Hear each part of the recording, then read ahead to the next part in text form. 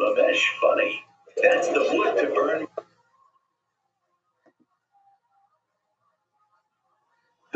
My korban. Oh, interesting.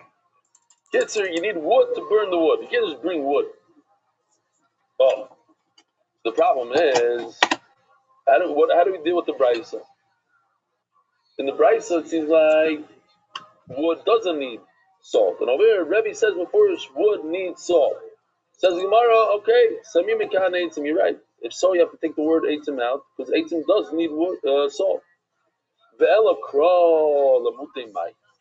So now we have be'etzim, so right, there's a whole long Rashi here. There's two miyutim that we have, if you remember. We have Alman Chasa, I told you guys to remember Chasa. We have this one, the klal of Pradu klal. That's a meal. But if you're going to remove wood, which requires salt, so what's the second meal for? One meal, okay, we'll say blood doesn't need salt. But what's the second one for? That I already took out from Mal Muchasecha. So now what do I do with the klal of Pradu klal? Says Gemara, Afikeitzim, Vayal Musachim. Okay. Musachim, wine doesn't need salt. How do I know that from the second meal? The Sanyum. Really, we're going to start over here tomorrow. We can just read it. There are four things that don't require salt: wine, blood, wood, and kleris. Says Gemara Mani, Rebbe Kasheitzim. Rebbe just said that wood does require salt. Irabonon, Kasheitzim. They do require salt and kleris. And the Gemara goes on to say it's a different Tano that says enough.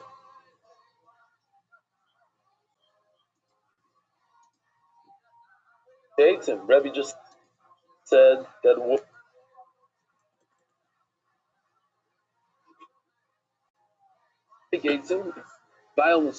Okay. Misachim. Wine doesn't need salt. How do I know that from the second meal? The Sanyum. Really, we're going to start over here tomorrow. We can just read it. There are four things that don't require salt: wine, blood, wood, and kleris.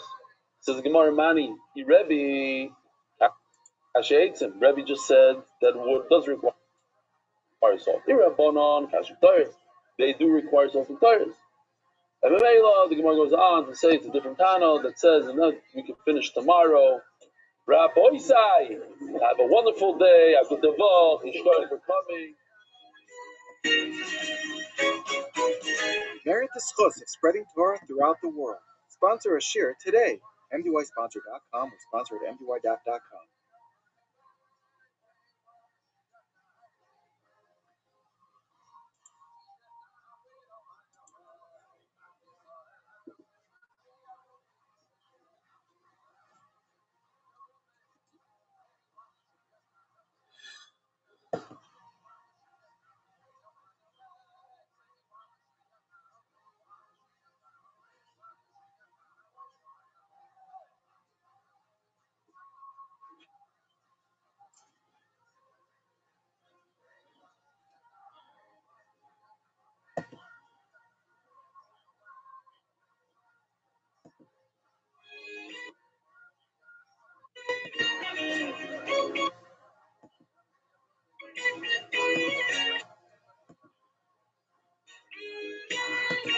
Good morning, Rabbi Rothschild.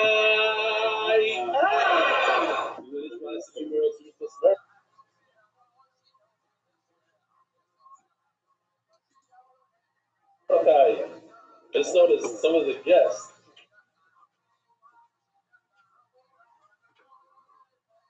When he said they had a kavana. They closed their eyes and like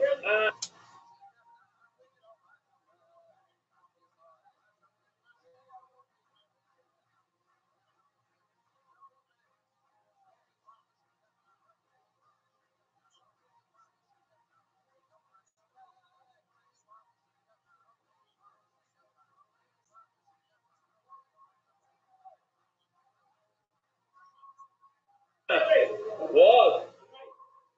Oh.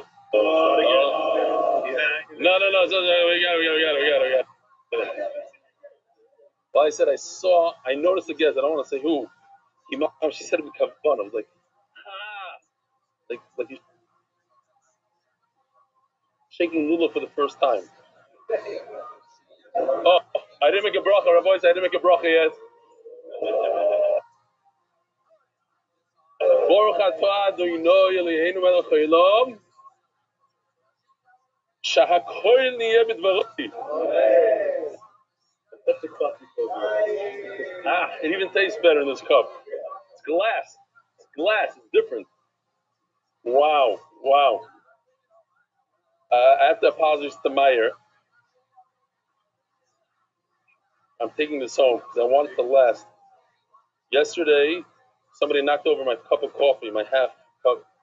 It came out 2-3 times a week. Somebody knocks over my cup. This is not going to last more than a few days here.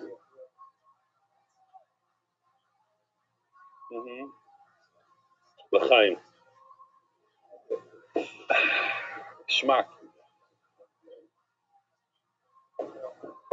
Rabbi Sai, Renana, join us. What's the Shabbos? We'll be live in Zoom. Pizza more.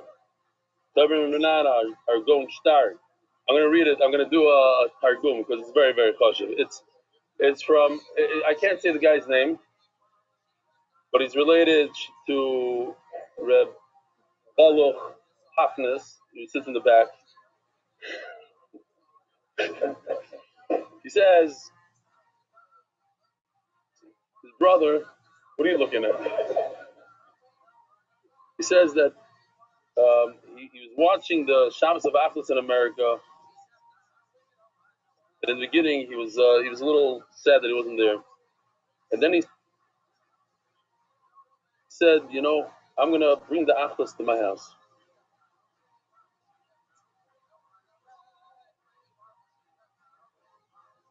That's what he did. It's he writes so beautifully. And chaval that I'm botching it up here, but it's still fresh. So I got to read it. Anyways, so he invited Arele Heimlich with his mishpachah to his house. Now, he was in more of let's call it a modern kind of moshav, close by to the Chemesh. He himself is not, he's more like the Rav over there. Not an official Rav, but they treat him as the Rav. But he's certainly not Yerushalmi. Arele is Yerushalmi. They invite the Yerushalmi mishpachah to his house. On paper, this shouldn't have happened, but in actuality, it was mamish magic. It was the Torah, it was miras, the food. More than that, there was a personal relationship, a human relationship. The women found something to speak about. The kids, the older ones, they became friends right away. And something that really melted my heart was to see the smaller ones. Even though my younger son doesn't know a word of Yiddish, and Ireland's daughter doesn't speak Hebrew at all, they played for hours together without any words. It was the language of Achdus. And you always talk about how the daf brings people together. This is exactly what we learned yesterday with Yosef Abavli that sat in front of his Rebbe. Ad la'achas. What's ad la'achas? Explain. This is the Torah, the daf. It bridges the gap of language and culture. They're not relevant. We're all Jews and we're all connected to HaKadosh Baruch Hu. So, to finish off, you don't need to fly to New York. This has to be mechulik with him. You need to fly to New York. Shalachtos.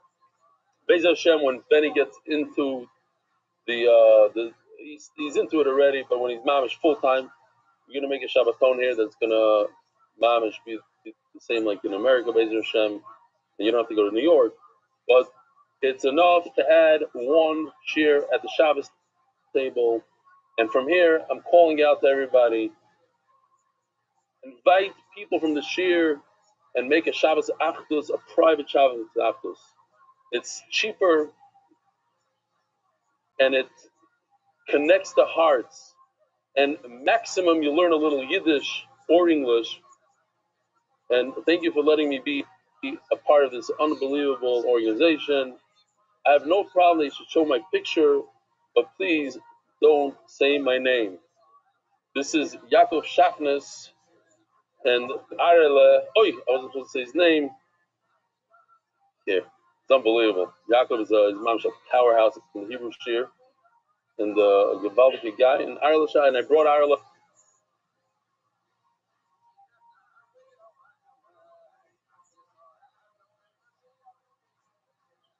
Up and cheer. I said, "No, how was it? This is unbelievable." And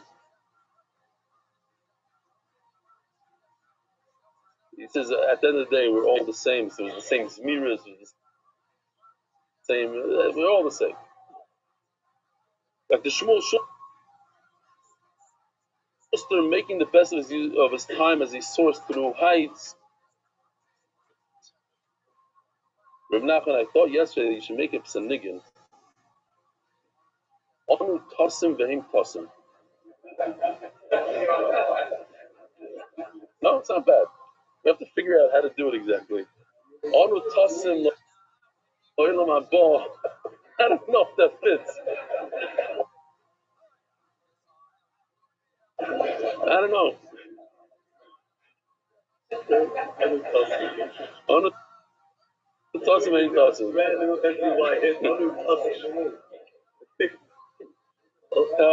We're going strong since Moy Cotton. This guy, best way to ski. What's the best way to ski in Park City? He says, while learning the daf. That's the best way to ski. M.Y. Sussman also wants to be anonymous. We're not going to say his name. What? Get the guys from Tel Shrotzim to put that together. Check this out. Personal story of Chizuk. Message against all odds. There's a Jewish community in Ecuador. Rabbi, I love your shir. I wish I can enroll more people in Ecuador. Ecuador. All right, big dog. So far, the biggest barrier is language. Maybe your IT super team could use AI, have captions in Spanish. We're working on it. I have a Shulchan Aruch Chabur of around 8 people. If there's a chance for them to understand your shir, I would definitely enroll. Thank you, Daniel. What else? I don't know what the fuck that second. This year I was able to bring my oldest son to the Shulchan Aruch, introduce him to the wife. What do you think? What do you think? But when Noam got up on Friday night to welcome us and announced, all we want to know is what is your name, he immediately began to understand what MDY is about, and he signed up to start learning Menachos. Look, he calls him started up without even knowing it. You think Last week, while on a family trip, my wife saw the following picture of us learning that day's daf in the hotel, and I had the long exhausting day out. I think you're inspiring us to keep dafing. Yoni Merzel comes to New Jersey. Here's the picture of Yoni Merzel and the helmet that you brought. And it's amazing that it's so old. It's amazing that it's so old. Like, I swallowed this. Let's say Shalom to the guest. What's your name again? I swallowed this.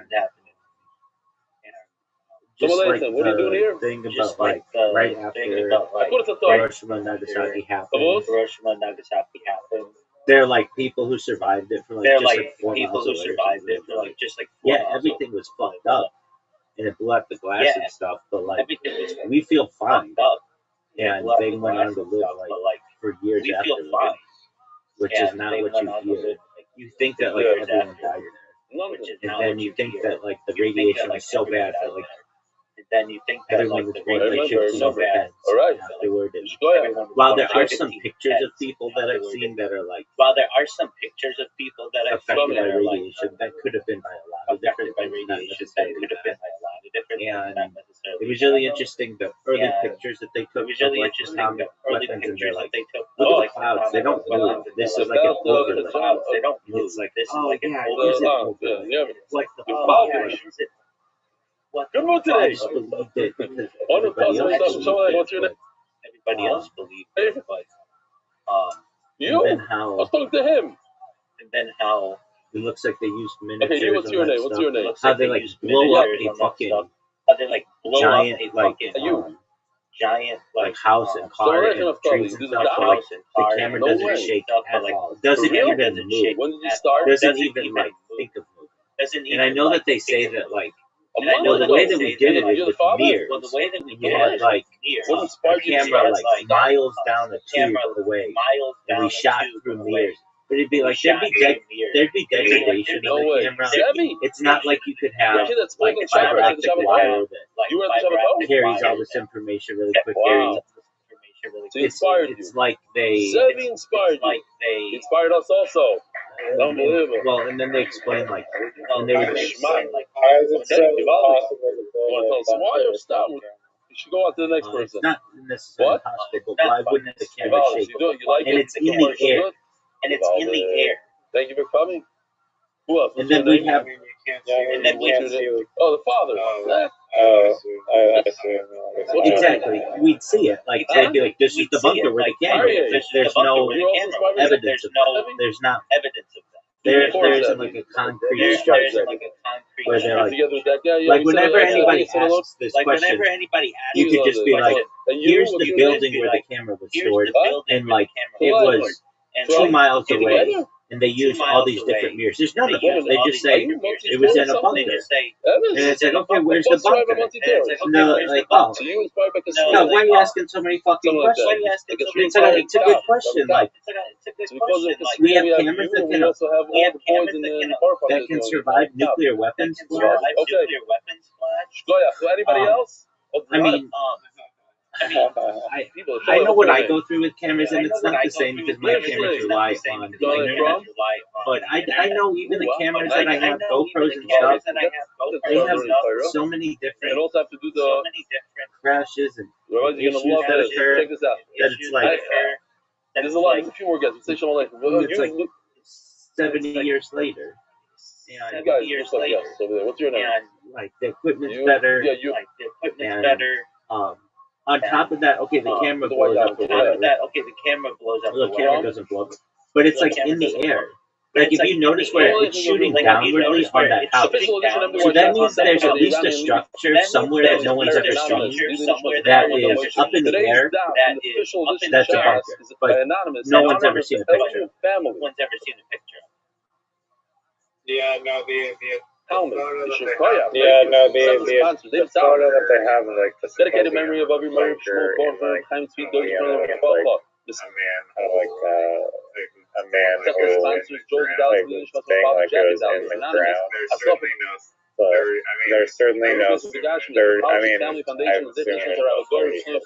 Exactly, and if there were, Anonymous, it better be pretty strong because you saw what it did to trees. So, you know, like, I would imagine that if it just knocks down trees like that, doesn't even blink, then this bunker better be like really big and strong and full of content. It would be like a small pyramid or something. But there's no evidence if they don't show it. It's not, and then why don't they show it? Why wouldn't they be like, I mean, here's a good question.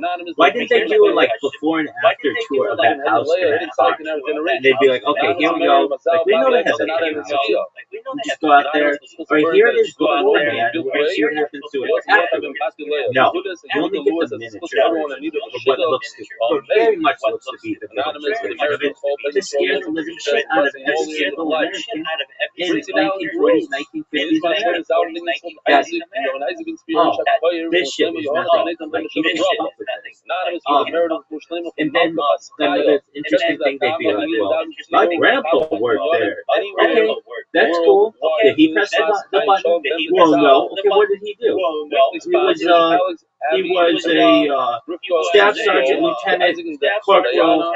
Okay, well, he was like cleaning the trees when they were doing this. Like, and not to disparage that, there's nothing wrong with that, but it's like, just because your grandfather was on this island or on the base does not mean that they were like, hey, let's tell this guy. And that type of logic breaks down. Like, oh, I would know because someone with whom I have a relation was there. And it's like not necessarily. Another interesting thing when they were talking about doing the bombs on like Bikini Atoll and like the islands of the Pacific, they would be like, they would tell one group on one island, yeah, there's going to be a nuclear blast. The other group they would say, stack a bunch of TNT there, and we're going to use that in comparison to the nuclear blast. And then they would just blow it up, and then everybody would be like, wow. But in another interesting thing is like TNT, when it blows up, it creates a mushroom cloud, which a lot of people don't know. So when you just create tons and tons of damage, it just creates a mushroom cloud, just like a nuclear weapon. And questions I always had of like Hiroshima and Nagasaki when they dropped the bombs. 15 minutes to do that for $1,000, and 15 minutes. You mean they were like video? Yesterday, and there's no like blast wave. There's no like blast when you blow something up, there's a shock wave that goes through that would affect the air. And there's no like, it doesn't like move the plane at all. There's no, it doesn't like. So it's doing this. I like the so. And another interesting thing when they're like, the next time that you're told that your country needs to invade another country because of nuclear weapons, and it's like, well, we just signed a ceasefire. Like, certain things are not for sale. And the same was true in Iraq. These are the things. And the same was true in right? Iraq. So first you put Shem in the Cold War with the Soviet Union, and the same has been argued with North Korea. Oil, but I guess I missed the whole like putting in the oven, the whole thing. And then on top of that, another interesting thing that like, this is the perfect law. It's healthy because it's super advanced science that people can't really understand, so they have to trust you. And then it creates a secrecy state where if you're in the government, it creates like different classifications and stuff, and not everybody can talk about it. And then as well, it just allows for like unlimited budget. Like, oh well, we're in a race against the boogeyman, and we need to defend ourselves. So I'm glad we watched it. It's number 4. It wasn't like a perfectly edited, or it's not a professional documentary, but that's okay. Some of the cool shit is just somebody who was just like sitting in front of a computer, just putting stuff together. You do all these things, and they just make good points. And then only then they reveal the Neyar, only after you see. Do I think nuclear energy exists? Do I think nuclear weapons exist? Only from 10 on must I still be think they exist. Everything before 10 can be a but not in the same way that is traditional. So you learn from here. I still think 7.5 years. I still think it's possible. But I did not have a computer. I didn't have a laptop. At least for Nagasaki. I remember Gary telling me, why don't you type it and then you tell the computer red, green, blue? Like, oh, do that. There are also questions why they haven't been used since then. Okay, we're not going to tell people about that. Remember, Gary? You remember? Oh yeah. What? In the beginning, I used to print just some. So because they're so dumb. Yeah. I mean, if they're saying that's like Tokyo. Reb Shimon says that Yisrael cannot do it. I mean, I guess everyone would be aware this would be too dead. And how do you know the difference? How do you know the difference? When they bombed Dresden in World War II, they bombed it with so much. So much. These are all the steps, Shemin, so many explosions, so much TNT that we're holding over here. A first of its kind, at least witnessed Bedford, which is fire tornado. Okay, so like basically, when you have enough fire and shit, a tornado can occur. If you're involved in that, how are you going to know the difference between that and nuclear weapon? You just fire. And even if you just Because like one sandwich the nuke is like a singular explosion, but like the cargo bomb. So you would think so. You would think so, but when something blows up like a nuclear weapon, it's going to start other stuff on fire that might not have blown up, like gas tanks, propane tanks, cars, tanks. So there's going to be boom, boom, boom, boom, boom, no matter what. The was also under the Yotza. B'Savar has the Gemara. B'Savar Shimon Mikra Nish the fun of Achos. He really holds that. We'll bring another right that he doesn't hold that. Tanya.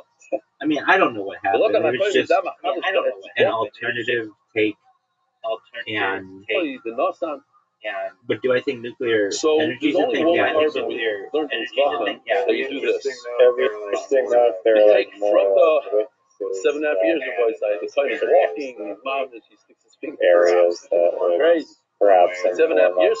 Yeah, that's a good question. It's going to be on the only thing that I really saw walking around. The only thing, the Jesuit guys, but what they said like made a lot of sense. They were interviewed after it happened. And they were interviewed. Like, let me just say this: if I dropped the biggest nuclear weapon that's ever been dropped, on anybody of the population, 4 miles away from you, once again, we have the same thing. You're gonna think you're dead. Like, I would think that like everything was like 50 miles. Not that it just broke the glass. The Nasa means to put it on his bed. And that like their building survived. And in the middle it says bed, and that they didn't have any radiation. And then they talk about just dropping huge amounts of, or like detonating a big amount of go backwards over here. TNT. Makes the same. The Kabbalah Saddam must be done. Makes the same reaction. Another thing that was interesting was the pictures, how they had these overlays where they had like, hey, we just took a bunch of TNT, exploded it, and then put it over like the clouds in the sky. Or we just showed people, like literally the camera pointed at the sun, just something really, really bright. You know, another interesting thing, they have these people who are like looking at a nuclear blast, and they just have sunglasses on. That's another You would think that, like, think about everything that they would do today to protect you from that. You would have like lead shielding. But they literally just had sunglasses. I've heard another thing that you get a bad sunburn from a nuclear blast.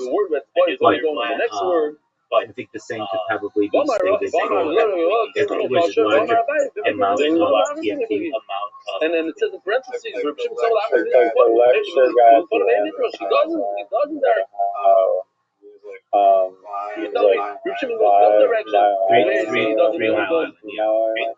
the future, it doesn't take the word. It's called 3 Mile Island. It's in New York City. Near New York City. That may be, but there's another reason. Because he said like the amount of the same thing that we did before. Whatever radiation from to that the right and the left, the beginning and the end, ocean or whatever was like 5 times less than what you get like a doctor's office. It says Yotzak. Excellent. Yeah. Or they have, there's this Joe Rogan who talks about it, but generally with women, the nurses who were the first people to start the use of x-rays, they all got this weird kind of cancer in their hand. And normally people don't get cancer in their hand, it's like extremely rare. But they all got it.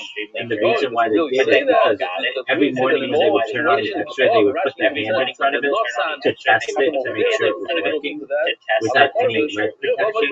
And over the course of time, that led to cancer in all of their hands. And they ended up all dying.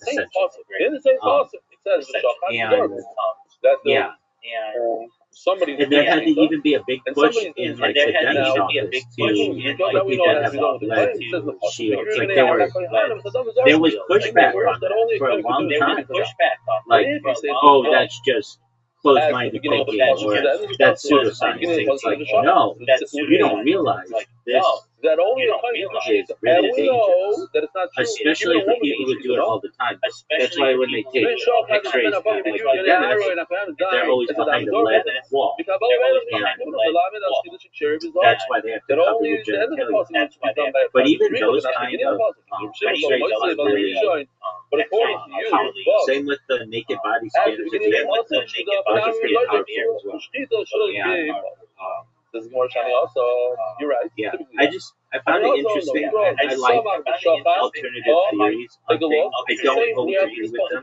Like for some of this, it made it sound like that nuclear energy was not now if you brand new beneficial, that powerful, or even existed. And I certainly think that it does. just means that you lean your body weight on the animal. I mean, I gotta say, like I've seen the effects of it. A woman doesn't really. University of California Irvine has a nuclear, and we know that smicha is done by Yisrael. So, but according to you, we should say. I shouldn't say power plant, but a nuclear testing site. The guy with whom I'm a Freemason has invited me previously to this. And I had plans to, but then the first pandemic hit, and obviously I'm sure they would not be taking my stream. And right, if you say it's for like a yeah, usually smicha is done. The leaning on the like hand I've been done by to the owner. particle accelerators. But the thing is, that stuff's so small that like, you can't tell. You're looking at a computer screen, and they're like, okay, this is traveling the speed of light. Okay, I mean, who am I to say that it's not? There's when I first started this stream, I used to like to hit golf balls at random locations of in Southern California, especially. I like to hit them at the beach, into the ocean, but like barely I have hit the ocean balls, like barely into the ocean. But there's a nuclear power plant called San Onofre. It's between Orange County and San Diego, and I would go there. It looks like two big breasts. Like one, it looks like a woman. Everybody calls it this. It looks like a woman who's like lying on her back with like two kids. It's like two big dogs, and I would just hit random balls at these things. And that's one. But like at least in California, other people like at least no, I did the shit out of it to the point where my balls are like bouncing. And I got it on camera. It's on the back page, as I say. And then one time I was doing it, and I didn't know that there was like train tracks right right along the area there. And I was like, oh, I bet these train tracks aren't used anymore. I bet they're like. So I'm like, I bet I could hit the ball off of the train tracks. Hitting it off the train tracks. And then I hear, and I'm like, oh shit, there is a fucking train coming out. So, yeah. So I hit him. One of my favorite Instagram channels is this guy called Everywhere. The guy just goes like golfing in like urban areas and wait till it's like 2 a.m. in like city, and I'll just tee up on like the middle of the city, and like the kid will hear it though, and it'll just make like incredible like whiplash, and then get sparks too from doing it, and just playing like urban golf, and sometimes like I've also heard video or saw video like a big guy like in Vancouver, set up like a driver in like the middle of the street in Vancouver and just let it drive at like 3 a.m. And then like 6 seconds later, smash of a window. Cool, but yeah, I didn't do it in anywhere where I knew I was going to do damage anywhere, but I would do it into the Pacific. It's just such a beautiful shot. It's just such a beautiful swing. You buy a golf ball. That's exactly right. So I would, I have this card that allowed me to get unlimited golf balls per day. I shouldn't say unlimited. I shouldn't say that. No. But it allowed me to get together.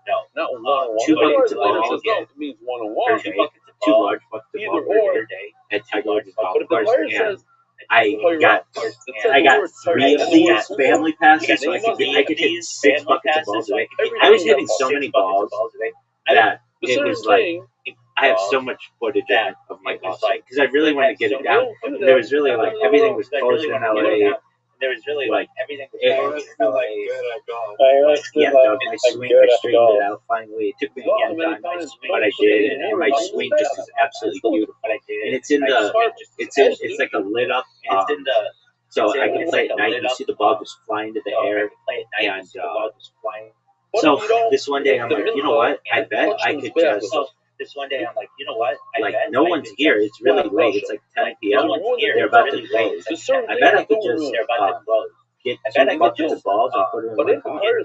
And I do, and then I'm like, oh, tight.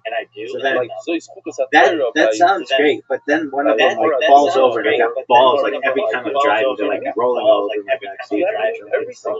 And I'm like, whatever the steps are, all right, whatever. So then I go to like, they're standing over Beach, and then I go to Malibu Beach. I go to all the different beaches, and then just get a video of myself hitting balls into the ocean. But I started to feel badly about it because I was like, you know, this is like, I'm not the biggest environmentalist, but I do care about the environment, and I'm like, you know what, this is probably not. And if I start to do this and I go viral, other people are going to want to do this. They're going to want to hit balls in the ocean.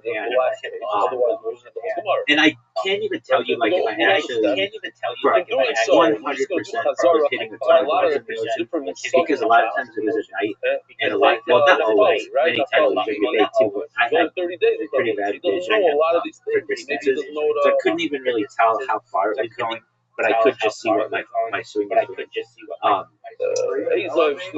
Yeah.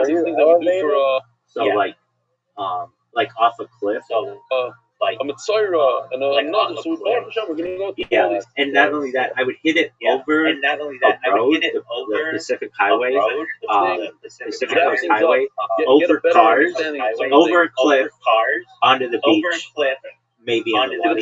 Yeah, you know,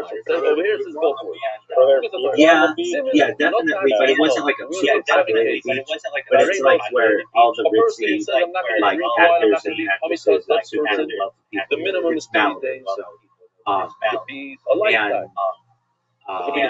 I would also find that I would get a spark, just like you're talking about. When you hit that ball, like there's a spark that happens sometimes. And where else did I hit? Well, the highlight was going down to the tips, like the San nuclear power plant, and just bounce it. And he said you need both words, Torah and Chukah. And Rav himself is the one that says, where else? I did it there, I did it in Malibu, There's like some friends that keep going to, and they'll go to the golf course and then go to driving range, and then bring like one of them is a shlum. It's like a little firework. And he brings different breads. Takes one of each type of bread away from it. Yeah, and here you go. And then everyone at the range is like, what? I would do a thing to try to see what kind of reactions I would get out of people. I could hit golf balls really, really quickly. Like one after another, after another, after another, after another, after another. Yeah, to the point where I've gotten it so the whole tee box stops and starts looking at me because they're like, "What the fuck is this person doing?" They're just swing, swing, swing, swing, swing, swing. They're just the only thing that slows me down is having to put the ball on the tee. I really tried to get it down where I could take. This is a really hard thing. You can do it. Where you have the tee down, and you take your driver, and you can roll the ball onto the tee. It's very, very difficult. It's actually and I always wanted to do a top golf, but then at the time LA didn't have one. And so the best thing I could do is just Now we have a just visual of it. I would also decorate the tea box with like feather boas and like lights, like because I was on camera and I was playing it up. This is like the infancy of when I started to I was asking you do the golf thing, and then I would find that I would like get off work at like you don't go read straight something like that. right back. It's like and I go like grocery shopping, get what's kosher, but they local did it. kosher market, and then I have like the entire evening to just play golf, and everybody's like, it was the pandemic, so like people weren't like as like wanting to go and do things, so I go get these golf balls, and sometimes I wouldn't even realize what time it would be, and my car would almost get locked in the parking lot in the golf course, so I had to start changing where I was parking. There's a school right next to the first tee, Tiger Woods' charity, and I would just park there, and I would just, I made so many videos. It was I was thinking, and then, but I knew I had to start like launching myself. I didn't realize it, but that school was like a place where cops would go and sit for long periods of time and just like wait for people to go down the street really quickly and then go down the street and like, so I have like just many different okay, so each one we're gonna come videos of me doing that, and then I also spray painted like that you're right. It also spray says painted hot but it's paint, like market. with The glitter, truth was market. and I just did it. Yeah, because like it was already funny that I was like swinging. It was already funny that really quickly, but now let's make it look like a huge dick. And then when I would hit it, it's fucking straight every time. Which was tight as fuck. Anyway, all this getting back to nuclear power plants. I used to do fire power plants. And I'd like to do that again in the future. They're retiring that nuclear plant. California hasn't built a new nuclear plant in 30 years, so it shut them all down basically. There's only been one big nuclear power plant over in the United States in the last 30 years, and that's in Georgia. It's like, there's a lot of bad, there's a lot of bad juju or whatever, like bad, something special, you got out of jail or whatever it is, you have to bring. Like a lot of people get scared when you mention China going. Oh yeah, dude, they're building like 50 a year. They're building like 50 a year. I think right now in the United States, it's almost right now. Last time I checked, this is actually last time I checked. This is good statistics, but yeah, China outpaced the United States. It was like the United States had like 300 and China 250, but China did that. 500 by 2030 or something. Okay. How many nuclear power plants does China have in the United States? And how many were built recently? It only says word. There are four things in the Torah. Eight Eretz, Ezek, Shlichulas, and Tzipor. Now we never knew what it was. So take a look at this. It's beautiful. Something brand new for today. They have the largest nuclear fleet globally with 94 operational reactors.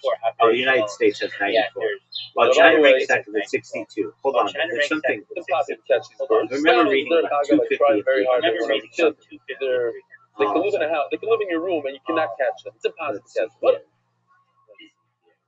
And this was around when Joe Rogan did episode 92 of the Joe Rogan Experience, maybe like 5 years ago or something, maybe a little more than that. It was an episode with Oliver Stone, who he did JFK, he Let did one bird fly JFK. away. We have the, what are they called? Shave everything, including his eyebrows. Not Apocalypse Now. That's Stanley Kubrick. Where is it? He did. It's a feeling that only Noam and Avi can appreciate every morning. What's the statistic with China having 250? They know the Haggadah. Yes.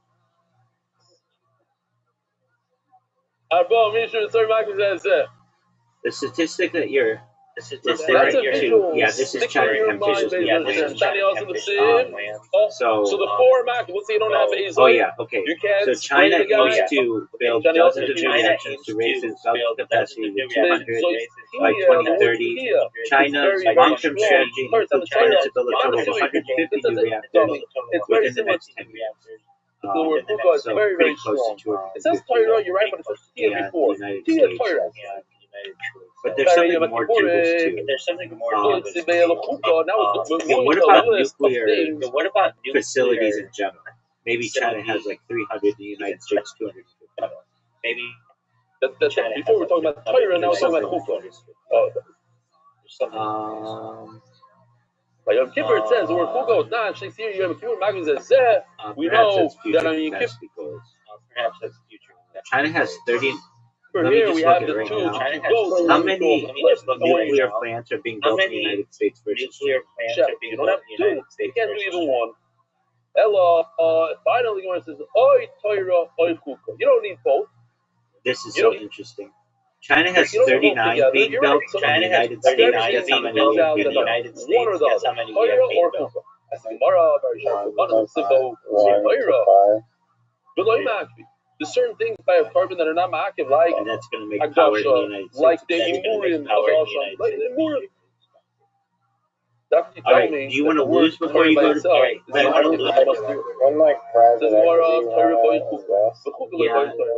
The word Torah alone is not ma'akiv. So that's why you need a second They're word. about like the most amount of money. Like most bankers Gemara, that's still like news. Gemara over here says, like the etzba means win, so then why do you need the word kohen? Kohen by itself doesn't mean right. So Tosis over here asks the question on the Sima, and he doesn't really think answer. Torah also is shuvra. Yeah, but that's all you're right. bullshit. And the word Torah is going to come first. You know those wind turbines need a diesel engine to continue to need a diesel engine when there isn't any wind. So they actually burn more gas. Or something like, I know they need it. Maybe it's like burn more gas. But in addition, they kill lots of birds, and they need a lot of but you must have a second word. I'm not a huge fan. I one time thought wind was really cool, but then I learned, dude, just put the turbines in the ocean and don't make them so big. But when I first see them, I would drive through the Central California. It's called the Grapevine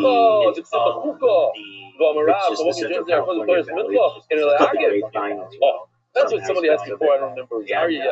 Because of we said that you have the Torah like 50% of all the produce in the United States in order for it to be in this one area of California. This one area. They have lots of wind farms there, and I would see them, and I would be like, wow, because we didn't have them in LA. We didn't have them in LA. So it was like the first time I saw them. You must do every single one of those steps, and if you miss one step, throw it out. So then why does it have to repeat itself twice? Solar plants. It's enough to say Chuka, and that means you must do it. You don't have to repeat twice. They do have this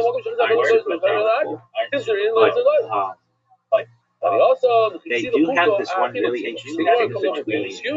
No, it's Chuka, you're right. It says Chuka by minimum, but that's by the eating just right on the part, border not by of the part. That doesn't refer to this giant list of 14 things. It might be in Nevada. Right on the line. It's right, literally right on you have that. What's that solar plant on the border of California and Nevada?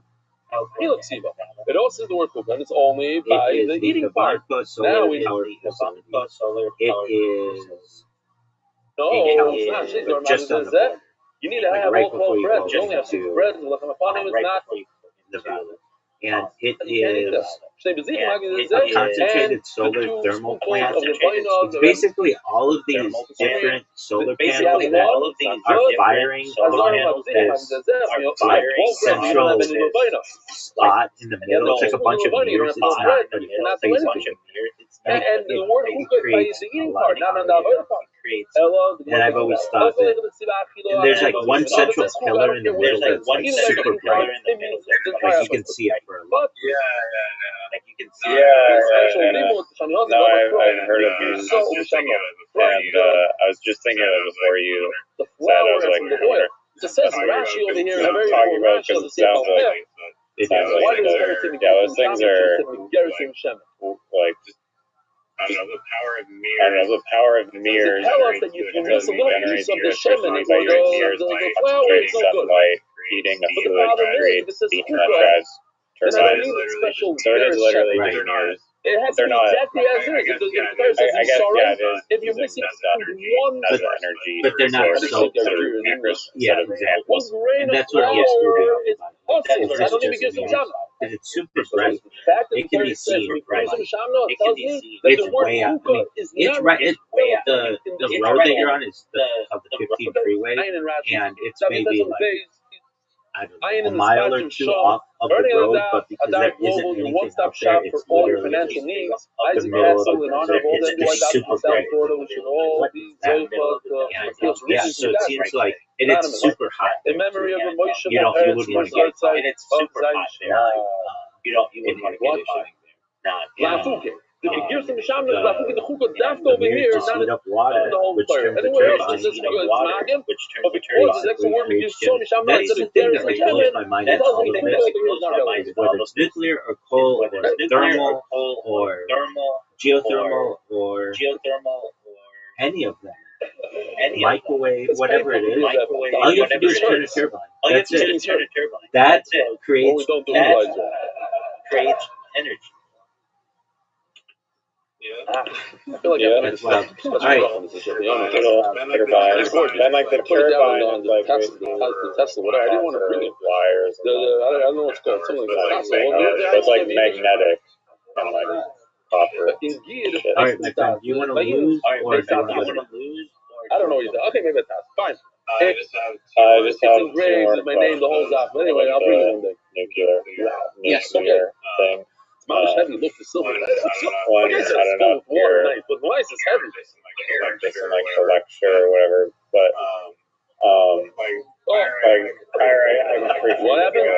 The guy was talking to me like how he was just eating. I don't know what he directly ate. Yeah, services. He wasn't eating plutonium though. It was like barium. Right. What do we have? He was not eating plutonium. He was not eating plutonium. No, you don't need bulk. Barium 77 or something. Barium 77 or something. The main one. And he's like, that's, he has a thing with the Geiger counter. With the Geiger counter. He's like, you wouldn't want to eat this one. But you could eat this with the black and the white. And he just seemed like he was his own little interesting shit. But I do think that he lived twice the same thing by Kotcha. By Mincha, it means he was basically insinuating that like the government was like lying about the dangers of all those substances. And my question is, why do you think they would do that? Is it because they're not proud of it? Because it's valuable? Keep people away from it? Because they think it's like literally going to kill them? Yeah, I mean, think about it. It allows them to have this confidentiality or classified state, classified government.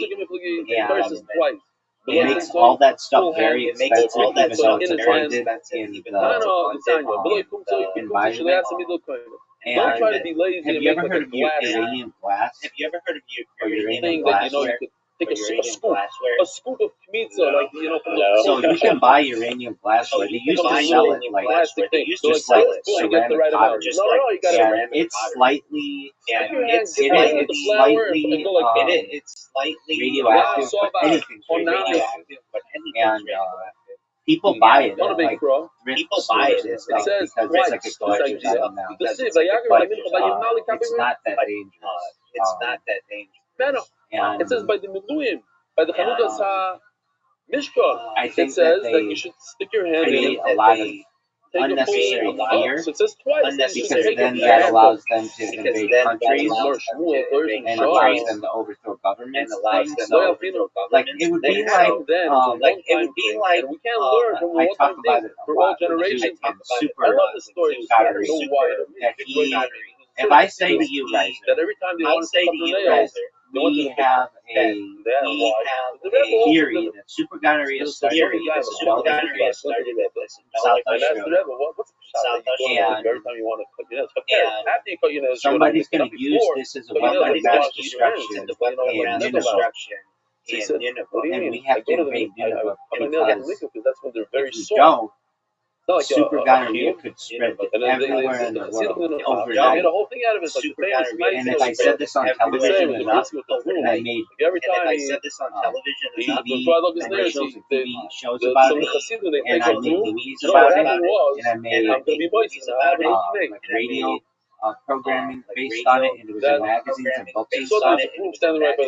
Within a few years, a lot of people would be afraid of Nineveh super gonorrhea. This is not the minute. And he moved it. So what And this would allow us to invade Nineveh. And with the reason that they had super gonorrhea. When we went into Iraq, the reason why we were supposed to go to Iraq was weapons of mass destruction.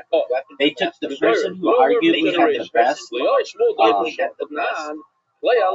He had the best. So Rabbi said approval rating in the United States. He was a general known as Colin Powell.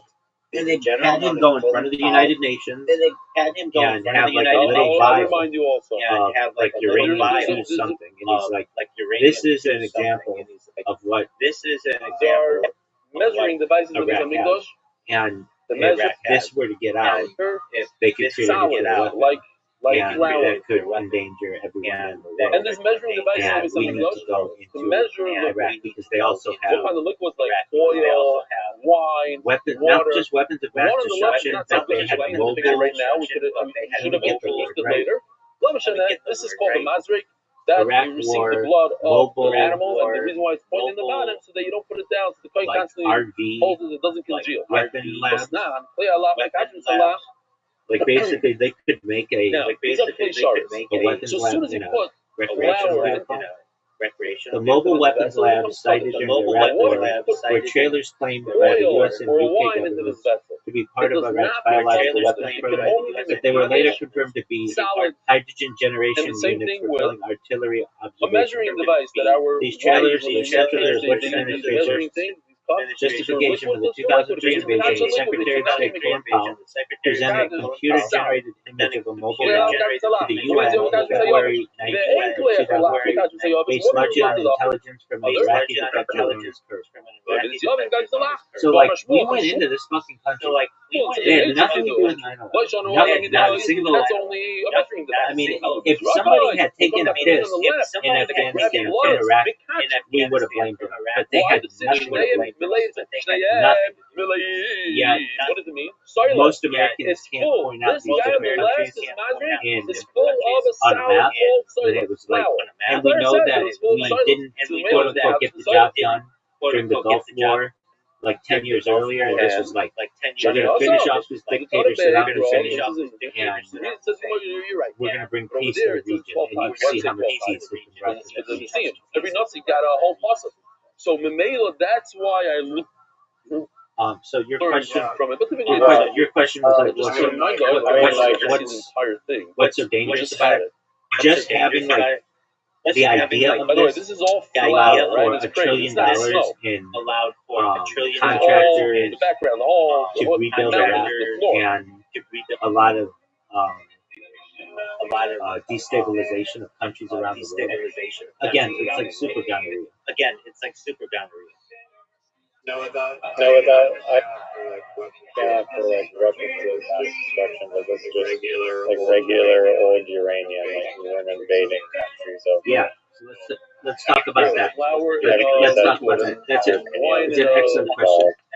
Uranium was involved in that. It was called yellow cake uranium from Africa, and allegedly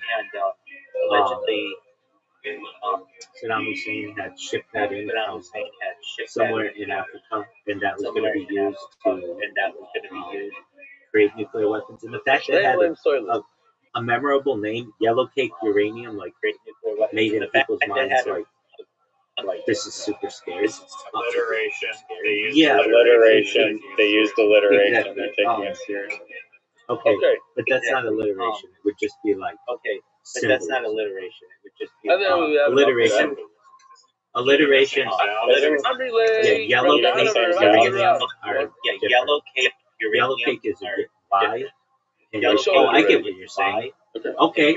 Yeah, a Y and a U. Okay. No, Yeah, I'll go with that. Okay. They're pronounced the same. That is alliteration. Apologies. Yeah. Okay, but I would think. Okay, No, it doesn't work. the idea of nuclear energy is very dangerous He knows he holds a whole pound to anyone who wants to prevent another country from being energy independent. Because what is that Gosha? then they don't need to depend on you and the world, and they can start to they can start to feed. Yeah, I did. But here, he goes, he touches one corner of Oisai. Make the Southwest, who told you? So you teaches us And why like Southwest. allegedly, like And how do we trouble like Iran and how do we know doesn't Southwest? want to be This is so a picture from dependent on the the oil industry, hotel, the shop. so they want Unbelievable. energy independence. It's hard to understand. Through Oh, uranium to I'll be put able this to picture build in. Stop the show. plants. And once you do that, that that means that you're not going to be digging for the stuff anymore. You can't export it, and that makes Wow. the 7.5 years, what it does to a industry human being. extremely volatile. What it does to your So ear. it's like anyone who starts to develop this or talk about developing it becomes an enemy because it's basically a miracle science. It means that you can create as much energy as you want for the cost of the plant and some hydrogen, basically. One day, you remember that? Yeah. Or uranium. You can do it with a lot of different things. No. Come on. The Toyota was also the Camry. I thought you needed like base, like you have to do this. Like you have to do this processes to get these like cards to make Those are the best solutions. But you could really create nuclear energy out of any particle by slamming two particles together, fusion energy, and carrying a particle that's fission energy, which is more powerful. It should be in front of Hashem. Now, where's the most Hashem So in the Beis let me confirm that though. In the Heichal, Yo, opposite of the why do they use plutonium plutonium and uranium when you could use any particle slammed together to create fusion energy or tear a particle apart fusion energy? because it's like the most. Yeah, I think so as well. Uranium and plutonium are used for fission, not fusion, because they are heavy elements that release energy on split, whereas fusion requires combining light elements. Iron is the most stable atomic nucleus. Elements heavier than iron, like uranium and plutonium, release energy during fission splitting, while elements lighter than iron release energy during fusion combined. Fission mechanism. When uranium-235 or plutonium-239 atoms are struck by neutrons, they split apart, releasing significant energy and additional neutrons that sustain a chain reaction. Fusion requirements. Fusion involves fusing light nuclei, such as hydrogen isotopes, deuterium, and tritium, under extreme temperatures and pressures to overcome electrostatic repulsion. Combined use modern thermonuclear weapons use a fission primary plutonium or uranium to generate the extreme heat and pressure necessary to trigger the secondary fusion stage, which often uses a uranium tamper to boost yield via fission and fusion neutrons. Now it says you cannot use any particle for fission energy because splitting atoms lighter than iron consumes energy rather than releasing it. Conversely, you cannot fuse heavy atoms like uranium to get net energy gain, as fusing them requires more energy than it produces. So I should have said you can do this with any, you can create fission with any particle that's lighter than iron, and you can create fusion with any particle that's heavier than iron. But I still think you could do it. Name a way that you could use gold, which is an element to power a fusion plant or fission. I think it can be done in a super scientifically advanced way. May not be the most efficient. All right. Based on the the provide research concept. There's no scientific method to use gold as a fuel or power source for a fusion physics. In fact, the context indicates the opposite. Gold is a heavy element that cannot fuse exothermically, releasing energy like hydrogen and helium. Instead, powering a fusion plant, gold is currently proposed as a byproduct or revenue stream in the following ways. The transmutation in breeding blankets, fusion startups like Marathon Fusion proposed using neutrons gravitational. Okay, so that's what Rave is saying, which is fine, but it doesn't really get into the theoretical stuff as well as I like. So I'm just going to check it. Yo, dog, I'm talking like in like million years, really scientifically advanced. I think that you could do both fusion and fission with gold. They don't have to power capacity to understand that another religion. Steel man this for me how it's hypothetically possible. We don't have that. You could be this, you have your seven misses, but we're happy in a civilization millions of years from now, advanced than ours, the distinction between power generation and matter engineering and stellar generation may completely what looks impossible could become routine in industrial chemistry at relativistic and quantum. The idea can be stimulated like this. For instance, ultra advanced civilization could potentially use nuclear fission for raw stellar scale energy production, gold mediated or gold structured fusion systems for precision energy control, exotic jet and stabilization of matter conversion. Not because gold is a magic fuel in the normal sense, but because at sufficiently advanced technological levels, heavy elements like gold may become useful as plasma lattice regulators, quantum electromagnetic conductors, catalyst frameworks, radiation management, or endpoints in engineered nuclear synthesis. So, part one, why I find fusion is the foundation. Part two, where gold enters the picture. Part three is hypothetical gold fusion. Gold is an exotic, golden exotic fusion cycles. Then part three is a fusion plus fission hybrid system. Part four is stellar engineering. Part five, the real scientific principle behind your idea. The strongest version of your element of your argument is not gold burns like calcium. No, I'm not saying that. It is an ultra advanced civilization may use heavy elements like gold as precision nuclear engineering materials within fusion-based energy systems. That's exactly it. That is actually scientifically defensible in speculative physics. And I just took any element, it didn't matter, whatever. Because once a civilization masters atomic structure, plasma confinement, quantum field engineering, relativistic material science, and nuclear synthesis, matter itself becomes programmable. And I agree. At that stage, stars become furnaces, elements become software, and energy production becomes materials engineering at the nuclear level. That is the strongest steel man concept. And I agree with that. What I'm basically saying is give it enough time. That's what I'm saying. And that's all I was saying in this. I wasn't saying that it's the best way to do it, or we can do it today. But I'm saying with any of the periodic table, given enough time, you'll be able to use any one of them to either break them apart or slam them together and create them. They brought a live musician.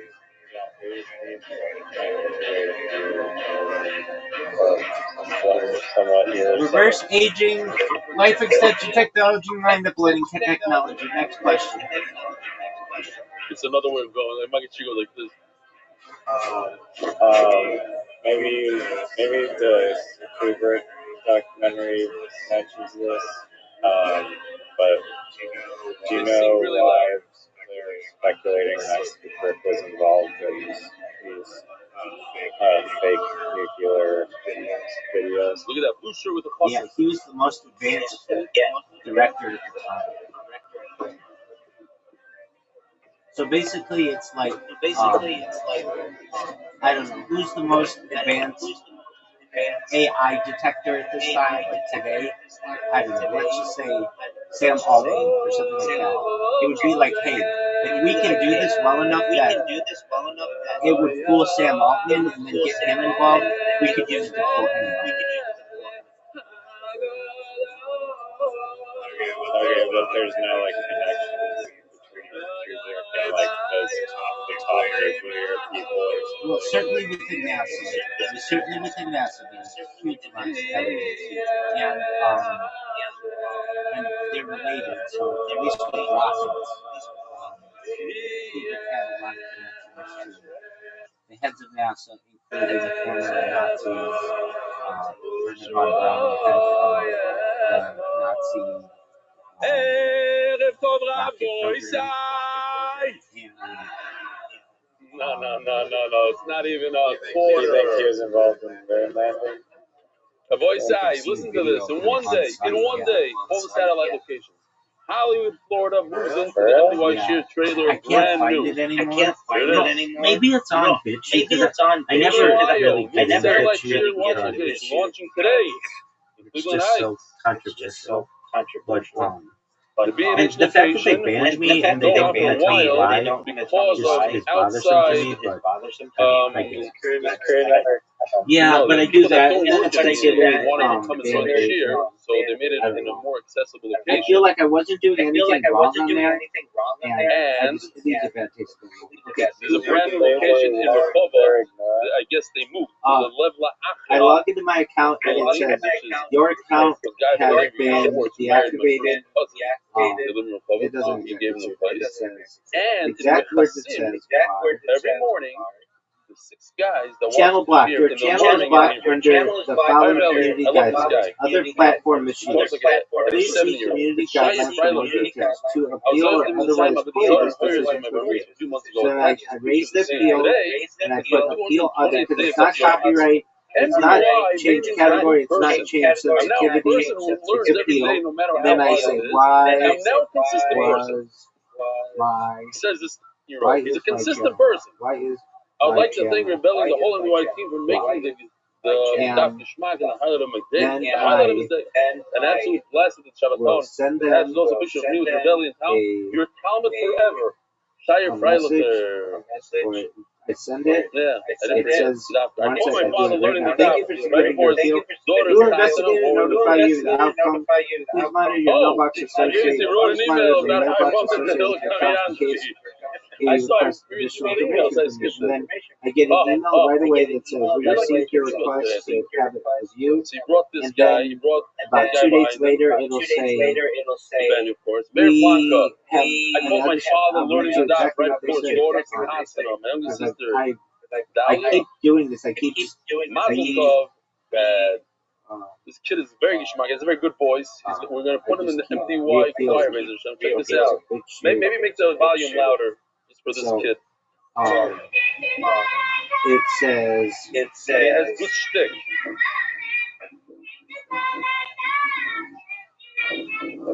your request has been updated. We have reviewed the channel and found it does breach our community guidelines. Best regards, the BitChute support website, ESP 30 North 3rd Street, Sheridan, Wyoming, We're in Costa Rica, but he had a good shtick. 82881 USA. It's time to That's join all it MD1. says. No. Yeah. So, you know, like all they say is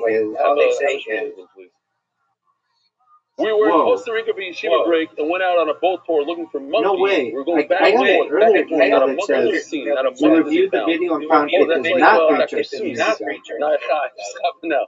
Not a monkey to be seen, not a monkey to be found. And then Marvin came the in most here, recent one, please come we out. reviewed the At some channel. point, I reminded myself of the story you shared about the Spartan Africa, which So guys maybe my said channel. make a donation, see a chase a kill. It also reminded me about Shem's story about saying over stories is supposed. So I said the story over to my family and said it out loud, and it's supposed to saying the story. I just keep asking why was that. It was 3 minutes past, nothing. Then I said, okay, fine, I'll give But a donation I didn't to notice the that. wife. On April 30th, I appealed. Then my 30-year-old pops up and says, I'll give $100 to MDY. We reviewed the video and found it does not breach our 2 minutes. community It was like a guidelines. switch flip. Out of nowhere, there must have been 50 monkeys jumping out of the trees, surrounding us, climbing literally on top of us. Total chaos, total simcha, a lot of fun. I don't I had know. one You tell more person on me. the Kuda. I'm currently doing the Daf in Sukkah Daf Gimel. Yes, not that I'm big. gonna use their Thanks to my brother, Ben Kiss platform. So from if I type Ben in Kiss from Kubrick, Cleveland. Huge shout out to him. it's like That this time, really I hadn't really weird. learned in probably 15 years since Yeshiva. Kubrick, I made my first Desert, year in Sukkah. Shkoyach. Hollow, Thank you for all that you do. Chazak. Sendi Kiss. Rabbi said, maybe you like it. This guy said that the cameras were placed more than 10,000 feet away in concrete structures inside steel mud pipes. I'm just asking that the oil will be quiet now. How are they getting that resolution? That's two. That's 2 miles. 10,000 feet away. Did you say 10,000 feet? 10,000 every day. I'm going to record it once. That's 2 We're miles going to play away. it 2 miles away throughout the whole month. The Official edition of the White Shas accepted by the Iranian leader families, Eric Anonymous, Lili Nishmas, the Tyrus of Moshe Dak, Jacob Gindi, held an Atzlach of everything from our women and family, except for sponsor Dave South, dedicated memory of Avi Murray, Shmuel Faulkner, Heinz Vito, Shmuel Rothschild, except for sponsors Joe Gedalis, Lili Nishmas, my father, Jack Gedalis, Anonymous, Atzlach of Berlin, the Gashmis, the Palchik Family Foundation, the Zech Nishmas, Rabbi Goyer, Shmuel Palchik, Metchitzer, Ilu, Anonymous for Shlema Moshe Ben Izah, Anonymous for complete for Shlema and Arichas Yom for Leah Bas Esther, Israel Malka, Holy Doors, and Shema Malki Zah, we're so proud of you, Mordechai, Steiging, Cindy Gross and family, Gabby Island, UK, in honor of Rebelli, you changed my meaning of life. Money Almighty, Yossi, Mark, and Benny, and all the Iskim B'Tzorchem DY, for Kofi Shalom Scharev. Monthly sponsors: Ari Simon, Rukushleim, Avi Murray, Both and Miriam, Jamie Azulai, Rukushleim, Esther Basluna, Moshe Aaron, and Miriam Landy, Oizel Hashem Kitoy, Hilo, Oizel Pazlo, Anonymous, Rukushleim, the Holy Husband, Henry Leah, and in our generation. Anonymous in memory of Asal, Bat Lev, Sanada, and Hitzkiah. Anonymous discussed the verdict that it's good in an open and revealed way. Because Mordechai ben Bakileh, Buddhist and Buddha Lewis are discussed for everyone in need of a shidduch, mayor. Anonymous for the merit of Michal Ben Yisrael Yosef of success and blessing in all areas of life. Prince Alan Gross, Yonishma Shlomo Zalman Ben Yitzchok Isaac, and Yohan Isaac Ben Tzvi Hershap Koyer, for Shlomo Yohanat Hanetam Ben B'Sheva Brach. Anonymous for the merit of Shlomo from Malka Baskaya, Tzedus Zakam, helping Yidden David Tzibor with pop-up minyanas anywhere worldwide. Yonishma Kain Shalom Ben B'Tzalim. I don't doubt that. Weekly sponsors: Alex I was more so looking for like Abby, the new connection. Isaac Diana, Maybe like your love and support means everything to us. We love you. Me and Sarah Corlin, Rachel Shleimor, Okay, so I see that these are the daily sponsors. So now for the daily sponsors, me and Sarah Corlin, Rachel Shleimor, Rivka, Naomi, Pastor Shiva Patio, Prince and Alan Gross again, in memory of the Yorton of our aunt, Ziegler, Ola Shalom, Yehudis Bas Shalom, Mayor, who's here in the room today, Alan Gross is here with us. So Weisenberg, 3055, for my kids, all I want is for you to listen to 2 days down. Speed 1.3 is okay. That's all you have to give the guy for his birthday. So Weisenberger, for my kids, all I want for you. Dahlia Miller, the success of the Kesher Nafshi Battle annual campaign. Anonymous, across the entire and mother. Spike is one of the most clearest scientific fingerprints of active nuclear explosion. And this goes for the entire month. MDYR, month, Yosef Kai Sor, Ross Mereva, Mushlema Yonatan Eitan Beba Shabbat Bracha, Mushlema Mordechai Ben Esther, Mordechai Yeled, Daniel Zev, Ben Ayeled, Esther. Hopefully we can talk some of it out from cheer. Everything living ends up with a predictable amount of carbon. Oh, you were here before, no? When humans started detonating nuclear bombs, that's a guess. During the 40s and 60s, he looks like a guess. Especially during the Cold War, those explosions released enormous numbers of neutrons into the atmosphere. Electrons collided with nitrogen atoms to produce extra carbon-14 on a scale nature normally doesn't exist. The result was a bomb-full dramatic global increase in atmospheric carbon-14 levels. Scientific measured at 3 rings, coral, iceberg, human tissue, animal tissue, ocean water. Like is so distinct that scientists date biological material whether it's formed before or after the nuclear era. For example, forensic scientists can sometimes estimate a person's birth year or when cells formed by measuring cells formed so you're always in Boston your whole life? Wow. So the reason is atmospheric nuclear detonation release neutrons. Those neutrons get excess carbon-14. A sudden worldwide carbon-14 cycle is observed exactly during the nuclear pattern matching is what nuclear physicists or physicists predicted. That doesn't just rely on government claims either. Independent labs worldwide measure the effect. The carbon-14 spike is one of the many physical traces left behind by nuclear testing and radioactive isotopes like cesium-137 and strontium-90. A lot of times when I argue with him, the different stuff, even in Yonah Alma, the first thing that comes out of his mouth is no. And then he goes, I said, you're not supposed to say no. In order to get the guy in psychologically, you're supposed to say you're not supposed to say no is a very bad word. That doesn't mean that. No, hold on. They even said when you create a huge explosion, it creates radiation. So why couldn't it just be that radiation? We call it Achila Shloi Kedarka.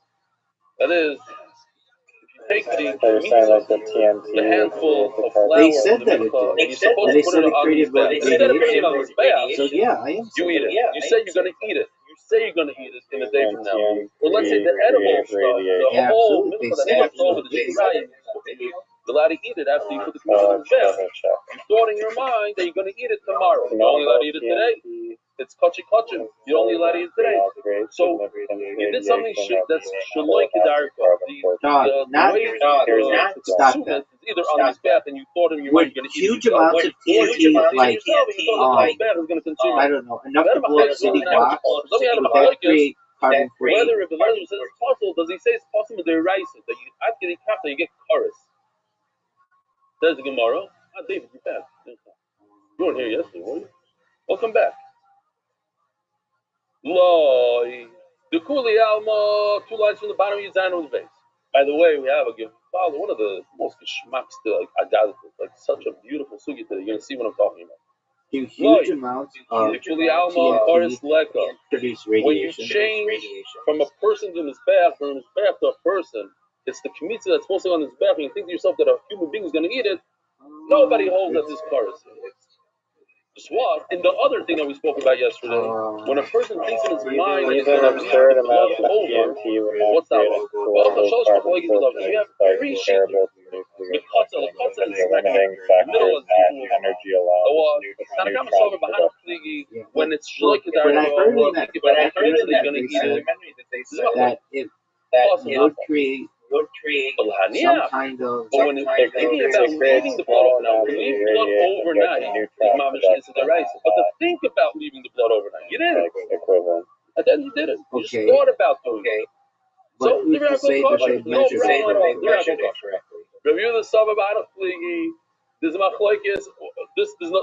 change. This into the shloike darko. When you think that you're going to put the mitzvah, you're going to eat the mitzvah when it's supposed to go on the back. He is wrong. Lania.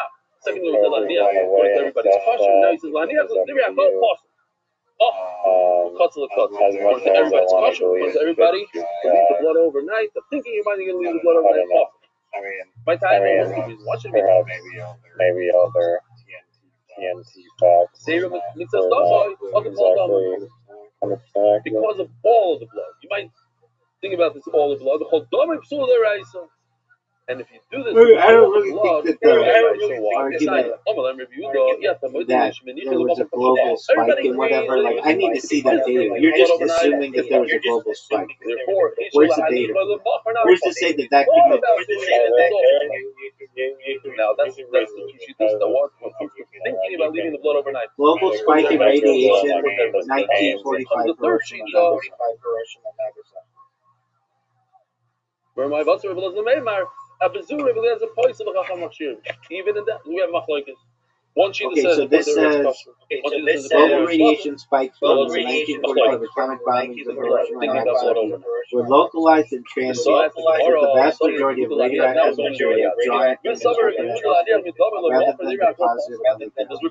Because the bombs were detonated at air bursts at altitudes of 600 meters, ground level contamination was minimal, and residual radiation levels in cities above the freezing depth. So what are you talking about? The matzos midosa means that when I pour the oil in the store, I go like this, I pour the oil. I don't think that I give it a proves spinal the squeeze, make sure there's not a single drop in there. Like you gotta go down like I went to figure out every small little problem I ever had in Torah. That's what from what I have seen about it, you can measure it, tree rings, coral, all sorts of biological. So wouldn't it have like a major effect on the people if it blew up over their heads 600 meters away? Wouldn't it cause like all kinds of, if it's causing like issues with tree rings all over the world, wouldn't it cause them some type of radiation poisoning? I went and I found probably. No, I'm not saying Hiroshima, whatever. I mean, it just said in the answer apparently it's made into the atmosphere rather than the Earth, but that seems a little longer to me because radiation is meant to stick around and not go away quickly at all. But I'm not saying that. Okay, I'm gonna look it up. Carbon 14, Nagasaki, and Hiroshima. Had a little bit of a difference. So I'm looking at it. He learned that halakas means until he came to the final halacha that they had an argument. The what do you call it? Well, and there's a question too. How do we know it was from those spikes? Because the Soviet Union was doing their own testing as well. I don't know if they were doing atomic testing yet. Let me see. When was the first atomic test of Soviet the highest Union? degree? It's a ruchni diklal. It's not I love somebody. So they did one in 1949. It made me think that's why we have such strong relationships in MDY, because a lot of our friendships that we have is a Torah. Yeah. We only know each other through Torah. We do the daf together. We have the highest degree of love for each other. So how do we know it wasn't that way? And this, okay, so here's a good question. Tsar Bomba was how much bigger than Hiroshima and Nagasaki combined? Thinking that it's going. This is the largest nuclear explosion. So, it's called Tsar Bomba. T-S-A-R-B-O-M-B. So what you're telling me is that there should be a huge spike in 1960. So Tsar Bomba was 1,570 times more powerful than the combined energy of the bombs dropped on Hiroshima and Nagasaki. So then the question is, why didn't Tsar Bomba have a 1,570 times carbon-14 impact on the environment, right? All of a sudden, he changes a little bit. He says it's not kosher according to everybody. 1,570 times spike. Says the Gemara, is super excited. You could see the simcha on his face. Tsar Bomba did not create a 1,574 increase in atmospheric carbon-14 because nuclear weapons testing does not produce carbon-14 as important to its explosive yield. While Tsar Bomba was 1,570 times more powerful than the combined bombs dropped on Hiroshima and Nagasaki, the amount of carbon-14 generated was determined by the specific nuclear reactions, neutron capture by nitrogen, rather than the total energy released. The bomb pulse of carbon-14 was a global phenomenon caused by decades of atmospheric testing by both the United States and the Soviet Union between the 1950s and 60s, not by a single weapon. The resulting, okay, so there you go. It's not because of Hiroshima and Nagasaki. It was because of all of the bombs that were made between 1950 and 1960, not by a single weapon. The resulting spike in atmospheric carbon-14 roughly doubled the pre-existing levels, rather than increasing them by thousands of times. The bomb pulse was significant enough to allow for precise dating of organic materials from that era, but it was a cumulative effect of many tests, not a direct multiplier of the Tsar Bomba's rate. So, same with Nagasaki and Hiroshima. So you're saying, I passed my twice for my memory. You're just saying that it is I would be like off by very good one of the evidence that nuclear bombs were but I being can't pass used my memory. and that they I are thought not my memory. I said this is my memory is strong. You tell me that you saw this okay, morning. well, let's look Now at you what know else my can cause memory. carbon I don't monoxide. know. If you were right, now I have to be careful now how I pass. Now I have to my Aside line from inside. nuclear weapons, can cause Rashi over carbon-14 here, Rashi covered in in the Chelsea. atmosphere. What I heard from Rabbi Yehuda that's possible. Aside from nuclear weapons testing, nuclear power plants are a significant source of anthropomorphic carbon-14. So nuclear power plants, which were built across the world starting in the 1950s, so it could be from that. Asking halachas from memory, whatever. They had them in the Yes, they did. Actually, let's look it up. Yeah, First, like, nuclear power plant was built where and when? So that's why I knocked on your door. I kept on coming back to you, and I'm Rebbe, thank you for not throwing me out like that. It was 1951. I got what I wanted. Listen to this lashon and voice. It's unbelievable. So that counters your idea that it had to be from. Like, I get what you're saying. I get the song. You'll sing it in a second. There's like this is where it is. some anomaly of spike during the 40s to 60s, right? But the nuclear power plants continue to exist I don't think I knew what the word was. and continually being built. So if it was being caused by nuclear plants, then you'd see the exponential rise. Not necessarily. They could have controlled it better, which they learned to. I know it. Thank you for singing along with me all these years. I mean, are you just... Yes, I am just saying that. We have to confirm this. Is carbon-14 been able to be controlled better since the 1950s due to advancements in nuclear energy capture? I'm assuming that there's one or two other people maybe in the whole world that had the same mistake as me, so I'm just pointing it out there. No, advancements of nuclear energy capture have not led to better control of carbon-14 in a way that reduces its environmental impact. That's not what I'm saying. Instead, nuclear reactors now constitute the only major source of anthropogenic carbon-14 since atmospheric weapons testing is banned. While modern plants utilize engineered solutions like ion, so it does though. They do use structures like ion exchanging resins to capture some of the isotope. The overall inventory of carbon-14 continues to grow as power production increases. Okay, so you're saying that there's a spike, which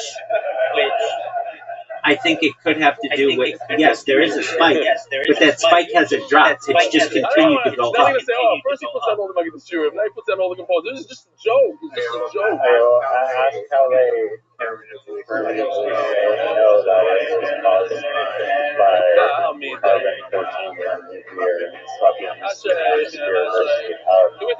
How could you tell the carbon-14, like its effect on the environment, is from nuclear weapons and not nuclear power plants?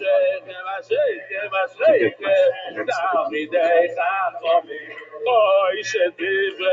I think you could. Scientists distinguish the source of environmental carbon-14 primarily through historical timing isotopic measurement. The massive spike in atmospheric carbon-14, known as the bomb carbon, the bomb pulse, occurred abruptly in the mid-1950s due to above-ground nuclear weapons testing, effectively doubling their natural level. The spike is clearly visible in the annual growth rates of trees and other organic records, providing a definitive marker for anything formed after 1955. Okay, but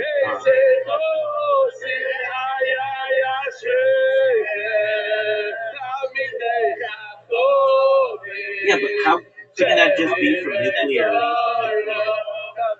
power plants? The first nuclear power plant was in 1951.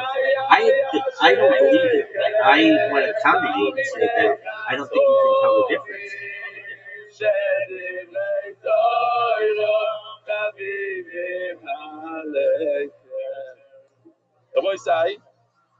Last night, It was the The first time I massive think spike in that I carbon-14 known as the bomb pulse is definitively linked He said, I don't want to show to it to you. I nuclear want weapon you to testing do at it nuclear with power everybody plants else. for I several said, okay. decades. I'm The Kabul. spike began abruptly in And this 1955 video and he peaked did in for Ashreika. 1950. Well, Riser, why didn't it start in 1945 when you had the nuclear fallout from Nagasaki? Now that's a good question. Now that's a very good question. Okay, so then why didn't you have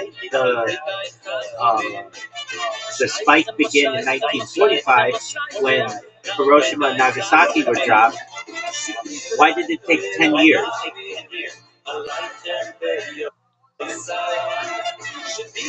The spike didn't begin in 1945 because Hiroshima and Nagasaki bombs were single low-yield events compared to hundreds of high-yield thermonuclear hydrogen bombs tested in the atmosphere throughout the 1950s.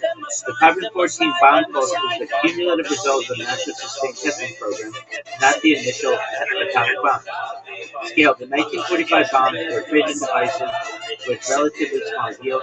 The spike began in 1955 when testing intensified with vastly more powerful hydrogen bombs, which produce significantly more neutrons and particles, and that create carbon-14 from nitrogen in the hemisphere. Cumulative effect: it took years of hundreds of tests to generate enough carbon-14 to create the measurable global spike. The first tests alone were not considered along the natural background levels to a global scale. Well, that counters your idea that we dropped these bombs and there was this global spike. That's not true. That's actually false. Now the question is, why did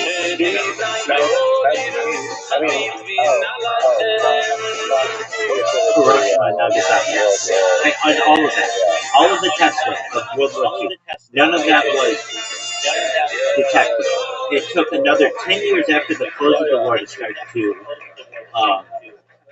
realize this. And yeah, but how do you know? Like the testing of this kind of stuff wasn't that accurate. It still is not necessarily that accurate. It definitely could have had to do with the creation of nuclear plants around the world. They were happening simultaneously with the bombs. This is possible. Steelman this for me. This isn't the thing that I use to do stuff. You'll have to do ChatGPT, but we will. It's sentimental. You're right. I'm using it. You're right to question the certainty of the data, and it's a valid point that nuclear power plants began operating in the 1950s, overlapping with weapon systems. However, scientists can't distinguish the sources of carbon-14 through several robust methods. The scale and timing of the spike. The bomb pulse is defined as its massive, rapid increase in atmospheric carbon-14, which doubled the natural level. This spike began in 1955 and peaked in 1963. The first nuclear power plants were small-scale prototypes. The global nuclear power industry. You know what? I'm going to stop with Ray. I'm just going to go straight to ChatGPT, and I'm going to do this the way that. That is a good. According to everybody. Yes. The timeline does make sense. Yes, you're correct that like the first plant was in like the 50s. What Rita said was that it's actually machloek. No, they were they were building on. They were in like the 60s, 80s, in the 50s and 80s.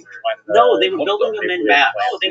Starting in They're saying, oh, Rabbi Rothschild said. Yo, dog.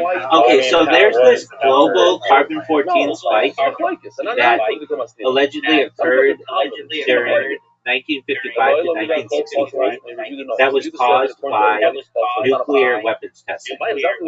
I have some points to make, so please listen. This is really important. We don't get this spike when other stuff is being tested in the Nevada test site or the New Mexico desert. None of that is detected.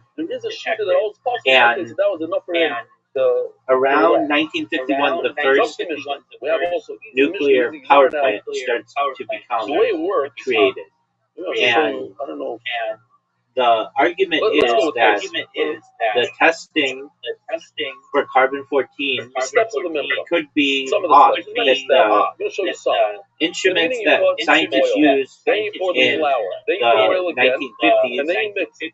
to test this So may already have we been have off, two and that the Seven, rings from toilet, carbon-14 oil. could have been caused by Then there's a third oil. nuclear The power idea is plants all the way or something else, It's further than this. just Actually, not it's necessarily bigger than nuclear that, but it's a weapons. third one. It's called Itzika. And I want you to steel man So this what argument happened for me that it could have been something else, The whether it third was nuclear power third plants oil. or Third something oil. else. Into the third. Lo yipolad. Or he didn't do the second one. Your argument can absolutely be steel man in a scientifically serious way, not by claiming the mainstream interpretation is false, but by arguing that causal attribution of the 1955 to 1963 radiocarbon spike may be less uniquely proven than people assume. I am saying. I'm saying that they're just going on like old data. The strongest version is the radioactive carbon, the radioactive spike may not uniquely identify atmospheric nuclear detonations because multiple industrial nuclear processes emerged simultaneously, while measurement systems and calibration methods were still immature. And that is what I'm arguing. Here's how to build it. The mainstream position, the accepted scientific explanation is atmospheric thermonuclear tests produce huge neutron fluxes. Those neutrons struck atmospheric nitrogen. Then it gives some kind of equation. I'm not going to read it. But it says this created excess carbon-14. The excess entered the biosphere free range recorded. This is called the bomb pulse. The mainstream case is strong because the timing matches large-scale testing. The shape of the curve roughly matches test intensity. The spike appears globally. The atmospheric detonations are known to generate neutron efficient. But your critique attacks the uniqueness of attribution. That is where the philosophical opening exists. Your strongest scientific arguments. Correlation is not absolute attribution. Your first point is methodological. The spike occurring during the weapons area does not mathematically prove weapons were the only contributor. Many nuclear industrial systems emerge simultaneously. Reactions, isotope production, uranium processing, plutonium breeding, experimental neutron sources, military reactors, classified projects. That's all very true. The 1950s were the birth of the atomic age generally, not merely bomb testing. So your argument becomes the bomb pulse may actually be an atomic civilization. And that is what I'm saying. This is a much stronger framing than outright denial. Early carbon-14 instrumentation was primitive. This is one of your strongest philosophical points. Radiocarbon science in the 1950s was still young. Scientists were dealing with detector drift, contamination, atmospheric mixing assumptions, calibration, uncertainty, inconsistent baselines, regional variation, limited sampling. Accelerator mass spectrometry did not yet exist. You can argue the original measurement may have fit a simple causal narrative because the analytical tools lack modern precision. This does not mean the spike is fake. It means magnitude, shape, source attribution, and time precision may have been less certain than modern retellings imply. This is a legitimate epistemological argument. Nuclear reactions also produce neutrons. This is critical.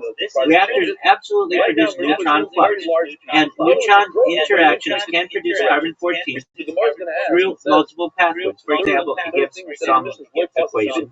And reactor systems can indirectly generate radiocarbon through coolant, moderator, or atmospheric interactions. So the Stillman version becomes, once humanity created large neutron-producing infrastructure, atmospheric radiocarbon dynamics may have changed from multiple simultaneous inputs, not solely bombs. This is especially interesting because reactor construction accelerated rapidly after World War II. Military nuclear infrastructure was often secret, and many early facilities had poor containment standards by modern expectations.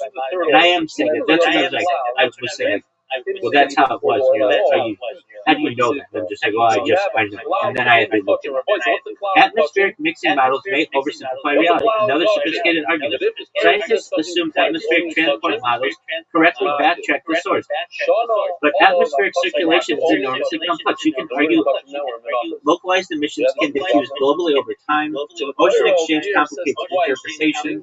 Industrial carbon changes baselines and atmospheric residence times introduce ambiguity. Thus, a global spike does not necessarily identify a single mechanism. It identifies a planetary scale perturbation. The visibility problem. You made an interesting rhetorical point. Why are some Nevada and New Mexico tests less clearly distinguishable individually? This can be still meant as if atmospheric detonations were perfectly traceable signatures, why are many individual events blurred together? Why does a signal appear to as a broad curve rather than discrete spikes? The mainstream answer is atmospheric mixing is cumulative integration. But your counter argument is the same smoothing effect weakens claims of uniquely precise attribution. That's actually a fair methodological critique. The atmospheric economy coincided with the spike. This is your strongest historical systems argument. The 1950s saw reactor construction, uranium enrichment, plutonium production, medical isotope expansion, naval reactor deployment, experimental breeder reactors, industrial neutron research. So you can argue the bomb pulse coincides with the birth of civilization scale neutron engineering generally. Thus, bombs may have dominated. I'm not saying that. But the isotope signal may reflect the total emergence of nuclear civilization. This is a nuanced and intellectually serious position. Where your argument would to be rigorous, you also have to acknowledge the major weakness. The spike is extremely large. The carbon-14 increase was enormous. Mainstream scientists argue reactor leakage alone could not plausibly account for it. We're not just saying it, we're saying all the other shit too.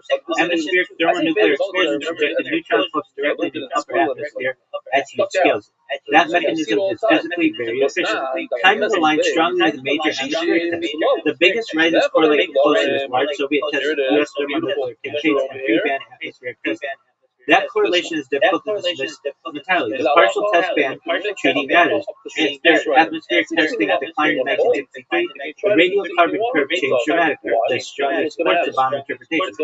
Your response would have to be industrial nuclear systems also changed, containment improved, and atmospheric nuclear activity shifted underground. And I agree with all of that. But this is one of the mainstream theory's strongest points. The most sophisticated version of the thesis.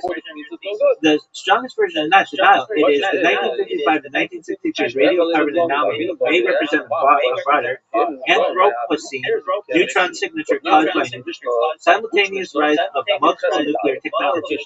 Atmospheric weapons testing likely contribute substantially, but historical certainty regarding proportional attribution may exceed the precision actually achievable from mid-century instrumentation of atmospheric weapons. That is the academically strongest formation of the idea. It transforms the argument from scientists are wrong to source attribution may be more unprecedented than commonly presented. This is the real philosophy of science argument, but there's another thing. Alright, yeah, and I think this, you described it very well. But here's the thing. There was a lot of testing going on in the New Mexico desert from the Manhattan Project, and then Trinity site, and then the Hiroshima and Nagasaki bombs. And we don't see the spike happen for another 10 years. So this is actually a counter argument as to nuclear weapons causing the spike. It would be one thing if we saw the spike starting exactly in World War II, but we don't. We see it happening 10 years later. That is probably your strongest chronological argument, and it can definitely be developed into a sophisticated technique, again, not as proof the mainstream is wrong, but as an argument that the timing is more complicated than the simplified public narrative suggests. The key is this. If atmospheric nuclear detonations inherently create a large, unmistakable global carbon-14 signal, why didn't the signal emerge immediately during the first nuclear era, 1945 early to 1950? This is a legitimate question. Here's how to still ask it carefully. the chronology. argument. You're pointing out a temporal discontinuity. Early nuclear tests, Trinity tests, atomic bombings of Hiroshima and Nagasaki, extensive Manhattan Project research, reactor experimentation, plutonium production, desert testing infrastructure. Yet the dramatic radiocarbon rise becomes obvious mainly mid-1950s through early 1960s. Your argument becomes the bombs alone with a causal mechanism. Why is the signal delayed instead of immediate? This is a valid inferential question. The mainstream answer, the mainstream response is usually early bombs were much smaller. Hiroshima and Nagasaki devices were tiny compared to later thermonuclear weapons. Approximate scale, Hiroshima 15 kilotons, early H bombs. This is an enormous difference. The neutron production scale is dramatically upward with thermonuclear devices. Number of tests exploded later. The biggest atmospheric testing campaign occurred in the 1950s. The cumulative atmospheric injection became vastly larger. The argument is World War II bombs were insufficient to create detectable global biosphere signal, but later mass testing crossed the threshold. Atmospheric resonance and biosphere lag. The mainstream model also says carbon cycles through atmosphere, oceans, planets with delay. Tree ring incorporation is not instantaneous globally, and cumulative buildup matters. Your counter argument to that is the critique is actually deeper than just there was a delay. You are implicitly questioning the threshold narrative. You can argue the theory appears partially retrofitted. I do. Small bombs allegedly produce too little signal, but later bombs suddenly produce a huge planetary signal. That raises the question of whether another industrial scale process crossed the threshold simultaneously. This is the strongest version, the threshold civilization argument. This is where your theory becomes generally interesting philosophically. You can frame it like this. World War II nuclear activity represented isolated events, primitive devices, limited infrastructure. But the 1950s represented continuous reactor operation, industrial uranium processing. You did too many. I cut out. So just as a, can you hear me? I'm not exactly sure if it's 100%, but let's just say, for argument's sake, there's a mission later on. Can you hear me? In the tzaddiks. So we're talking about in 2 months from now we'll get there. You take the mincha, it's like a laka, you fold it in half. I'm coming back. And then you fold it again. Okay, let's just say that's what the Gemara says. And then you open it up. You have these lines on it. Just a moment. So you cut it on the lines. You go like this, like that, and on the line. So let's say these are the 4 pieces, or whatever, how many pieces come out. So this is the size. He went and he only did 2 of these. Merubos means instead of doing 4, he did 2 large pieces. It's like this size. Instead of splitting it, you put it together. Okay, that's the problem. So one side is to read, he did many small ones. That's the now instead of 4 pieces, he cut it in half. No, now it's 8. Whatever, 8, 16, whatever. That's too many. No, it means it's a very large piece. So what's the problem? You said he didn't do it at all. It's okay. So if he made large pieces, what's the problem? The same who they get those thousand. You don't do it at all. You still you have the mincha, you have the challah in front of you. Come home and tell your wife, I bought challah for Shabbos, broken into 3 pieces. It's not the loy Torah's challah, the loy Torah's pidimika. Your mamish kiriyach mekan. You didn't do the halacha of breaking into certain size parts, and you don't have a large challah. You have a broken challah. There we go. So I think that it's not good. Apologies. I have a friend, a very good friend. He watches this year. I am assuming because you have 50 devices that. Many times I tell him because he doesn't speak Yiddish. As an American, I can't hear you. Like hello. I can't hear you. Okay, Nishtahin and Nishtaher. Can you get it? What? Just a moment. Very good friend of mine. He was until I said this now. I'm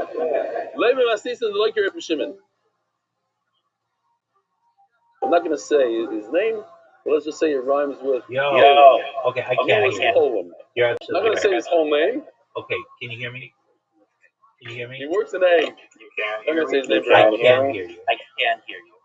Yeah. Okay. On that particular device. It's not up. Well, I Maybe have this this other isn't like device your where I Shimon. could hear you. The sign your Shimon Oimer. It doesn't seem like it was my internet. It seems like it was Maybe our Rishon a doesn't go like your Discord Shimon. thing. It just booted me for a second. Well, Kohen, what is your Shimon? Did you know that you the sign your Shimon Oimer? Immediate. If a Kohen doesn't. Okay, so I was reading that I felt really interesting. The 1950s represented continuous reactor operation, industrial uranium processing, naval nuclear systems, plutonium production at scale, breeder experimentation, isotope manufacturing, globalized atomic industry. Thus, the spike may correspond not to the invention of the bomb, but rather the scaling of nuclear civilization. That is a much more sophisticated thesis. Another strong point, detection capabilities. You hinted at something important. Maybe the spike existed earlier, but was below detection context. Remember, radiocarbon science was still developing, baseline calibration was crude, sampling was sparse, and statistical confidence was weaker. So you could argue the apparent sudden emergence of the spike may partially reflect improved measurement systems rather than a perfectly abrupt atmospheric phenomenon. This is an epistemologically respectful argument, the deepest version of your critique. Your deepest argument is actually about scientific storytelling. You're saying history may have compressed a complicated multi-factor transition into a single dramatic narrative. Bombs caused the spike, but reality may have been gradual nuclear industrialization, cumulative neutron infrastructure, reactor scaling, atmospheric mixing, measurement evolution, plus weapons testing. In other words, the bomb pulse may be an oversimplistic public label for a broader atomic era planetary transition. This is the strongest academic formulation. Where the mainstream still has strong evidence to remain rigorous, the largest carbon-14 increase to correlate strongly with massive thermonuclear testing, especially high-yield atmospheric hydrogen bomb tests, and the decline after the partial nuclear test ban treaty is difficult to explain away completely.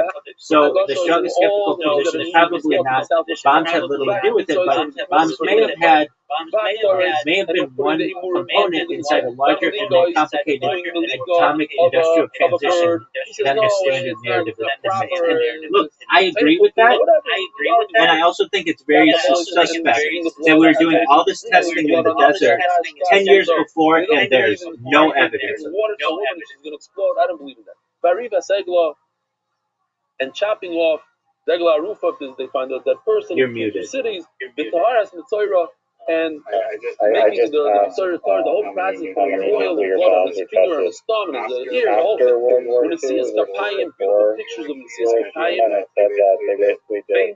Yoshi did pain, maybe whether it's in the Hazara or in the Shul, what if he doesn't agree with any one of these 15? Talmud Lloyd Martin the Aaron. Avoid the Shul of the Aaron. All things that are 15. If you don't admit to one, apparently there's only one. You don't get. There's three bombs. One of them says over here that Yitzchak is only for bombs Israel, not for Israel. And those are the only two nukes before World War II ended. And during the Cold War, that's when like 99% of all nuclear detonations happened. Some of which were thermonuclear hydrogen bombs that were thousands. But we just talked about thousands of we just talked about thousands of times does not mean more carbon-14 because I gave the argument that why didn't Tsar Obama give up a huge spike? Now, why isn't it this?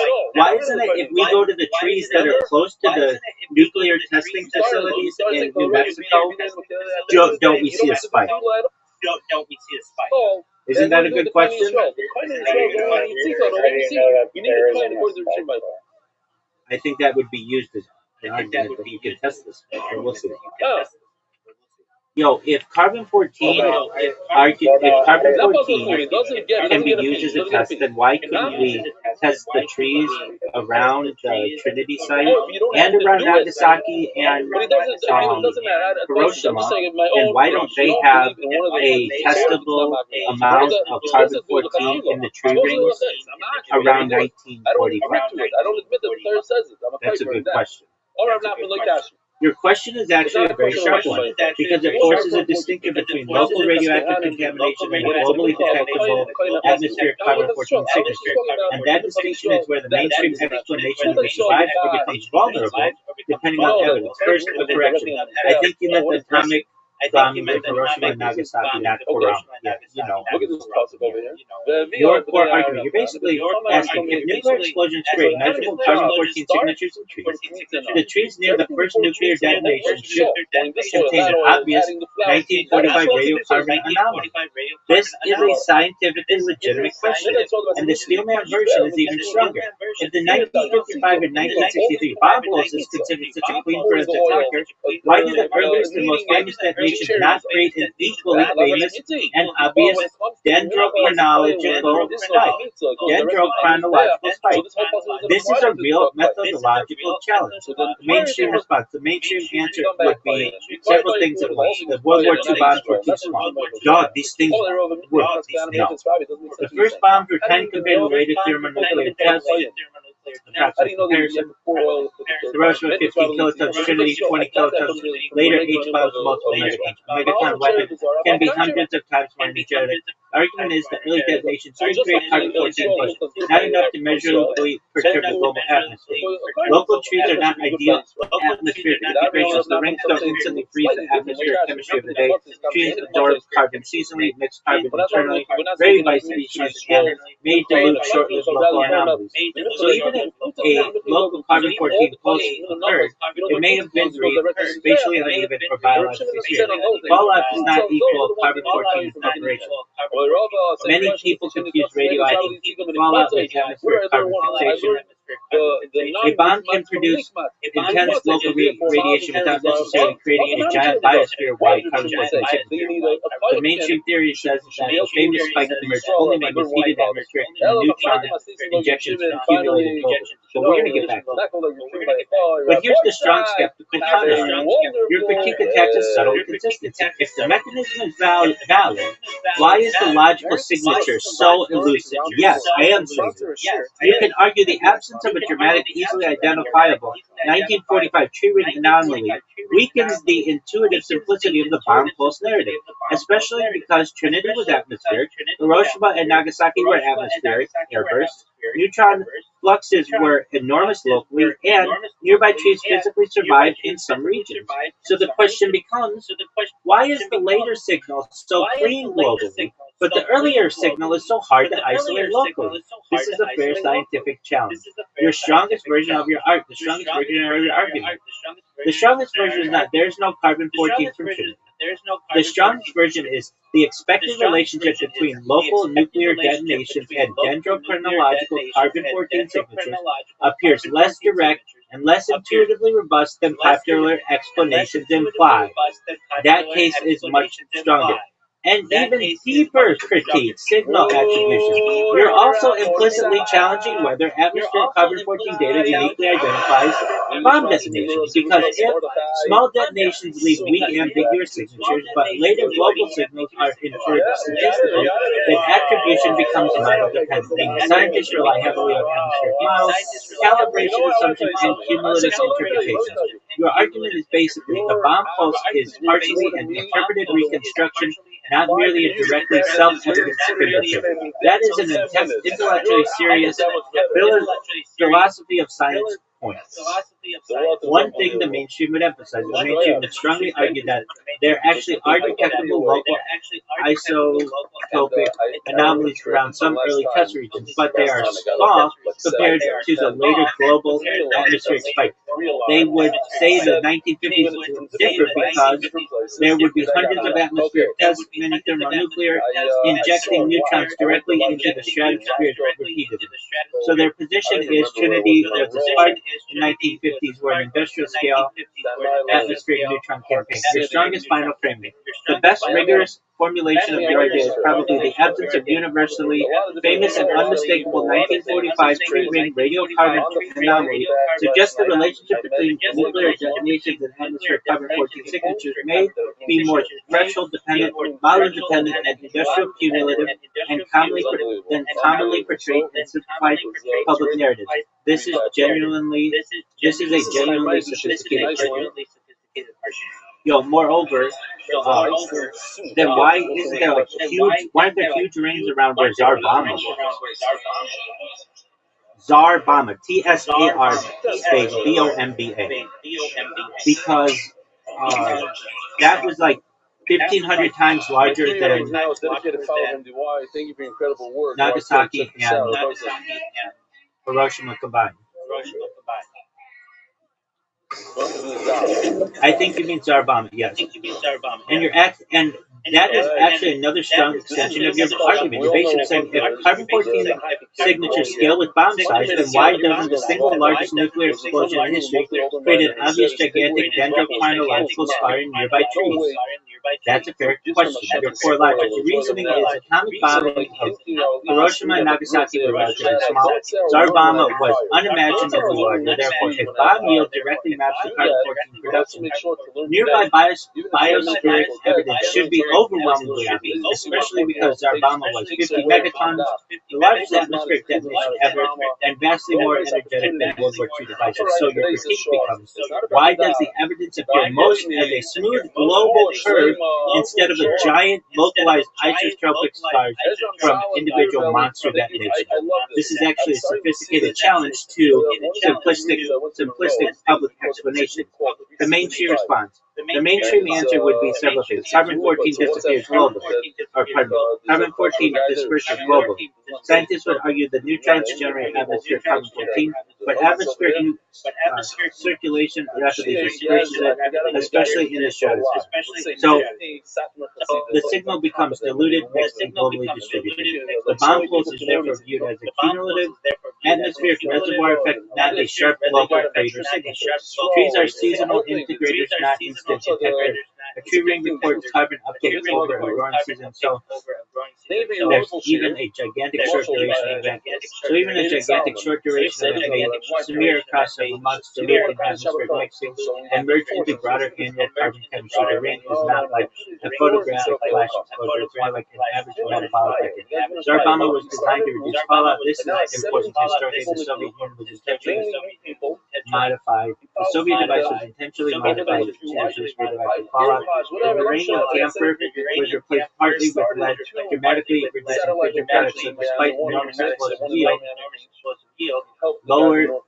So despite enormous explosive yield, despite enormous explosive yield, the radiological output per megaton was lower than it could have been. Mainstream scientists would say bigger explosion does not equal proportionally bigger carbon-14 signature. But your skeptical argument falls short. Your critique is not really about fallout. It's about intuitive proportionality. You are questioning whether the public narrative oversimplifies the relationship between explosion yield, neutron production, atmospheric chemistry, and tree ring evidence. You can argue if the causal chain was straightforward and visually intuitive, single gigantic detonation should produce correspondingly dramatic biospheric markings. Instead, the evidence appears statistical, cumulative, model-based, and globally average. This is a meaningful observation. The deeper scientific philosophy issue, you are pointing towards something real in science. Proxy records are reconstructed interpretations. Tree rings do not literally contain a picture of Tsar Bomba. Scientists model atmospheric transport, estimate neutron production, calibrate isotopic ratios, and infer causes probabilistic. So your strongest argument becomes the bomb pulse narrative may be more dependent on atmospheric modeling and cumulative reconstruction than people realize. That is much stronger than saying the spike is fake. Your strongest formulation, the most rigorous way to state your position is the absence of singular, visually overwhelming dendrochronological signatures correspond to the largest individual nuclear detonation suggests that atmospheric carbon-14 records may reflect complex cumulative global processes rather than simple one-to-one mappings between bomb yield and tree ring anomalies. That's a serious argument. Yo, dog, can you please make this into a Harvard Law Review article, Google footnotes, Official edition of the White Shots, the set sponsored by the Iranian Levy families, Perik, Anonymous, the Nishma Skimi Marosi Sheva, Basra Bar, Alright, so what are your thoughts? Just a moment. I know I just asked you that. One important weakness to know, I wasn't going to do that. I feel disingenuous. Mainstream would still say the global carbon 14 curve does accelerate during the exact era of massive atmospheric gas nuclear testing, including around the period of July. Even if individual explosions cannot separable as giant standalone spikes to the position of the atmospheric integration, the atmosphere integrates the total testing regime, not individual explosions. The responsibility. That very smoothing process makes causal attribution more inferential and model dependent than commonly portrayed. And I agree with you. Right. We're so proud of it's very good. Send the growth and family camp. Like the local May Island, UK, and Ireland rebellion changed my meaning of life. data White that out you money. can extrapolate from those bombs. Yossi, Mark, and Benny, and all Apparently, those in the Tzorchem, the there Oisham Sport. is measurable. What these sponsors are you Simon? They're for Shleim Avi Meir Bamir. Jimmy is July, for Shleim Contamination, Anonymous, altered soil chemistry, contaminated water, health effects, dam ecosystem, and long-lived radioactive isotopes that are undetectable decades later. At the Nevada test site, now called the Nevada National Security Site, radioactive isotopes like plutonium, cesium-137, medium 90 were measured in soil and dust, fallout spread in nearby states, elevated cancer concerns reported amongst those populations. Some underground tests dumped radioactive gases into the atmosphere. At Bikini Atoll, coral became tokenized soil showed long-term radioactive contamination. Some islands became temporarily uninhabitable. Plutonium and cesium contamination persisted for decades. The 1954 Castle Bravo test accidentally exposed nearby islanders and Japanese fishermen to heavy fallout. At Semipalatinsk test site, the Soviet Union conducted hundreds of tests. Nearby populations were exposed repeatedly. Researchers later documented radiation exposure and health effects in surrounding communities.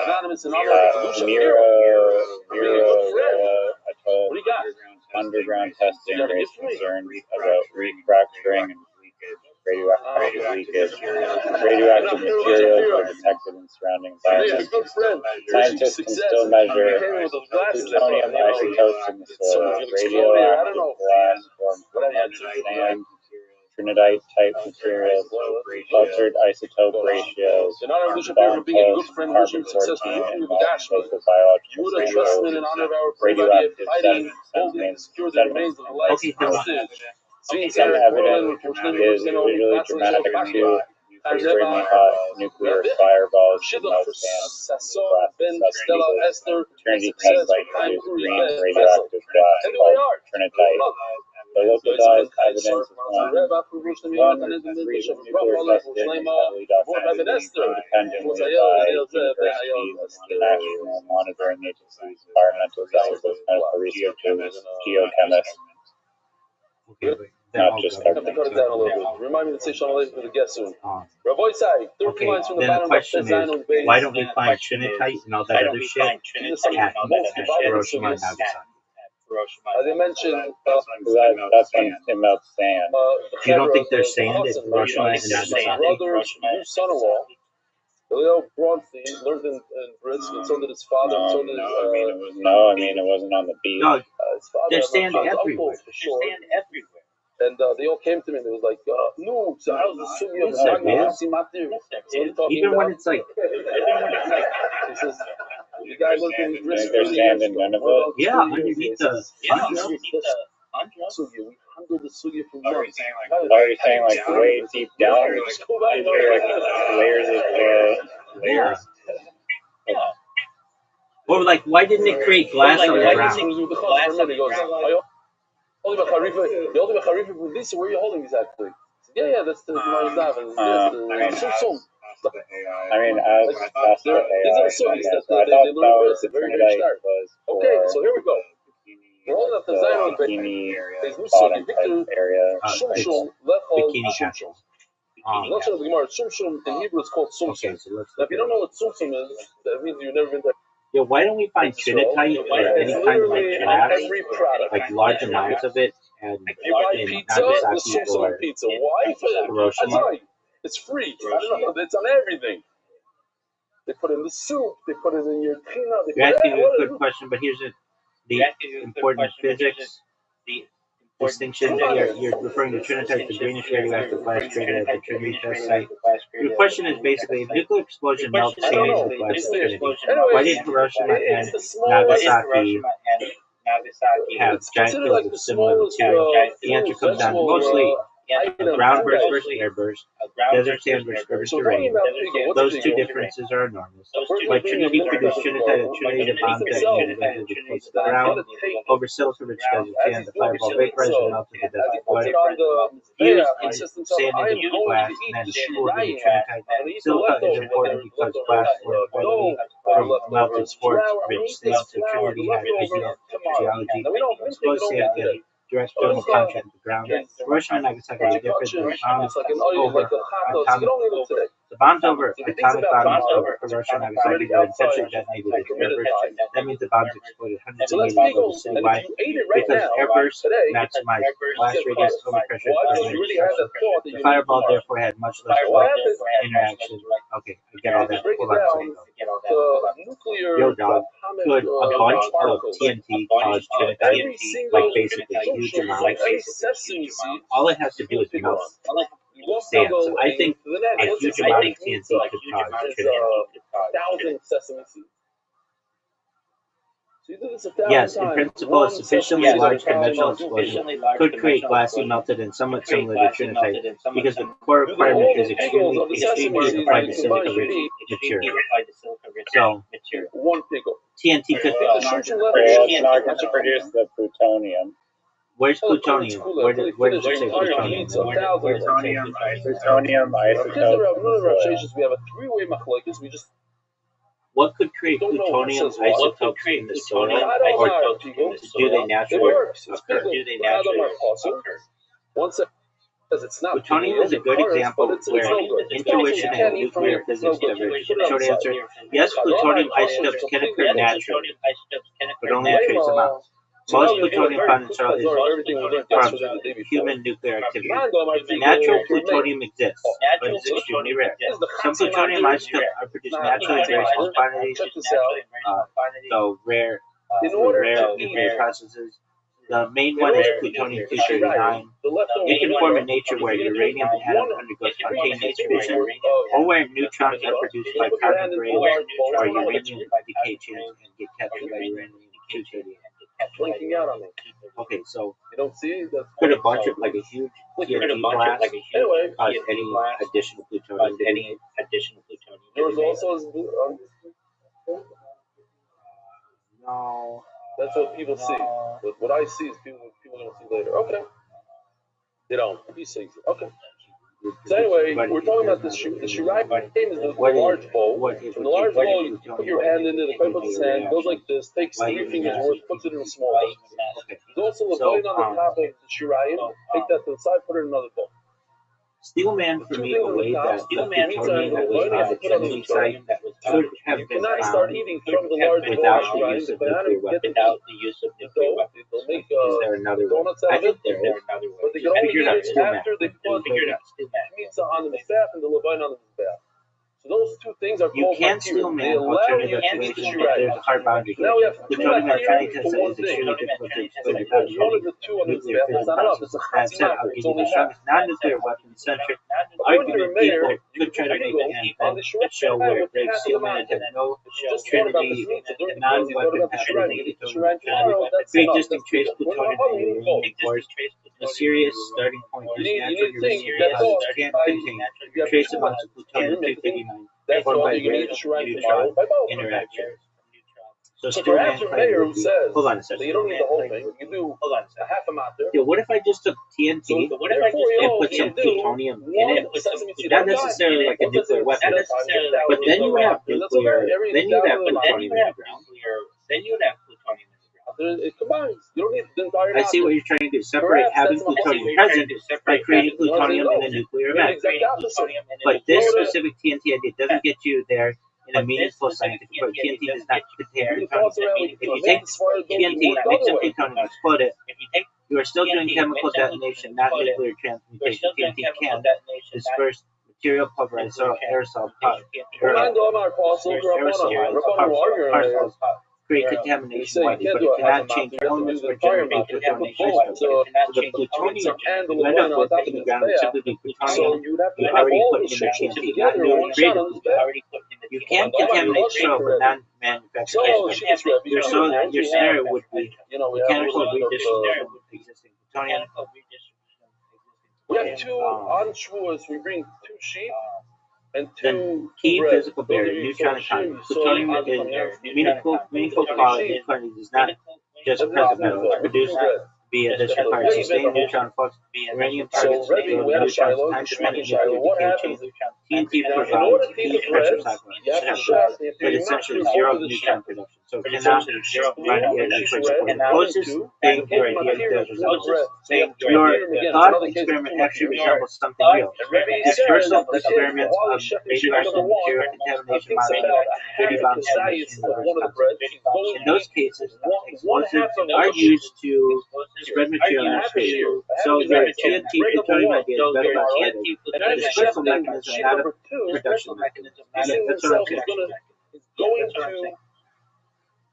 So what I'm saying is, what if you created plutonium 239 in the lab, and then you blew up a huge bomb that was TNT based in the middle of the desert? When you tested the ground, it would have plutonium 239 in it, right? And it could create trinitite silicon glass. Very later on. It just keeps on going. You're basically describing a fake trinity site construction scenario. Synthesize plutonium-239 in the lab, scatter it with a huge TNT explosion, melt sand into glass, later detect plutonium plus glass, claim it resembles trinity. Here's the steal carefully. Yes, you could contaminate soil with plutonium-239 using TNT. If you already have plutonium-239 and you mixed it in a material, detonated a large TNT charge, dispersed it over sand, then yes, plutonium would be found in the soil afterwards. It would look like environmental contamination. So at a pure distribution level, the idea works. And it's something in the middle. Let 3 sheets over here. It's a real problem. So you're saying I'm saying that if these are the same people, who are showing you miniatures, and telling you that they walked on the moon, you can't trust them. It just goes to show, like, Alright, that's quite 2 days ago, in the basement. Dog, it just allowed the invasion of Iran. It just allowed the invasion of Iraq. It involved the Cold War and the millions spent in espionage. Look, I'm not saying that I don't believe it. They didn't go down just the way that you read it in history. I'm not saying that. All I'm saying is that I have questions. They're not getting answered. They are getting answered by AI, but the mainstream doesn't want to go into it. I don't know why. In the Hebrew thing, it's all 3. Anyway, so. And especially the thing about the bomb spike or whatever, that to me is an obvious one that it didn't have to do with bombs, but it had to do with all the other nuclear shit that was going on. Because if it was caused by bombs, you would have seen some kind of spike around 1945. And if they're saying that, there's not a lot of being tested. Wait, I get that. So then if it's caused by nuclear, then you would see a giant spike around Zarbon. You can't have it both ways. You can't say that there weren't a lot of bombs, so there's no spike. But then when you have the biggest bombs, there's no spike. It's all the wait, and guess what? So does plutonium reactors and the creation of nuclear power plants and all the other things that I named, naval vessels that are using nuclear energy, like no one ever talks about that. No one talks about that at all. That could have had an effect on it. How many neutrons over there, they said that's possible, and not uranium extraction? because the matter, look, the Yo, matter in will comparison, let's let's compare like all of the uranium that's been extracted in the world prior to 1963 for nuclear power plants and stuff. Compare all of that. Everything from like nuclear power plants to naval submarines to nuclear reactors, all of that. Compare that amount of carbon-14 producing minerals versus all that would have been used combined for nuclear bombs, not nuclear power, nuclear bombs. Basically what I'm saying is combine all of the carbon-14 created materials that were used for anything carbon power related or nuclear power related and compare that to a bomb. And which one is the bomb? Hello, says you're right. You're trying to do a mass balance comparison. So, total uranium used in civilian military nuclear industry versus uranium used in nuclear weapons, and which one plausibly produce more carbon-14 isotopes. That's a legitimate systems level question. We need the key correction first. Carbon-14 is not made from uranium. This is more a misconception. What the framing? Carbon-14 is produced mainly by neutron capture in atmospheric nitrogen, not by uranium directly the reaction. The real comparison is cumulative nuclear neutron production from nuclear weapons and nuclear reactors versus nuclear reactors, naval reactors, civilian reactors. So, weapon first reaction, neutron releases profiles are fundamentally different. Okay, so give me a women gathering around her. Find out that very insulted by the speech. The speaker spoke about. So what total uranium use is like total uranium use. And then she's sitting there. What actually dominates the carbon-14 dominates the feel of being embarrassed, you know. The best supported model, but this is their model, is that it's just nuclear weapons system. Other contributions are early radioactive operations, vegetable atmospheric leakage, concentrate, baseline production, natural batteries. This spike aligns with the Steelman version of your intuition. Strongly possible. The underlying intuition can be rephrased in a way that is scientifically valid. Massive uranium process is not a direct proxy for atmospheric neutron process because containment architecture differs radically between reactors and weapons systems. This is correct. But the conclusion you cannot reach from this is reactors could rival weapons in atmospheric C-14 production because containment suppresses neutron leakage by design. Bombs maximize the by-physics detonation. Detonate. Came to me and she tried to explain to me that she was wrong and I was fighting with her and she was right. Okay. I thought you were just asking to strong Steelman bar, you know, why nuclear bombs don't exist. Not 90. Please Steelman the argument that nuclear bombs don't explain it up. So what you see is don't be super sensitive. Not every time are they meaning to Steelman, why someone like that nuclear bombs? I'm not over here. They're making the shop is like this. Reliance on classified high-trust institutions skeptically argue the existence of nuclear weapons depends heavily on company claims, classified programs, and trusted military scientific institutions, unlike everyday physics experiments. Most nuclear weapons design data is not publicly reproducible. Testing is historically state-controlled. Verification relies on intelligence, not public replication. You know, that's a good point, too. You just have to take these. There's no double checking to see if this stuff is right. And then I realized the problem very few people actually feel the word. Exactly. Misinterpretation of nuclear explosion effects. The skeptic may say explosions produce heat blast radiation. Those effects could come from extremely energetic, conventional or exotic chemical processes. Atmospheric isotope signatures are model dependent.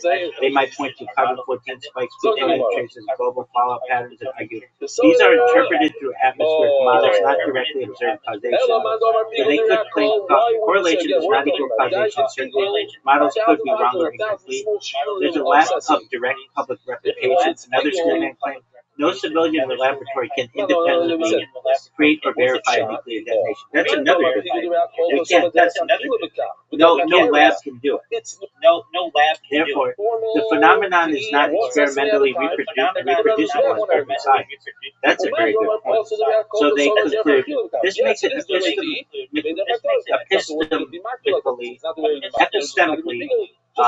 different from other established physical phenomena. That's true. Anything else, you can reproduce it. But like the moon landing, you can't reproduce it. An atomic weapon, you can't reproduce. So you just have to take their word for it. Historical document skepticism. They may argue early Cold War narratives were propaganda heavy, secrecy made historical interpretation. Atomic age narrative could be exaggerated in mythology. Mythology. So I used to take the sesame and put it in my mouth. So where it could fail, nuclear physics is independently validated. Neutron detection is independent of politics. Global isotope anomalies are physically start going like this. What's your power? like you said, it could have been this is my energy density gap is decisive. Independent international detection. 2 out of 3. Final statement verdict. The strongest skeptical argument is nuclear bombs is not nuclear bombs don't exist physically, but rather the public must rely on institutional trust and indirect inference to claims about nuclear weapons, which makes them epistemically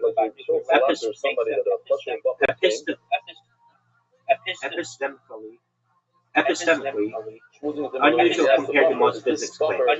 This is a philosophy of skepticism. Philosophy of science skepticism, not a viable physical alternative model. Bottom line, the skeptical narrative can be still managed as an argument, but about trust, verification, and institutional knowledge. It may fail a physical explanation because nuclear reactors are produced in laboratories, produce unique isotopic signatures, and are independently measured across there's another argument too that we didn't raise that perhaps Nagasaki and Hiroshima were not nuclear weapons, but the nuclear weapons were developed later. You guys, close your eyes. Don't look at this. Yeah. But wait, hold on. If anybody knows the connection is so you please let me know. I think it has to do with what about the big thing about nuclear fallout? That people didn't have major, radioactive deaths after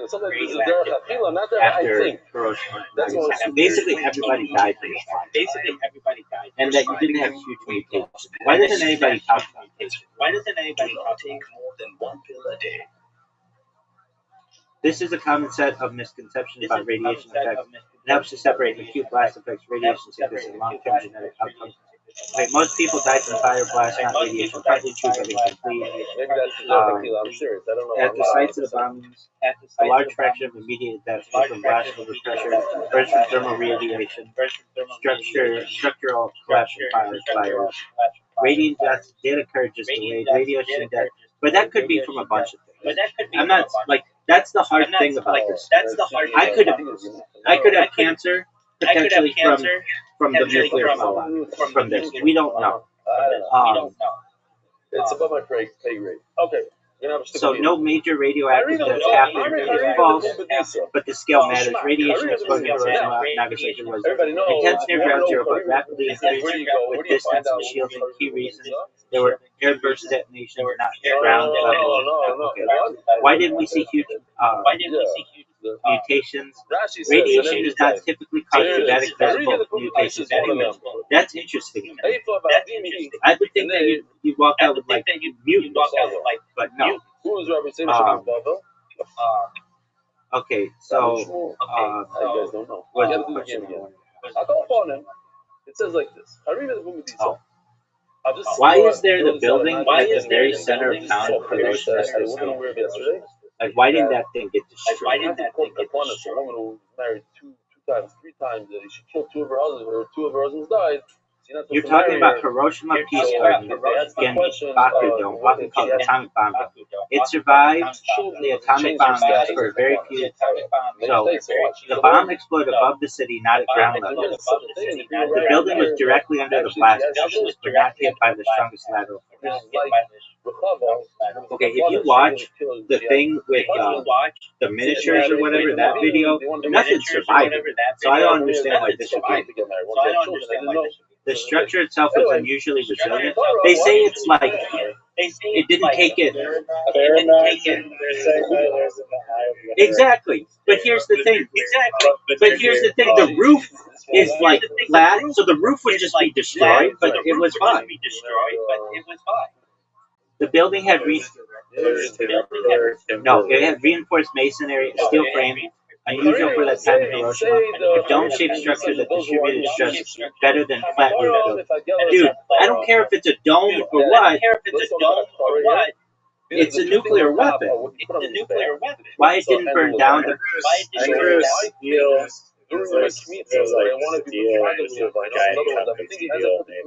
No, here's the thing. It was masonry. Masonry doesn't burn. Steel doesn't burn at those temperatures. So that's why it survived. So that's considered pigo, they say. You can go from one master to the other. Okay. Why it didn't burn down. The firestorm that followed consumed heat most of Hiroshima, but the dome had already lost most flammable interior material, had limited combustible fuel remaining, and its partial collapse reduced ignition services. So it survived both the blast wave and the main fire. Why it remained standing at all is actually edge case physics. When I hear edge case physics, my spidey senses are up. It survived because multiple rare factors aligned. Airburst geometry, not ground detonation, distance, angle relative to peak overpressure, reinforced structural frame, reduced internal combustibles after initial collapse, partial shielding effects from surrounding debris. If any one of those changed slightly, it would likely not exist. Well, then why don't we just build all our buildings like that? And why don't we study that building and be like, this is how we should build buildings? The cockroaches of building. Exactly. I'm more skeptical on this issue than I was before we started. And I don't necessarily know what to believe. I just know that you can't believe what's coming out of government. You just can't believe it. You did one of these. You're thinking from crazy not from Kmitza to the Shirai. To be able to bluff that hard. So you actually all thought those about things. that. That would just be a kept together your hat to that amazing. I don't think it's that amazing. It's pretty easy. They have to have huge amounts of TNT, which they do. They have to have miniatures and video, which they do. And they have to rig the scientific data that comes out after, and nobody can double check their work. So that's pretty easy to do too. In fact, in my opinion, it's easier to fake that than it is to fake the moon. Because at least the moon landing, people want to see video, like long-term video. And they want to be able to interview the people who are there. You can't do that with any of this. Yeah, no, but just like the overall you're going to eat the shirai, master or you're going to be makish.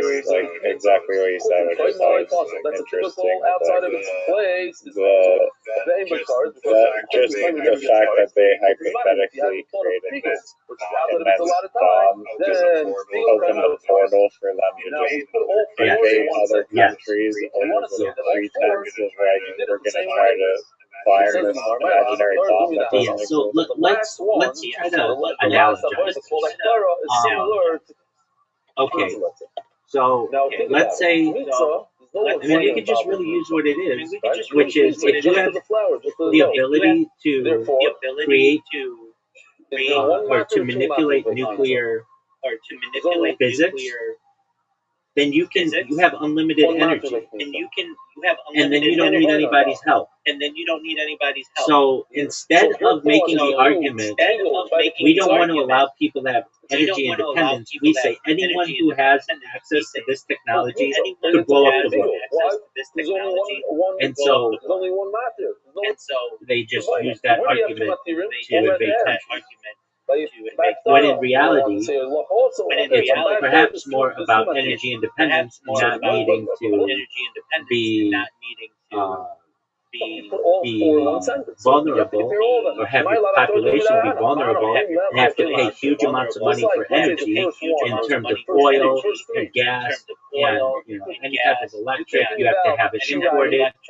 When you could just create your own, populations just say anybody who goes after this type of technology who isn't part of our club, meaning United States and Britain and France and Russia and those kind of guys, if you're not like basically controlled by us, then you are trying to build a bomb like North Korea. When North Korea, in a lot of ways, could just be like, look, we're sick of depending on other people for our energy. The first three are different. If you think about it. Yeah. I mean, the last one, why do they allow France 80% of their country France is one or the other. You have to stick to what you're doing. You have to talk or whatever.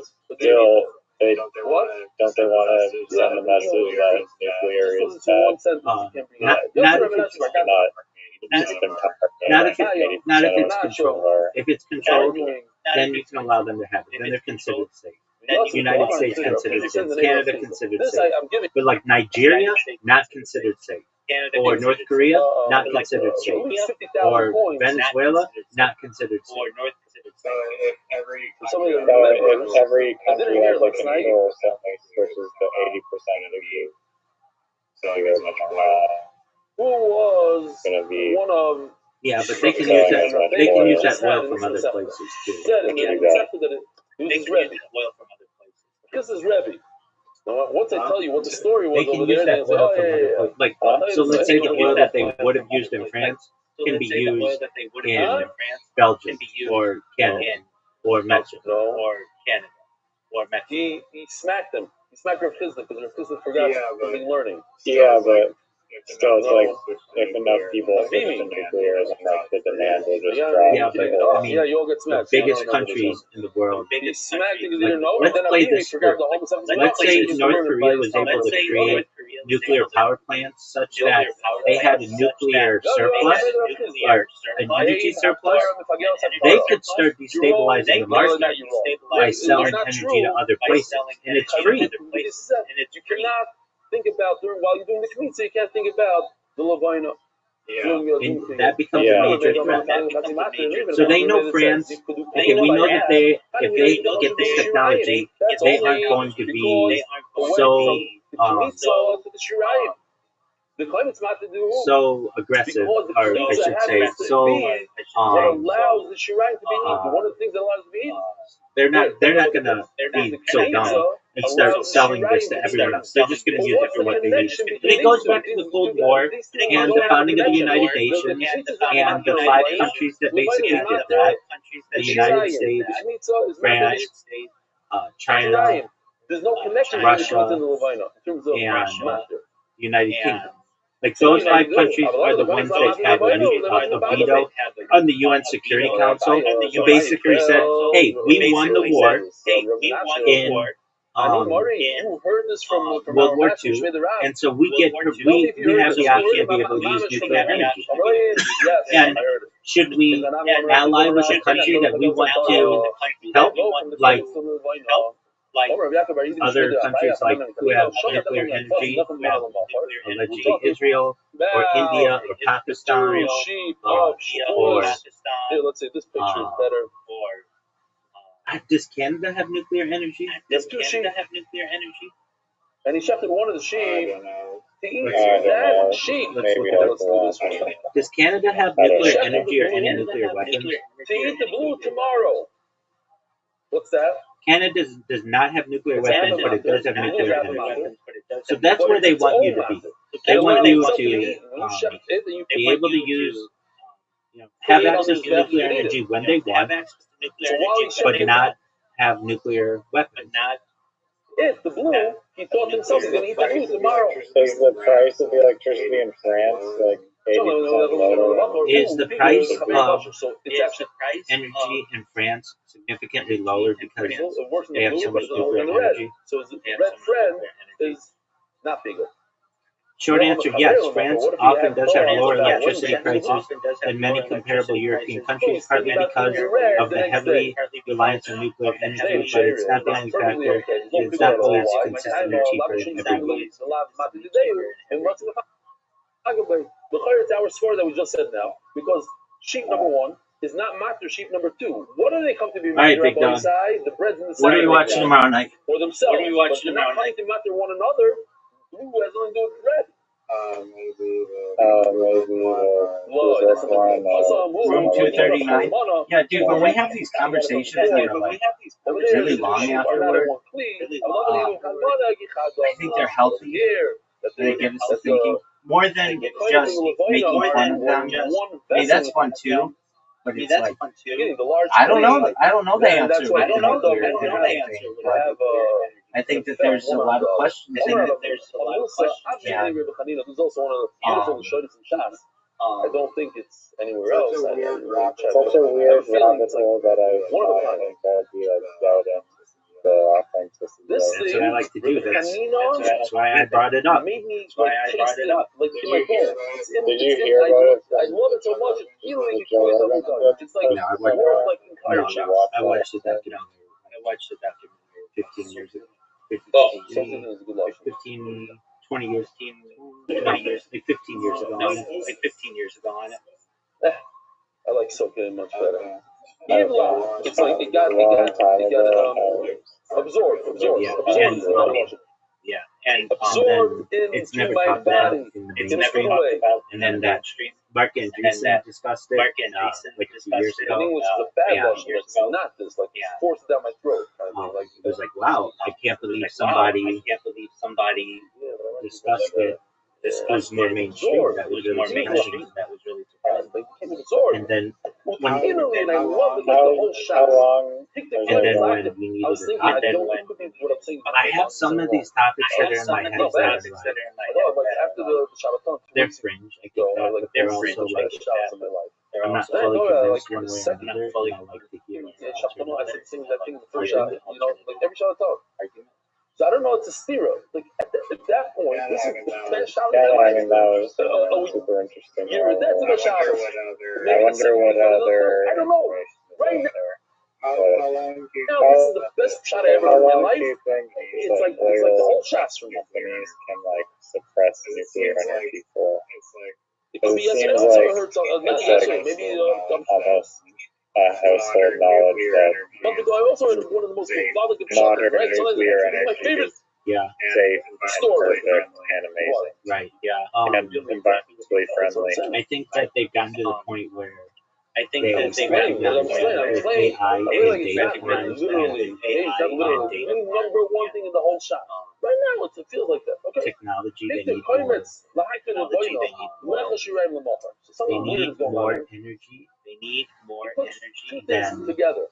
what He's currently putting can the be produced. pizza on his And they've just recognized that, okay, and they've just recognized that, okay, we're going to take, I mean, this is what they did we're going to take, like 20 years ago, but they've just continued to do this, especially What is the going on there? oil companies and the car companies, they said, okay, car companies, they've said, Two okay, additional thoughts. we recognize that They also nuclear is put the the future, Levina so we're just going to invest in and also teach invest in electric cars, electric cars, things that require the grid, things that and then we're going to control people using the grid instead of the pump.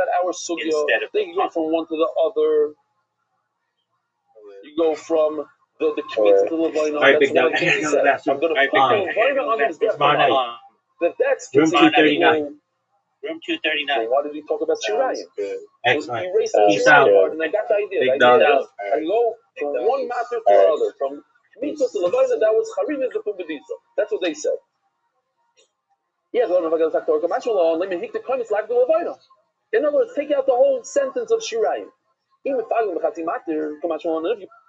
you want to tell me about Reb Meir, then what? You're going this way. You're going from the Kmitza to the Shirayim. You're thinking while you're doing the Kmitza, I'm going to put the Shirayim on the Mizbeach tomorrow. So what's extra over here? The Levina is extra. Why are you talking about the Levina? Do the Shirayim tomorrow. What do I say? Whatever.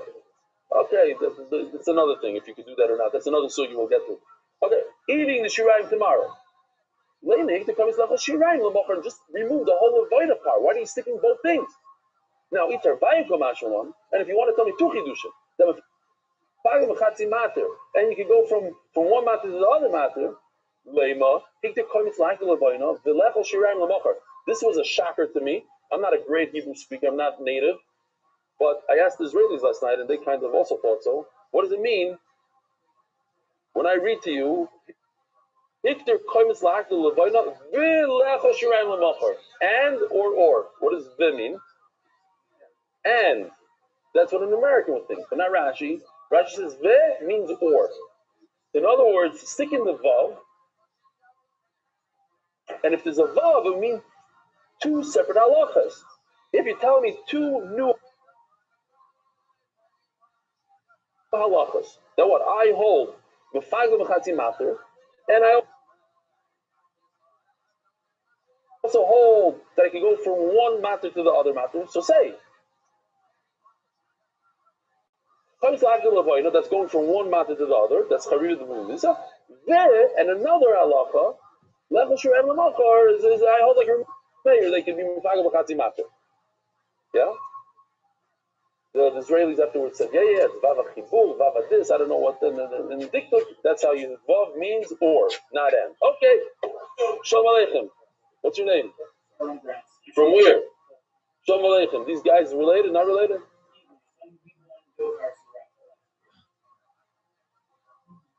Ooh, that was, remind me, to come to Israel? So that's what you're here now? Dov Harris, it's a good thing I said hello to you. Wow. Wow. Dov Harris, what's your name, Tzaddik? Boston. Oh, Landsman, you sent me email stuff? No. Okay, and this guy's yours also? Shalom, what's your name? How are you from Boston? Very nice. Anybody else as a guest want to say hello? Tani Pollack. I said hello, he was there last night also. Tani, how you doing? Good. What do you live in Philadelphia or something? What's that? Okay. Anybody? Who? We have a new guest there. Shoma, what's your name? Tell us your name. You come, you trying it out to see? Ooh!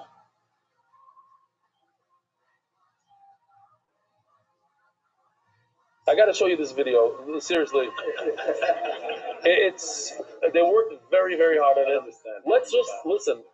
I don't know that's going to help the sugi at all. I don't know that it's funny at all. There's just a lot of work that went into it. So we'll give them credit, and then we're going to show them. Here we go. At the end, especially, there's like a lot of detail. It's crazy. Some people say Minnesota is a mess, but Rabbi Nona says it's truly a bless. Hey, Milata Abelali, he cries with such heart, it equals the whole town. That's the chidush part. Now come the characters who think of tomorrow, bringing the to a quick end. Here's Mr. Comments.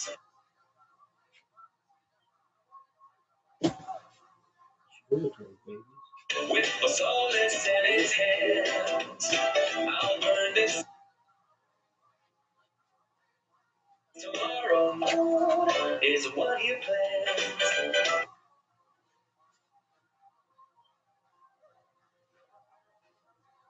And here's Mrs. Level, I'm fragrant and white. I'll burn it tomorrow. She makes it quite right. Finally, Mr. Shirai.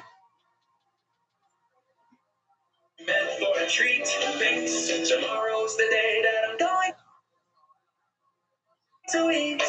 The rule stands, it's just not nice. Thinking of tomorrow brings curries in a try. But here's Mr. Oops, let me go more. A different case. He doesn't mind time. He just thinks of the pace. To take the sheer and to New York or Paris, he's rushing outside. Leaving me as a problem, it's true. The pain is more race.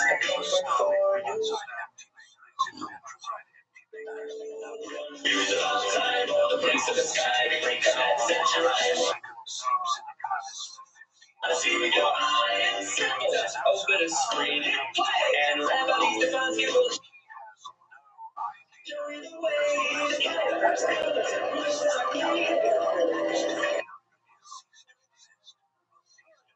and you'll say why a metaphor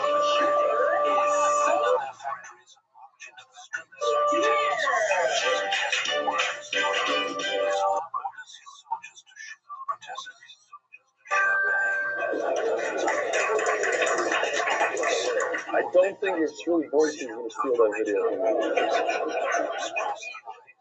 Okay, I don't know what to make of it. I don't know.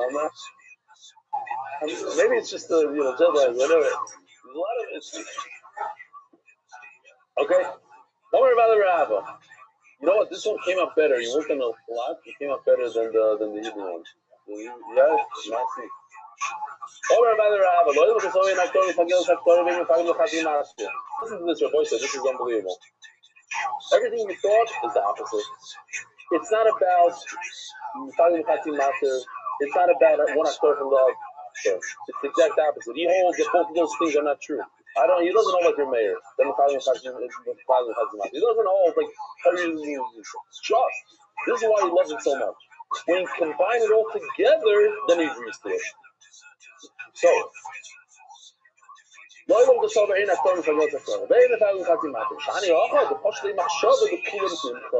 since he said that he's going to be makted the koimer, to be makted the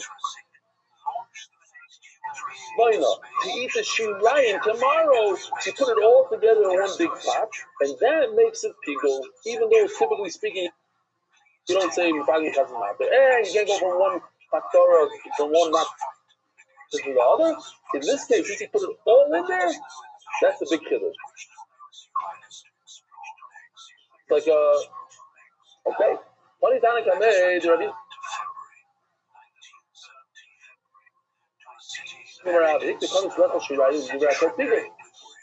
If your max, it's mitzvah to eat shirayim, and koimet, by the way, is one of the two matirim. Is that true? I did one of the matirim. It's a half a matir. According to everybody, it's a pigul. As a more of a mitzvah tree, it's only the mayor that says the chati matir is okay. Not okay. There's a problem here in the brayso. It didn't really say pigul. It said posel. We have to change the words around. As the Gemara raise a pigul. If you're already changing words, just say, hey, you know what? It's not the Divrei HaKol. It's just according to one sheet, the Kol remains. No. How the Divrei HaKol actually is? One thing he remembers. He remembers that he was told that it was according to everybody. Pigul, but posel. So sometimes the word pigul. I just remember I'm worried of a joke. You like it. What's his name? I keep on getting your name. As if he's distressed to come to visit me in Miami over there. Ezra, twice. From Boca Raton, wherever you are. You probably know he's joking.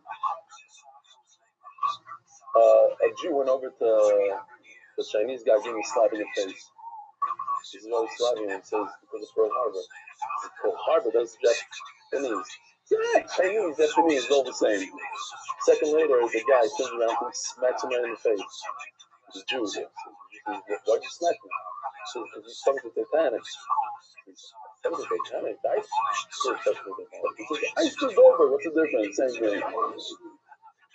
Okay, so sometimes pigul, the posel michlasle. You can get confused between those two words. Iceberg, Goldberg, pigul, posel. Hareze b'divrei hakol loy michlasle.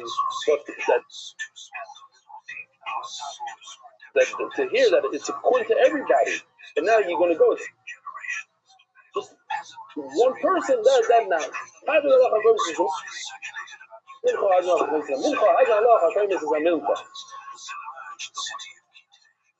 So this parrot, I feel bad actually. I want to speak to Yossi. Somebody donated this parrot in the Gemara, in the official Gemara. It's only $4. This next person that donated the next parrot got 20 something down. It's actually called a Koinitz Rabba. It's the large Koinitz. That was Koinitz Zikah. Says the Gemara, Koinitz is a mincha lecha davar she'ein dark lecha. We actually, I'm pretty sure we had this. Mishnah, or at least in the Brisa. If you do the mincha to eat something, you're thinking in your mind to be piggled on something that's not the derech to eat. In other words, the kmitza goes on the mizbeach, it's not edible. And the wine goes on the mizbeach, it's not edible. Your thought while you're doing the mincha was to eat. To physically, as a human being, to eat the part of the mincha that's not edible. That's not piggled. Well, I have to, you're going to put the shirayim onto the mizbeach, and that's not something you do.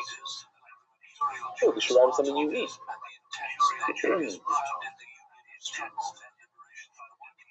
Kosher, that's not pigul. Lezer poiso. The lezer says no, that is considered, well, at least it's possible. It's not kosher, it's possible. Lecho dover shadaki lecho. Ulahaki dover shadaki lahaki. You did the right thought. You thought about eating the shirayim tomorrow, but only a half a gazayis, half a shir. Kosher, you need a full shir. Lecho tekatzi zayis ulahaki tekatzi zayis. Kosher. If you want to combine a half a zayis of a Torah together with a half a gazayis of meat, in other words, you're thinking to yourself, you're going to eat a half a gazayis of the shirayim tomorrow, and you're also going to put a half a gazayis of the kmitza onto the mizbeach tomorrow. Those two half a gazayis don't combine for one gazayis. Why? She'ein afilu lachtor b'tzarek, and you can't combine the two. That we certainly had at least twice. All our last year, my time to do it. Why do you like to say it's possible when you think about something that's not the derech to eat? You're going to do kmitza, you're going to do pigul on the kmitza, which is supposed to be on the mizbeach. You think you're going to eat it, but why does it say it's also? It's very interesting notion. It says yeochel. What's chol yeochel? We said the shte afil is talking about two different things. Two types of eating, as we discussed in the whole zvach and the whole menachah. That what? That there's eating and there's eating. When you spray blood on the mizbeach, that's eating. That's the eating of the mizbeach.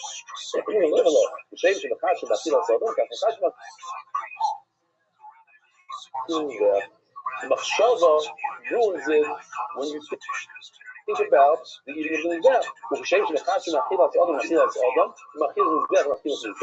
Just like you go from one food to the other food, from one mizbeach to the one achila mizbeach, and the kmitza to that Torah, and the kmitza one achila to the other achila, machashim achilas other mizbeach, and achilas mizbeach. Well done. They're interchangeable. So says Rabbi Eliezer, if you go from a thought of eating a kmitza, even though the kmitza is supposed to be on the mizbeach, because the Torah should have said a lashon haftarah, and the Torah used the lashon of achila. And take that word out. The Rabbanan will argue, they say, you know why it says it in the lashon of eating, so the Torah is the lashon of tells us two different kedushin. And though these kedushin we're going to have to see how Rabbi Eliezer learns them. It doesn't matter what lashon you're thinking about, whether you're talking about achila or haftarah, it's still considered a pigul. Inami, ma'achila b'kizayis, haftarah b'kizayis. I need to tell you the shear. So just like achila usually is a kizayis, so too when you put it on the bath, I know the shear is also kizayis. No, when it comes to eating, that's the derech things, you can't have a machshava of shloi kedera, of me eating a levina.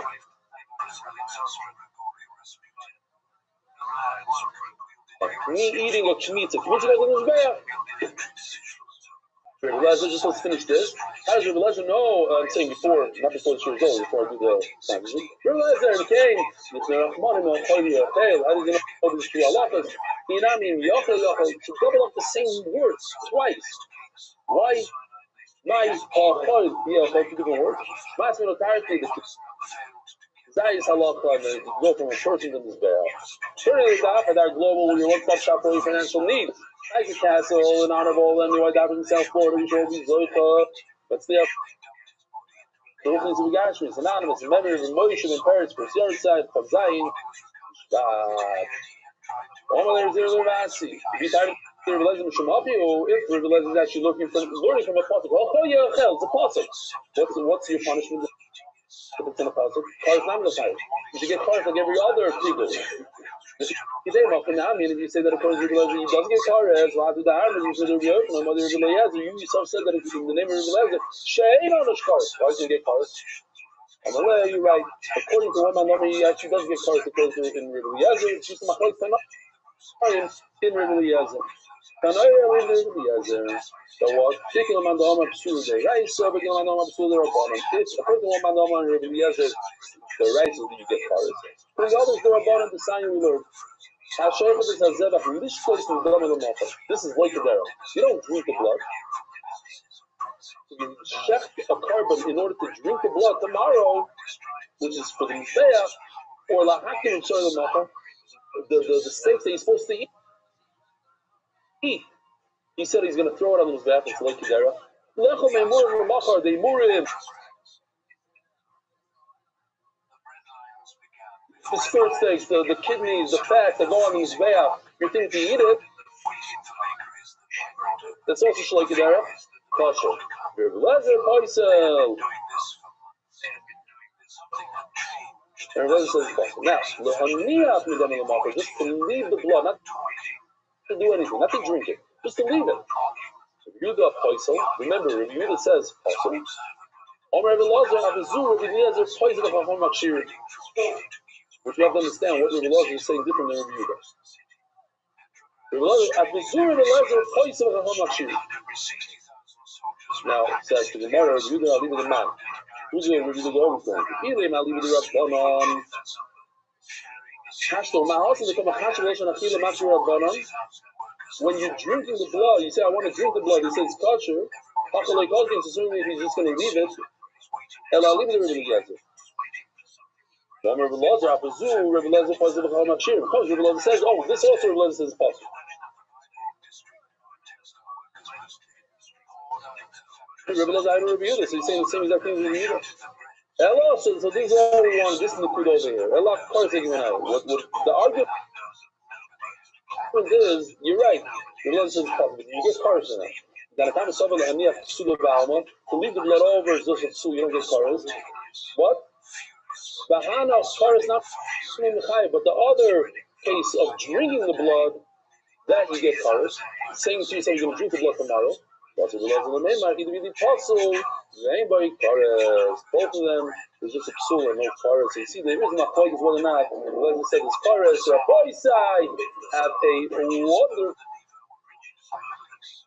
day." America's book is spreading word throughout the world. Sponsor a share today.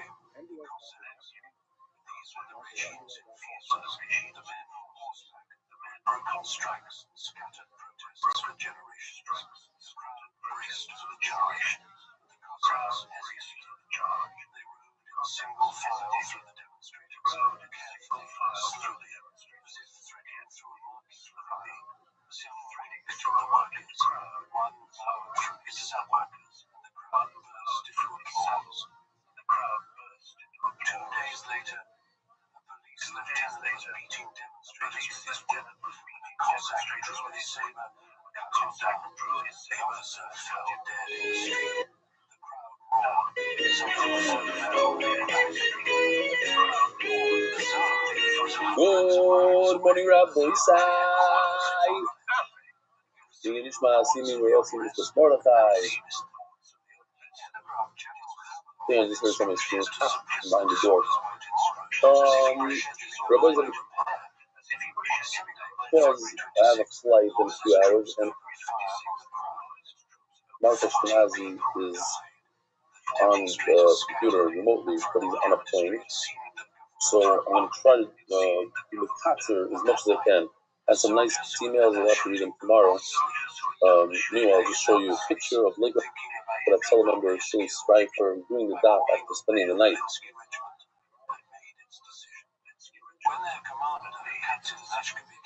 Taking calls, it's unbelievable. Hard like anything to doing the daf. Let's see what else I could just show you real quickly. Here's another one. Yuda Mandel. In the olden days, we used to cover this with shmakis. This meaning this, you can't even say the word. This screen. We're renting a vacation home. Nowadays, we're malad in the tzotzis. We use it for shiurim. You can watch the entire shiur today. It has a picture, so I'll read it in the cover of Rav Rothschild. It literally lifted my spirits when I received the attached picture. I recently gave birth to a baby with a birth defect, and my husband went to our Rebbe's cave at Daven B'Yol Heidelberg, Stop in the road, Stop in the Rebbe, the B'Yolish. The surprise met none other than you. He approached you to let you know how much his wife enjoys your shir, LOL. Thank you from the bottom of my heart, and you always have lots of atzlacha, siyat d'shmaya nachas. So, if I recall correctly, I wasn't so in the mood of rolling down the window. It was a long night, saying hello to many, many people, and it was very, very cold outside. But, okay, one more person, one more this. You never know when you give that physic to the person.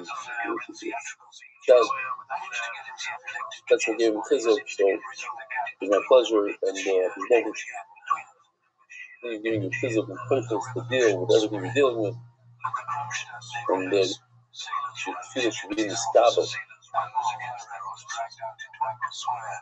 Okay, I'm gonna skip forward. The truth is, let's try something new. We can't really do this because we have the dafon.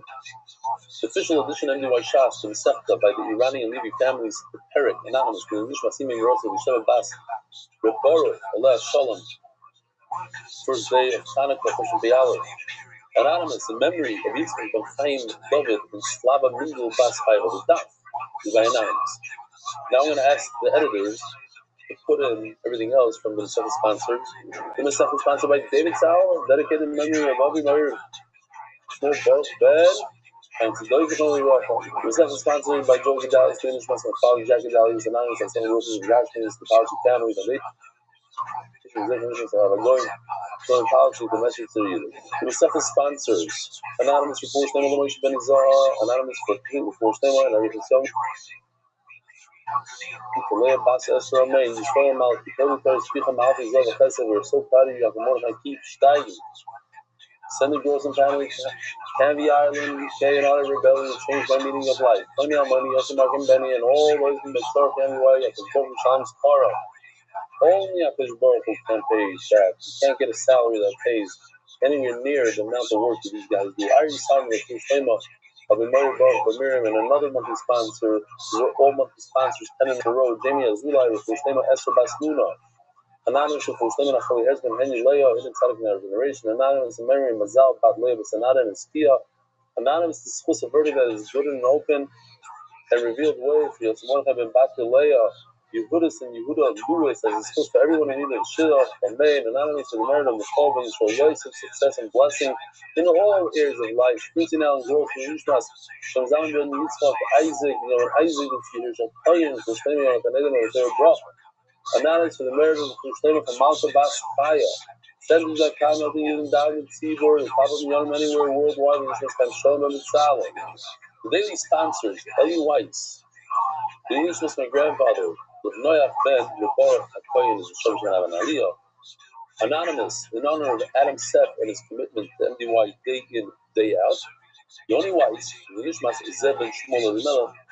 Our dear editors, I think it's a good idea just to do this every day. We'll do it once a month. We'll do all the sponsors. We only have to do once in the beginning of September. Like this, we can cut out very valuable time from the shir itself, and from the people sitting in the shir. People, you don't have to go through all the sponsors every day. We'll just do all the new ones.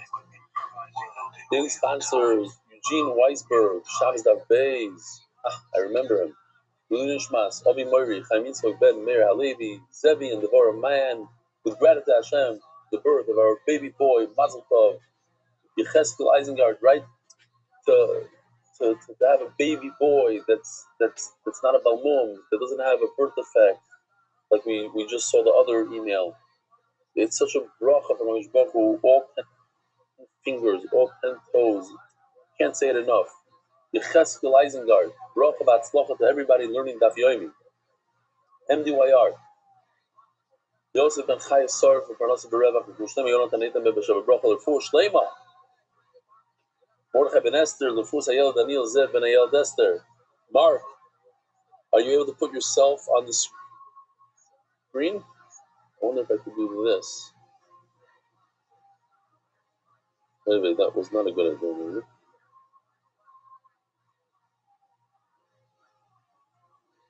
I'll send it to you somehow. Oh, you're on the screen. Good. I didn't have to do that. Fine. That was just my snipping tool. Don't worry about that.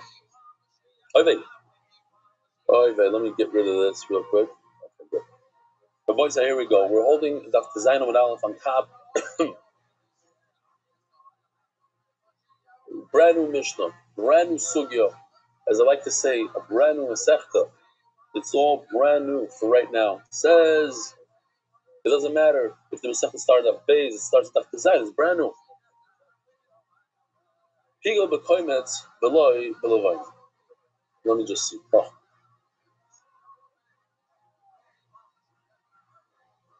Now, we know, we're talking about menachos here. You want to bring a flour carbon to the Rebbeinu Shlomo.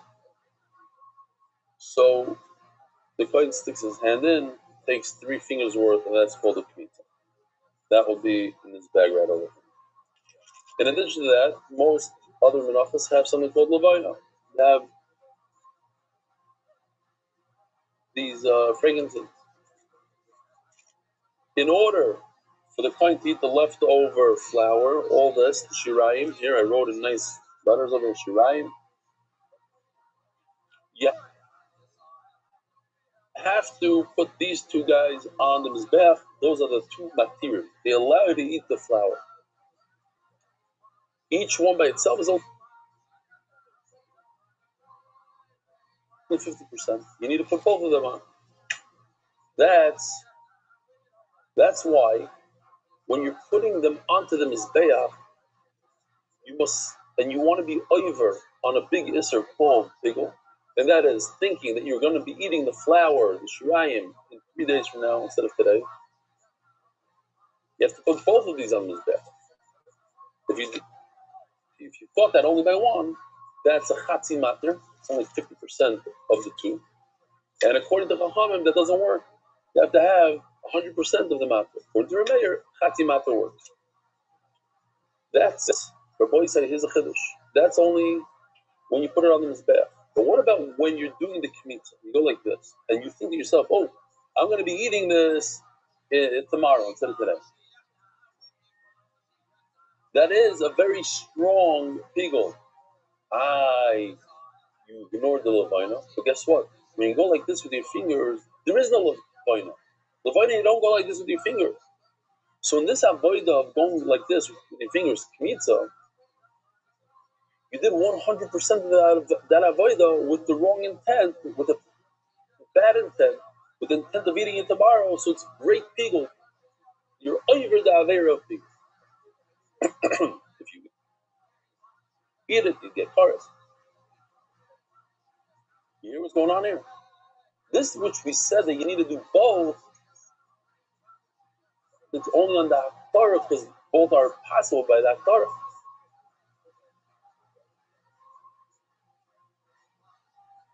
But the kmitza doesn't apply.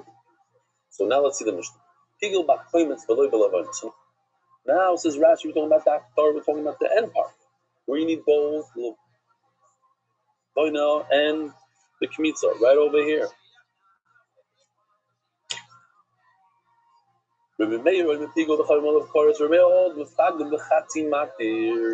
Sounds complicated, but it's super easy. You could do pigel on 50%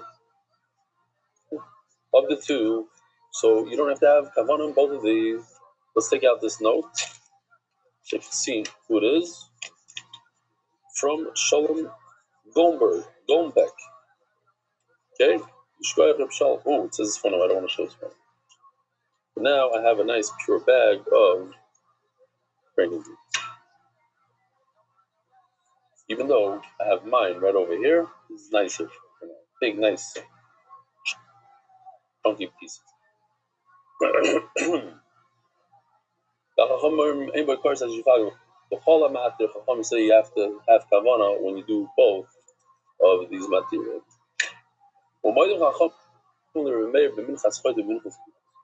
They admit, Chacham to Meir, that when there's no levayna, such as when somebody sins and he has to bring a korban chatas, but instead of bringing a korban chatas, he doesn't have money, he brings flour. There's no levayna. No levayna. Then that is the matter. The whole thing, that's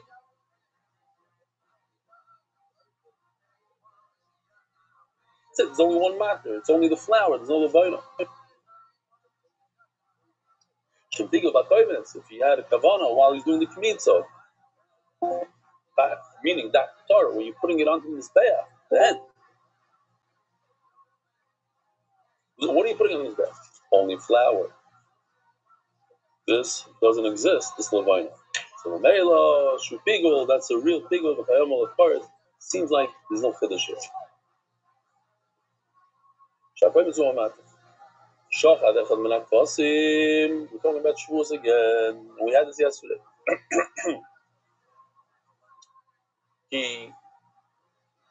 Now you have two lambs that you have to shech in order to eat the two breads. So each one is a 50% again. Two of them are the full matter. They allow you to eat the bread. What happens if you shechted one, only one, in order to eat the two breads tomorrow? Machshava pigul. Tomorrow's pigul. We're going to continue. We did it yesterday. Maybe it's a little bit slightly different video. While you were taking one of those spoons in your hand and being makdir it, putting it on his back, you thought a bad, terrible thought.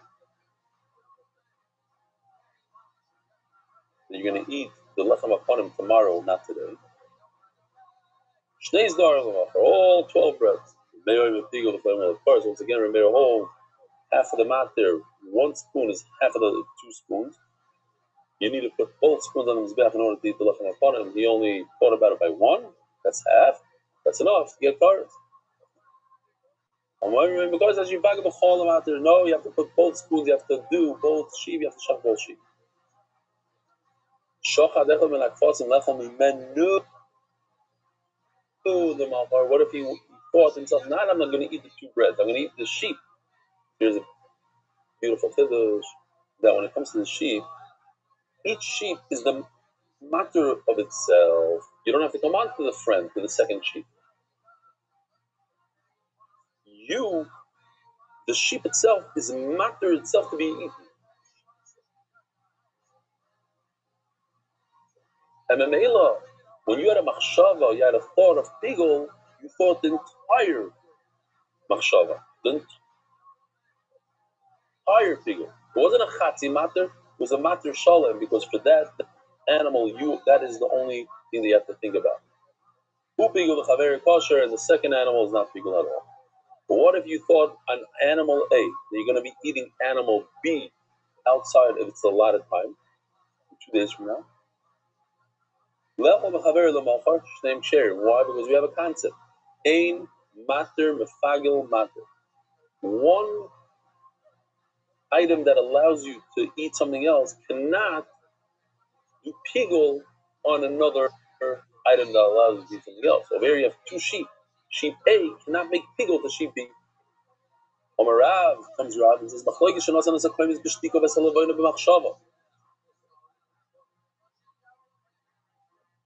whole machloikis is if he started off. Let me see the shtika.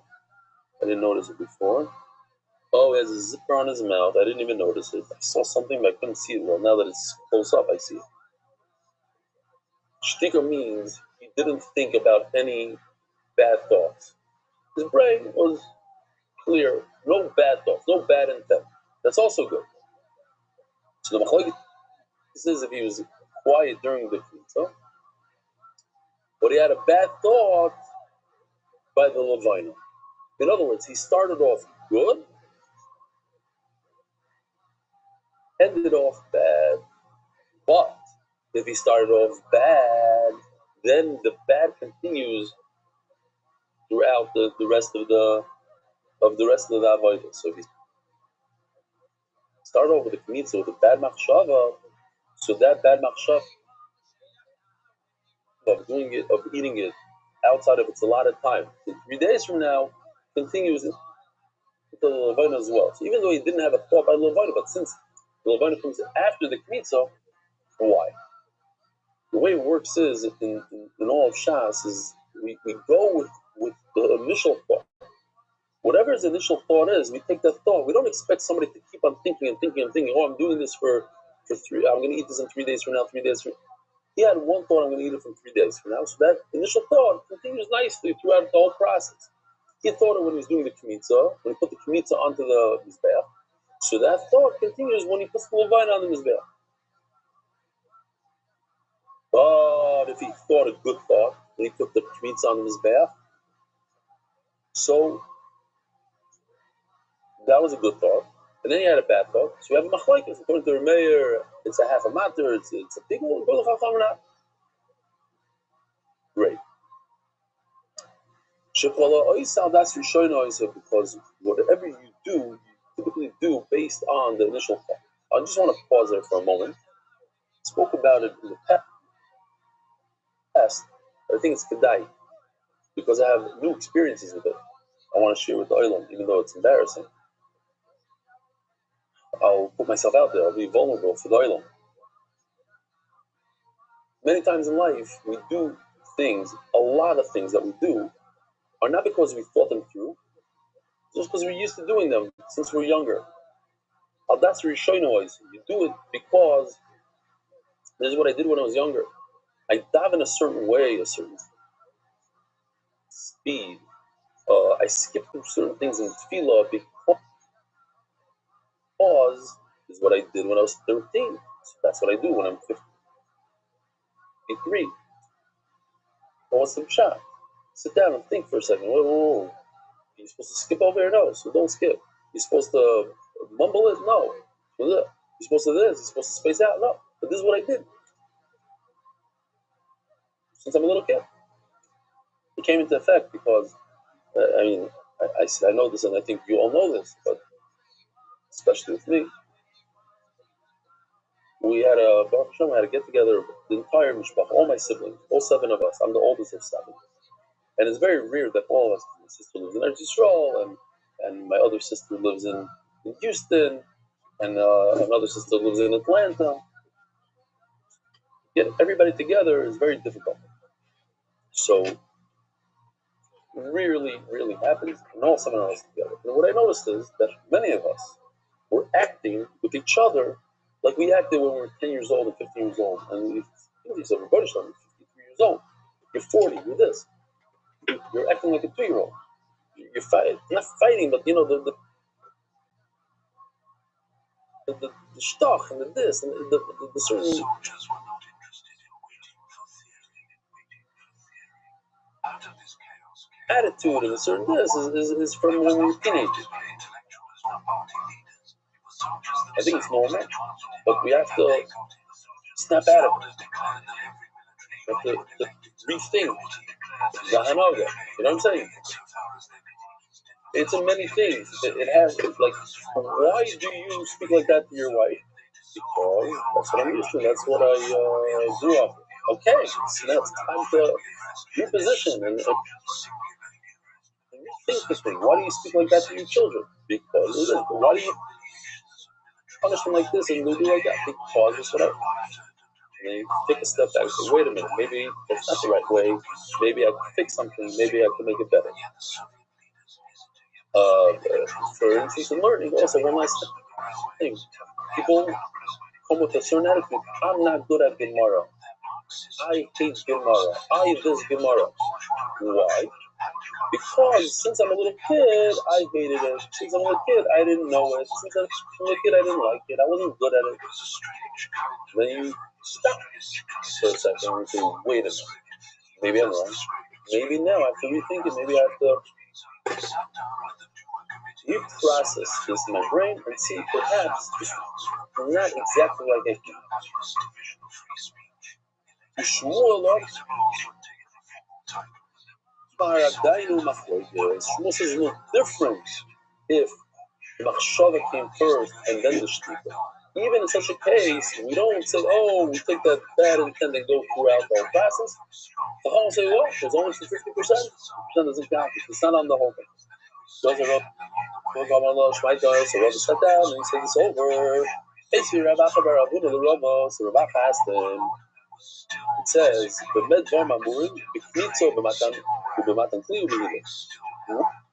is the real pigul? Different than our Mishnah, right? Because our Mishnah is talking about the Hashaya Rashi explained.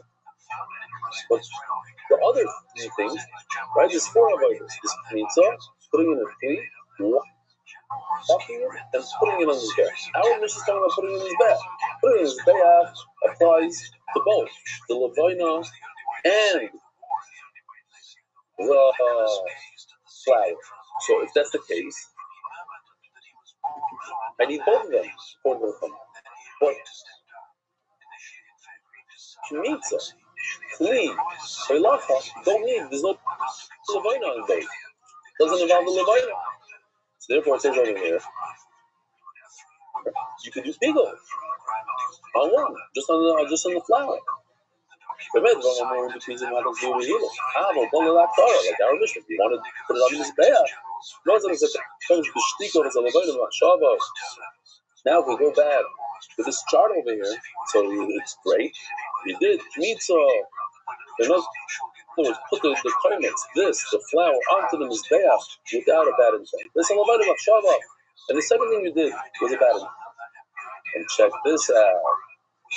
The second line on the bottom, which we said, Rav said, there's no machlokes. It says in the first, there is a machlokes. What does it say? That's not claim that's the machshava. What about doing the pizza? Is throwing it on the mizbeach, and you're going to eat shirayim and 3 days from now. Because I'm avoiding the shtika, and you thought to yourself, nothing doing by the avoiding. We have a machlokes. According to Rav, everybody should agree that it's no good. Why? Because you start off bad, it continues being bad. What's my place in Mayor and Pigul? If I don't know the cars, you get cars, you have money. Anybody cars, actually, if I go to follow matters, this is the first, if I come bargain.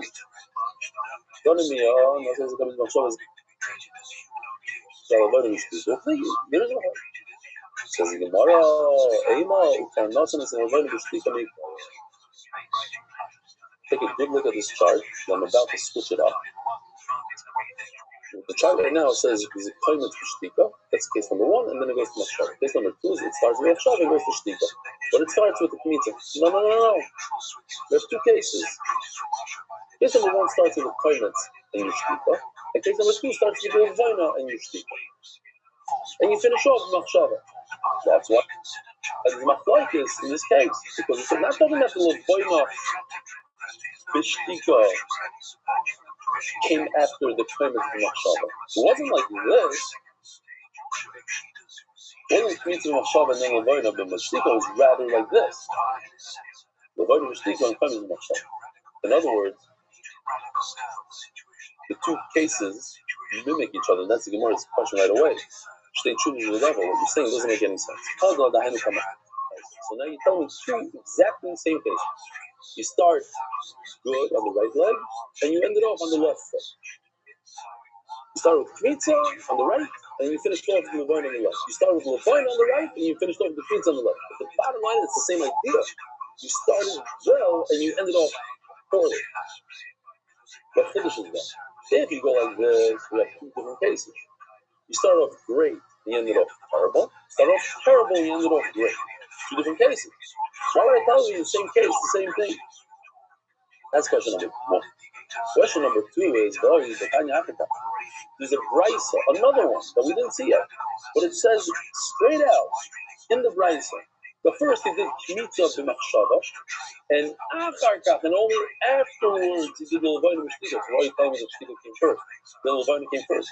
It says before the Kmitza b'machshava was first.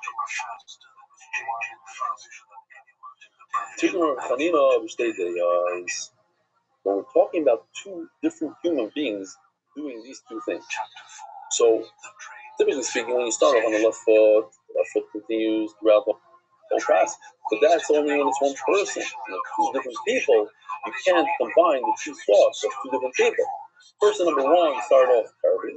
Person number two ended off great. You can't say, oh, person number two ended off terribly because of person number one.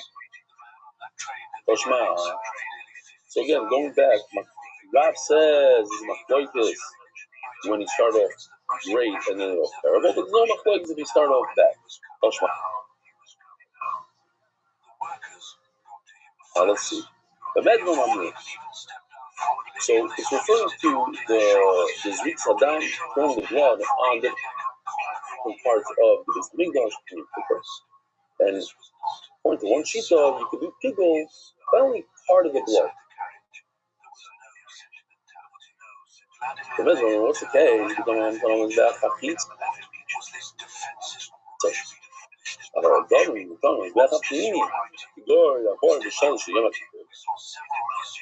the inner Mizbeach. So here, just a quick chart. On Yom Kippur, we bring two korbanos. We bring more, but the one we're talking about here is the bull and the goat. We know one goat was flying off the mountain, the other goat is the shepherd. So really, you take everything that we have, and you double it up. So there's 8 inside the Kodesh HaKodashim.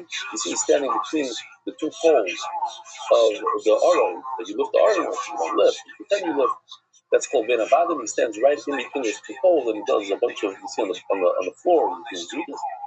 So that's a total of 8 plus 8 equals 16. And then he goes to the Heichal, he goes outside of the Kodesh HaKodashim, goes to the Heichal, and he throws the blood towards the Paroichas, another 16, total 32. And then we had another 11 that you put on the whole thing, 4 on the corners, 7 of that, it's 11. 11 plus 32 is 43. The one is going to ask you first one number, it's actually 47. Doesn't matter. For now. When the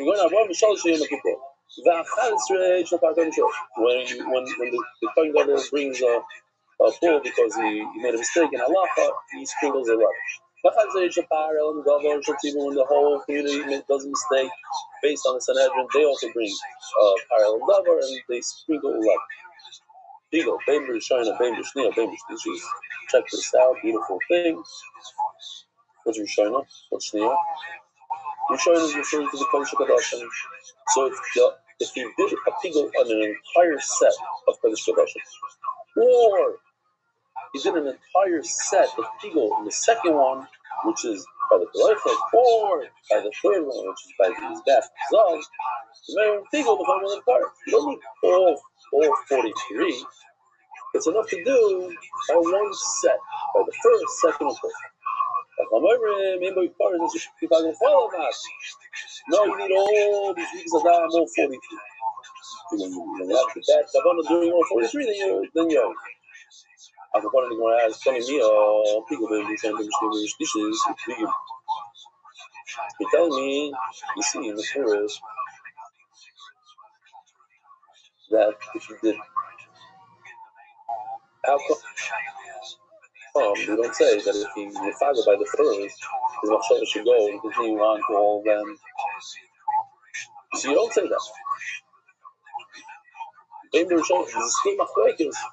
he did, even if he did the first one, we still have a machlokes. According to Rav, if he did the pigul by the first, it automatically continues the second and third. This shouldn't be machlokes. How should be agreed that it's pigul? It's talking about two different payanim. Payan number one did it by the first, and number two did it by the second. So you can't combine the machshava with the second Kohen Gadol. So you did the zrikas by the second with the first. That's okay. If Kohen Gadol number two, continue with Kohen number one, Kohen Gadol number one left off. But a Mandama says that if Kohen Gadol number one, once he dies, and we bring another Kohen Gadol in, he cannot continue from the Shniya and continue onward. He has to start from the Shana. So once again, we're left at square one. The one Kohen is doing all the blood work. I like that, blood work. All the blood avoidance, blood work.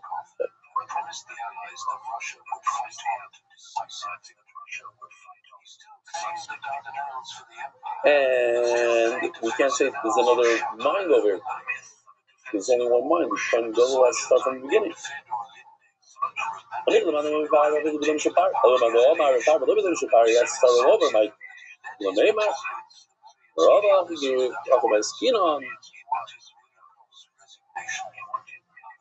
We're talking about the going to people who show now the Shosai. You know when you have a machshava in the beginning, you think that big thought, and we go throughout the whole thing. Let's take this off for share. Thank you. Have a little bit of cut. A scissor, but it's not a big deal. I just don't want it to pop over. It's not a little teeny boo. It's annoying. Apparently, forgot to change the bandage. I call upon him. Mark, give me a sign that you're alive. That you're not in the ear. Someone just moved over there. Okay. I want to finish before we actually gets off. I know that's going to be possible. A call upon him, says Rabbi beautiful. What are we discussing? Discussing when a person has a thought that we think we carry the thought over to his next action. That's if he didn't do an opposite action in between. If he had a thought and then he was tired, so that thought continues going through the fire.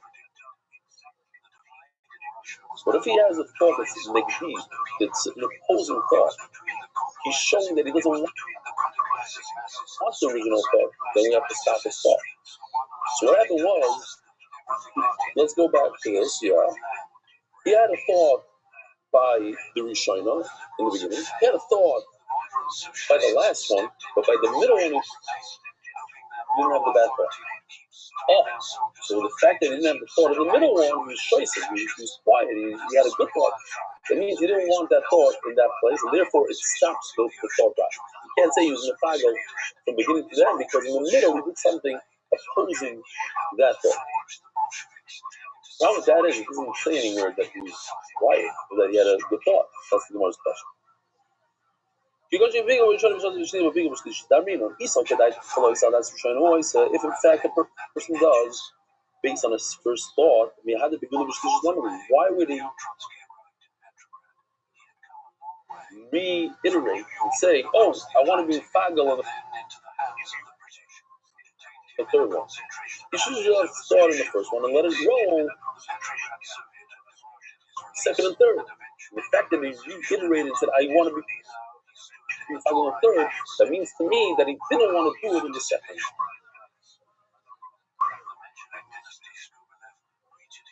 Where does it mention anyone?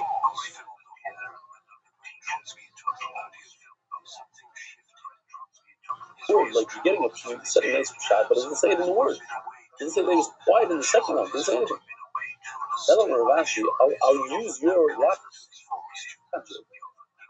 But let me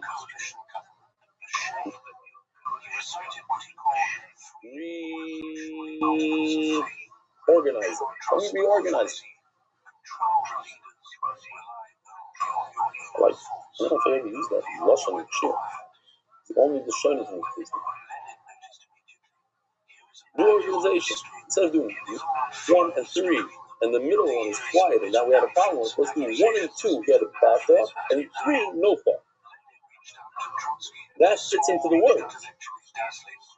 But it also shows me that he didn't want to have the thought on the third one, and therefore it uproots this whole thought. Because if you want to have the thought on the third one, then he wouldn't have thought it in the second one. He would have thought it in the first, and then I would just roll it second and third. Why would he have a thought on the first and the second, and then stop, and not have it on the third? Obviously, he's showing me something. He's going to pick up a shayla b'shniya, u'b'shlishes he's choice, and versions he's darmina. He saw that the koloisa that's the shayla. In fact, the first thing, the first machshava, now that we go to b'shniya, why would he rethink it? Being fagel in the second one. Daf the Zayin Omen Beis. The Lord just asks, the Bain Katani, it doesn't fit in so well what you're saying because it seems like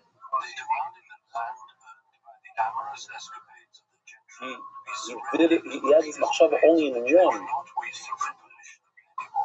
of the three. He says, Bain, this, Bain, this, and then that. In other words, he had one machshava of this is mana, not two. You're saying he had a machshava in the first and the second. So why do you say Bain? Pasha. It's a really good pasha. Before I forget,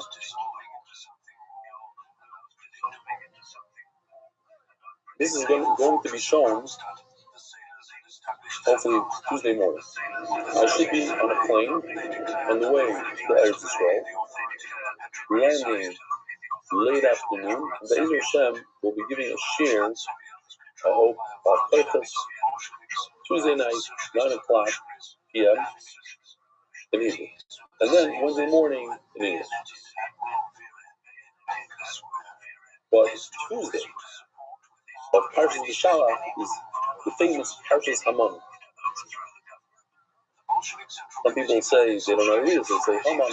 We say, oh, you have to do this Parshas Haman. No. It's Haman.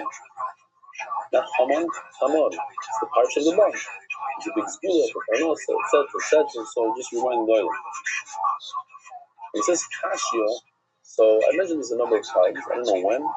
But somebody once wrote a bomb question to Rabbi Rothschild. I can't go back there. I can't go on in Shas. When I asked such a big question, please answer. So the Rabbi Rothschild answered and said, look in places in this Masech, and look in places that Masech. So the guy opens up, he looks at the place. Figure it out. What does that have to do with this question? There's zero to do with this question. So he sends another letter to Rabbi Rothschild, and he gets back in the reply. He says, places also had a bomb Kasha. Look, this place. And what happened? Nothing. Continued. There's another places right afterwards. So sometimes when you have a parasha, when a parasha start finish, okay. Oh, and we say from the parasha start finish, you have to go the whole thing with lava, and you see that there was a parasha in here. We did kill somebody because of the parasha. Okay, fine. We learned, Mary says, you can do pigul, the Rishoina, the Shneach, you don't have to do all the bloods. You do one set of blood. You follow by one set of blood. Oh, hold on. Let me do the sponsors. Turning it up, Adar Global, the one-stop shop for all financial needs, Isaac Castle, in honor of all the white apples in South Florida. We all should be Zoicha. We will stay up, the Ruchnius, with the Gashi. Anonymous, memory of Moshe and parents for Surfside, Zion. Mark, what's going on? Yep. Turn off your computer. They say, sir, no laptops. Don't know. Okay. Send me a text message, something. I know that we're still going. Of course that we're still going. Anyway, okay. So remain right there, Pigo the Chayim of Paris.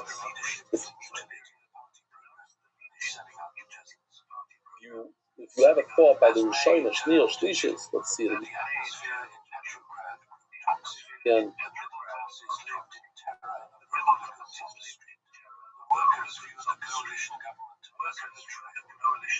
I usually do the whole thing.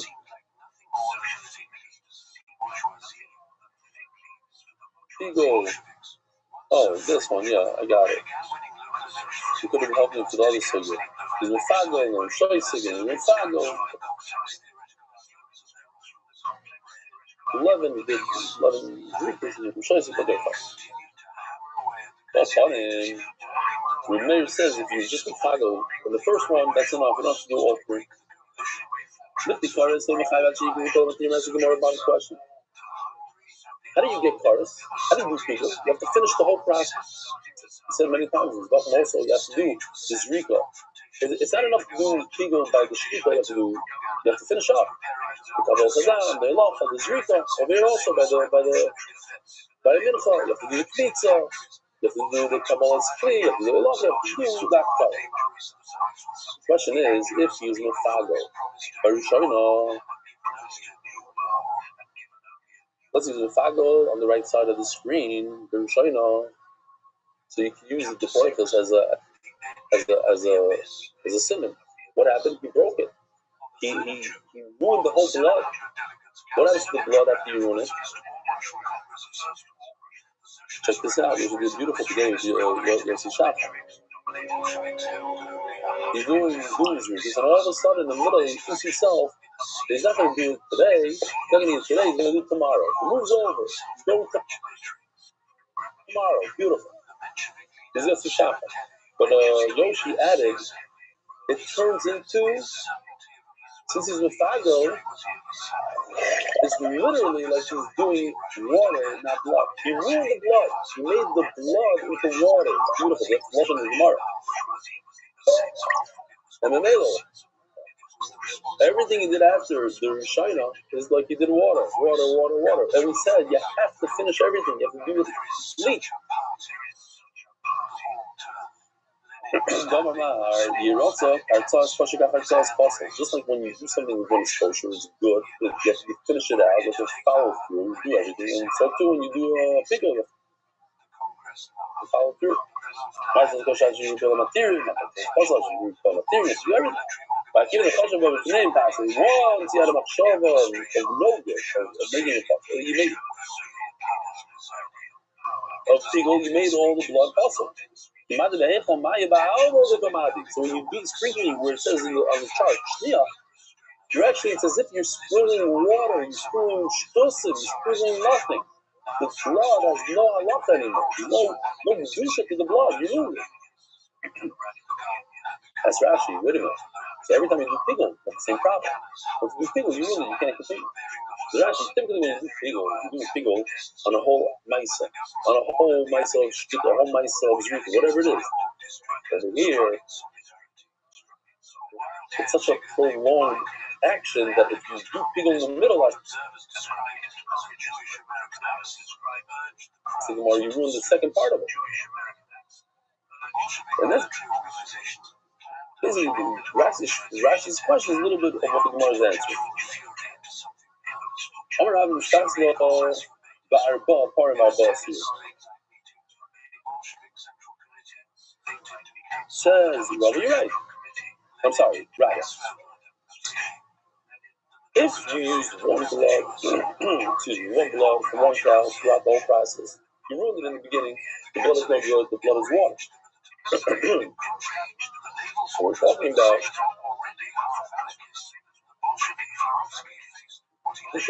where the blood spilled, you had to start over, you had to get another cow and chuck another cow. So now, this fresh blood, so to speak, the blood that became positive through Machshav and Pigul is no longer here, it's brand new blood.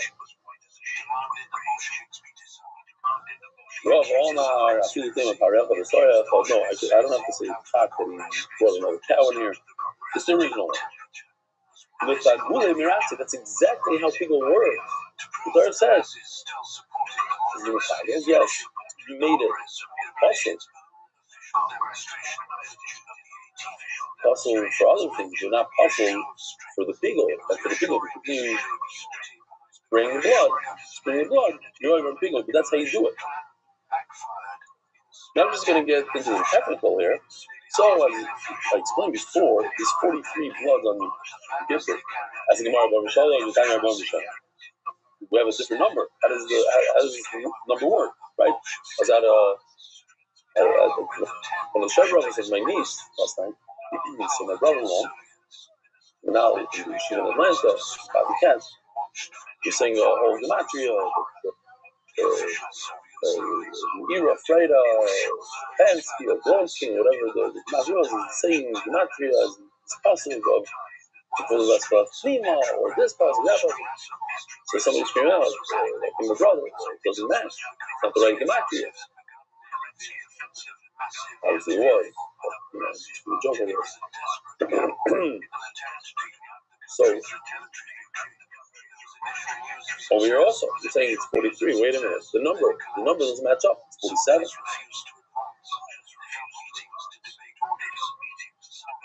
So it says, more like I show up. Now, I'm arguing with Chronois.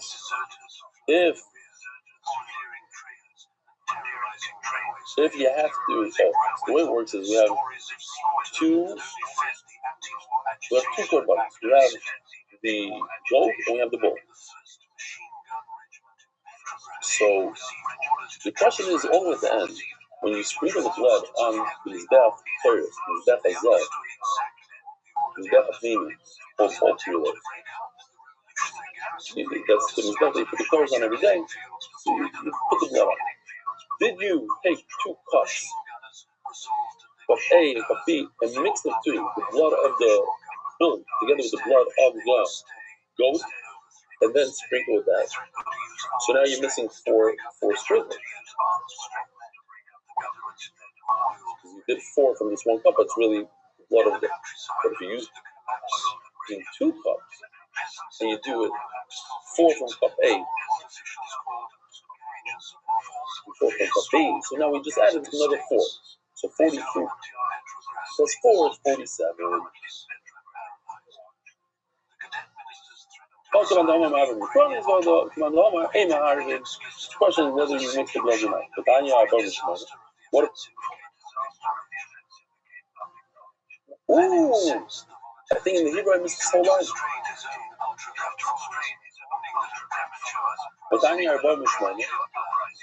You said somebody says this 48, not 47. Look at you. This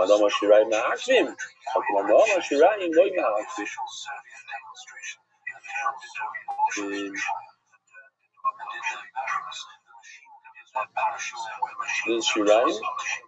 So I can find it.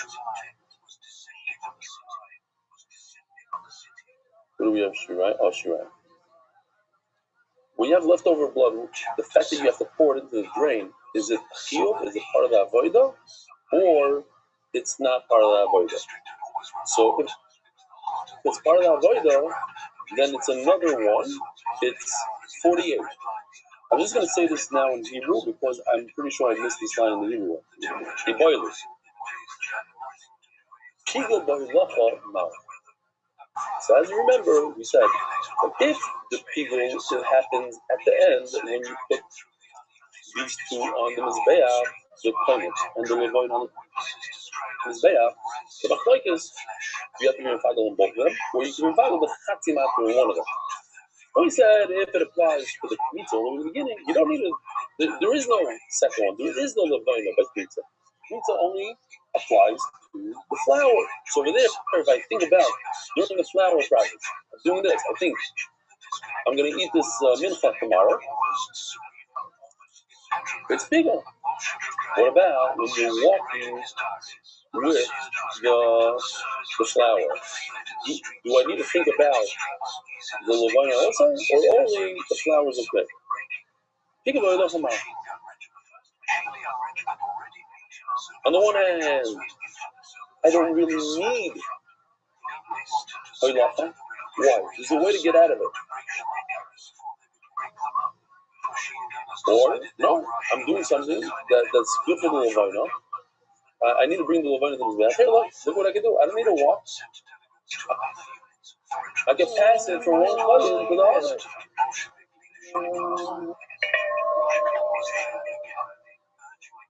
That's for Zukas Adam, but the same thing applies for mincha.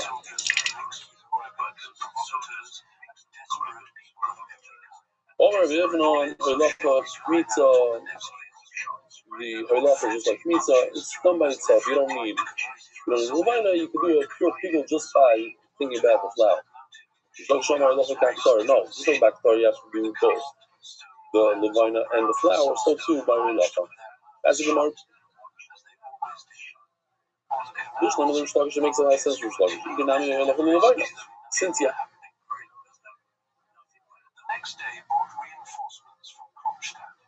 have to do the same process for the levina, so now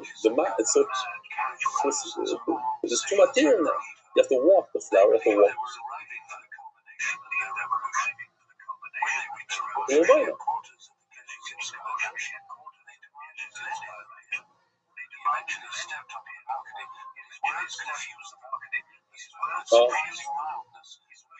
You showed me that was just on. That was 10 minutes. Okay.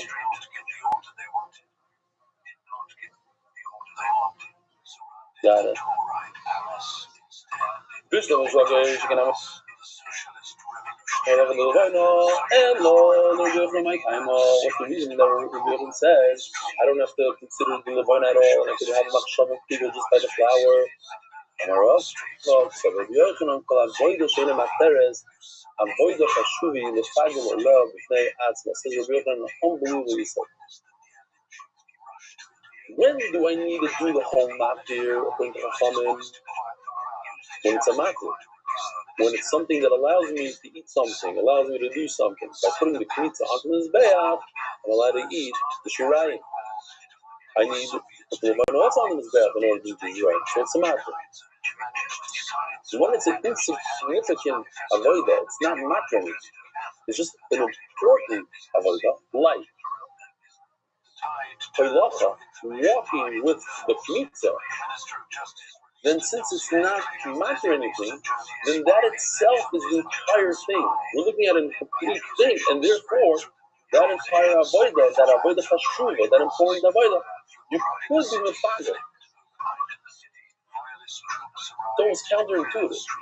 Because it's so weak and not matter, that then it contains within itself the entire process. When I'm being matter, this shirayim to be eaten, well, I got to consider everything that's involved. What's involved? These two guys, the kmitza and the levina. Okay, then I have to be mefager in both. But when I'm talking about just moving the kmitza from point A to point B, it doesn't allow me to do anything. It's not helping me to eat something. It's not allowing me to throw the blood on the mizbeach. What is it doing? Nothing. Well, it's an important thing. I can't put the kmitza on the mizbeach if I don't get there. So it's an important avodah. That within that avodah, I can be mefager. So what are we saying? That anything that's not a matir, I can be mefager within it. So by shkita also, I should be able to do that. Why? Shkita is not a matir. It doesn't allow me to do anything. So yesterday we used that lashon, but it is a matir. So it says the Gemara.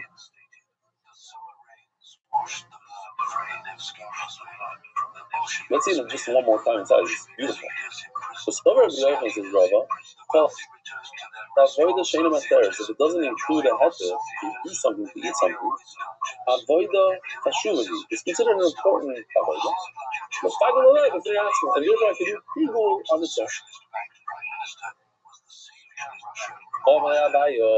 Says Abaya, Rishkitas Echem and Akvasi, shechting one.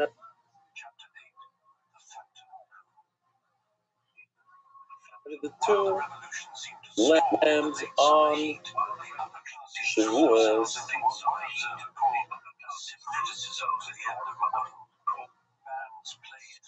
What?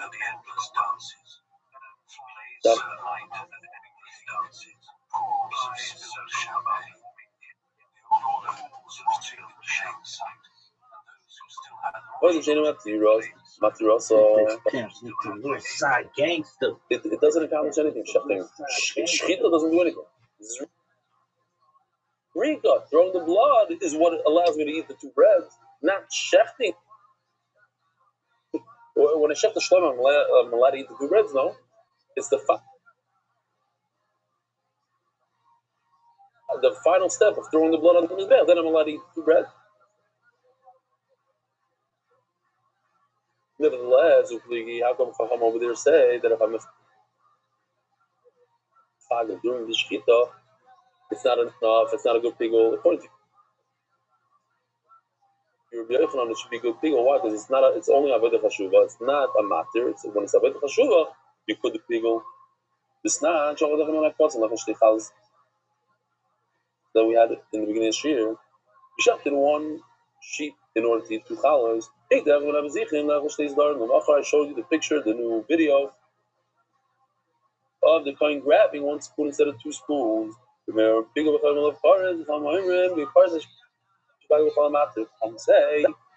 that it's not a pigul, according to Rabbi Rothschild, should be a pigul. So why? Because it's not a matir, it's only a avodah chashuva. It's not true. You think the bread have an inherent kedusha on their own? No, they became kaddish how? Shchidas kvasim tachla. It's through shechting. So now shechting is a sort of a matter. Shechting creates kedusha. We haven't just invented a third step. You have something that's matter.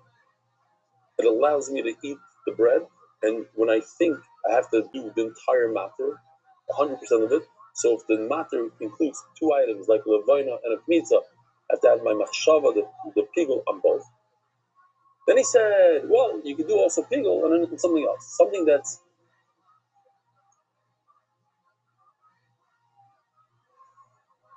avodah chashuva, not a matter. And now he's saying, well, you could do pigul if it's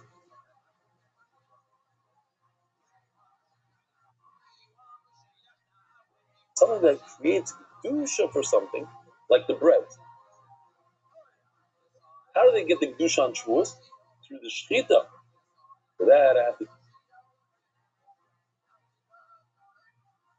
do the entire matter, the entire thing. I have to do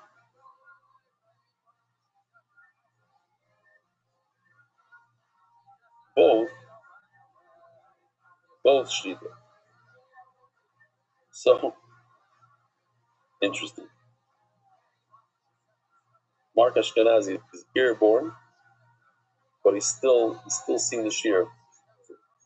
I guess until you hit a certain altitude, maybe then the Wi-Fi will kick in. I don't know. Either way,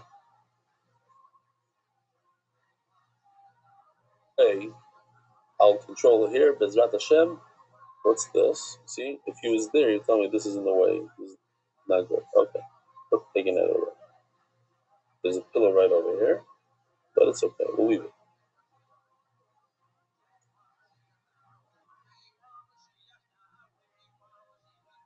I will say this. I have a moment here. I'll pause. I'm very, very happy and excited for my brother and sister-in-law and my niece, Meira. I got to know the chassan and the mishpacha. It happens to be that the chassan's grandfather, Rabbi Yosef Fruchtamer, was my Rebbe in Berlin. Yishmati Yid, a real fiery Yid. And the chassan is a big time chacham. A lamdan, a great learner, a great guy, a Yerushalayim. So there was Zoicha. The Mamash Zoicha, Elio Brodsky should continue steiging away and bringing nachas to your parents. And now, to my brother, my sister-in-law, bring them nachas to their Shem. And should have a wonderful, wonderful life. Zokti Gemara. Omalei, Misavris. Where are we? Oh, Misavris, not going to Kodosh. You think it's just by baking the bread that it gets Kedusha? Shchitas kvasim ikachalei, naya chidush, something that we didn't know until now. By shechting these sheep, that's what gives the Kedusha to the bread.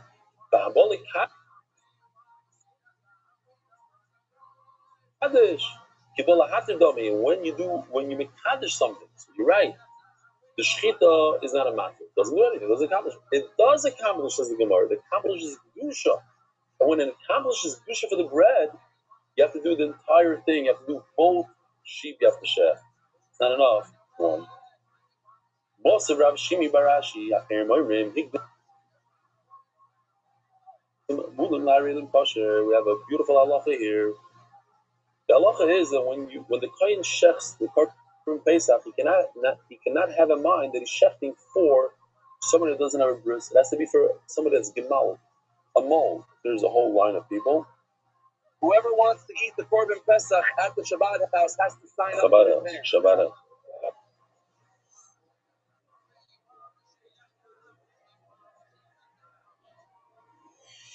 So now he's thinking about people that have milah, and then he's thinking about people that don't have a milah.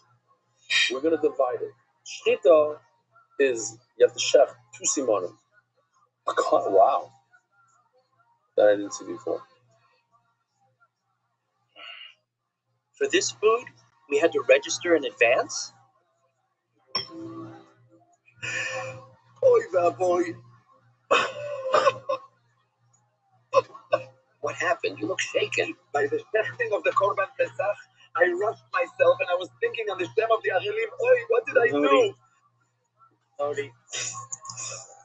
So, every shchita consists of severing 2 pipes, the trachea and the esophagus, the kon and the veshes. So the Gemara understands that when he was doing before it was a little clear. Oh, here. When he shechted, when he went through, he sliced through the kana, he was thinking about the Jews, not the Jews, the ones that have milah. And when he was doing the veshet, he was thinking about those who don't have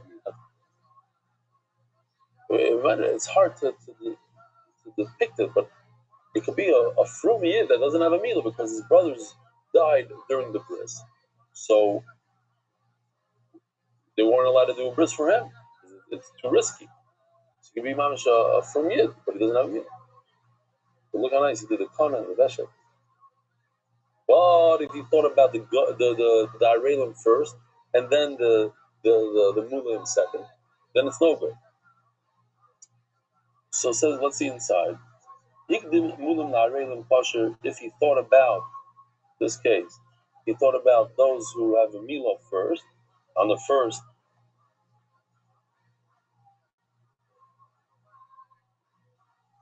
simon when he was cutting the kana.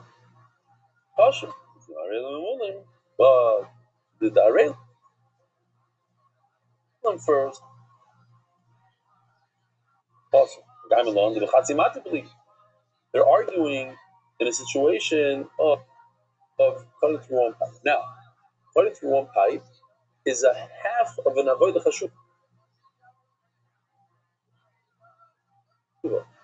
Shechting is not a matter, but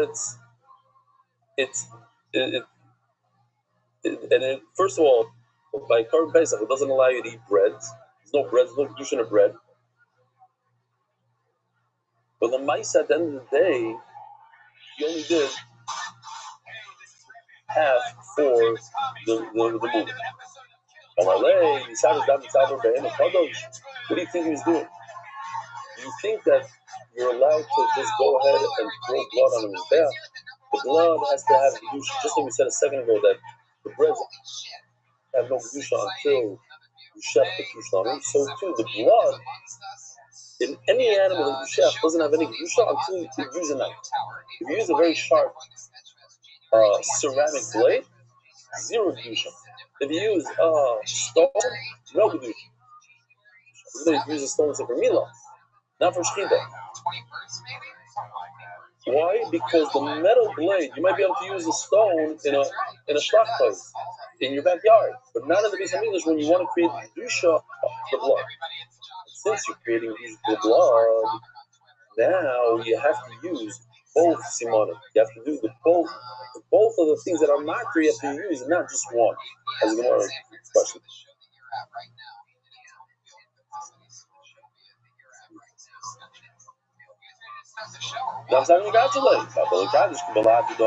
Since creating kedusha in the blood, going through the knife, are you allowed to do zrut sadat?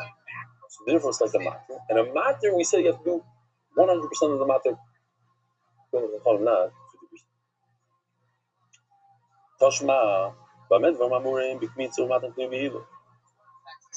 It says, when can you create a pigol when you do a lot? One of the things I love. My love, you look at Torah. The Chayra, you're talking about walking it to the Mizbech. That would be a question on Shlokish who said that no, when it comes to walking it, there is no pigol. No, he looked at Matan Klubihilo. The reason we're not talking about walking to the Mizbech, we're walking, rather, you're walking to the closet to get the second vessel. You did Kmitza in a large vessel, and now you walk into the closet to get the second vessel to put the Kmitza in. There is no such avoida by a Levina. And anytime there's no avoida like that by the Levina, the Levina is not required. When you need both, when it applies to both, like Haftarah, putting on the Mizbeach applies both to the Kmitza, both to the Levina. What do you put on the Mizbeach? Only. What do you put in the Kli? Only this. Only the flour. And therefore, you can do pigel on only flour in that case. But if you're walking towards the Mizbeach, like we thought, you need to walk to the Levine off the Mizbeach. You'd have to have thought of both the flour and the Levine. That's why the Gemara says we're not talking about walking to the Mizbeach. You're walking to the closet to get the Kli, which only applies to the flour. But the where does it make sense? Why did it say that he put the Kli and then he walked? No, he walked to get the Kli. Behiluk, first comes Hiluk, then Matan Kli. Oh my gosh, it's off, you're right. Let's flip it around. Well, it says that he came in to do that Torah. Well, wait a minute, there's two things that you need to do, both the frankincense and the flour. It's not just that Torah at the end, number 4, but number 3 as well. How come number 3 is not mentioned? Doi Lacha Part. Holy gosh, they love it. So that Torah, or that Torah. Avoid the number 3. Of walking, why do you walk? You're walking to put it on his back. The main thing is that Torah. So walking into the Mizbeach is called that Torah. We call number 4, we call number 3 number 4, which is the main part. Hello, why does it say?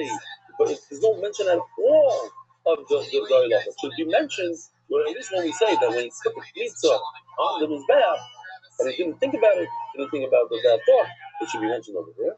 Says the Gemara, you should at least mention the Halacha over there, because the Halacha you need both Machshavas. To be Mufag, you need the Levina and the fourth.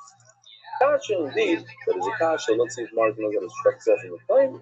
Boisai, have a wonderful day. Learn the source of spreading Torah throughout the world. Sponsor a share today. MDYsponsor.com and sponsor at MDY.com.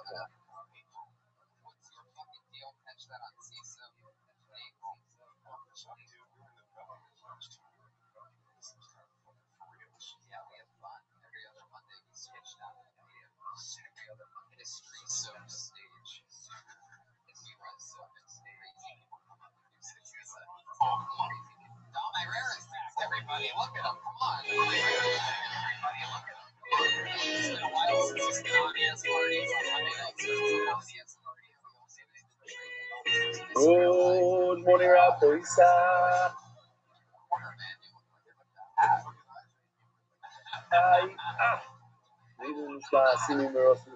Live from New York, a very snowy New York. It didn't snow quite as much as people anticipated, but I think about a foot we're on now. And different places, a lot of flights canceled. Oh.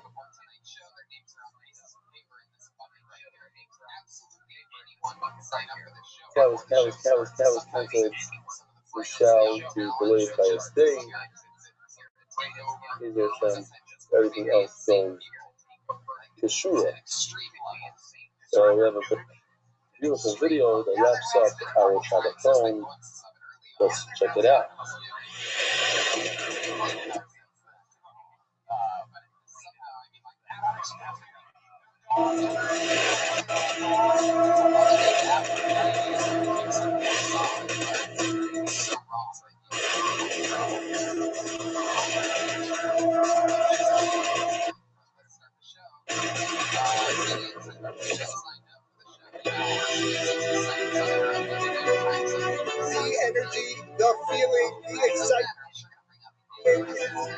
Give me a gewaltige Shabbos. Mamish mi ein oilam haba.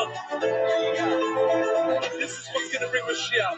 Right here, starting right here. The Shabbos. It's going to be unbelievable and unforgettable.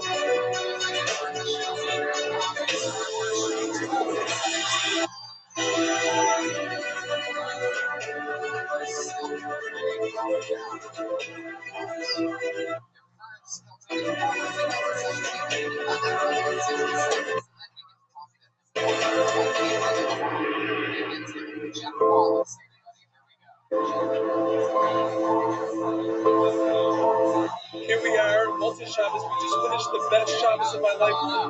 I have just had the most incredible, life-changing Shabbos. Whoever wasn't here doesn't understand what it is.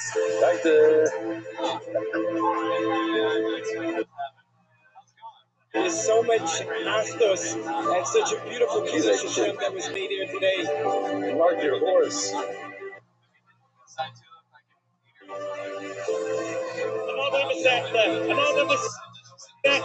Some events you can't communicate on camera. You have to be it to experience it.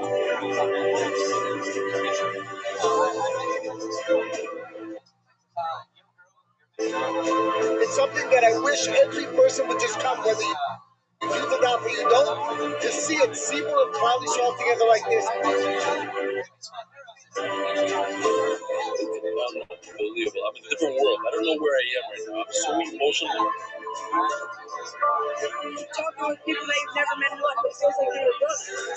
Really great. Such a Shabbos. It's incredible to be here. Everyone, the family together. This Chaskas HaTorah is amazing. Everybody's happy. It's beautiful. It's unreal to know that all this comes. We're sitting learning 45 minutes to 60 minutes a day. Let's hear the last.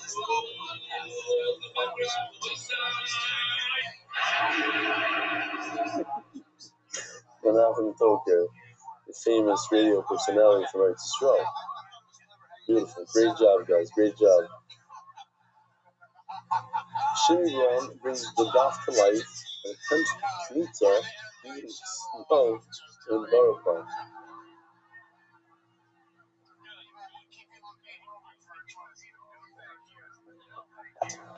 Yaakov Young in Florida, stranded in New York due to a snowstorm, takes with Elliot in the daf for 7-7. The official edition of the White Shas was accepted by the Iranian leading family. Eric, anonymous, which was in Morsi, Ali Sheba Basel Borchel, Son, Mer, Aleph, Kefana, Kotos, Perial, Denzel, Fine, even a Chayil Salomon, in memory of Rabbi Small Bar, Very Fine Seed, Doi, Rabbi Nifter, Yud Zayin Yor, Rabbi Isai, the Daf, the sponsors are David Salomon.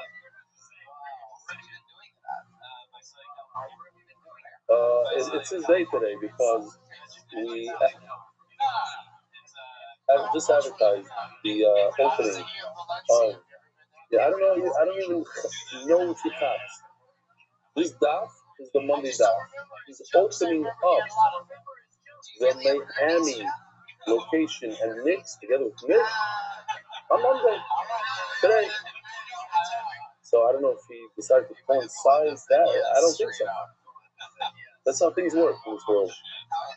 So he went to do mitzvah Guerrero's mitzvah. He also was very much involved with the opening of the North Miami Beach location, with the renovation. He put in a lot of money for the renovation of the caravan over there, the MDY caravan and location. David. In the second, sponsored by David Sauer, dedicated memory of Avi Maria of Shmuel Ben, and to those of the Here we go. MDY Dafia Yashir, Miami Beach Fort. For a satellite location based on the team, which is Knicks, which I learned a lot from Nick. and learned that you could have a shul with balabakim and don't speak during that and don't speak during Kaddish. Zero talking by notes. Based beyond tzvi. Every single day, Sunday through Thursday at 7 p.m. at night. Yep, p.m. usually night. Friday, 1 hour before candlelighting, but Shabbos at 10 p.m.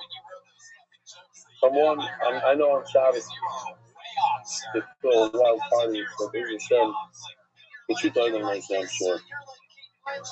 We set the sponsors. Anonymous for Force Name Elimination Ben Zara, Anonymous for Complete with Force Name and everything so for Leah Bass Esra May, Israel Malki, Holy Fairs, Picha Malki, Zava Chesed, we're so proud of you, Yakamor, keep steiging. Sending girls and families, Candy Ireland, UK, and other rebellions changed my meaning of life. Plenty of money, Yasim Martin Benny, and all those in the Torah family way, Yakim Sham's Kara. Only up his boat they can't pay back. You can't get a salary that pays anywhere near the amount of work that these guys do. I already signed with Fushtema of a Mary Bar for Miriam and another monthly sponsor. These are all monthly sponsors, 10 in a row. Jamie Azula with Fushtema Esther Basluna. Anonymous with Fushtema Nasari husband Henry Leah, Ibn Tzaddik in our generation. Anonymous and Mary Mazal, Pad Leah, Sanada, and Spia. Anonymous discuss a verdict that is good and open and revealed ways. He has more have been back to Leah. Yehudas and Yehuda and Lewis as discussed to everyone in need of Shidduch, Amen, Anonymous with the merit of the Chol, so grace of success and blessing in all areas of life. Sprinting out and growth in Yishmas. Shemzam ben Yitzchak, Isaac, Isaac is he who's a Koyin, so staying on the Negan of the third drop. Anonymous with the merit of the Chol from Malka Bas Chaya.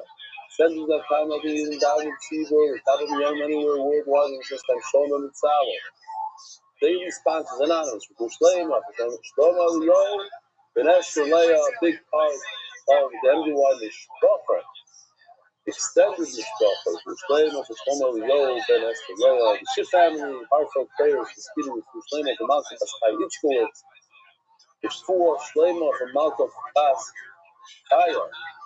Here we go, by her family, the two of them have a full Shlomo, the Torah, MDYR month, that's when Chaya Sar for Tanasa Bereva, for Shlema Yonah Kanegan Demasho Bracha, for Shlema Mordechai Ben Esther, for First Ayeled, Dani Yosef Ben Yeles Esther, a boysa.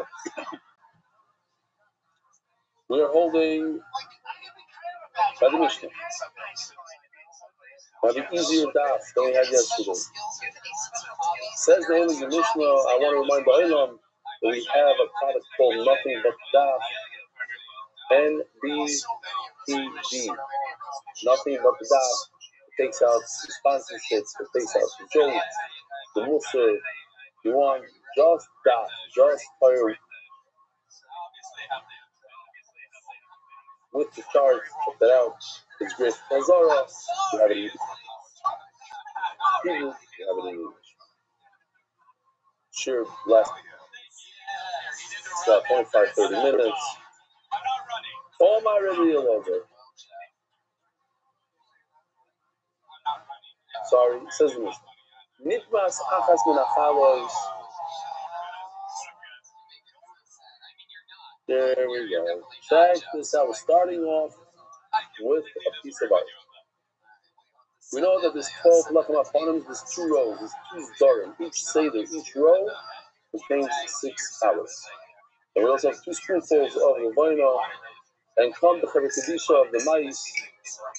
They walk by, they have a dead mouse on the stretcher, and the dead mouse touches 1.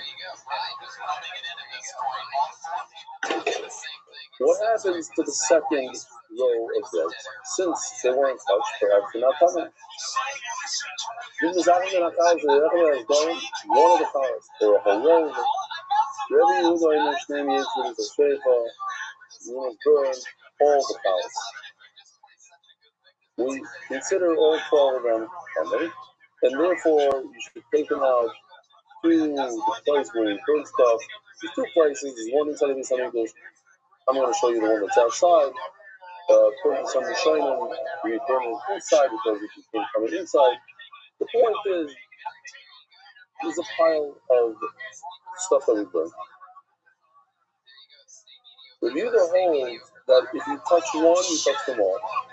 Change them to the color that the animal can say because at the end of the day, you cannot divide up the carbon. They're all considered one entity, one wolf, one Kedusha, I guess. So if you touch one bread, all 12 become something. But Chacham learning that Tomei B'Shemot say that authority, okay, and Chacham arguably say that the role of power that the mouse touched, that you're right. But the other role, no. You know, this is Rabbi Yehuda or 12, they say no. He touched, the dead mouse touched the left row, the left is Tomei, the right is Tomei. Over the laws of Machlokes between Zika, so when we're talking about the Chalas, the Lechem Apanim, so we have the Zichim that go on in Mizbeach. In other words, when we're talking about, we're going to be discussing the two breads and Shavuos that come together with the two Shlomim. So over there you have a Zikas Adam, you have the Matzah, you have what allows you to eat the bread. Burning the Zichim of the Lechem Apanim allows you to eat the Lechem Apanim. Burning or doing Zrikas Adam with the blood of the Shlamim allows you to eat the two breads of Shavuos. So, says the Lazar, we have a machlokes before the macro happened. Before you did Zrikas Adam, before you were not the frankincense, the vine of the Bezichim onto his bed when it comes to the Avalachas but once you lock it in with the matir, the Reakol coming to most of that it's as you see on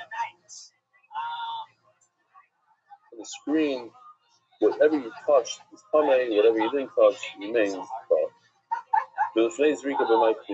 So what would be the machlokes then if there is no the Gemara is going to take this back, but for now, the Gemara says that the machlokes is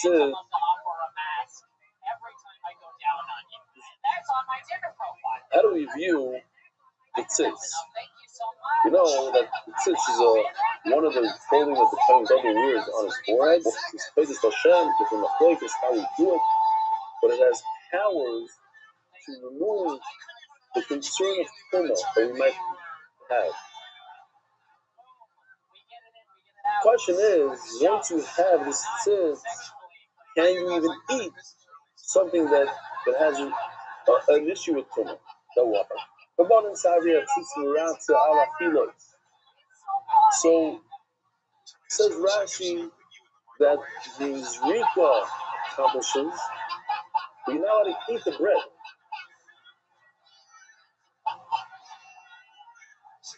It's a good Zrika. That's what the tzitz does, that even though there's tumah, but there's a good Zrika.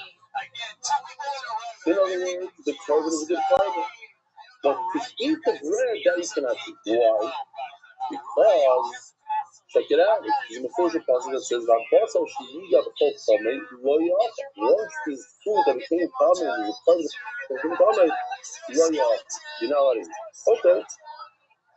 So Rabban hold the tzitz is good, and it makes the carbon good. We're really sorry about it, just the last of the tzitz is you cannot accomplish anything, and you're not allowed to eat any of the bread, even though you're allowed to be macro because too much of the tzibur. Okay.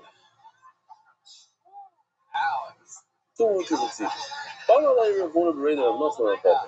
But even things that go onto the mizbeach, like blood, like it means to go on the mizbeach, that's it. You're not allowed. You're not supposed to put it on the mizbeach. If you put it on, the mother will hear you. The tzitz gives it a part.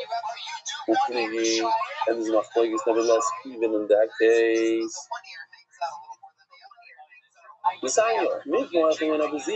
If one of the two spoons of beer, one of the spoons became tamei. Check it out, another case. We have the first piece of mass, first piece of walk by. And the person somehow extends his hand and touches one of his food. So one is tamei, the other not. What's halacha? Rabbi Rothschild to go consider tamei, but you continue going on with tziratzah.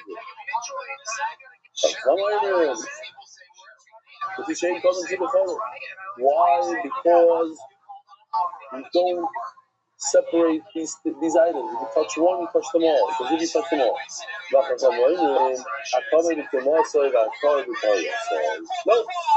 The one that's red, the one that's tamei remains tamei. The one that's tar is tar. Why?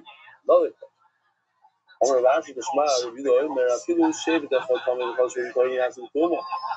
comes to the Korban Pesach and one of the Shvatim, like 12 Shvatim, let's say Reuben, all of the Shevet Reuben is tamei. So now, somebody from Shevet Shimon is tamei. Can he handle the carbon?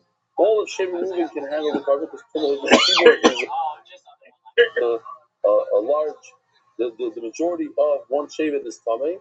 It's mutar. What about the rest of the Shvatim? The answer is yes. I feel Shevet that carbon because they can all do it. Why the fish ain't going to see because when it comes to the korbanos of the Shevet, we don't divide them, we don't split them up. So if one Shevet is kosher, do it, even the goodness, all Shvatim are, you cannot break up any of the Shvatim. And as the Gemara, what does that have to do with the machlokes regarding the tzitz, like Rabbi Rothschild wanted to discuss?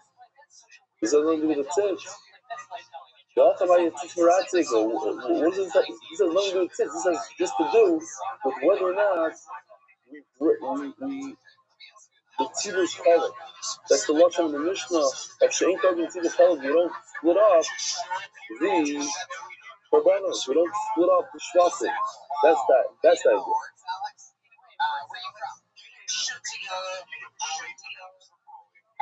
One more question.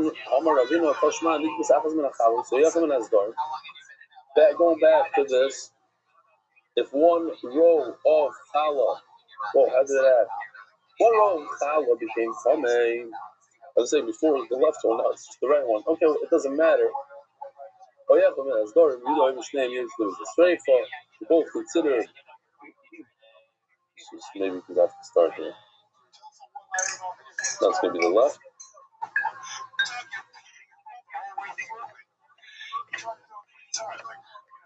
So cute. Good. The halacha is that they're both tamei. Send them both together. And it says, because we don't split them up. If you touch one pile, it's as if you touch all piles. How much you divide them up? It's true, he's saying that it's independent. The machar is about it says. You should have said, you should explain that has to do with tzitz.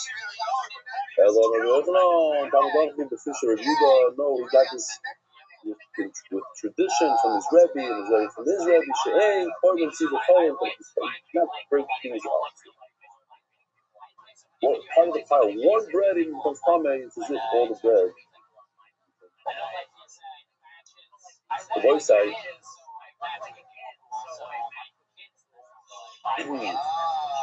We know that if somebody has one of four things occur to him, he crossed the ocean. My father's in the house that I'm at right now. And my father and I have ongoing. I only argue with him once about it. I saw that he took it seriously, but I'm not opposed or anything. But I just, as the pilot, I don't feel comfortable with saying Daimon every time I come trying to strike. Only because I understand a little bit better than he does how planes operate, how they work.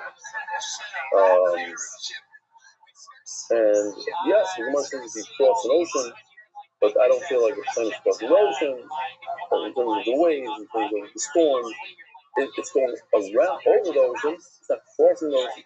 was an argument. I feel like commercial plane, and Haro, in Yirbu, the chances of an accident on a commercial airline are far, far smaller than the chances of getting hurt in a car accident on the way to the airport in a car. And so, I don't feel comfortable saying it. But then I heard, this cruise go okay, this one doesn't. Okay.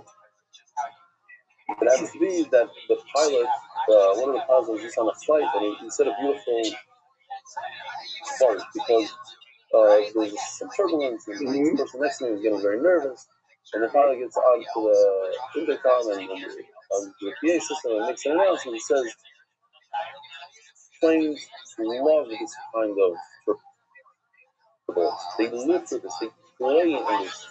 And there's a lot of truth to it. They're designed, I don't know if you know, but that commercial plane was designed to do somersaults. They could do, complete, what do they call them, acrobatics. They're designed for that. They could do flips and all that stuff. Because the wings, it has never happened. And this, Nathan Zucker told me, the pilot from Delta, and I said this also before, but I heard from him. It's never happened that a plane broke up because of turbulence. Never happened that a wing broke, that something happened to the plane because of it. Yeah, people in time can get hurt if they don't wear the seatbelt, but the plane itself is solid. Anyway, I'll go up on it. Crossing the ocean in the time of the Gemara, in a wooden boat, you get to the other side, you see, again, that's no question.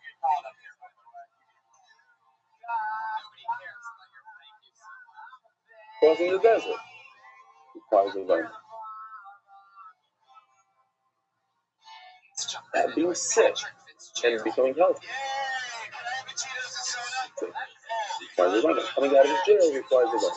So our very talented artist Shlomo put all four things together for one video. It's a little long, but it brings out the title. What happens when you are saved? So you bring a carbon title, one after another. Shlomo went crazy, he brought four because he figured that you have to do four. So I'm not sure that it's right. And a bunch of breads, 40 breads. So here goes. Get them below deck, quickly now.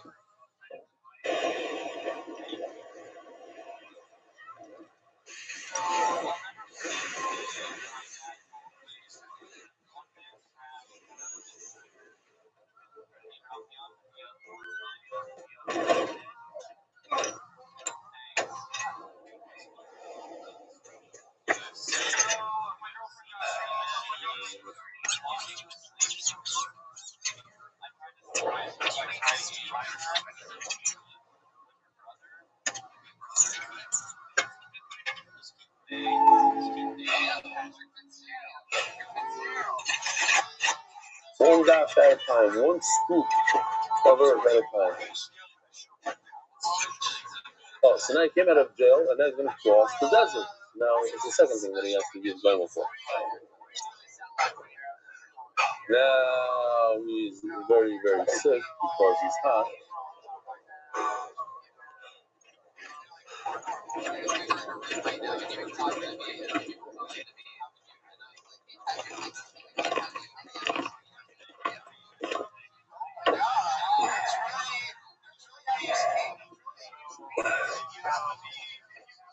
And I go to business to get the Lachanim before the Lachanim.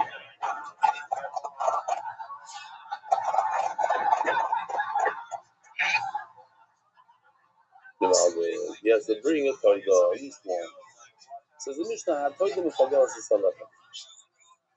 so when we have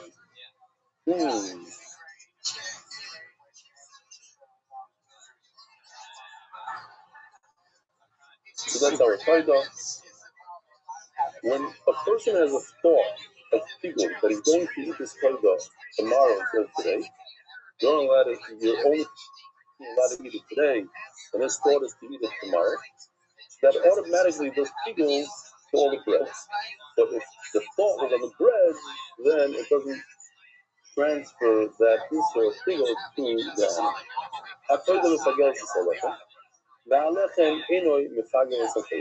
bread is not or pigul to the animal. What's the case? He chefs the fayda, thinking in his brain that he's going to eat it outside the allotted time. In other words, tomorrow he's not going to eat it today, he's going to eat it when he's not allowed to eat it tomorrow. He the both the animal and the bread become pigul, and if you eat from it, the fat is part. But if his thought was on the bread, he's going to eat the bread tomorrow. It's delicious bread, he wants to eat it tomorrow. He's going on vacation, he's eating some bread. He wasn't thinking about the animal. It applies to the bread only, the pigul, and not to the cards. The same halacha applies on shores when you have two sheep. Oh, let me, I don't want to skip that. Very important. As he's shechting, he's thinking of the green and the red chalk in the plate on the animal. Since he did it on the animal, it transfers. You see how it just transfers? It jumps from the animal to the bread. Oh, the thought is that he's going to eat the bread outside a lot of time. So it does not transfer to the animal. Look, there's actually a special invisible shield. The animal is actually laughing at you because he will not become people. So now that we have the case of the two, right? If you do pigul on the two sheep, then automatically the two breads become pigul. But if you reverse it and you do the pigul on the bread, it does not cause pigul to the sheep. What's the case? The sheep with intent to eat them tomorrow, that also applies to transfer the bread as well. But his idea was to do it on the bread. That applies only to the bread and not to the animal. What's the reason that it transfers from the animal to the bread, but not from the bread to the animal? Now, maybe because it says in the Pasuk, that the challah is considered a koida. So you see that the bread is called a koida. The bread is called a koida. So if you think about from bread, it should transfer from bread to the animal. Animal and bread are the same. They're both called koida. So why can't you transfer bread to animal? Holy gosh, bread can make you koida. Koida will make you lechem. It only goes one way. Bread is called a koida. So therefore, when you think about a koida, that's the bread. But koida will make you lechem. You don't call a koida bread. So therefore, if you think about bread, it doesn't go to the koida. So how come when it comes to the two sheep on shvuos, it goes from the sheep to the bread, but not from the bread to the sheep? You all started is because the koida bread is called a koida, but you don't have a svara when it comes to shvuos.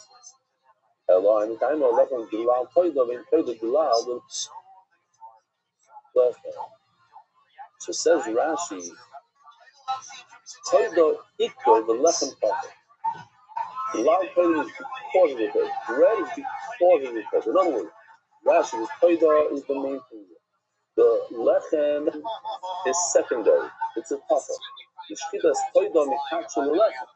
And in fact, when you chef the koida, that gives kedusha to the bread. In other words, the bread it comes as a, I don't know the right word, it's on my tongue.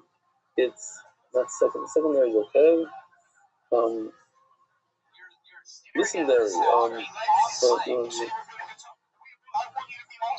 Okay, some English major send it into me.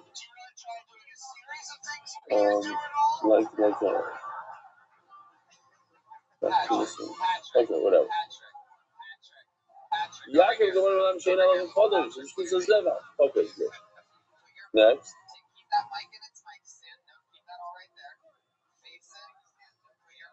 So therefore, says the Gemara, the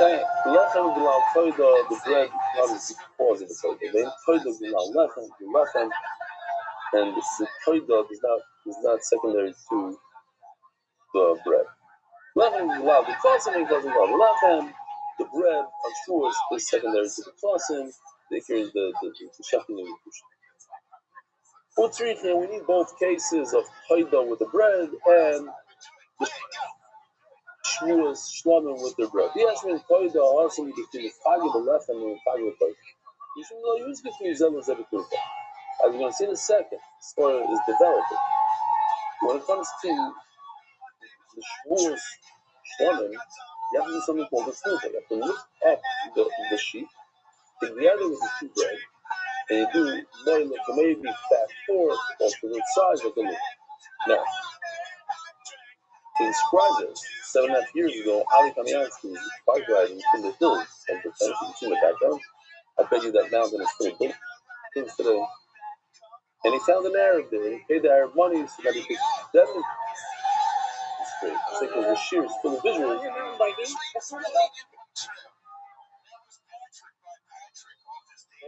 Say, any points? I heard say, and we're gonna try to do Tanuka. Just looked up Yomi's all. Oh, gotta do the demonstrations. We have a Keves here. We have Saeed. A Keves. And I just happen to have Shtel Lechem with me. So we'll try to get this done. Two breads. I think it'll be good to go a little nicer than that. Got your back.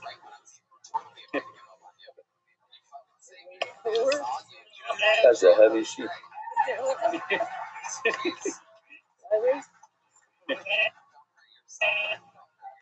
It's a little heavy. There he is. Good job, Yomi show, guys. Now give him a kiss.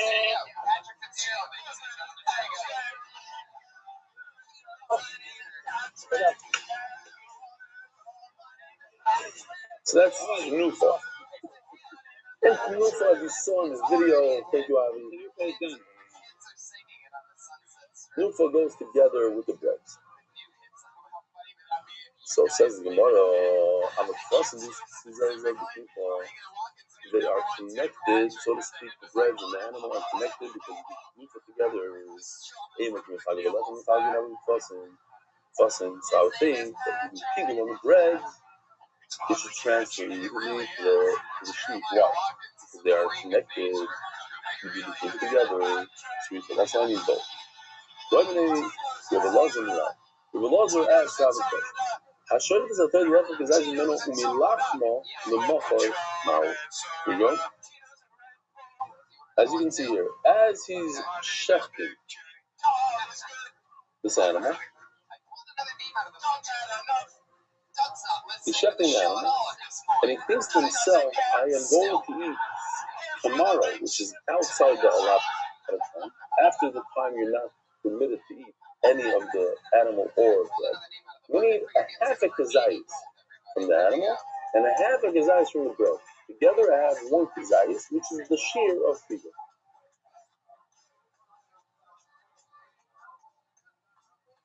Says more the agulei toidu in the boilie. I certainly cannot make the animal figure. Why? As the kulim malachim lemipagim, just established that if you do figure 100% on the bread, it doesn't transfer to the animal. But if you do figure on the animal, it transfers to the bread. So if you do a half a shear from the animal, half a shear from the bread, of course it's not going to transfer from the bread to the animal. Even if you did a whole shear on the bread, it's not going to transfer to the animal. From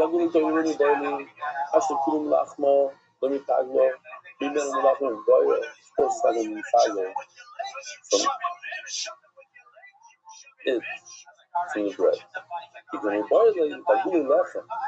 Question is can the bread become bigger like this?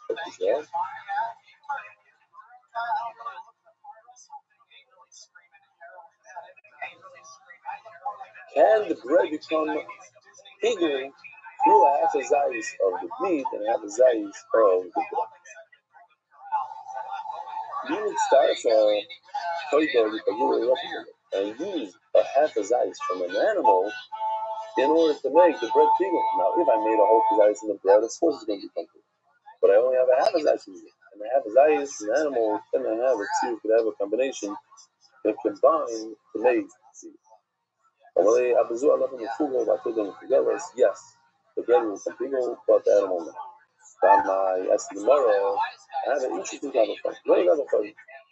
What's the conversation? The Umah Mefazer is part the Toida, which creates bigger. In other words, take the Toida, and then that's thoughts, you're going to eat Toida, the animal, outside of the lot. So it creates bigger to the bread. Umah Mefazer in Mispago, it cannot become bigger. Meaning the bread, upon the side of this bread, he's trying to make bigger, and just say Mispago. So you try to take a half a zayis of bread together with the half a zayis of the animal, of course, it should become bigger. If what's the other thing? The Haida is much stronger than the bread. Haida has the power to make the bread bigger. Yet it itself cannot become bigger through the bread. So the bread, which is weak, certainly it should not become bigger with a half a share of the animal. This kind of thing doesn't usually work. We had a story.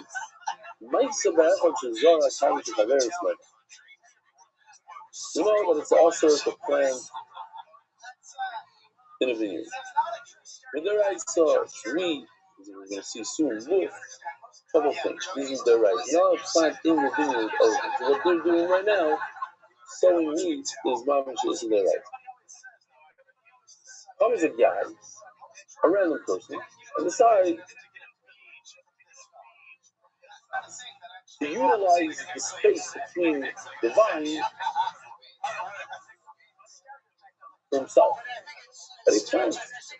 We had a concept in Shas. Cain other Mason Dover, Shane is the Lord. You cannot ask for something that doesn't work. Now, it doesn't always apply.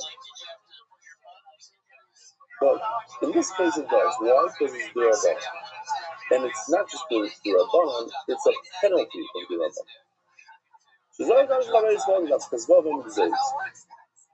Let's just see the sponsors. So Mark doesn't have to remind me. Oops. Okay. Training the dog by Adag Global, your one-stop shop for all your financial needs. I just Castle, in honorable them who are Dachos in South Florida, which is Zoifa. You will still have Russian school guys.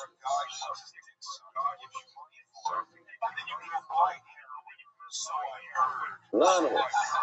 The memory of Moshe of the Paris, first website, the writing stuff. What should they say? In the software.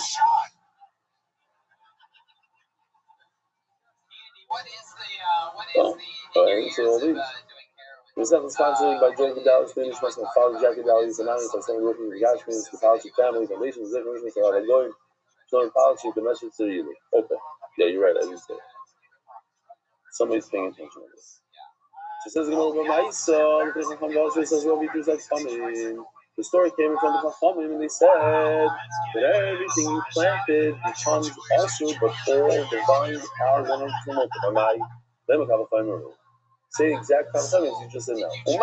So in the grapes, if they cause Isser, they themselves they become also, Abola Esser certainly what you planted. These different seeds that you planted on the outside, they didn't create it to the grave. And it did, like, certainly they themselves shouldn't become a. He asked, why? Don't bring me around. Also, comes with rules, also fire. The Torah served cannabis. I don't know if it means what they call today cannabis, something similar from the same family, or hemp. That's what Torah says. But everything else is almost in the Rabbana. I don't disturb the Rabbana. This guy that planted where he wasn't supposed to be planted, Rabbana, punished him.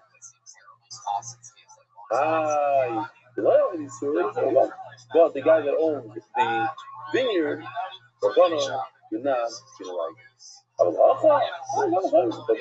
that's why can't you say Kalachayim? Now, interesting story that I didn't use lying, that somebody they didn't have a lot of water. They were giving out water, with senna, it's called, or whatever it's called back then. They didn't have water, they didn't have bread, very poor. And this person,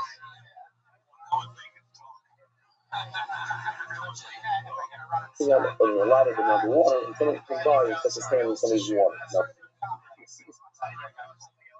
and we had a question, the owner of the water, can he use it for the time since somebody put his hand in it? So they wanted to say, well, the most of the should work. You cannot ask for something that's not yours. The Frank said, no. What if I pour milk into your basabapala, into your meat? Of course it becomes up. When do you say when you have a knas d'Rabbanan, like in this case over here? So you cannot answer your friend's vineyard with the Rabbanan plan. Because it's not. But anyways, he said then that he touched the water, but the rest of the water is more than it's part of the road, and therefore you're allowed to use it. He said it that. Because the master last question. Now we're going to go really quick because word for word we just said it's about. Just instead of talking about the Paidah, we're going to be talking about the two sheep on Shavuos. Every religion Rav, same word, over. We love to ask Rav. Hashem is like Muslim lachman, kazayis meaning lachman. Somebody shafted the sheep in order to eat a kazayis, a total kazayis. Half a kazayis from the sheep and half a kazayis from the bread. Now, if I do the certainly you cannot make the sheep bigger. Hashem, if you had in mind while you're doing a whole kazayis from the bread, obviously the sheep doesn't work. Certainly if it's only half from the bread and half from it, it's not going to work. He can really left hand, but the question is, can I use the half from, just take this chart, and it's on Shavuos. Can I take a half from the sheep, and half from the bread, and make the bread also? You start with causing the Pagula, I combine the sheep, the meat, you have to zayis together with the bread. But we're also going to say that bread becomes bigger, but not the sheep. The sheep who are the ones that eat pigor. They themselves are become pigor, and they're pigor, eventually it's pigor. So certainly the bread that is coming to become pigor, and it didn't become pigor, certainly shouldn't make the strong guy, the sheep, pigor. As one in this is the thing, somebody planted in a blooming vineyard, planted some seed. And over there we said that he gets punished if the owner of the vineyard is not. Then he got a appointment. It's the same like when you said, he's going to miss out the grapes, and also, so the seedlings in the center, they're coming to answer the grapes. Certainly they should themselves should not become back. Well, that's the wolf connection.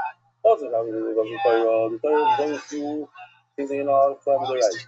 As well, you have only that series, but other see are only there about. So the person who planted, he did this, so he gets punished. Not having sewer, but the owner of the vineyard, he doesn't get punished. He didn't do anything. Look at the report.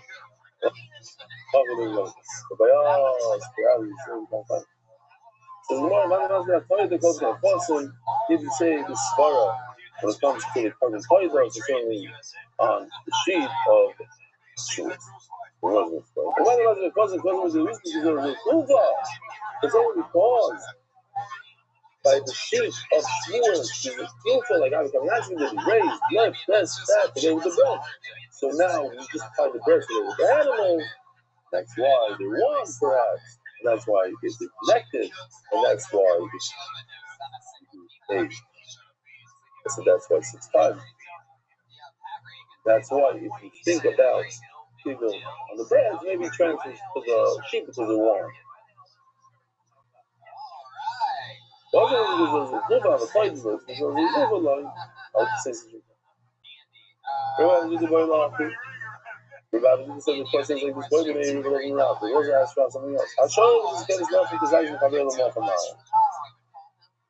If he checks a sheep, now don't have the 2 sheets. Okay, these 2 guys on schools, and he checks a sheep to eat the zayis from its friend tomorrow. Now, what in the world is this friend? We know that on Shavuos you have to check both sheep in order to eat the bread, so each one is a 50% master. Each one allows you to eat bread, but only in 50% capacity. When I say friend, what I mean, I'm looking at this man. His friend, I'm shifting Shlomim on the right, his friend is on the left. Or perhaps his friend is referring to the bread.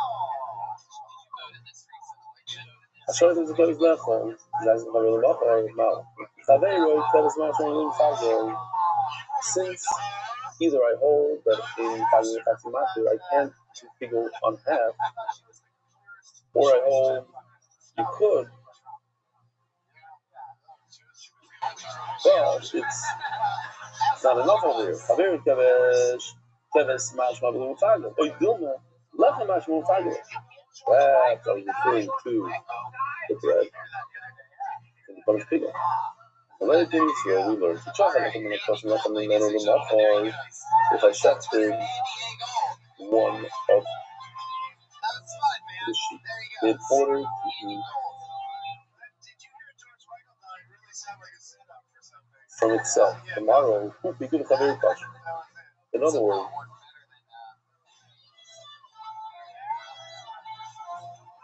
the sheep are not connected, and therefore can make either on one. It doesn't apply to the other. It says in the Furish, and over here it says the word friend, and it's referring to, guess what? The sheep, not the bread. So that's a riot that we're talking about. Sheep and not bread. Shneim Shem, the both stuff. Alma, where he's when I say the word friend, I mean the other sheep. Because if I'm talking about the bread would become people. So the Gemara dealing with the story of Chaver Kevez is not a good riot, because maybe over here we're talking about a situation where he actually says not just the word friend, this is friend sheep. Says the Mishnah has Zevach and Fagel as an Asaf and Shikaj. But it took over on Mr. Island where in addition to the actual carbon you bring a bunch of wine. This is white wine, water. Now let's talk about the shlomim. Shlomim is easier to understand because shlomim you get to eat the actual animal. It's a patur.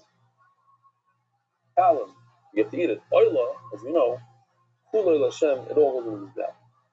So hazerach mufagel some suffering, which goes complete. They remain. Once you pour the wine into the vessel, it becomes public. And when I think about intent, I think while I'm shechting this shlomim, that I'm going to eat the shlomim in 3 days from now instead of 2 days. I could do figure this wine in the cup becomes people. Then the supplement of says that, but if my intent was on the wine, I'm saying this wine should become people. That doesn't have an effect on the animal. Ketzad, what's the case? I'm shechting this shlamim to eat it tomorrow. Now, it could also be referring to the oilah. I'm going to put the oilah in his bath tomorrow. Who in the suffering from God? It itself, that's all right. The shlamim itself, the animal itself becomes people, so too does the wine become people. Not in this offer. The mafar, but if I say, I'm going to put the wine tomorrow in his bath, I'm going to do it later than I'm allowed to. And it's not going to go. So that actually creates pigul for the actual wine. And if I drink the wine, I'm over on part. Has ever been pigul, but has no effect on the shlamim because you cannot transfer the piece of pigul from the wine to the shlamim. You could transfer from the shlamim to the wine. On this case, the wines, the chayav pigul, because there's something that has a, in order for something to become pigul, it has to have a match. That we discussed yesterday. So, the shirayim, all this leftover flour from the kmitza becomes pigul. Why? Because this small amount of kmitza goes on his back. This is the matter. This is the allower for me to eat this. The same thing when it comes to carbon. When I sprinkle the blood on the mizbeach, that allows me to eat the shlamim. At that moment, I'm allowed to eat the shlamim, not a moment before. So shlamim has a market. Shlamim, I can eat. A carbon has a market. The wine also has a market.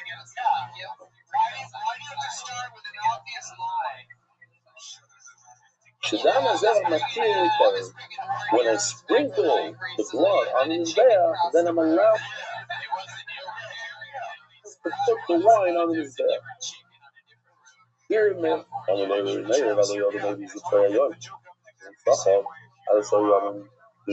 seems like there's no connection between the carbon animal and the wine. Why? Because I can bring the carbon today, and I can bring the wine in 10 days from now, in 20 days from now, in 2 years from now. There's no limit to when I can bring the wine. So they're not connected. If they're not connected, I can't make pigul from one to the other. You're right. But in a situation where I do bring the wine today together with the carbon. But at the last moment, I could switch it from animal A to animal B.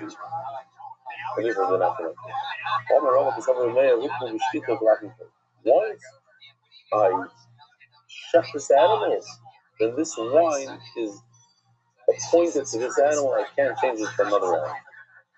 I'm going to do the same exact thing over again, to the bottom of the almond, and then we stop. Like shaman, the amount of a lug of oil, shaman tzara. So let's see if we have an updated version.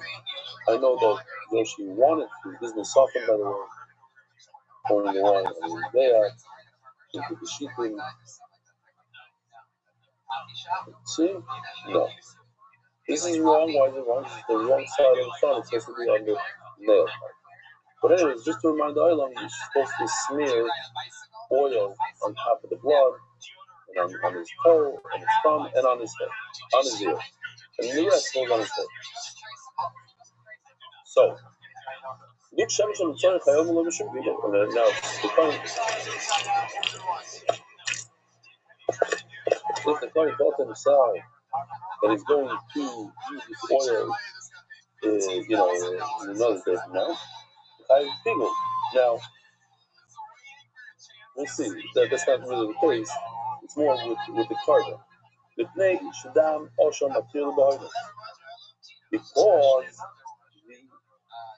blood of the ocean from certain brings allows you to apply the oil on the stomach, and on his toe, during it. Maybe I should know you find out the carbon and the oil can be brought 10 days from now, 100 days from now. I'm referring to oil that comes together that day with the Asham. But you can put it and designate it to another carbon. So you're married to your whole once you shop this Asham, then the oil becomes locked in, just like the breads of the Torah become locked into that. And therefore you can change it, and therefore they are one. And unit, one has hashpa on the other, so can do pigul. On the asham has an effect on the oil as well. Oisai! Have a wonderful day. Merit the Schluss of spreading Torah throughout the world. Sponsor a share today. MDYsponsor.com or sponsor at MDY.com.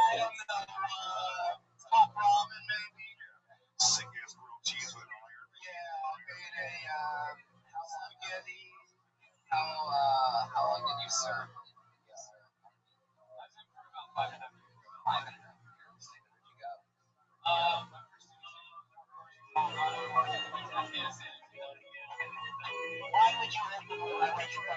Good morning, Rabbi Rothschild.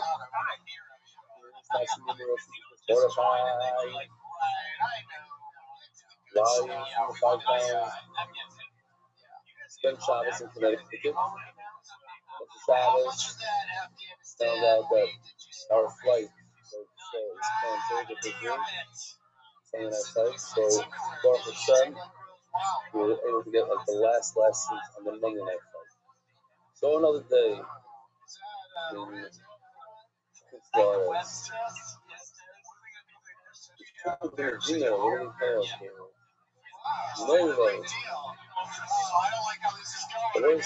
Somebody was Dr. James here in Miami Beach, Florida, Saturday, based in this week. This is huge. This week on Monday, they're launching at Knicks. David Solomon is launching at Knicks. If you come, you get a free Gemara. And one from all. David Solomon is on fire. Our boys has 73 people in his group. One of them is Mark Ashkenaz, so that doesn't count. One of them is his daughter, doesn't count. 71 people. Alright, now that we see the bad news. Good news is that my friend showed up. So we were mamish, nice pieces. Let's see what it looks like. Smells good. Wow. Look at this. Good. Oh, you all that ready? But I'm used to it. Stuff of getting dirty. New weekly Motzei Shabbos watch of Torah in Baltimore. Givaldic, Baltimore. I don't see nothing wrong with it.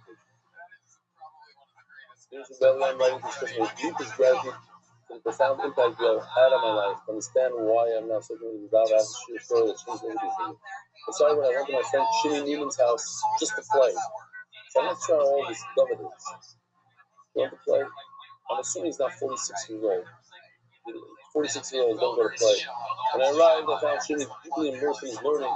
He's actually nearly finished the entire daf. He looked at me and asked, David, would you like to join me and do the daf? I assume he just let me finish the last bit with him. But what he did next blew me away. Without a moment's hesitation, he put his hand on the screen and jumped straight back to the very beginning. He was willing to restart the entire daf just to start it with me. You know who did that? David Feinberg. He got his friend, I forgot his name, the guy that sat in the seat for like a month. Sat down with him and did the daf with him, even though he started the daf already. Seeing that level of raw love for the Torah where the finish line mattered less than the learning itself inspired me more than words could say. Because of that moment and inspiration to provide, I'm now a dedicated part of the daf yomi. Thank you for showing me the beauty of the way, much respect and appreciation, David Tells. And one last one, Sebastian Perez. First of all, shkar for all the huge amounts of Torah that you do. The other day I was casually in daf and coming back to this line, and the person next to me told me that he's also Talmud of Rebbe. He said he wanted to also start following on the trend. I love being part of such an amazing group of youth. I know people have been present many times in nothing about the daf video. Just nothing. I mean nothing about that. I get it comes across as sticky request. Oh, that's just a different angle. In other words, this email is just the. I used to watch the whole daf video and truly enjoy those episodes, giving that beyond being entertaining and inspiring. I think the also gives over a vast amount of Messiah, which is also really important. Sadly, given my schedule and my learning goals, I would start watching nothing but the daf, and I truly missed the non-daf related content. However, there was nothing about the daf video. I was able to listen to Rabbi's Oitzer and Messiah and humor at times where I can't sit down with a Gemara, like when I'm traveling, when doing night wars, when cooking sets. In any case, you just fire for Rabbi Menashe Perez, Shmuel Staff. Mem Ches is I'm an Ingrid Dina alumni. I haven't been visiting today when you came to advertise Daf Yeshiva last summer. I've not missed a day since. Thank you so much for coming. Since started Ingrid Dina, the voice side, please tell Lozzie about this. I wanted to know. Oh, so I said maybe the editors could put some. It's not. Yeah, that looks nice compared to this color. But it's pretty nice. The editors threw it in. This is my favorite kid.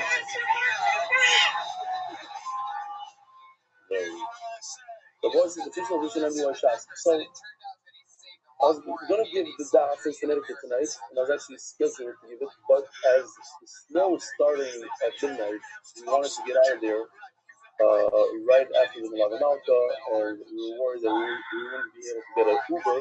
So here we are, Mamish live in our stall. Sometimes the airport is watching this.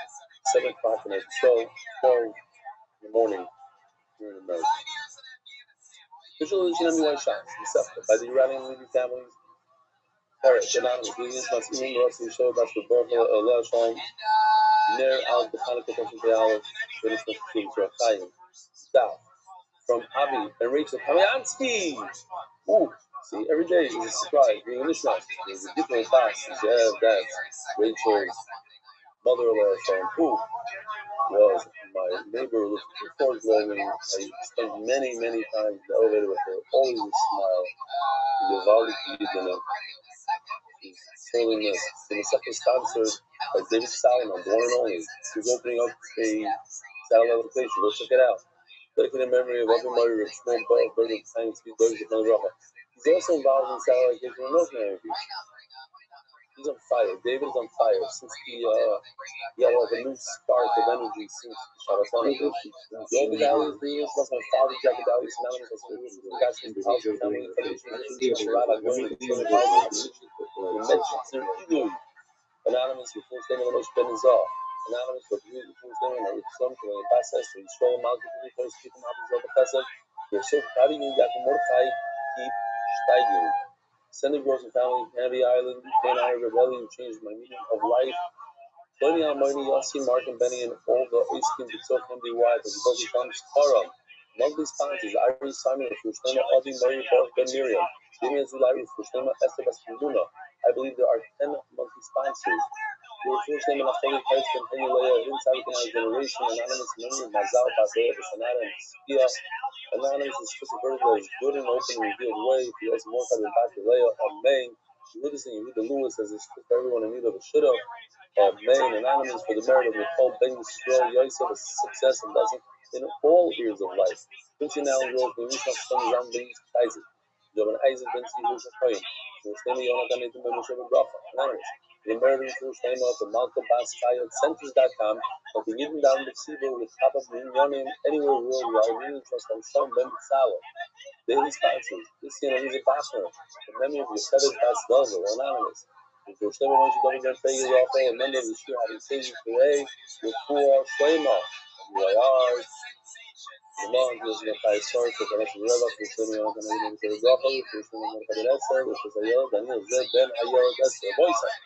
We have a classic Moiridic daf, one of the most famous dafim in the Sefes Menachos. In fact, the Chassim today, we went to Bris, Yishmael knew about his daf. He knew a lot about the concepts of the daf.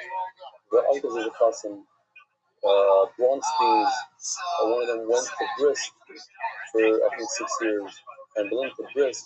Interesting job. And his brother, they were all speaking about this daf. It's a famous daf.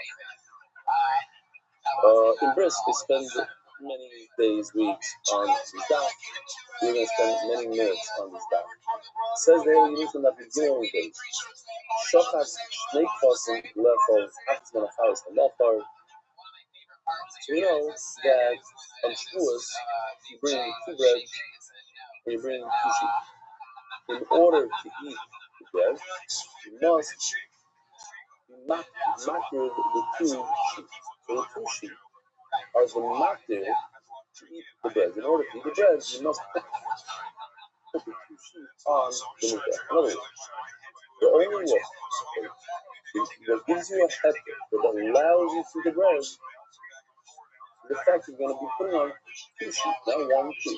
So each one of the sheep is 50% of the mass. If I put on 1, so I didn't do my whole matter. I have to put on 2 sheep.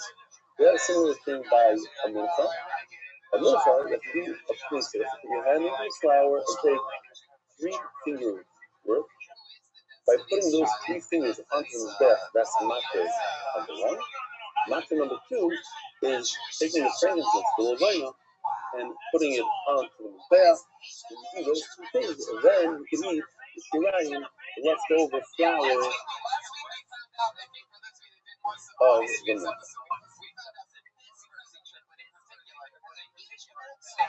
So, what happens?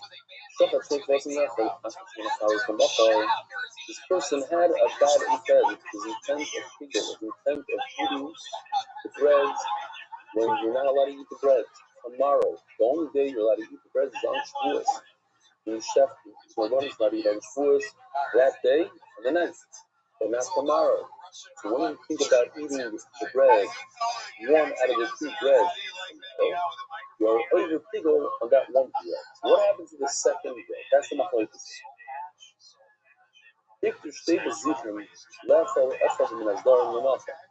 Same thing would apply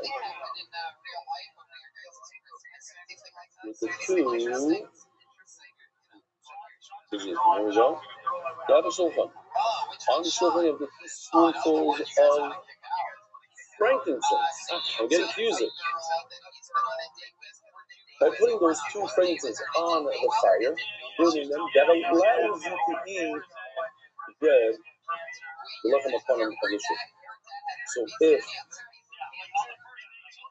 when you put the frankincense, you put the levina on the mizbech, you had an intent, a bad intent, that you're going to eat the lechem aponim not today on Shabbos, but tomorrow on Sunday. Not all the breads, but only 6 out of the 12.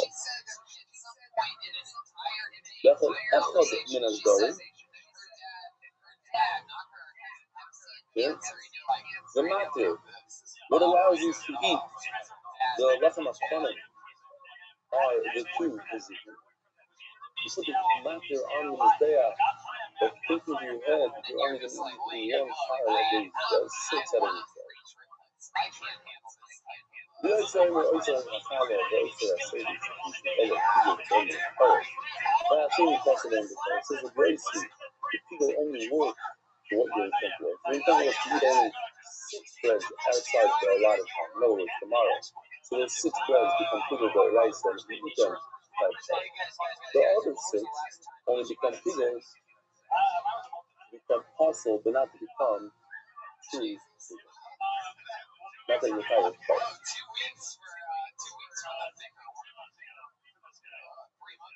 That from the main is arguing and say no, they're all connected. Everything's connected. So you must remember this from this relation. If you do pigel on 6, in fact you do pigel on 4. They're all one pile, they're all from the same batch. Batch, I mean they're all from the same group.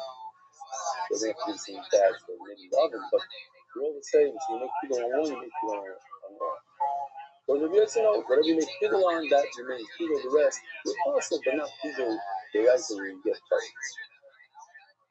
And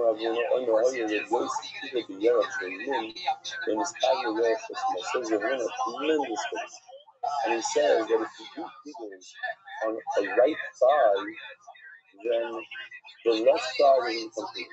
You think to yourself, you're going to eat this carbon. I'm allowed to eat this carbon today, and I'm not allowed to eat it tomorrow. So you think to yourself, you're going to eat this carbon tomorrow. But what part of the carbon? Only the right thigh. The left thigh does not become bigger. What is the reason? He boys in the spiral, he boys in the crop, perhaps he's using clear logic, or he learned from a crop. He boys in the spiral, that's name from us. But I did a machshavah in the nice tumor. The same thing would apply to tumor. If a person says to himself out or touches the right thigh, so the right thigh becomes prominent, and it doesn't magically spread to the left thigh. That's because they're attached, but they're not attached. If one thigh became common in Tanner too late, does it all become common away? And some say you don't become a prophet. I never said a person in man knew. I don't know if he's when you make a people on one side, it doesn't apply to the second side. Basically, I'm not going to win on the winner is being questioned by it says the word la'olam in B'Korah. I want you to remember this word la'olam.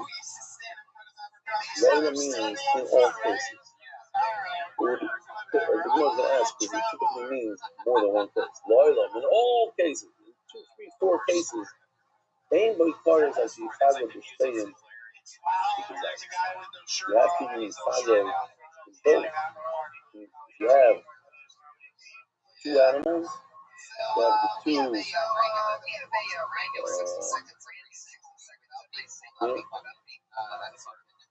2 sheep.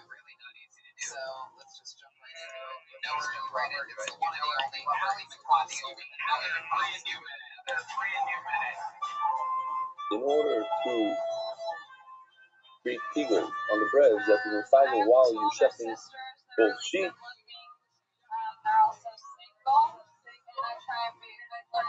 Kazayis, in all kazayis. So you want to do Shteim in, Bachas Lo. Let me just make sure. No, wrong. You have to do pigul, the Gemara is talking about the breads. You have to use fago, or both side. Pay attention, you have to use fago on the 2 breads. Say that I'm going to eat the 2 breads tomorrow.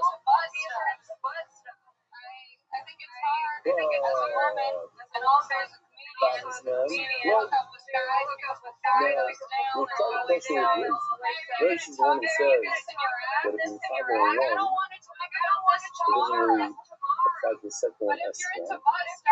One says in these breads, in 501, one kazai should go, she's a go for either Rabbana. The point say there's in 501 and 501 both. After the back is one nami. All you do is the people in one and it applies to 2. I was speaking of this. Obviously, this is going to it says if you have in back. Yeah, I was just saying, how different it is to develop design. If you say, what's your dynamic?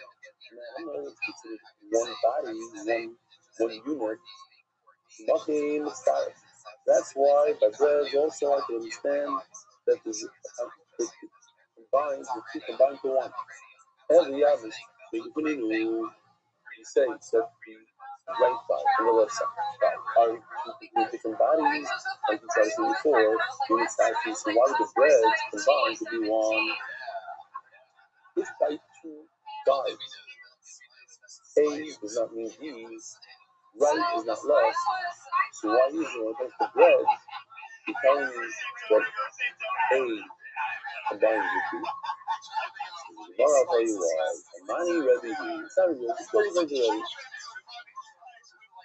The Gemara is going to ask right away, but Rebbe has to go according to even the bottom of the bread. If he doesn't go to the bread, then we're back to square 1. And still going to get it. We're saying now, it's not a bread, it's ready.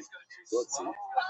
Amani Rebbe, Zanya Shoycha the Seferes, Lefo Fatzi Zayis Mefalazu, within Chaver Lefo Fatzi Zayis Mefalazu.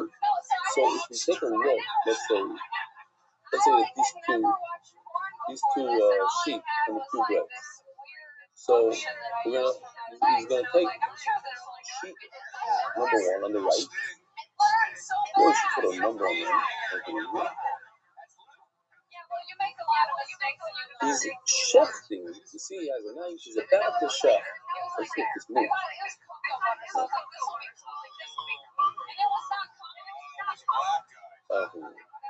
Anyway, he's gonna shift the one right next to him. That's the one, the sheep on the left. And while he's shifting the sheep on the left, he's thinking about a half a shear, a half a kazayas of bread from the left bread. He's going to eat that tomorrow. Then when he chefs sheep number 2, which is to the right, he thinks about that. While he's chefing, he thinks, I'm going to eat a half kazayas of the right bread. The left sheep with the left bread, the right sheep with the right bread. Each sheep, as he chefs it, he thinks about a half a shear, a half a kazayas. Together we have one kazayas. Further, there is level Fatzi Zayis Mefazu. The thing, Chaver Lefer Fatzi Zayis Mefazu. Rabbi Omer Ani Shizeh Kosher. He says this is completely kosher. You got to eat the meat of these animals. You got to eat the bread. Hakol Beseder. It's not legal. Why? Because each sheep is a half a matzah. And with each half a matzah, because you need 2 sheep to be matzah. So each one is a half. And with each half, he only did a half a shear, a half a kazayas, and a half a kazayas is not enough.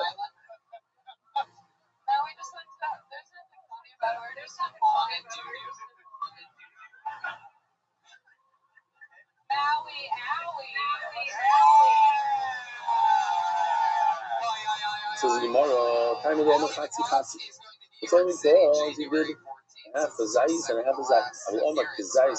What if he didn't say a half a kazayas from the left one and a half a kazayas from the right one? He said a full kazayas from both breads. Not the left and not the right. From both. One kazayas. He changed his wording a little bit. Instead of saying half a kazayas from bread from the right bread and half a kazayas from the left bread, he said one whole kazayas from both. Then it's mitzvah. Machshava is mitzvah.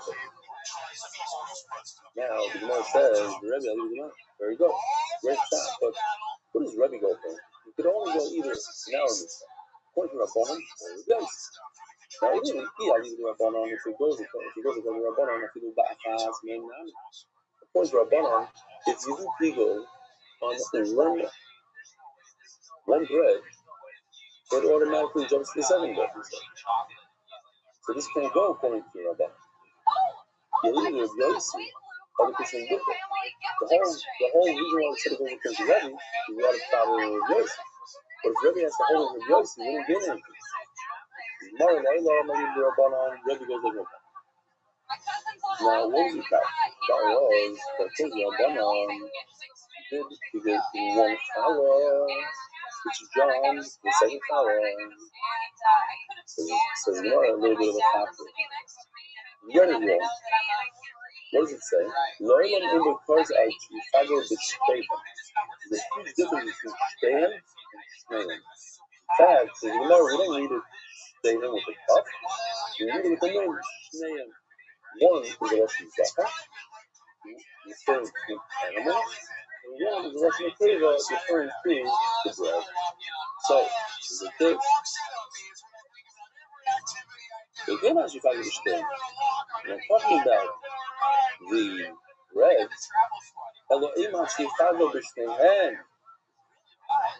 is referring to the 2 animals that the people intend his machshava of pigos should be done while he's shechting 2 animals. That's saying if he did 2 on one bread, it should jump to the 7 bread. We're not talking about the bread. That's a zifa. We're talking about the animals. As he's shechting the 2 animals, he must have that machshava of pigo in both animals. Why? Because both animals together combine to be a matzah. Each one by itself is a half a matzah. So you can't do pigo on a half a matzah. In the Bachas man, now, if you do eagle on both animals, then even if the thought was about eating from one bread, that eagle thought is going to jump to the second bread as well.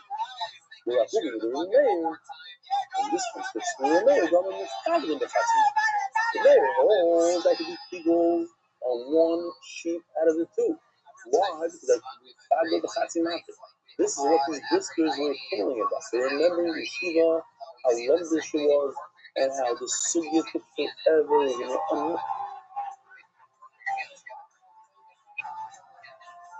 Unbelievable Sugya. They all remember these words. The Faglim, the Fatima. What does it mean? That I could have an intent to eat the bread. Okay? Instead of today, when the Torah allows me to eat it today on Shabbos, I'm a fine at 8 to 11 on Shabbos. My intent is to sneak it out of here and eat it on Sunday. That's legal. Now, there's two breads on Shavuos. On Shavuos will be two bread. My time is only on one bread. It goes on both bread. But that's it. How many sheep did I think about it? I'm the clean shepherd. I'm shepherding sheep 1, sheep 2. Do I have to have this thought on both sheep? Since the two sheets combine to allow you to eat the two bread, so each sheet is Chatzimat. It's 50% of what I need to allow me to eat the bread. So the question is, can I be mufagel that I think the intent of eating it outside the right time on one out of the two? That's a half a matter. Shmat. Now, obviously, we didn't go into any deep discussion of it, just saying it on the surface. Check this out. We have the same idea by Shirayim. Shirayim is the leftover, the middle one, the giant bowl that you can't get to eat. Only if I put the levina, the fragrances, on the mizbeach, and only if I put the tweets on the mizbeach. The mashmallah, the law, it doesn't go like the mayor, and that's the case. Often, my law, the oilam always comes to say that this halakha applies in all areas to exclude many other cases. If it only excludes one case, then I wouldn't use the word like. I would say the halakha is in this case like that, and in this case the opposite. I wouldn't say forever I have a rule. Forever and ever it's like this. No, that's only if you have more than one case. No.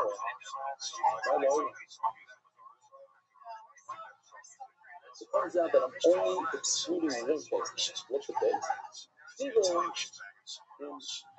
only occurs when you have intention and not in one. Only in this and not in this. Only with two sheep, not in one sheep. That's not a word that we use in such a case. We don't use the word like that. Only the statement if, in fact, we're talking about the two breads and the two sheep. That's what your thought is about. You have this thought while you're shucking those sheep on the two breads. B'shteihem is the bread. B'shteihem is the sheep. And it goes over the Yossi. And not like Rameir says that a Chasimatu is a one out of the two, say. Come out from no unity. And it's also coming to exclude who the Rabban does. The Rabban are of the opinion. Rameir is talking about the sheep. You think about one sheep. During the sheep of one sheep, you could be good. And also excluding Rabban who say that when you think about one bread, it jumps to the second bread. You exclude that as well. And you go, oh, no, okay, now you're excluding. Of course, it's great, so it's a good usage of the word, like, but if you're ever going to exclude one case, that you cannot do a chatzimatu, you can't have a thought while you're doing one sheep, you thought has to do with two sheep, that's the only thing you can exclude. I love it. So now, until the end of the Amud, we have one nice raya, but it's long. that the basic idea of this right is small, and just say really quickly, 10 seconds. The idea is that when a person puts pigul on blood, we automatically take his thought and say you can't be on the blood because no such thing as pigul on blood, so we're going to eat. And maybe if I think about the right thigh, it automatically should spread to the left. If my thought is on the blood and it spreads to the rest of the animals, if my thought is on the right thigh, it should spread to the left thigh. That's the largest question. What's inside? Zari, Omer, and Ashi, question. We're going to explain all this. The person we're talking about in the Beis Hamikdash is inside and outside. Inside the Heichal, that's inside. Right outside the Heichal. And the Azara is called outside for this space right now. Can you create people out of siblings? Can you, and you can't create a place. Can you create eagles with something that's designated to go in the Heichal? So the Bandana says that yes, you could create such a figure, even though it's designated for the Heichal, but only in condition that it's outside of the Heichal. The Shechita and what applications are outside the Heichal. You have to do, if your thought isn't something that is inside the Heichal, so inside the Heichal there's no figure. So people with the Bandana say 50 people, but the Bandana says like here, explains the Gemara, it's out, what's the case? And you only got 50 standing in the Azara, in other words, outside of the Heichal. I'm going to do Hazar, I'm going to sprinkle the blood inside the Heichal tomorrow for a figure. Why? Your thought was outside about something that occurs inside the Heichal. Inside the Heichal? No. It's not good. It's not a good Avera for a figure. Next case, reverse. Standing inside. Thinking about outside. Well, I know I'm outside. Moving are the sacrificial parts. The kidneys, the fats, the skirts that go on the Mizbeah, outside the Mizbeah, not the Mizbeah first, but the Mizbeah pizza, that's the outside on the Azara. So this put you right in the Menachos. Let me show you what it looks like if you look at the Menachos. They used to take the leftover blood and pour it right over here, 2 little drain holes.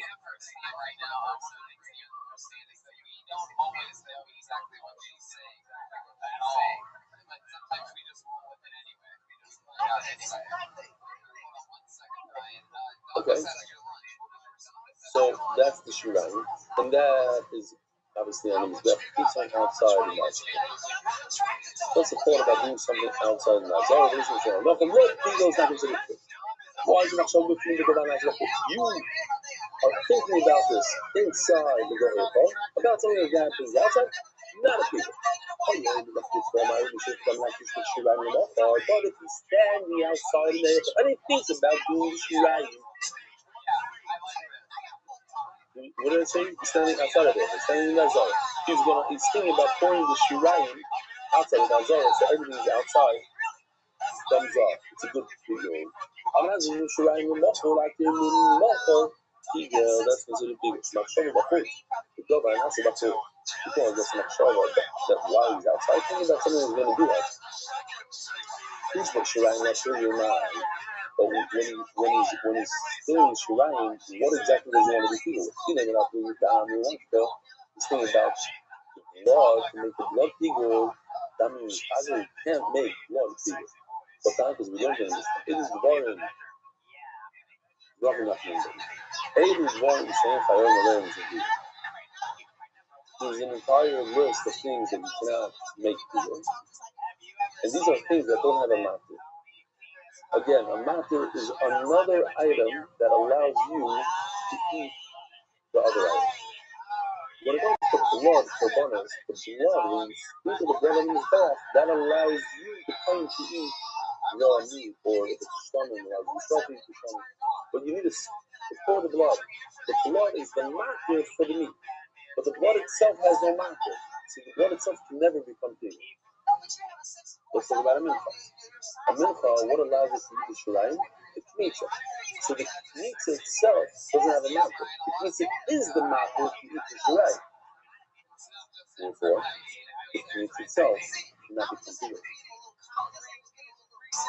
This cannot be completed. The halavina and the fragrances also, it goes on the mizbeach. It's part of the matter of Shirayim.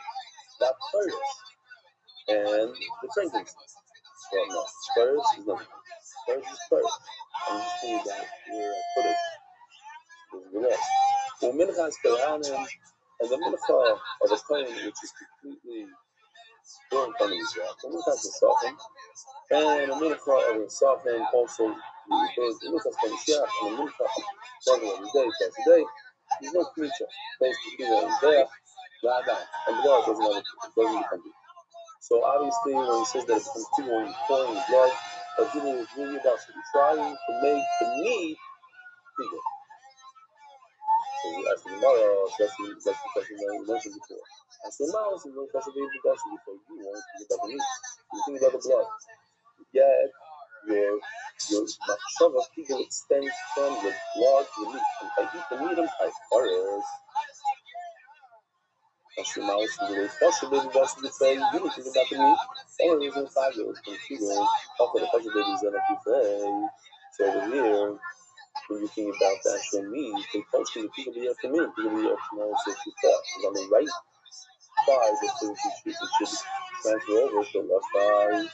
Right, and a very, very similar question. I'm not going to question that. I think this is a little level where active comes in the mafar. A person is comes up for a mincha to eat the leftover shirayim. Let's see what it looks like. Here's your mincha, and you want to eat the central bowl, the large bowl full of dough.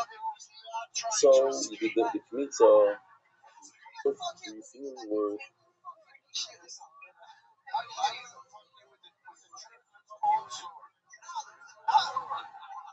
either have to come to the mafar, or you're thinking about fitting the kmitza, the top left corner piece.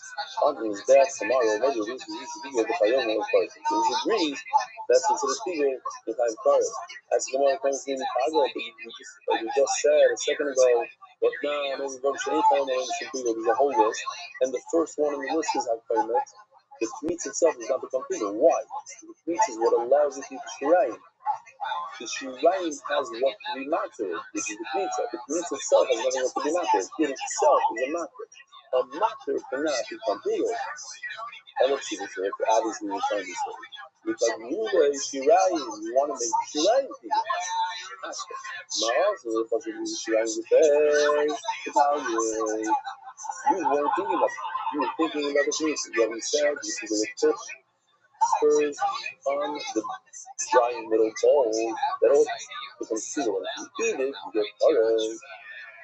Oh, the person who's using the face over here, when we're thinking about his right thigh, your coach can certainly push its transfer to the left thigh. So we have an issue like this. In the midst of the Joycey home, that is in the Chicago, one out of 2 breads, the second bread isn't really become but in the Brisa, it says that if the Machago, if the Zayis of 2 breads, in other words, the 2 breads combined, that's what he says. If you peel one Zayis, added both breads together, we have a cloud. It's time. You're like 4.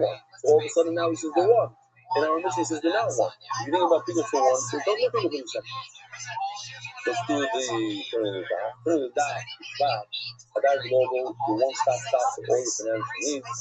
Isaac Hassel, an honorable venue like office in South Florida, we should all be a step, we're from school doctors. Anonymous member of the nation will perish for Surfside of Design Shot. I do want to mention that Trinity Stop sponsorship went up to $5,900. We start over as a sponsor.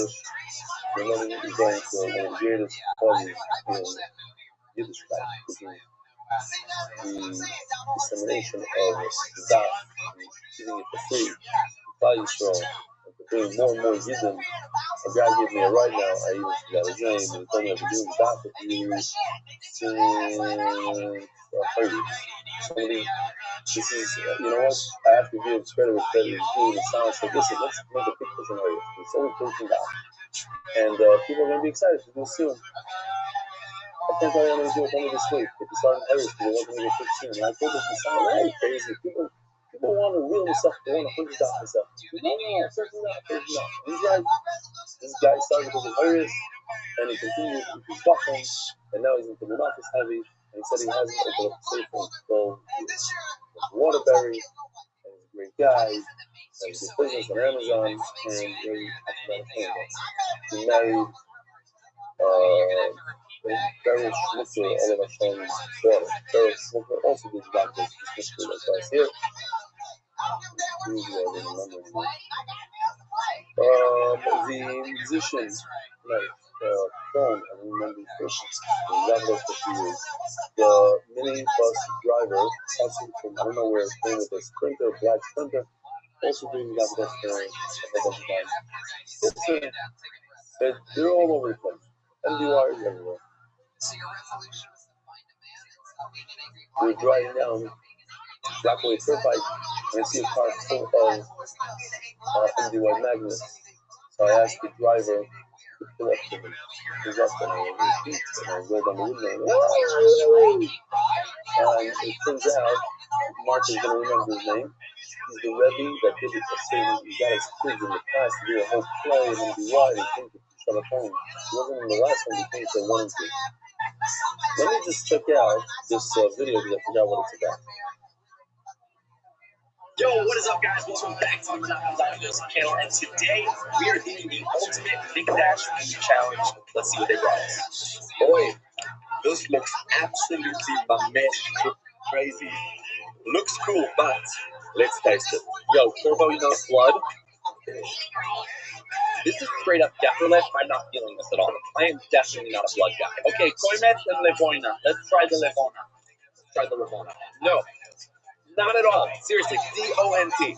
Ninjat Kohanim, Kohen-Mashiach, Pesachim. It doesn't even matter, guys. The texture's all wrong. This is strictly for the Mizbeach, not the Zimmer. For it? I don't know. You will see. I have no idea. Okay. Zogti Gemara. Hello, Amar. So to answer this again, we have a kind of a contradiction of this. The Mishnah seems like he says the two are not connected. If you mefago one, it doesn't connect to the second. But in the Brisa, he seems to be saying that you combine the two breads by saying, I want to do figure of two guys out of both of them. Did that a connection? No. Anytime there's Yancy, you know why it could sort of dance to be possible? Because of a son with a hunt, because of a son named Rufus. Check this out. Here's the puzzle. In the same concept, they seem to be one, and they seem to be independent of each other. The term says, Stein, station.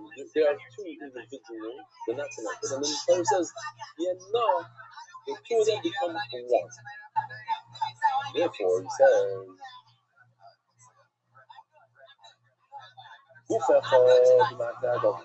on the one hand, you're like one, that each one is the other.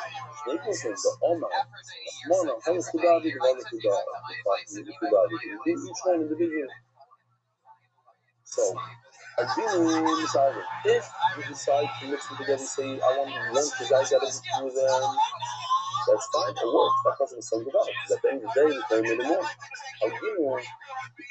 But if you divide them up, split them up, then they are divided.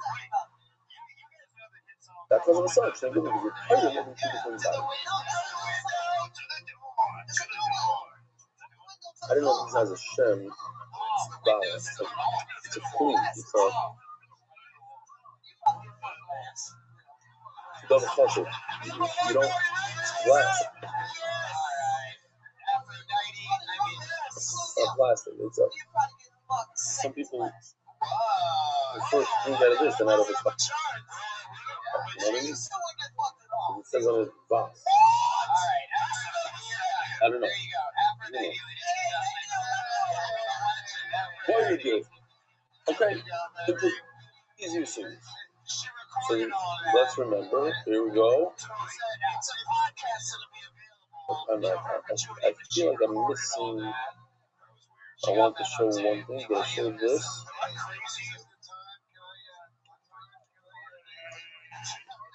This is so three lechem. No. He doesn't know. They're not going to what's in the States. The boy said, according to Torah, here we go. Something special happened to you, a person was released from jail, overcame a terrible disease. So he brings a Torah with 40 bread. So the question is, what if he's Mifago on the 10 breads on the right? So the rest of the breads, the 30 other breads, this is Mifago on the stomach. Is the matzah become legal or not? Legal, Balafna Torah not. This is Chasma for now. So Rashi is that the Luchas Ma'af has 2 kites, 5 and 5. So it's also type of same idea.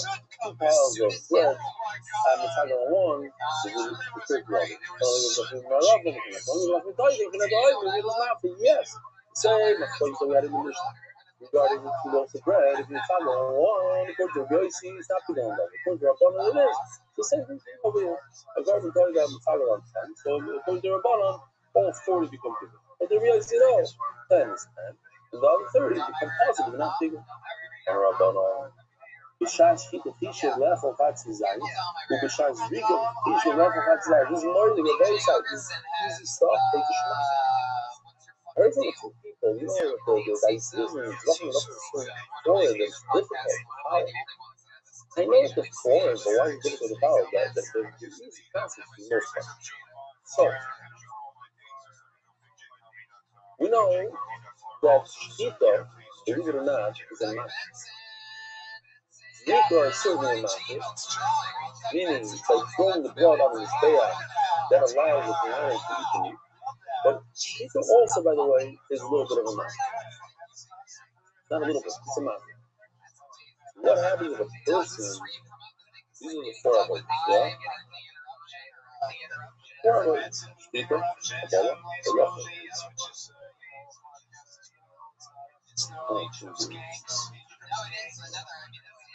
So what happens if during the Shkita, he thinks himself he's going to eat half a kazai, half a share, outside the lot of time. I'm allowed to just carbon for one day. I'm going to eat it tomorrow. Just to have it. And when he gets to Zrika, he says, another one. If he did a full kazai for Shkita, that's for short figure. If he did a full kazai for Zrika, it's for short figure. But he didn't do it. He did a half a kazai for Shkita, and half a kazai for Zrika. It's good figure. Why? Because Shkita is Zrika, combine the two, the beginning, the end, the 2 red boxes. You think I have the kazais for the Shkita, kazais for the Zrika, put them together, you have a full kazais. Shkita is the value of my field. Some say it's Dafka, the first and the last. Both of those are considered a matter. They both allow you to eat the meat of the target.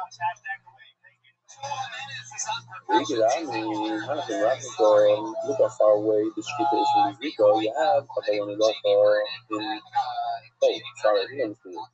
Kabbalah Halacha, but the 2 blue boxes, Kabbalah Halacha, it does not become, you cannot combine Kabbalah together with Shkita. You cannot combine Kabbalah Halacha because those are not considered material. They just allow you to continue on to bring it, they enable you to the next step, but it's not a matter by itself. If Shkita and Zrika combine as one, even though the this is from each other, the third is from each other. Shkita is number 1, Zrika is number 4. So certainly number 2 and 3 can combine. The lady said that you cannot combine any of the 4. Don't worry about it. Oh, Rebbe? Oh, Rabbi. Listen. Don't worry about it. Whoa. Listen, shows the service. Left of Hatsi Zayis Mechalizu.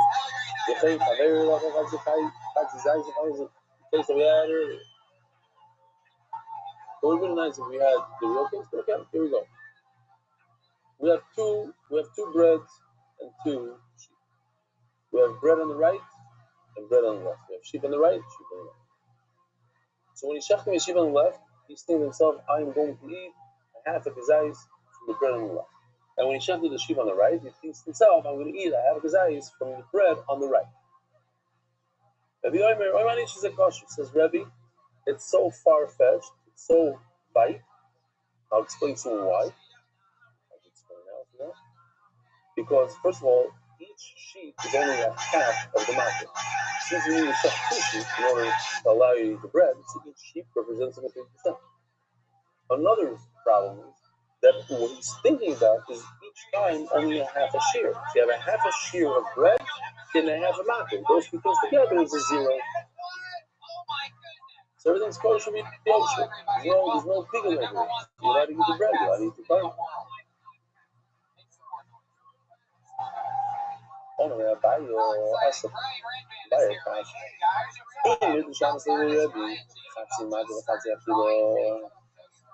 That's great when you have a half a matter, meaning one sheep, and a half a zayis for one bread. But in our case, you shechted thinking about a half a zayis. But the shechit is a full matter. And so is the zrika, it's 100% a matter. It's not similar to 2 sheep. 2 sheep, each one of the 2 sheep only represents 50% of the matter. But over here we have a unique situation where the sheep is 100% of the matter. It's like 2 sheep. So when you shift 2 sheep, thinking about a half of the zayis, maybe Rabbi would say that's a problem too. Maybe you wouldn't say at least you wouldn't say exposure.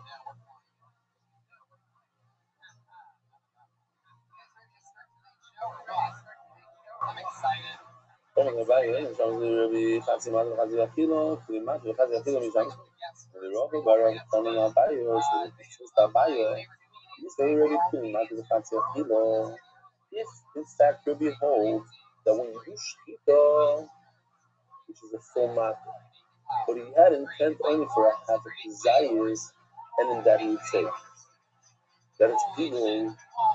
So that can be why. I prove to you that you're wrong. I prove to you there's no difference if he does shkita and zrika in each one. Shkita did have his eyes, and in zrika did have his eyes. It's no different in the case of shechting 2 sheep on Shavuos, and each one he thought about a half of his eyes. What do you thought? Shavuos, the 2 sheep, each one only represents 50% of the market. But shkita is 100% of the market. Guess what? If Rebbe didn't hold that by shkita, and what? And by shkita, shechting a full matter, doing shkita and thinking about having his eyes, and then doing another full matter, doing shrika, thinking about having his eyes. He says it is pure, it does combine. Then he would be forced to be geyser in the case of 2 sheep on Shavuos and say that it's also. He wouldn't say it's kosher v'yosher. Kosher v'yosher. Not kosher v'yosher. Kosher v'yosher. You wouldn't say that. Why? Because you have to make a gzera. That's how Rabban operate. If there's a case similar to it, then it's so similar, why so they get confused? So again, if in the case, I'll put it on the we'll do like this. If in this case, where you did shkita and a half of kazakh, it's 3 and a half of kazakh, he holds it, it's ein chanami, it's 100% pigul, then in this case, Rebbe would also be forced to say that it's pigul and equal rabbanon. He did a shkita of 1 sheep, thinking about having kazakh and 1 bread, and then shkita and another, even though it's not the same case as you asked, but the same case you have to go with.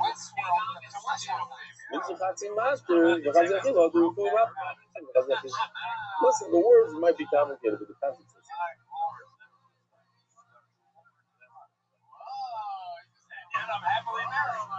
You got another verse.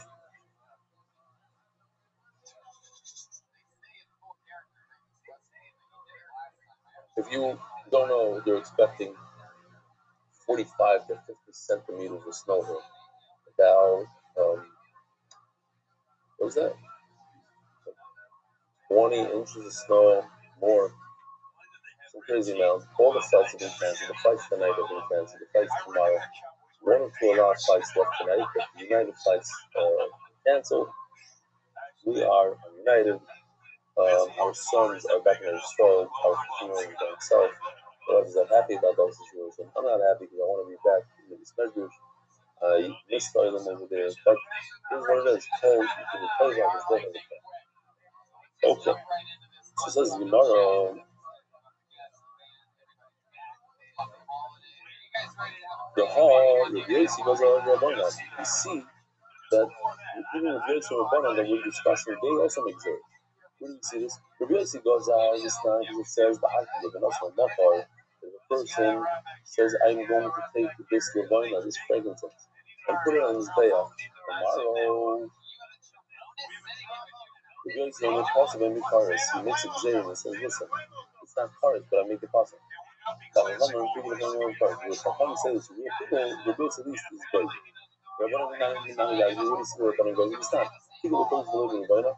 If the person, the people on one of the two Makirim, here are the two Makirim of Shirayim. These two things they have to do, they have to put both the Rabbanan and the Knesset on his back. And he thought himself, I'm going to do people by the kindness, by the peace we're not going to do. By the Rabbanan, we're going to do. People, the Chayim, ain't big cars that you find in the full mass. So you see, it's no chorus. But it says, it's also, they make it zero. Well, see that even Rabbanan and Rabbi Yossi make it. I don't know, how that? Which one was some? Goes to Rabbi Yossi, comes to Rabbanan, becomes to Mincha. Listen, it only makes sense to make it zero and something similar, something that I have to make it zero about. But in our case, there's no such thing as a Chatzim Matter anywhere in the Torah. There's no other case like that. There's no point to make it zero. This level also doesn't really go to the there is a case of the Levina after the goes because of needs of a minute. Rabbanon guys were telling himself to come to the and Rabbanon said, listen, I'm going to go on one thing of the needs of it because of the Nuchas Chayk. It doesn't have any other, it doesn't have Shura. The Levina also it just doesn't have a commitment. The Levina above Zichin, and I'm going to make the Zerif. One Levina, another the spoon by the one sheep for nourishment. Those are one spoon for because you go we have the oil in the Spanish generation, several life, wow, thousands, all have that belly.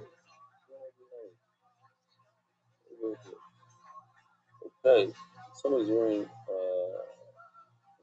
cap over there. Cool. Hello, also, people fancy matter, fancy people, but I only wake up. There's no other case like this in the world that I have to get up and make a xeria about it.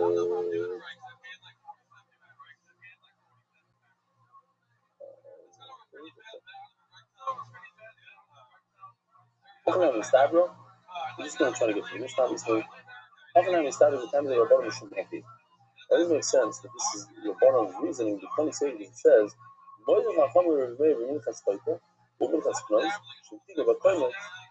they agree to that by the sinner's mincha and the mincha of the soul. That if a person with both those two minachas go completely hard on his back, there's no mincha.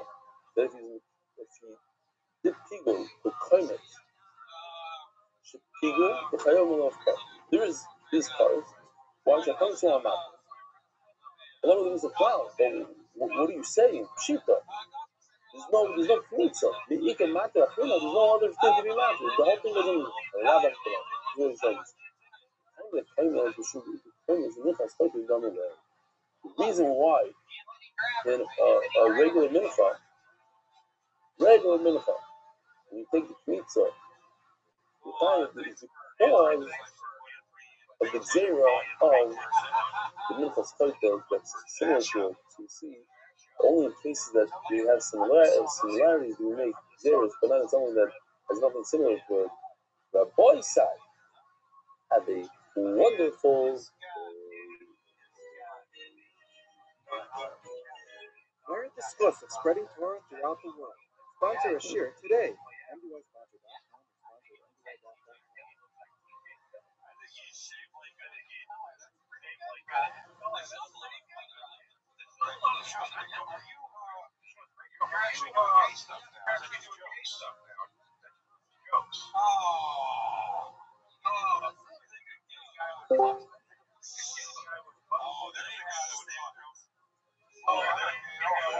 I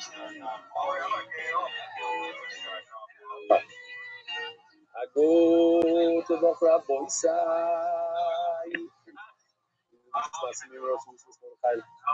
Live, in Connecticut. Shabbos Shlomo Rothschild. My brothers are making for my niece, little Yahoo. It is an hour and a few minutes before Mincha, Shabbos. So here we go. Try to limit the. Well, I don't know if we can limit the email. I want to show you. Yesterday was amazing. You saw, I said it, but think about it afterwards and say, wow. I looked at you guys without a beard. Goes into Monroe, in the shear, and the people came and they were walking. They had to walk far. There's not enough parking spots. And they parked in a mall and they had to walk. And they looked like this. The place was pretty packed. They sang beautifully. Look at this. Man, it's beautiful. And they came afterwards, but I had to say hello to everybody. So 5 seconds a person. One story after the other. I mean, the people in one place that told me the same story. I haven't opened up a Gemara in 10, 15 years. I haven't opened up a Gemara in 20 years. A Satmar Chassid with the beard and pious, with a leather yarmulke. He's going out, he's going to send us pictures from Iran, talking like a real Chassid Yiddish with a leather yarmulke. I haven't opened up a Saif in who knows how long. And this guy and that guy. And then, of course, the emotional email from the guy, and he came afterwards. He said hello to me after the shiur was over. She said, so what if you're Yossi and thinking I'm going to have Rahmanis on you, etc., etc. But it was just super emotional. I was able to go afterwards. Never been to the PSL, certainly not to the cave of Yale Heidelbaum, which I speak about in cheer. I mention it often. Here's just the thing. They sent in a picture of what I would look like right after the Monroe shear. It's interesting that I don't know if we have a picture of it, but there is a picture of me pointing at the Takanas. And Takana number 1. And the Takana says, can you please close that door over there? Thank you. Takana number 1 is to make sure that you don't shave your beard or mess around with the beard. That's Takana number 1 of Curious. There's also a lot of Takanas about contractors, you know, have non-Jewish workers working in your building an hour before Shabbos, and people are not rolling out the tools and the cars coming out of the place that when Shabbos is.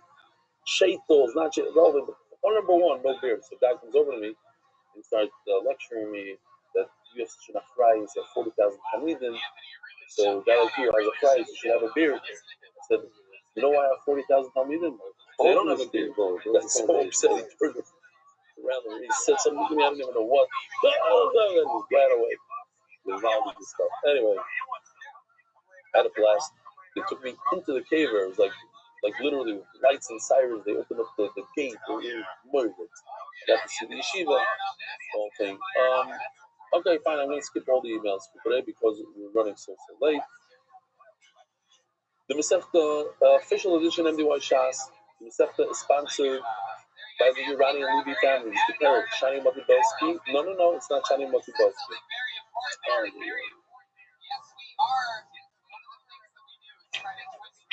Okay.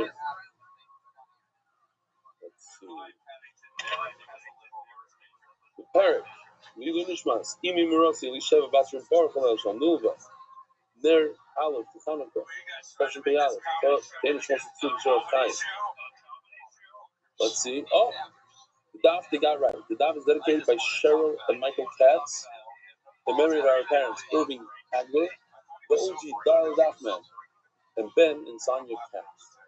So if you don't mind wherever you are, tell Shimmy that he has to change the parrot. Great. We could say Mati Shani Matibelsky, thank you for the first parrot because we are continuing a little bit of we still are in the first parrot. Shani Modibelski, Lishma, Simcha Barrel, David, the Brother Roth Ben Avronovich. What do we have? Misaf is sponsored by the Salmon dedicated memory of a Murray, Shmuel, Born, Time to Boys, Brother Roth, Joel Gedalius, the Lishma, my father's Gedalius. Anonymous, Hatzlach and Ruchim, Scuba Dash, College Family Foundation, Zivnishma, Sarava Gorin, College of the Meshach Tziyilu. Anonymous, Shlema and Moshe Ben Izah, Congress, for complete for Shlema and Arif Yisrael, for Leah, Bas Esther. Yisrael, Malki, 33 people, Malvizah, we're so proud of you, Dr. Mordechai. Keep steiging. This may have Mordechai. Send the girls and family, Canvey Island, UK in honor of Reb Eli, who changed my meaning of life. Only Almoini, Yossi, Mark, and Benny, and all the Eastern, Sophie, and BY, of Boris Sham's Karo. Ari Simon, your first name of Murray, Dorf, and Miriam. Jamie Azulai, your first name of Esther Bas Luna, anonymous. Roch Havili died, Tzinisim, Shana Leah, Yehuda Ben Chav, anonymous. Your first name of Napoli Hezbollah, and Leah. The hidden side in our generation, anonymous. Memory, Mazel, Bat, Leah, the Sanadim, Spia, anonymous, discusses further as good and open the way for Yosef Mordechai and Bat, Leah, Yehuda, Lewis, as is supposed for everyone in Yehuda, Shidda, anonymous, for the merit of Michal, Ben, Yisrael Yosef's success and blessing in all areas of life. Continue and growth, and Ishmael, Shnezam, Isaac, and Isaac, and Shkoyim, for Shtema, Yonatan, Nathan, Ben Besheva, Bracha, anonymous, for the merit of Shtema, from Malcolm Bas Chaya, Centers.com.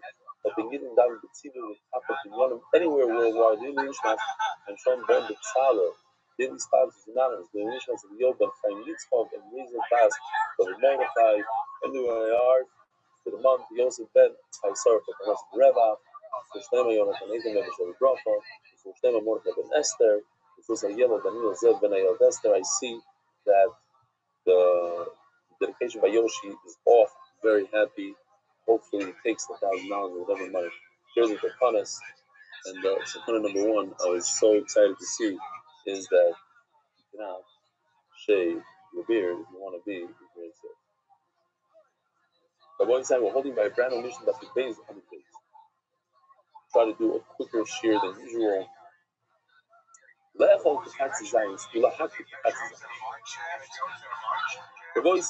talking about people, we're talking about a person who, as he's doing the mitzvah, he has a thought that could ruin, or not ruin in some cases, this one.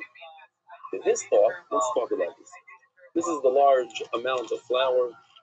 This is what's left over. After the kohen puts his hand in, takes 3 fingers worth, puts it in a plate. Let's say he puts it right over there. Small amount of flour. This goes on his back. This over here, so the 2 amounts, the small amount is the mitzvah, goes in. The large amount is the shirayim. If I had a nice pen, I couldn't find one. Goes up. That's right, shirayim over here. Nice big letters.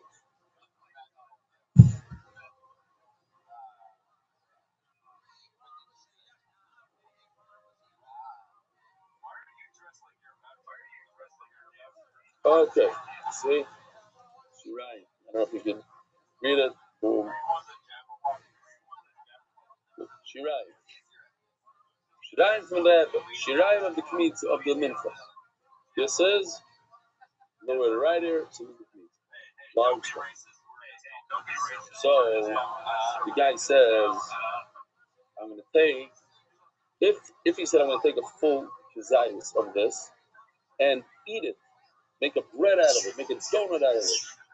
Tomorrow, that's full-fledged people, you ruin the mincha. Why? Because it's for tomorrow. You only want to eat it today. And it's the full amount of full kazayas. And if he says I'm gonna take this, a full kazayas of this, and put this, where do I put on the mizbeach? I'm not gonna eat it, it's not for human consumption. This goes in the mizbeach. It's a certain eating of the mizbeach. The mizbeach eats it, consumes it. There's an achila of the mizbeach and there's an achila of the altar. What happens, he says, I'm going to take a half a kazayis of what's just on the mizbeach. Not a full kazayis, I don't know. 10 and a half kazayis of what I'm supposed to be eating a donut. I'm going to make a half a donut. Together, I have the whole kazayis. Not just the kazayis, who like the kazayis kosher. Why is it kosher? You rather have a total of 1 kazayis, but since the 2 types of eating, one is the human consumption, and it's only a half a shear, it's a half a kazayis. The other one is the mizbeach consumption, it's a half a shear, it's a half a kazayis. They don't combine together, they're not mitzvah. They're not feel like they're mitzvah. did a very simple chart here. Actually, I didn't do it. I sent it to Yoshi.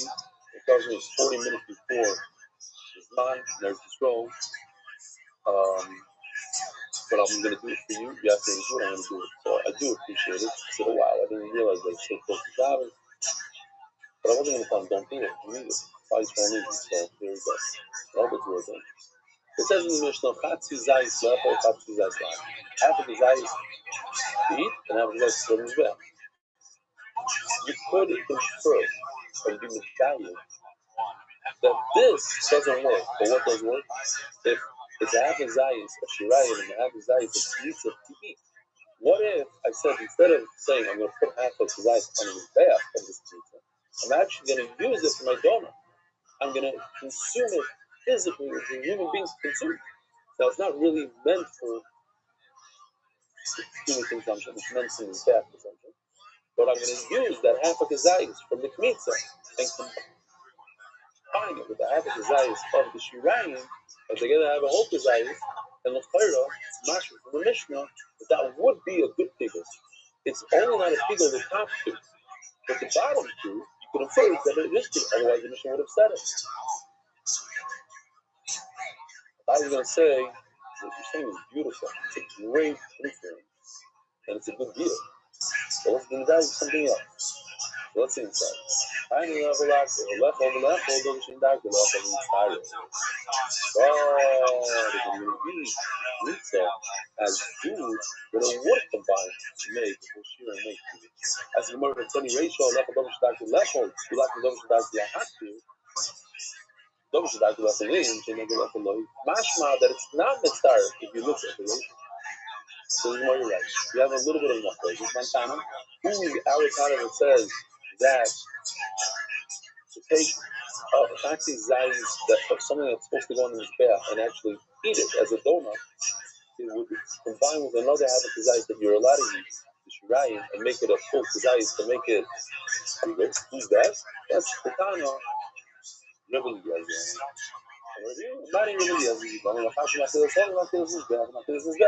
So it doesn't matter if it's meant for mizbeach consumption or human being consumption. It doesn't matter if it's human being consumption or mizbeach consumption. You can combine the two. This time, as we look at the Mishnah, it's a min halacha dover she'ein dark l'ach dover she'ein dark l'ach. That's what we're talking about. A pizza that's not the derech to eat, or it's she'ein dark l'ach. L'ach dover she'ein dark l'ach. You take the shirayim and put it on the mizbeach is also not something that's done. But you did it. It's tired. Back to my point. And what is the thing for me? But I think the fire we can see this before. So what? That's what guys come up on. The person says, I'm going to do tigul of his man. I'm sorry, put them up. And if his eye is his man, the mother, or reverse. A kazayis, he starts off saying, I'm going to do one kazayis, I'm going to eat it tomorrow, which is his man. Two kazayis of food, and I'm going to do some plain also. Then it says weiter, the Chatzi Zayis the fruit of the Chatzi Zayis the Mother. Chatzi Zayis the Mother, the fruit, you can take it in half. Two halves of a Zayis. One half of the Zayis is his money. One half is his money combining food. It doesn't matter how you start off with and start first. Also, very good. So we already have this out. That it's in start off. Also, normally, why don't you twice? You left over string, Dr. left over marshmallow, and it started. But I'm going to tell you that I'm taking something that's edible and something that's not the way to eat it. In other words, it fits something's bath, but I put it together. I would say that it's started. That I can't say. Why? Because I already learned from the ratio that it's not started. For Shabbos, we know it's not started. No, it's like he left over the half year. If I'm going to tell you that something that's like our mission. Something that's for human consumption, something that's from his back consumption. Put together are not mitzvah. You do the reish shamas. Then I keep him back from the reish though. What? Bashta. My left over left.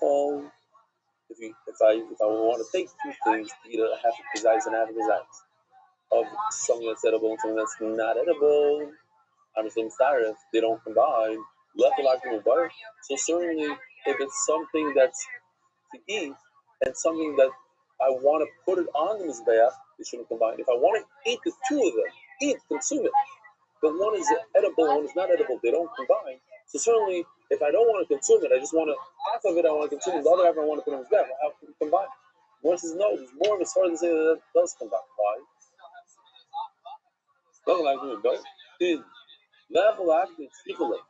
I do need that. So that I mean, if you do something unnatural, in other words, I'm taking something like this bag. This is me to the belongings. They have, and I say I'm going to eat it. That's not a natural thing. That's against halacha. So okay, no, that's why it's not inside. That's why it doesn't make sense that it's combined. But but when I did the right thing, this I said half of his ice from here, which is edible, I'm going to eat, and half his ice from here, which goes on his back, I said I'm going to put on his back. So I'm doing the right thing. Maybe it should combine. Maybe it's started from Ashmalon, but it's not. It's started with Hadron from Menachos, Hadron from Menachos, Hadron from Menachos. Patrick and Joseph. Maybe you could say over here, Kol HaMenachos is like it's like a physics for us. That we finished all of Menachos. What does that mean?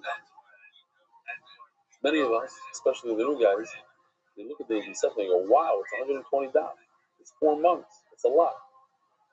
Besides, I don't know a thing or two about Menachos. What is a Menachos? I don't know. Is it a Menachos? What's Macherses? Machbasa? Mudava? Noise? Chayta? What is going on here? Kmitza Hin? Kmitza Glila? Hegel? This is Manifest Mepayman. You know what? We finished the first chapter. We finished the first chapter in the Masechta. In other words, chapter not as in parak, but as in a chapter, we went through nice sugyas, 12 down, and we finished. So it's a shame that we finished the first parak, and it wasn't that bad. It's going to get easier and easier, and we're going to finish the time and separate together, and it's not a big deal. Akoymet is Amincha, says the first Mishnah of the second parak.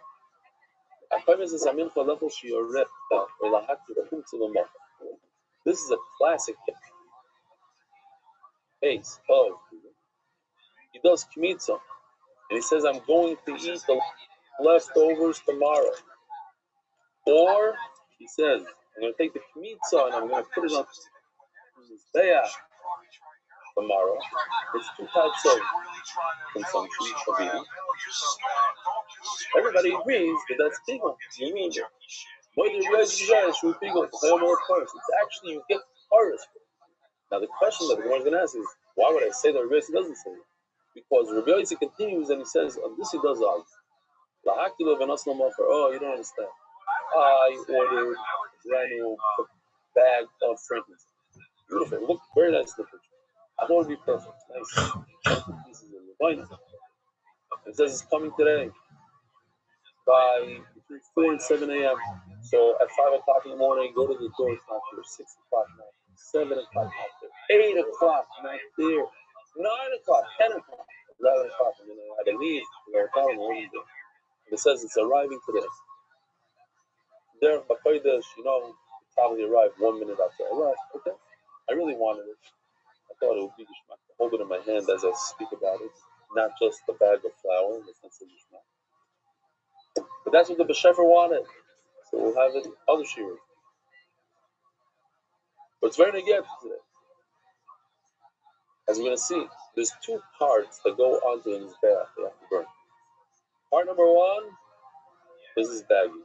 Part number two is in the Amazon bag. The frankincense must go on his back. As you're going to see, they're both very sensitive on his back, and they both comprise 60% of what goes on his back. So the person has in mind that he's going to burn the levina, the frankincense. Tomorrow, that's also big. Just like when he thinks that he's going to burn this flour tomorrow.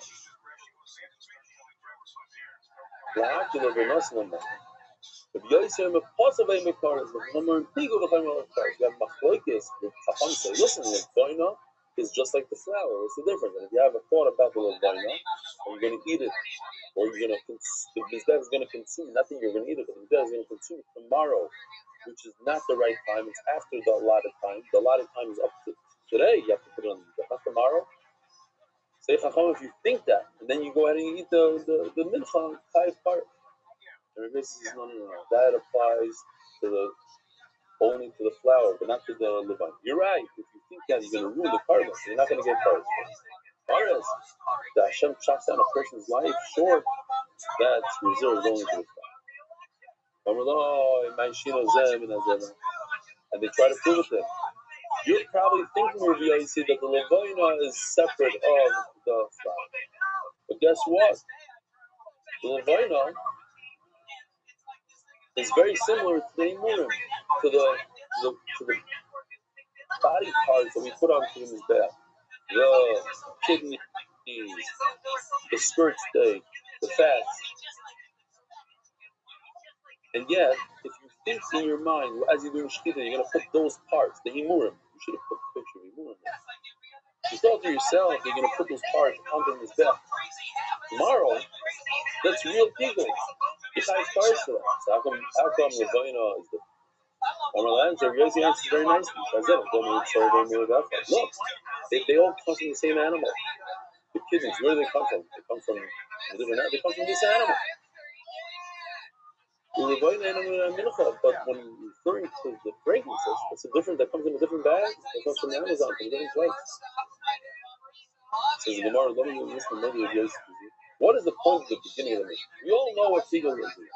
Tegel is when a person has a thought that he's going to consume this part of the mincha tomorrow. So what's the point of you telling me, oh, Rabbi Yossi also agrees with you? There's no one in the world that disagrees with that. Says the Gemara, in the second part of the mission it says that if you thought about putting the fragrances onto the mizbeach tomorrow, there's no price. Says the Gemara. There's no. Now the same time the Rabbi Yossi mission but we're going to have a beautiful piece. It's not a complicated piece at all. It's a very simple piece. Think about it.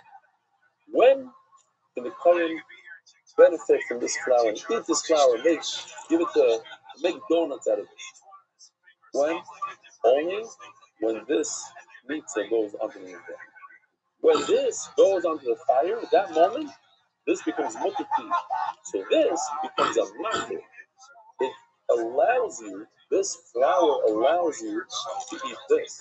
But wait a minute, there's one more thing that I must go on this bag.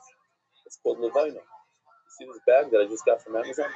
This bag right over here in my hand, full of beautiful crystal yellow pieces of levina. This also must go onto the mizbeach. So these two, you see these two bags? They must go on the mizbeach. So if I only put one bag, so I got 50% of the matzah. I put another bag, I got 100% of the matzah. Each one is 50%. Oh. So it says, I would think the Rabbi Yossi holds that I cannot do pigul with only half. The flour represents 50% of what allows me to eat the shirayim. It's a half of the pigul. It's a half of the matzah. Sorry, half of the matzah. So maybe you cannot do pigul on a half, on 50%. So last one, you could do pigul 100%. While you're doing this flour, you think to yourself, I am going to eat this, I'm going to put this flour onto this mizbeach tomorrow. That's enough to give me 5 parts. I would think that applies even in the case of flour. I do meats and I'm thinking to myself that I'm going to put this on this mizbeach tomorrow. I would think, oh, but putting this on this mizbeach tomorrow is only 50% of the matter, so it shouldn't be bigger. No, it is bigger.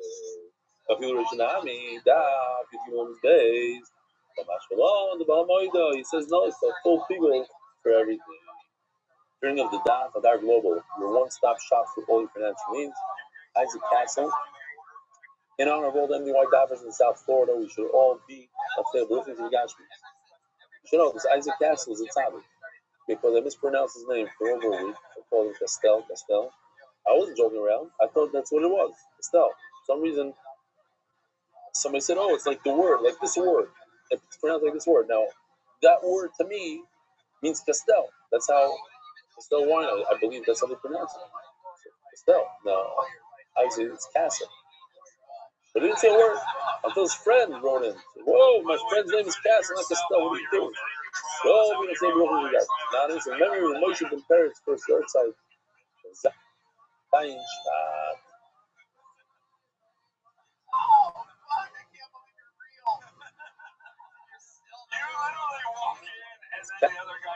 That's like that. They're right. I know it's not funny, it's not. But you're turning your last passes on a friend, a neighbor in Miami, Isaac Castle.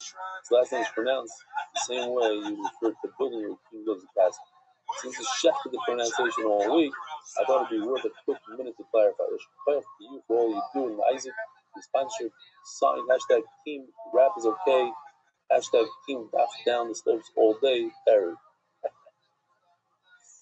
Okay. Shkoya for the humor. Let's see what we got here. Okay. If a person says we have enough life. He sees his bag of Levina, I'm holding my hand from Amazon. He takes this Levina and it's not a joke that I'm doing this. The editors could easily put a bunch of Levina in my hand. They'll be full of Levina. I give him a job to do.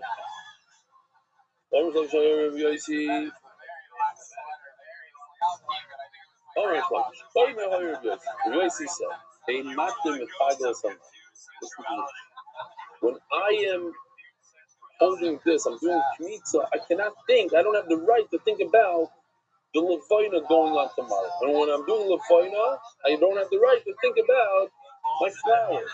One has nothing to do bad. I cannot have bad thoughts about another thing, but it just triggered me. So that as a part of this sacrament of my new friend that I met last night with the emotional email when I read it, I choked up. Many people choked up. Somebody came over me. I know there were others. The guy, the Rebbe tells him, so what if you're a Yosef?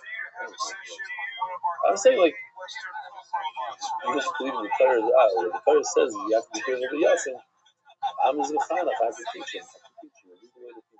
Okay, very good. Great job. So not only are you going to get punished for shepherding a Yosef, but also punished for ruining his life. Great. Good job, Rebbe. But maybe there's an underlying nekuda here that the Gemara says. That one matir cannot be mefagel another matir.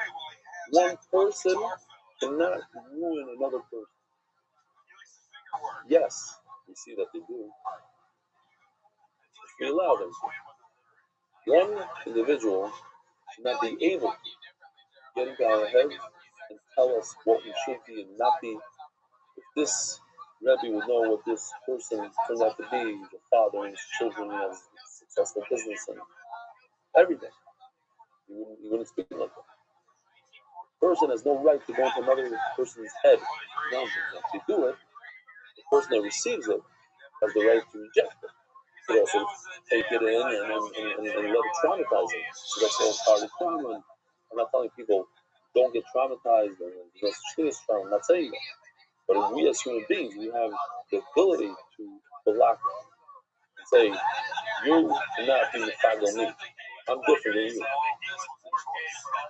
I can be mefagel myself. I can ruin myself. I have the ability to ruin myself. That yes. But I don't have the ability. I shouldn't have the ability to mefagel somebody else. These kind of words. By the hand now, now the same time they were basically going to love me in the middle.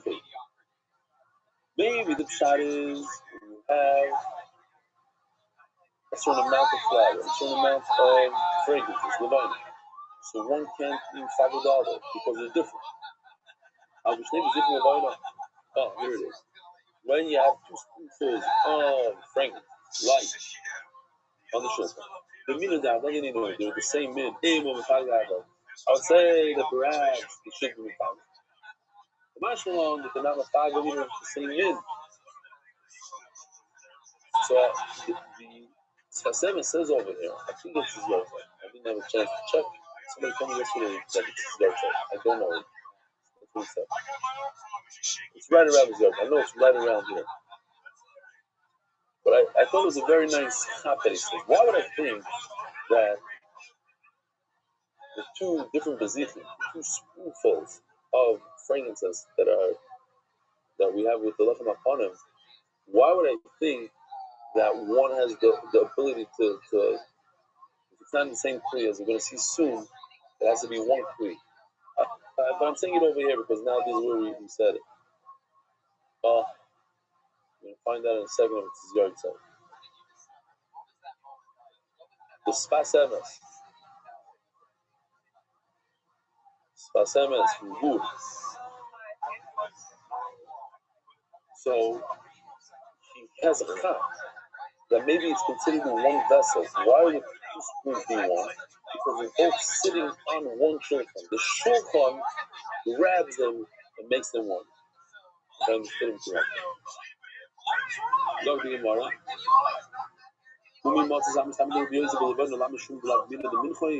Are you able to tell me? Are you able to look me in the eye and tell me that Rabbi Yossi is not talking about because it's one item versus two? Yes, today is Sfas Emes, his yard side, Shem Shalaganai. But Tani Seifa, Amullah, Mashin Som in the Hazeva.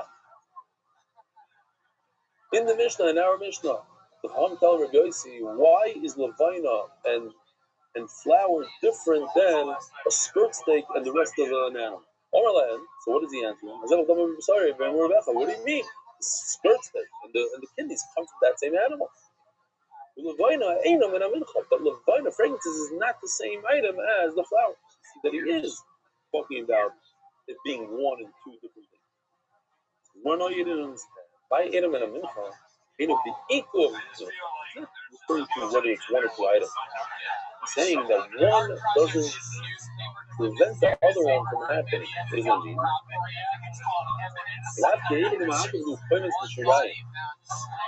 It's not like the way it works is if I want to eat the shirayim, the leftover, I have to put the mitzvah on the mizbeach. As long as I don't put this on the mizbeach, I cannot eat this. So one prevents the other. But that's not the case with Levina frankincense. In other words, I can put the frankincense on the mizbeach even though I didn't put the meats on the mizbeach. And I can put the meats on the mizbeach even though the frankincense is not on the mizbeach. In other words, one does not prevent the other from happening. It's not similar to the knitza that you can't eat the shirayim as long as the knitza is not on the mizbeach. The Tani is allowed to start the koyim and it's not the shirayim. As long as I don't put the knitza on the mizbeach, I can't eat the shirayim. I would think that the mitzvah could prevent the levine. But the Arab is not. Whichever one of the two I want to put on his back first, whether it's the frankincense first or the flour first, I put on first. One on and one on.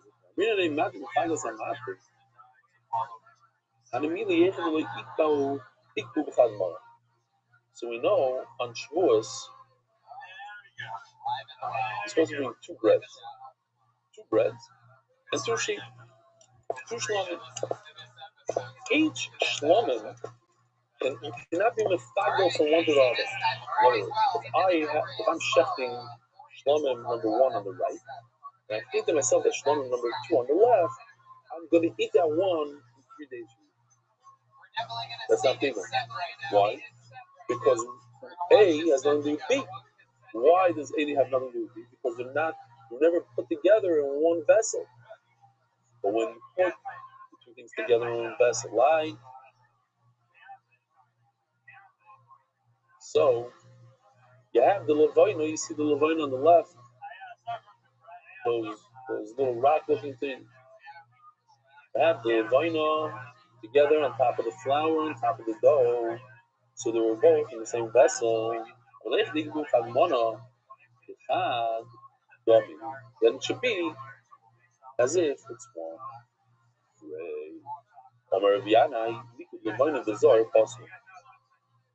Take a look at this. Doing so, removing the levina from the large bowl and putting it on the mizbeach, that is not allowed to be done by a Yisrael. If he does it, if the Yisrael moves it from vessel A to vessel B, you have to start all over. It's possible. You can't add another amount of levina and let the fine do it. It's too late. Once you did it, it's possible. Why? By time. It's because this is like walking. Because walking without your feet, with your hands, is also walking. In other words, when I take the levina from right over here and I move it to right over here, I just walk. Not with my feet, with my hands. I just moved it from area A to area B. You saw? That's what we did over here as well. Not this one. This one. He's moving it from the left of the screen to the right of the screen. That's walking. I moved it closer to the mizbeach. Now it's easier and closer to get to the mizbeach. So I moved it. Sometimes you move something. You have to hold. The shita that moving without your feet is also considered a walking. And therefore, walking is one of the four avodas. So, Abola B'Kli, or walking to the mizbeach, and being maked on the mizbeach. So the Yisrael just did one of the four avodas, and that makes it possible. Now, Momo took to this idea of walking without your feet. So we're walking, made a video out of it. Bombach is our big canoe guy that always has something to say to us. It can be. No.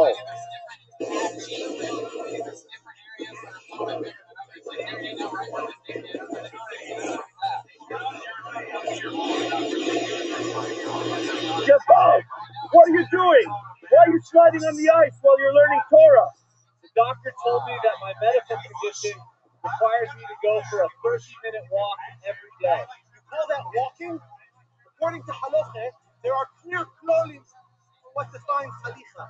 You're not moving your leg. You didn't learn the Daf Yomi? You didn't learn the Gemara? Look, Reb Yanai says it b'feirush.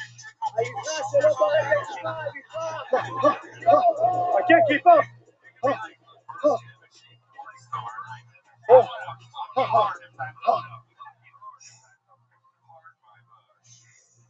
All right. Listen, I have a feeling. Last Masechta, somebody said something about cigarettes. So the whole Masechta, we got a bunch of cigarettes. Copies with the cigarette, Usher with the cigarette. This Masechta, we're just going to get a bunch of snowboards. Okay? I just hope they don't have sticks. Holes, I have to tell Shlomo, because Israelis don't know. Holes are reserved for skiers. Snowboards, we don't do holes. Okay. Right.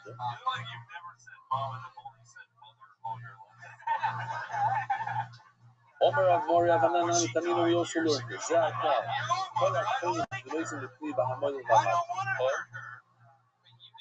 Right, a lot of skiers don't use poles, especially beginners and really advanced. Everybody in between does. Yeah, I don't know. There's lots of opinions in science. I'll do that. Then he tells me I don't need poles. Here are the four avodas: Kmitza, Nesina B'Kli, Lacha, and Achal. So let's see. We're going to say all four right now. All that time is the cloud. If you have a machshava of eagle while you do Kmitza, you're not using the Kli. Or putting it in the best. Ba'amayda, and doing Hoylach, Ba'amakli, and being Makli. As you can see in this chart, Kmitza on the right resembles Moilech Nami Anu Moilech.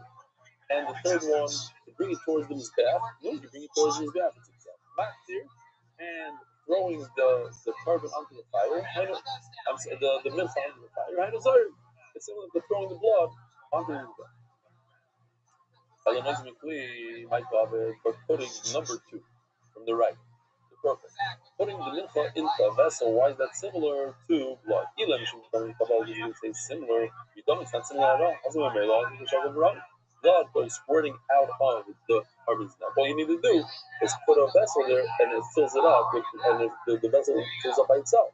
And here, you physically have to take the meat and put it in. Very different.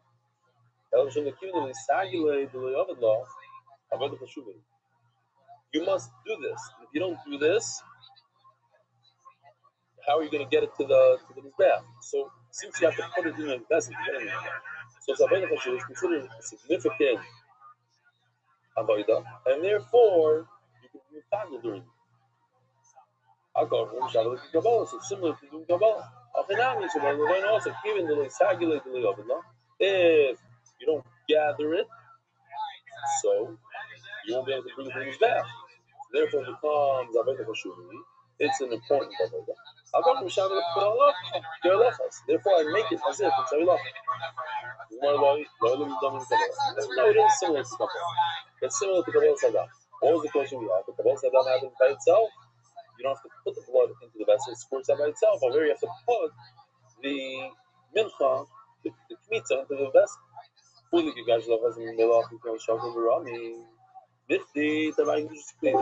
at the end of the day, let's look at it different. You have the kedusha. This golden vessel has inherent kedusha, and therefore what? Therefore, it's the kli that infuses kedusha into the mincha.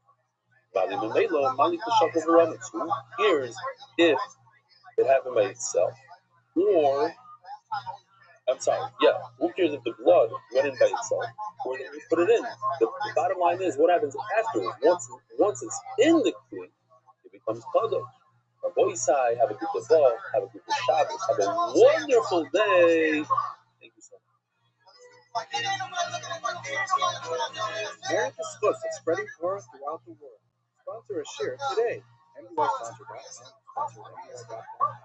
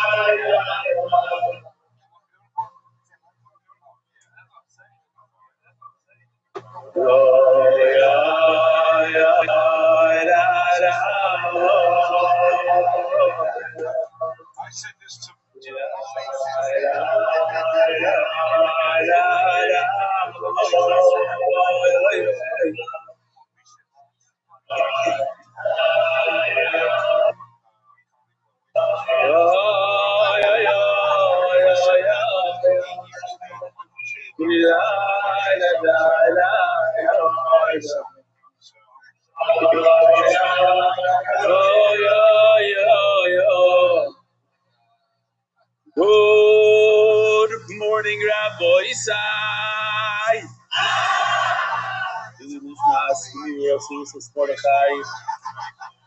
I'm overwhelmed. Demis, overwhelmed. It's the times of Mashiach.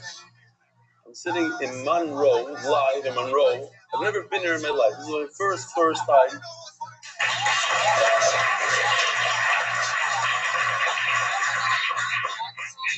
Don't believe anything you see on the news about Monroe this week. Look for a guy without a beard, sitting in front of, 200 Hasidim, Satmar Hasidim. It's to me, it's a major thing. Our CEO is Betzim Puppe. I don't know. It's very close to Satmar. And no, they're not. They wear the same hat. I don't know. I don't know the politics, but anyway, they have a lot of the same hashkafa. And for me to sit here, it's a tremendous honor. And it's very humbling, and it's a Kiddush Hashem. It's not 100% Satmar. There's a couple of new shirts here, kippahs rugaz, the whole thing. But you know what I'm saying. We're in Chabad of Monroe. You should go after Rabbi Pesach Burston.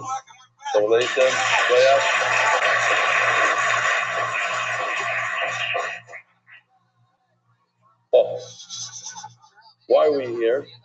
So I don't know if you noticed. We started with Rabbi Kapp in Borough Park with he has a learning group of Chassidish Shabbatim that come every night. And the idea is to mainly be mechazik the places that have a kfiyas learning, MDY learning every day. So last night we're in Staten Island. Very, very chashuv. I'll show you some pictures. Also, mostly Chassidish crowd. This was the matzah last night in Staten Island. Very, very strong chabur. They come together every single night. And over here we have the chabura, and if you're not part of it, I highly, highly recommend you get together with Learn 365. It's a very stark chabura. It's Shia. For different reasons, I can't mention his name. It might not be even his real name, Rav Shia. So you should go to Rav Shia and the whole chabura.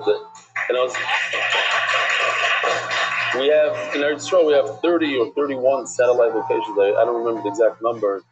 Another one started yesterday or today. And they do every month, they have a Zoom meeting with the heads.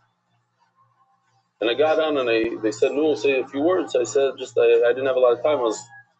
I had to come, take 2.5 hours to get here. So I said, I have to catch, the guy's waiting for me outside, but I'll jump on for a few minutes. And I told him about 365. I said the Chevron, the 365, they love Reb Shia so much. Is that me? No, okay. They love him so much, they bought him a ticket, no? Am I making this up? Didn't they buy him a ticket or something? They bought him something. Shimmy, what's up? I don't remember, yeah? They bought him something big. Like a ticket, like... Huh? Oh, talking about silver piece. Somebody bought me this. I don't know what it is. Heritage. Should I open it up now? Anyway, the point is that the Olam loves him. He loves him back. He's a real leader. He gets the Olam involved. He creates an accountability. He says, "No, where are you? What are you doing? Don't fall off." He helps you stick to it. Thank you for spreading the Torah on such a beautiful level. Volvi, my beloved. Heritage Silver. Oh, he's from Heritage Silver.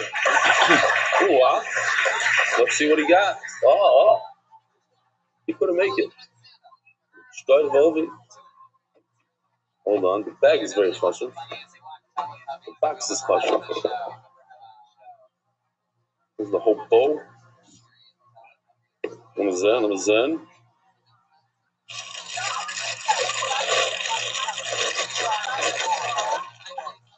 Aha. It's a yad. Yeah. Ooh, wow. It's a hint. It's my upcoming civic prayer that I want to write for myself. Here we go. Look at this. That's really, I have to go like this.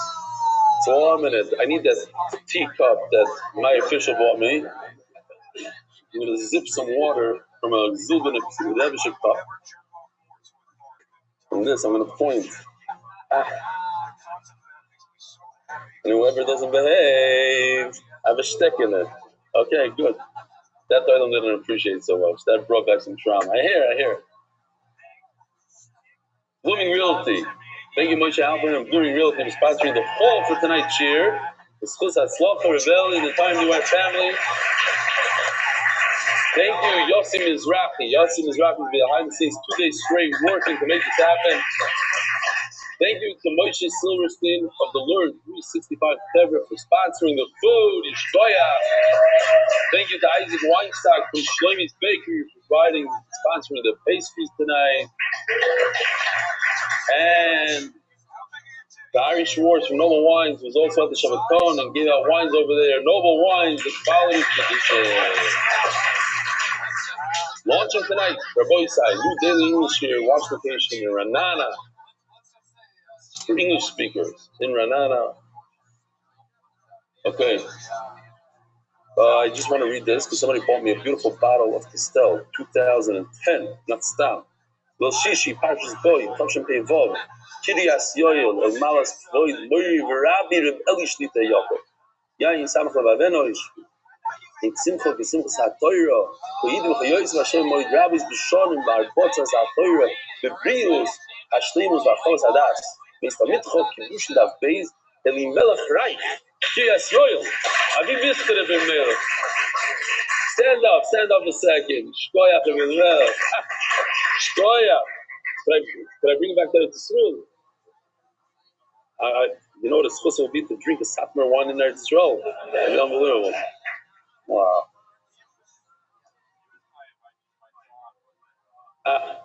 Voice out, here's just a couple of emails. I don't know how much time we have.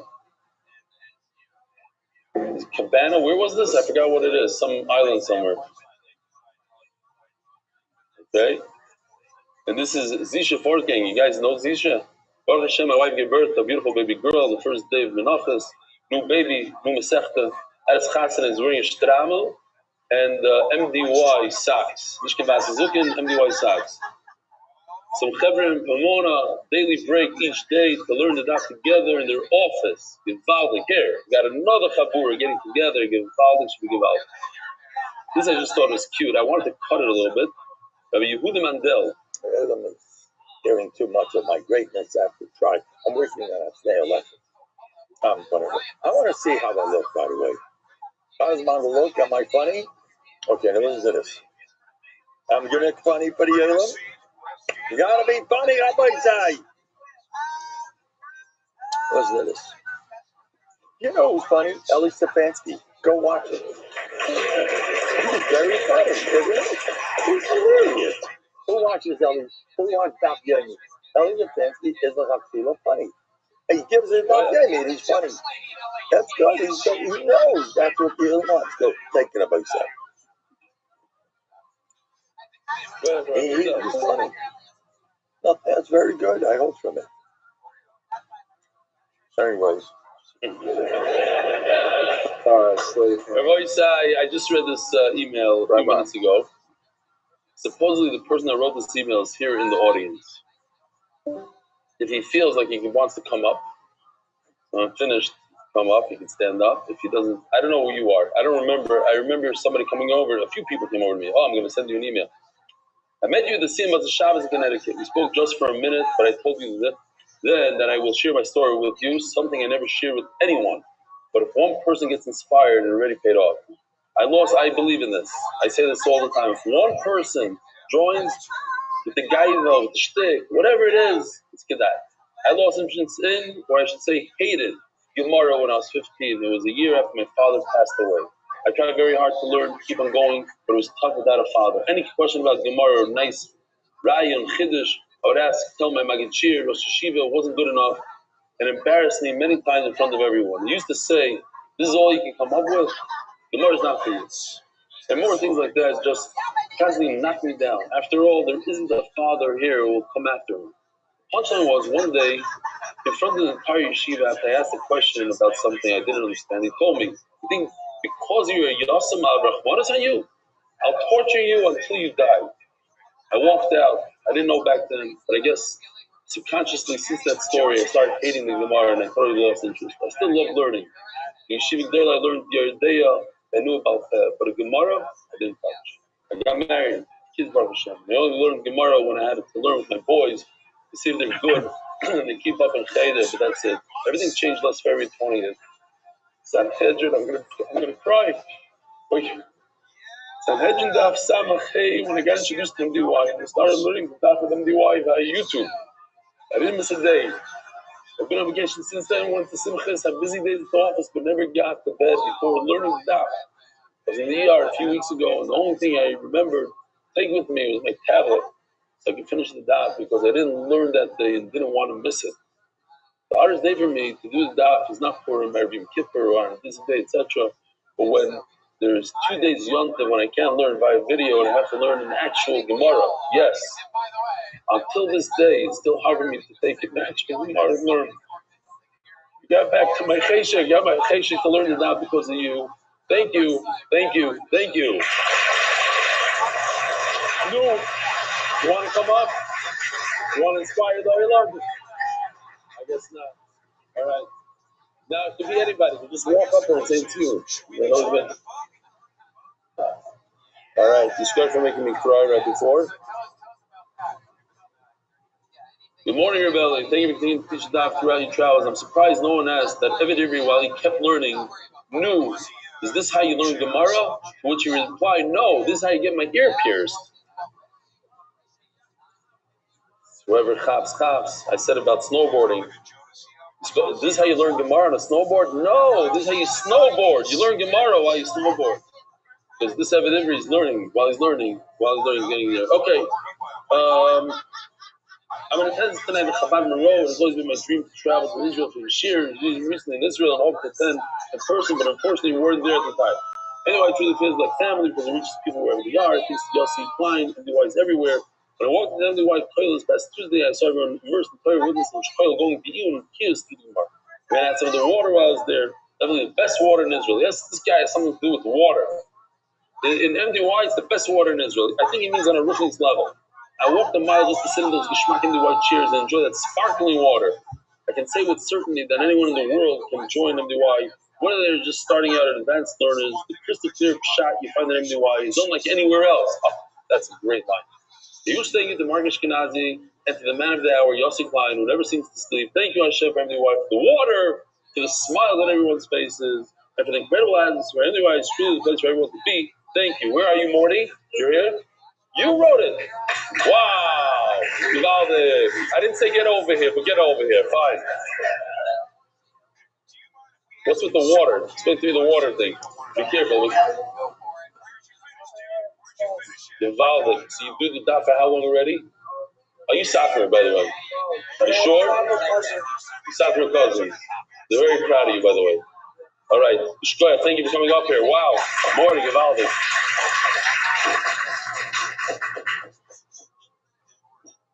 Okay. I think that's it for today. Is there more? So much more. But I'll show you here. This is the Teifa. They get together. They are a powerhouse. This is a group. Every single night they get together. They watch the Shir live. Look at this. It's just growing and growing behind Hara. And for Yosef, this is in the base measures. Not bad. Not bad showing for when I'm not there watching on the screens. Okay. Oh, we have to do sponsors and we didn't even start. How many minutes are we in already? Wow. Official edition of Mengu Shas. Recepta by Iranian Levy families, Perik, Shani, Matin family, Daf, Shayek, Yaroslavets, Nishmas Ishti, Tinda Miriam Bastin Yom Zev, Zain Tavis, Tashim Hey, wow. For the show should have an Seven sponsored by David Solomon, dedicated memory of Avi Murray, Reb Shmuel Boruch, Reb Chaim Tzvi, Doiz, in front of the Rafa. We set the sponsors, Joel Gedalis, Nishmas, my father, Jack Gedalis, and Anonymous, that's all the Gash Culture Family Foundation, and Zip Nishmas. We're going to Shlomo College of the Meshach Ilui. Anonymous for Shlomo, Moshe Ben Elizah, Anonymous for Shlomo, Yisrael Malki, so proud of you, Yaakov Mordechai. Keep steiging. Send the Gross and family, Canby Island, UK in honor of Eli, who changed my meaning of life. Whoever told me the same should have told me. It was not enough. One day Almighty, Yossi, Mark, Benny, and all the Iskim Tzorchim, the Waya, seriously. Big round of applause. We have two tzaddikim. Both. More. Us three, we don't get paid one dime from MDY. Okay, it usually comes out of our pocket. Flights, travel, whatever it is. Two people, I at least get some cover from it. They sit behind the scenes. Nobody chabs. They work 8-10 hours a day for MDY. It's unbelievable. Without any reimbursement. We all want a tremendous amount. Monthly sponsors, Ari Simon, Rishon I'll be Murray, Barker, Miriam, Jimmy, Azula, Esther Pasadena. Esther walks into my husband, Tana walks in his 40th birthday. Rahab died from Tinizim and Shoshana Levi, the Beyond Mukava, Anonymous, Pushlema, Naftali Herzman, and Leah, Eden Tzaddik in our generation. Anonymous, memory of Mazabat Leah, Sahara, and Iskia. Anonymous is a verdict that it's good and an open and revealed way for us. Mordechai and Bad Leah, Yodas, Yehuda, Lewis, as a excuse for everyone in need of a Shidduch, Anonymous with the merit of the Pope in Israel. Yosef's success, blessing in all areas of life. Sprinting down growth, and Ishmael Shlem Zambi, Isaac, and Isaac ben Tzvi, Hershakoyen, for Shlem, Yonatan, Nathan, Bebeshem, Bracha. Anonymous with the merit for Shlem, from Malka Baschaya. Centers.com. Helping using David B'Tziba with pop-up in Yonim anywhere worldwide. Yonishmas Chaim Shalom ben Betzal. It's an interesting story. He came to see me in Park City, Utah last year. He came to ski and he said, I want to convince Ellie about my new product called Centers.com. He has an app. So, like everybody else that comes to me to talk to me, I said, I knew and what about the doc? Kitzer, I said, come tonight. So he came and he hasn't missed a single day since then. So he thought he's coming to convince me. I convinced him. Shmuley Foreman, RL 245, Nishmas, my father, on his 11th yard site. Boisha Ron Ben Osher Zelig, that's a daily sponsor, and here's the rest of the daily sponsors. Anonymous, happy 83rd birthday, Zadie Ron Kagan, with love from 37 grandkids and 82 great grandkids. 82 great grandchildren. Are you checking out? Nishmas, this is a sad one. Nishmas, my grandson, on his first yard site, Mordechai Ben Rafal, Chaim Dov. It's only a year, seems like forever. Wow. Sometimes it goes by like a day, sometimes. The week, the art of the week, Yoshi Weiss, the artist, the famous artist, in the honor of Mati Belsky, Petina Tzlacha, and great English AI videos. Month. Yosef and Chayesar. Listen, Yossi, I'm going to say this now because I'm going to forget later. You have to give Yoshi, put it back in his check, $1,000. We don't want to take his money. Bama. Somebody gave him a gift because I don't want this Nadava back. It was a gift to Yoshi, and I tried to give it back to him. I don't. Give it back to him, and then how's he going to return it to us? You have a problem. You're going to start playing games every month. Tell him I said he's not allowed to give it back. Month. Put it in his wife's account. I don't know what. You guys know Chaya Sarah for Bernasi Bereva for Pushtema Yonatan Adam Ben Beshava Bracha for Pushtema, and this is fine. It's on the house. We'll be mindful in this one. L'Refuah Shleima Mordechai Ben Esther, L'Refuah Hayel Daniel Zev Ben Hayel Desser Aboisai. Here we go. So we have a long Mishnah. Who did Yisef Zvachim with MDY? Anybody here in the room? Ooh, wow, a lot of hands. Okay, but not enough. Maybe 50-50. So if you did Zvachim with us, this is going to be mamash easy. We learned this Mishnah already. Zvachim, just instead of with the carbon, this goes with the mincha. If you didn't do Zvachim with us, it's also easy. We're going to talk about everybody's favorite topic. What's everybody's favorite topic of Zvachim? How do you guys know? So we have a few new videos for people. I didn't see the new one for the actual Pigel, so I'll watch it for the very first time with you. We have a nice one for Mekoymai. Okay, so here goes. Starting in Mishnah, it's a very long Mishnah. It actually is very repetitive, very easy. Just, you got to get the two ideas of Pigel, Chus L'Makom, Chus L'Zman, Chus L'Makom, those two things. We'll discuss, and then the rest flows. It's a long one. Okay, so holding up Yud Alpha and Beis, 6 lines from the bottom, brand new Mishnah, brand new topic. If you've never done a daf in your life, here it goes.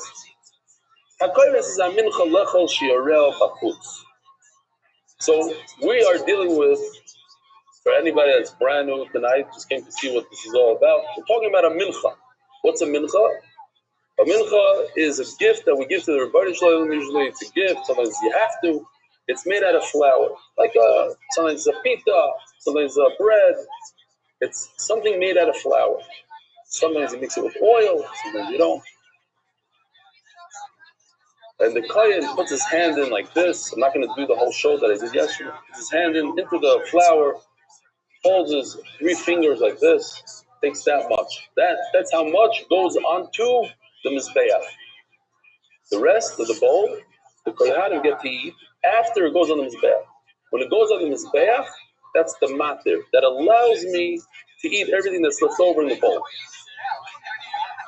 Now, the kohen who does this could ruin the whole thing.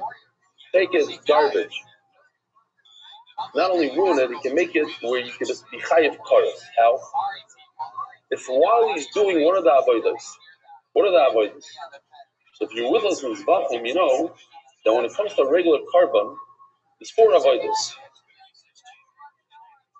The shechita, it's in small, on top. Kabbalah, Sheilacha, and Zrika. We're not talking about a carbon, we're talking about a mincha. The whole Mesechus Menachos is like Mesechus Zvachim, just we're talking about a mincha flour. In a mincha, there's also 4 avodas. There's kmitza, that's like shechita. And the kohen goes like this into the mincha. Obviously, there's nothing to kill here. It's just flour. It's similar to the avodah of shechita. It's called kmitza. What does he do afterwards? He takes these 3 fingers and he puts it into a second kli shares. It's a very kosher kli made out of gold, not silver. The time of the Beis Hamikdash heritage, they were selling these gold things. Exactly. And there's kedusha to it. There's a meshicha. You anoint it with oil, so it gets kedusha. Take the kmitzi, put it in there, poof, it becomes kaddish. It's already kaddish from the first one. Okay, but you put in the second one. Then you take the little kli and you walk it over to the mizbeach. That's called hoilacha. That's the 3rd avodah. And the 4th avodah is you put it onto the mizbeach, you burn it. That's called aktar, 4 out. If during any one of these 4 avodas, the kohen thinks a bad thought, what's a bad thought when it comes to a carbon? He thinks that he's not going to eat it today. Now, a mincha, you could only eat one day. Why could you only eat it one day? Because it's like kachei, kachim, achatos, and asham, shalmin tzibur. Oilo you can't eat anyway. But let's say achatos, you could only eat it for one day. Kachim kalib, you could only eat for 2 days. So the mincha is like kachim, you could only eat it for one day. So this guy, either he did it on purpose, a mistake, whatever it was, he thinks to himself, I am going to eat this pita I'm making in 2 days from now. That's bad. And if he really eats it in 2 days from now, or he eats it right now, then he's chayiv karas. Why? Because it's pigul. So what I just said is called chutz l'zman. The Zman is, you can eat it today, and he ate it, or he's thinking to eat it tomorrow. That's outside of the time. Chutz l'Zman. This time is up to here, and he wants to eat it outside of the time. Let's see what Yoshi did. We'll do it together. If it's something, if it doesn't belong here, I ask you, I didn't see it yet.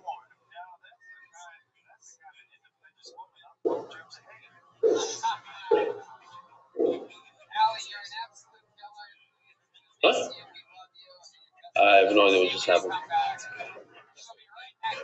Maybe this is not it. No. Oh, it's on a calendar. Okay, I see. It's that the luach, zmanim that you guys have in shul. He's over here. He's thinking that he's going to eat it in a different time. Okay. No. What's chutz l'makom? Oh, chutz l'makom is good. It has, they stuck in some references. Several over here in Monroe. Chutz l'makom means, where can I eat this mincha? I could eat it right here. Inside the Beis Hamikdash. That's it. What if I go to Kiryas Yoel? I think it's awesome. What if I think in my brain that I'm going to eat it in Kiryas Yoel, in Monroe? That's chutz l'makom. It's not as bad as chutz l'zman. You can never get karas on chutz l'makom, but you made it possible. I cannot eat this mincha ever again. Why? Because while I'm doing one of the four avodas, Mitzvah, Kabbalah, Mikli, Hoylaka, and Haftarah, while either one of those four, not all four, one out of the four, I thought to myself, I'm going to eat it in America, I'm going to eat it in Bet Shemesh, in Haifa, in Kiryat Satman, in Bnei Brak. Awesome. Let's see how they did it. I don't want to use up all my videos here because it's one of these documents. We don't have a lot. There you go.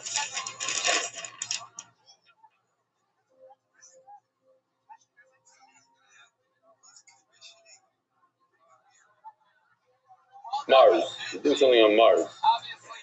In the artist's brain, they went, instead of like going to a place in America, they went all the way to Mars.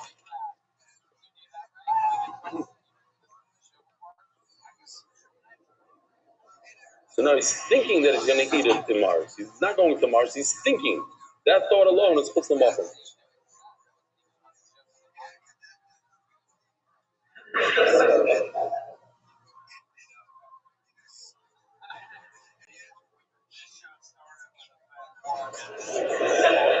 Look at the Kiryas Yoel sign. They took out the tznius things and they put in their own.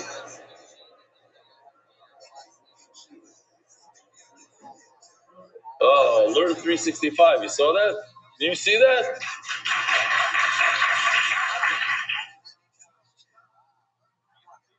It's Mark Ashkenaz and Yosef Klein. You're going to see them soon. And this is the MDYB Smedrish made out of glass.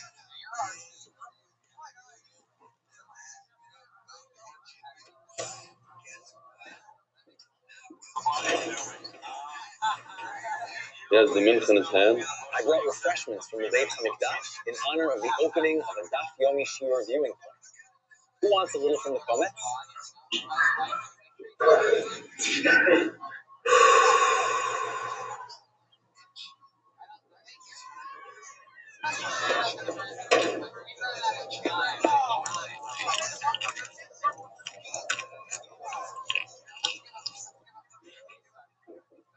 All right, very nice.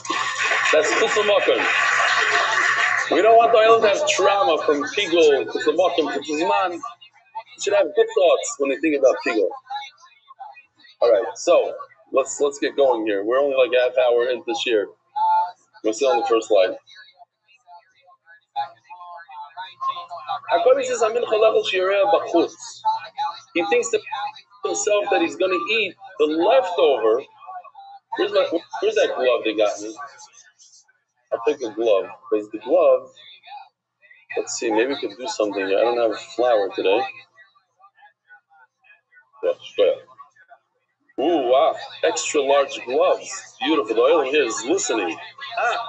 Now it fits. If the glove don't fit, he must have quit. I don't know if Dylan remembers that line, huh? No?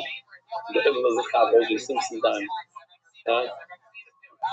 Hold on. Anyway, this is the kmitza, yeah? He took with the glove, he took a flower like this and he put it on the side. So it's called the glove kmitza. And the rest, took it out of here. Let's do that again. I love these gloves. This is the third time putting it on. Okay, it's not working now. It's like a Martian from Mars. He does a little kmitza from over here. So whatever's left in the box goes to the bayanim. Whatever's in the glove goes on the mizbech. This goes on the mizbech. This is the shirai. So it says like this. When he's doing the kmitza, he thought to eat it on Mars, or in Kiryas Yoel, or even a kazayis. Now, I want you to pay attention to remember that it says kazayis. Why? Because the Gemara is going to bring the brayso from Ruchia. He says the entire Mishnah, he doesn't talk about a kazayis. He skips that whole line 4 times. It says the Mishnah kazayis, he doesn't talk about it. Next, lahakter kumtza b'chutz. What's lahakter? To take, the fourth avodah, to take this kmitza, it's in the glove, and put it on the mizbeach. That's taftara. That's also eating. Rabbi said that's eating. Why is that eating? Because the mizbeach eats, so to speak. It's a type of eating. There's human eating, and there's the mizbeach eating. He thought that he's going to do that outside of the Beis Hamikdash. Oy kezayis mikum tzavachot. Again, once again, a kezayis, just one kezayis. Or not to be makter the actual flour, but the levaina, the frankincense. Also, it's possible, but there's no karas. Why? Because this is bachutz, chutz l'makay. Where's the karas? Chutz l'zman. Now we're going to talk about that. Lechel shi'arel l'machar. Tomorrow is already too late. You can only eat the mincha today. So if he's thinking himself he's going to eat the mincha tomorrow, that's called pigul. It's very simple. Pigul is very simple. The reason why people get confused is because you can do pigul in 4 places. When you do the kmitza, when you put it into the bowl, when you walk with it, it's 4 places.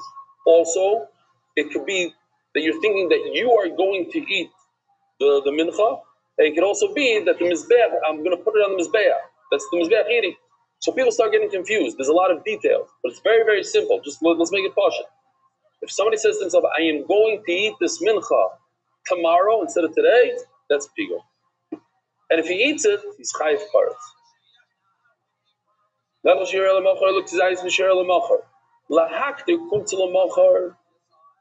put it on the mizbeach tomorrow, that's also a type of eating. That's chutz l'zman. Or kazayis mikum tzil l'mocher. Again, the kazayis. He's not going to talk about the kazayis. Or to be makter the levaina tomorrow, not the flour, but the levaina. Pigul v'chayom al parts. That's his base medal. Zak cloud. This is the rule. So now we're going to go through all 4 avodas, Rabbi Rothschild. Let's see if we have them here again. Here, I'm going to put the avodas on the screen and you can follow together. Those are the first 2. Kmitza, nois mikli. I'm walking it to the mizbeach. That's the 4th one. Lechol dover shedarki lechol. To say that I'm going to eat the rest of this box, shirayim, that's normal. That's good.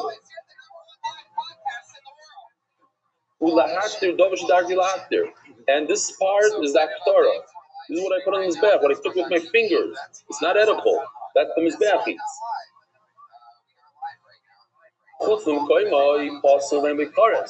the thought of the kohen says he's going to eat it on Mars, in the MDY center in Mars, that's possible. There's no kares. But outside of if you think that you're going to eat it tomorrow instead of today, that's called pigul. And you chayiv kares. Another reason why people get confused is because in the Torah, when it says pigul, it means chutz l'makom. And chutz l'zman is not called pigul. In Gemara, pigul means chutz l'zman. Let's just go with Gemara. We're not talking. We're learning Gemara now. Pigul means I thought that I'm going to eat it tomorrow. So here, this is why I put my note here. I'm going to tell you this. Chavetz Chaim. Chavetz Chaim, famous marshal, has a lot to do with the Chaver here also, in a few ways. Doesn't listen to the mikvah mistama. By the way, as Litvish as I am, you know, we used to have a mikvah as I grew up, and I had a mikvah. I put a mikvah in the shamish in my house, but when I do renovation, I took it out. Still waiting to put it in. But I used to go to the mikvah every day. According to the Gra, you go every day. Anyway, guy used to love going to the Haisa mikvah, and the doctor said if you go to the Haisa mikvah, you could die. Kid says by his friend's house, in Borough Park, and he had a big matzav going on in the basement with his friend. You know, a lot of people have spas and mikvahs in the basement. And he saw his friends going into the schwitz, and he saw him going to the ice mikvah. He couldn't control himself. He was a big taiva. So he decided to jump into the ice mikvah. And as soon as he jumped in, he felt his heart. He saw it's all over. He told his friend, I'm dying, he's dying. So he pulled him out and he says, bring me right away to the cold mikvah. So they bring him to the cold bar, and he looks inside, there's no water. His friend goes to the sink and takes a cold thing of water. He says, no, only a whole mikvah. He says, but you're going to die. No. I need a full mikvah now. I need a full cold plunge. Cold plunge. You're shigana, you're dying. Only a cold plunge. He says, just at least one thing of cold water. No. So it becomes time. Guy, he's not learning any Torah. And I heard this from Satmar Kassin. They told me to my face. It says, I'm not going to learn from you. You show it in English and this and that. You live in Eretz Yisrael, whatever the problem is. I said, but what Torah do you learn? Lanish, but I'm not going to learn with you. I said, this is mamish the Maisa. You're dying. Your neshama needs a little Torah. So who cares what it is? Take whatever you can get. You take a stick of cold water. It's kalta. Mayim karim nefesh hayefa. Yeah, he's asking to me, right? Stand up. What's your name over there? What? This guy. No, you. The guy. Shimmy, I know. I saw you like the marshal. Why do you like the marshal so much?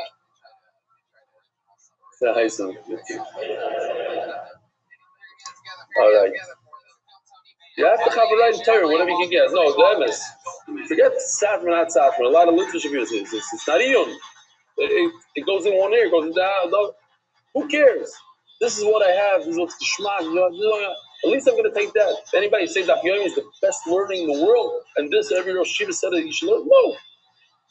But it's all about them. It's people that don't learn that much. You chap around, whatever you can chap around. You want to live or you want to die? What do you want to do? It's your choice.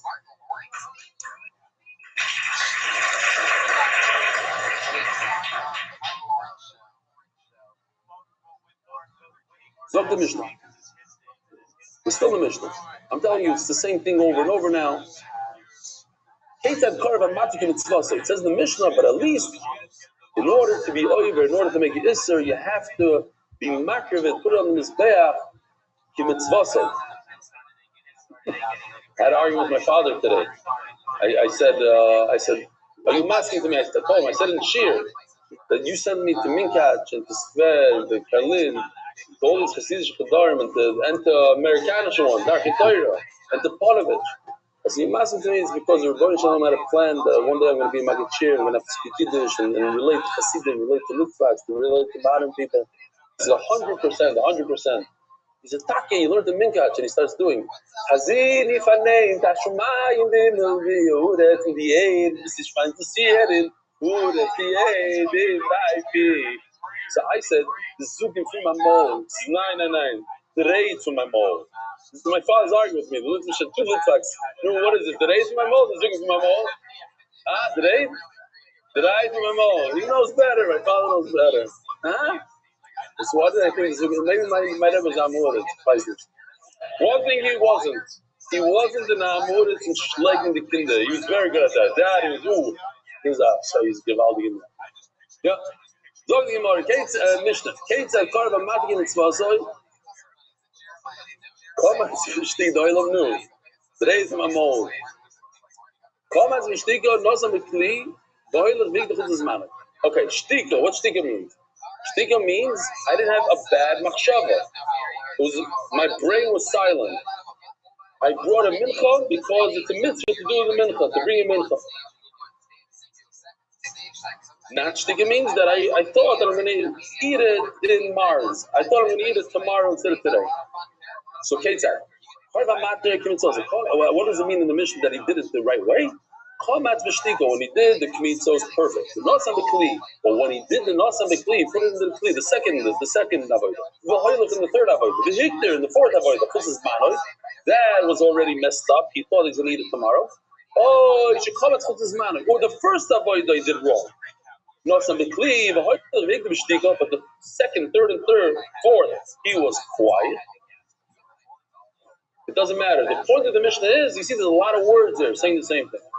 Point is, the machshava, the thought happened in one out of the four avodas. It doesn't matter which one, the first one, the fourth one, it's all bad.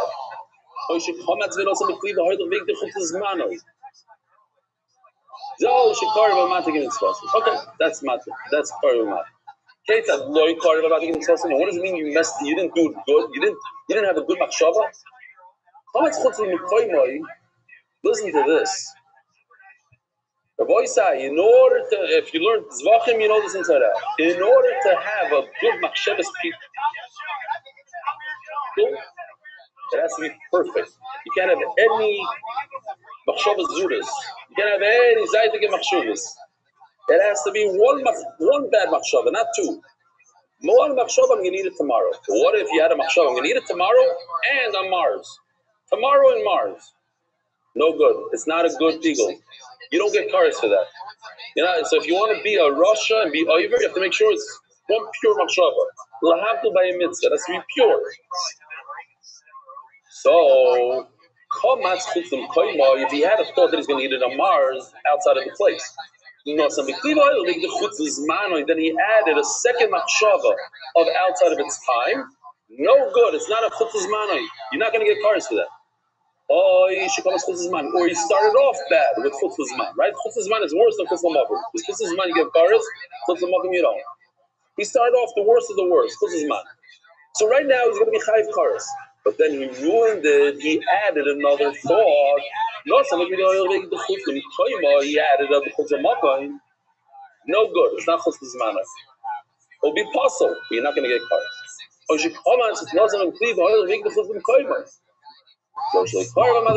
Now you didn't do it the right way. Fine. Minchas choite. What's a minchas choite? The mincha of a sinner. Somebody doesn't have. Let's say he goes into the Beis Hamikdash when he's coming. Minchas knois. Some in Satmar. There's a lot of canoeing. You know, in Eretz Yisrael, there's a lot of canoes going on. They wanted to do the Tuchei Mesim yesterday, the day before, with those two babies. And so one hour, I'm going to say something, I'll push a button, why not? You know, my job is to get people upset. So I go here. My Zayden is also canoeing. But there's a certain, I think, first I'm just throw it out there, there's a limit.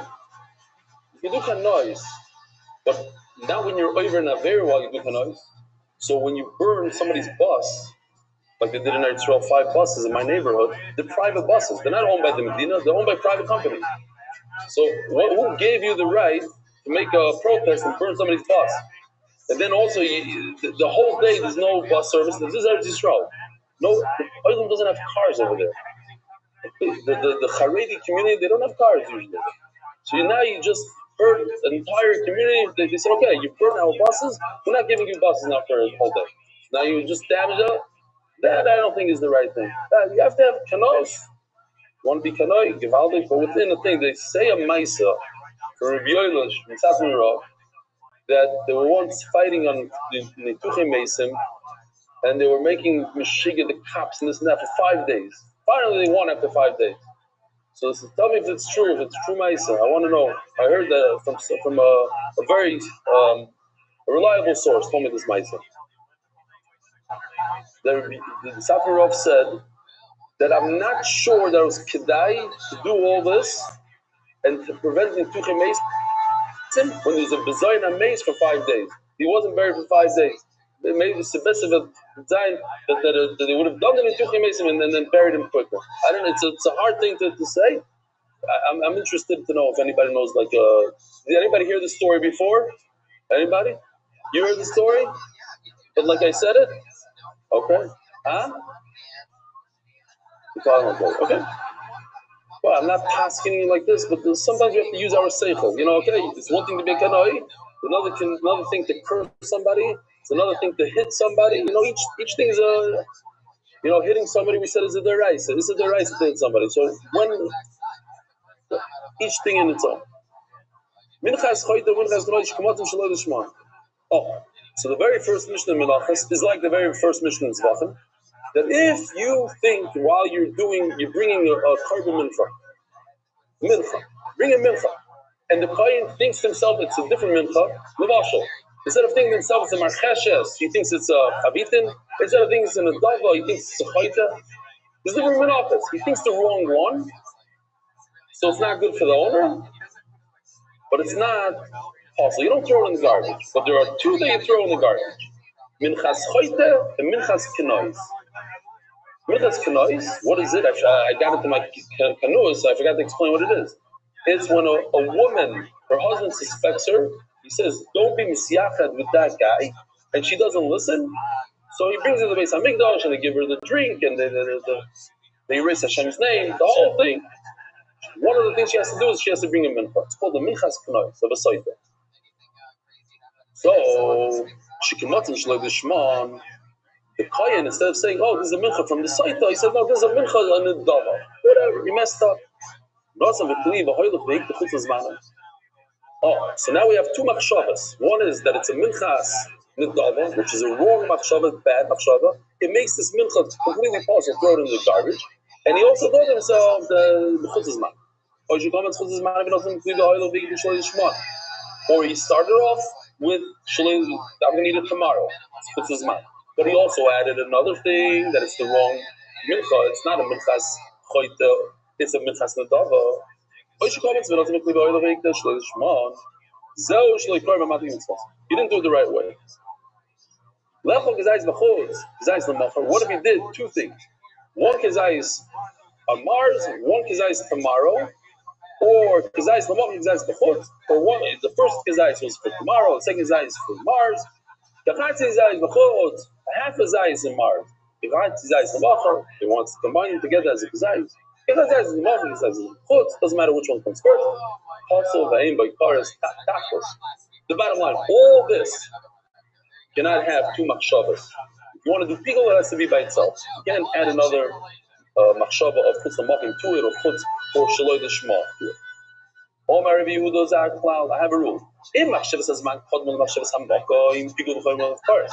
Says Rabbi Yehuda very nicely. If the machshava of this man comes first, meaning the severe one, the one that gives you a karas, comes first, so it locked in, it's karas. Now that you added a chutz l'machim, you didn't ruin it. The guy gets karas.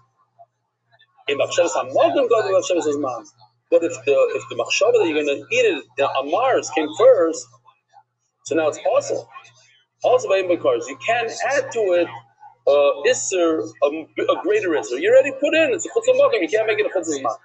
If you want to remember it, the Baba Rebbe, the friend of Rafa, says on this Mishnah, he says chutz l'zman, zman is a remez to olam hazeh, time. What we do here, what we don't do. The person wasting his time by olam hazeh. Makom is the Rebbeinu Shloilo. Baruch HaMakom, Baruch Hu. Baruch HaMakom, Rebbeinu Shloilo. He says, if you are not in the right place, your head is chutz l'zman in olam hazeh. Then you add the Rebbeinu Shloilo afterwards. It's too late. You ruined it with chutz l'zman. But if you have chutz l'makom first, you're with the Rebbeinu Shloilo, but it's not that close. And then you add chutz l'zman, then you add the bad stuff. It doesn't ruin it as much. If you stop as a remez, if you want to remember that. Zog the Mishnah weiter. We're not even done with the Mishnah. Oh, we are. Come on. The Chacham is a possible thing, because it doesn't matter what came first. If you do chutz l'makom first and then chutz l'zman, or if you do chutz l'zman first and then chutz l'makom, both of them become possible and there's no price. You boil it. Let me just show you this.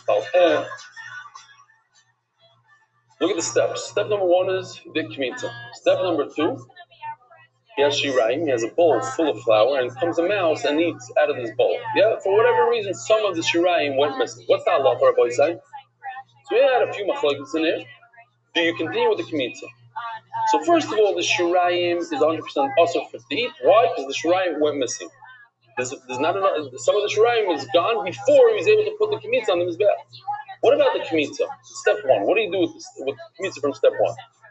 So it's machlokes. According to Rabbi Yochanan, you put it on the mizbeach. So ask the Gemara. According to Rabbi Yochanan, you put it on the mizbeach. Once you put it on the mizbeach, did it have an effect on the shirayim? Look, the shirayim is also to eat. So could I have a machshava of pigul of something that I can't even eat? What's pigul? Pigul means I'm going to eat this tomorrow. I can't even eat it today. It's also for me to eat. Step 3 tells me it's also to eat. But I put it on the mizbeach. I was makdir the koymet onto the mizbeach, and I'm thinking to myself in my head, I'm going to eat this not today, tomorrow. I'm sorry, I'm pigul. I can't even eat it today. Another shayla. I makdir the koymet. The shirayim that's in a bowl, what happens if I use it? Typically, if I use it, I'm over on me'ilah. I can't use something from the way something did. But once I put the koymet on the mizbeach, then it lifts the isser of me'ilah. I'm allowed to use it. But this is also to eat now. So does the fact that I put the kmitza on the mizbeach, does it lift the isser of me'ilah? That's the question here. Shirayim, what happens to the shirayim after I put the koymet on the mizbeach? Is there pigul and is there me'ilah? You hear the shayla? Very interesting shayla. According to Rabbi Yochanan, it says that you should do step 4, put the kmitza on top of the mizbeach. We know that step 3 tells me that everything left in the bowl is also to eat. Now, does the Haktorah help me to say that if the kohen had a machshava that I'm going to eat it tomorrow instead of today, then it becomes pigul. Another question: does it become me'ilah? Does it take it away from me'ilah? What does me'ilah mean? I use something from the Beis Hamikdash. I have to pay the Beis Hamikdash 25%, the chaimish. And I'm going to say it again. A chaimish is 25% in English. That's how we call it. Chaimish, yes, in chumash it means 20%, but in America it's 25%. I'll explain it a different time. And also a carbon you have to bring.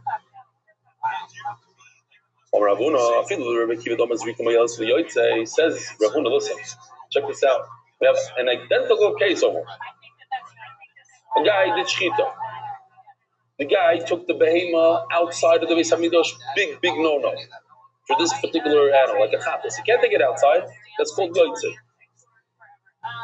Then he did zrika. So the question is, does zrika help me to take off the me'ilah? Let's say I made a barbecue out of the meat. You have to pay the Beis Hamikdash 20%, 25% more. So zrikas hadam is similar to our case of putting, right? We said the 4 avodas of a carbon is similar to the 4 avodas of mincha. Throwing the blood on the mizbeach is just like being makdir the mincha on top of the mizbeach. And over there we have a machlekes if zrikas hadam actually removes something. It's already also. The meat is already bad. It's also just like by us. In our case, let's go back to our case. Click all these buttons. I'm going to go like here. In our case also, the shirayim is also. In the second case, the basar is also. Both the same thing. Then we have a matter. We have putting the kmitza on top of the mizbeach, and then we have throwing the blood on the mizbeach. The same thing. And Rabbi Kiva says what?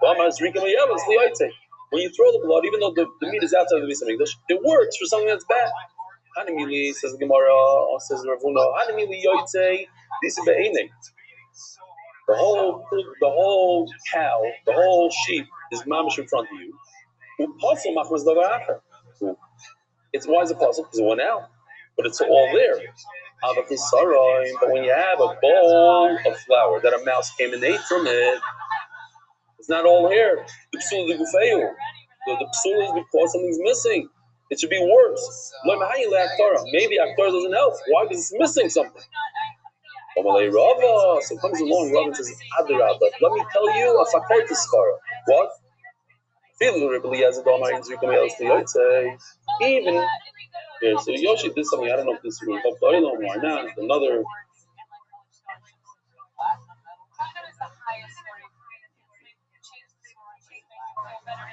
If you do Zrika for something that went outside, it doesn't work. But if you do Aftara for something that's missing, it doesn't work. But according to Rabbi Kiva, if you do Zrika for something that's outside, it does work. So perhaps, as Ravuna, they know it's different because it's missing. So if it's missing, even according to Rabbi Kiva, it's green. The Zrika works, but the Aftara is not going to work. Says Rava, no. It would work. Mamish fakir. Why? I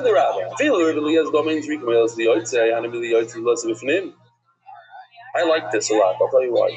Listen to these words. To me, I understand it. Anybody in business can understand this. You know why it doesn't work? Because it's outside. I'll give you a good marshal.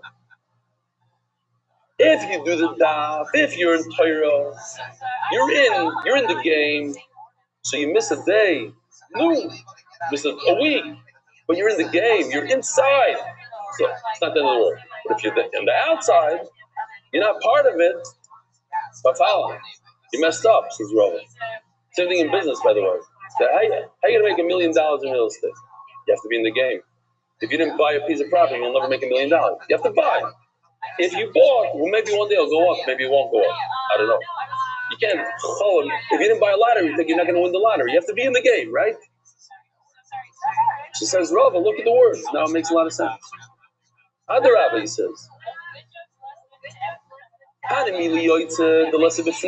that's because he went outside and he's not inside. So it doesn't work. But this ball of flour that's missing, you're right, it's a big problem. It's missing. But the issue with him, he's inside, he's playing the game, he's part of it. She's missing a few dapim. Behind the that it works. I'll prove it to you. Let me show you the Mishnah. You don't even have to see the Mishnah. It's all on the screen. It says, what does it say in the Mishnah? 4 times, 4 alafas. The Kmitza and on the Shirayim. Pigul and Chut. The Mishnah keeps on going back and forth and saying, but if you have a Kizayis left. There's 2 ways Rabbi said to learn the Mishnah. I don't want to confuse anybody. Very simple. Either the Mitzias, the fact is, there's only Kizayis left. Kizayis, that's all he had left. Or in his brain, it's not a Mitzias. In his brain, he thought about doing Pigul. I'm going to eat tomorrow 1 Kizayis. Says Rava, look, it's mashma in the Mishnah that it's a physical thing. All you had left is a Kizayis. Now, Rabbi, take a look. Look at this. No, put it back. Look at this. You see this chart? What do you see in this? This is Reb Chia. Reb Chia is the one that wrote all the brises, right? Here, Rabbi Shia. All the brises. So when he copied the Mishnah, he said the entire Mishnah like we have it. What's missing from it? I erased what he took out. He doesn't mention anything about a Kizayis. Why? Because, very simple, Rava says. Because you can't say, on one of the 4 cases, you can't say Kizayis. Which one? When he goes to do a Kmitza, you can't say he had a Kizayis left, because that would be what? That would be a Kmitza from something that's missing. You have to have a fully sorry when you do a Kmitza. If you only have a Kizayis left, it's possible. So I can't say the case of a Kizayis there. So in Meilah, I'm not going to get involved now with Kizayis. Throw all of it, even though it works well in the other 3 cases. If it doesn't work well in the first one, I'm going to take the word Kizayis out completely. So proves Rava, says Rava, wait a minute. You see from here that if you have a Kizayis left, the second part of the Mishnah, you have a Kizayis left, only a Kizayis, if you didn't go to Rukia, it works. Your Pigul works. Like the Mishnah says, Pigul works, even though you only have a Kizayis left. You asked me, what was the question? If you have left over in the bowl, Does the pigul work when I put it on the mizbeach? Yes, here it says before the Mishnah works. My time electronic kizayis. Why does Rabbi take out all the kizayis from his brayso? Before we talk about a physical thing, that there's only one kizayis left in a bowl, not in his brain, but in the bowl.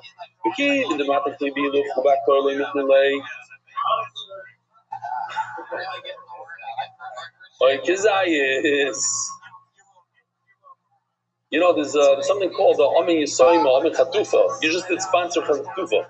I didn't even turn. You gotta be careful. It's can't fleece on something like that. That's for sure. Like Isaiah, the Rebbe said, then he said, Amin, a little quicker.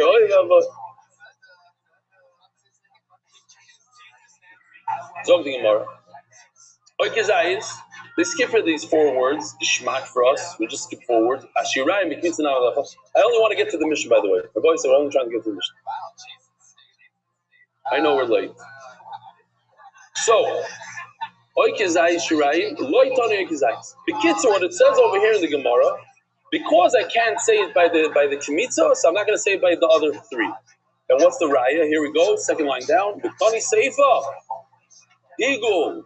Even though there's only 1 kizayis left, that's our question. If the shirayim, the mouse, ate from the bowl, there's only 1 kizayis left. It's pigul. It works. The pigul works. You ask me, does pigul work? Does me'ila go off? Yes. It says over here, pigul works. We're going to go right back to the high part of your niggin, yeah? Yeah, you like it? Okay. But the whole one wants to get into it for 1 minute, and then we go back. All right, right now, niggin, let's go. Da da da da boy da da da da.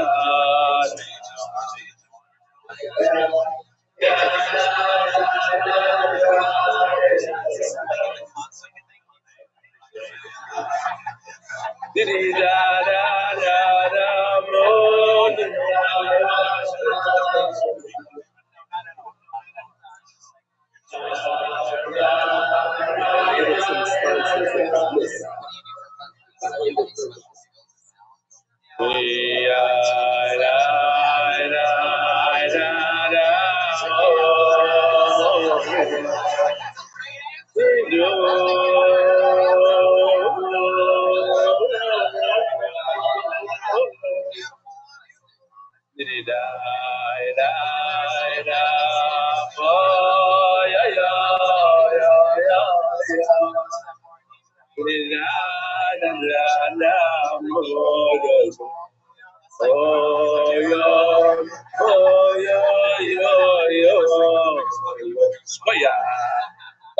Turning to the Adag Mobile with your one-stop shop for all your financial needs. Isaac Castle. Somebody just wrote me an email. It's not Castell, it's Castle. I thought somebody said, put in a castle like Castell. Okay, fine, my bad. In honor of all WY divers in South Florida, we should all be Masliach Baruch of Gashmas, anonymous and Mary of Rabbi Ben Peretz first yard site. From Zion Shire Boys, I missed a few sponsors there. Laid that on. Anonymous from Monroe, the Floyd Reb Eli and the MDY team Yishkoya. Ari Fish and Mush Freund, in honor of Eli, Reb Eliuhi. In honor of Reb Eliuhi, Eliyooohee, Eliuhi. That's exactly what they used to call me. Not Reb, Mishigine Eliuhi. Thank you so much for visiting Staten Island. We waited so long for it. Now welcome to Monroe. It's going to be a day I'll never forget, Bemis. This is a special day. I don't know when the next time I'll be able to come. And it's a beautiful thing. Thank you so much. Mamash, packed house all the way to the back. Mamash, I'll turn the camera around one more time.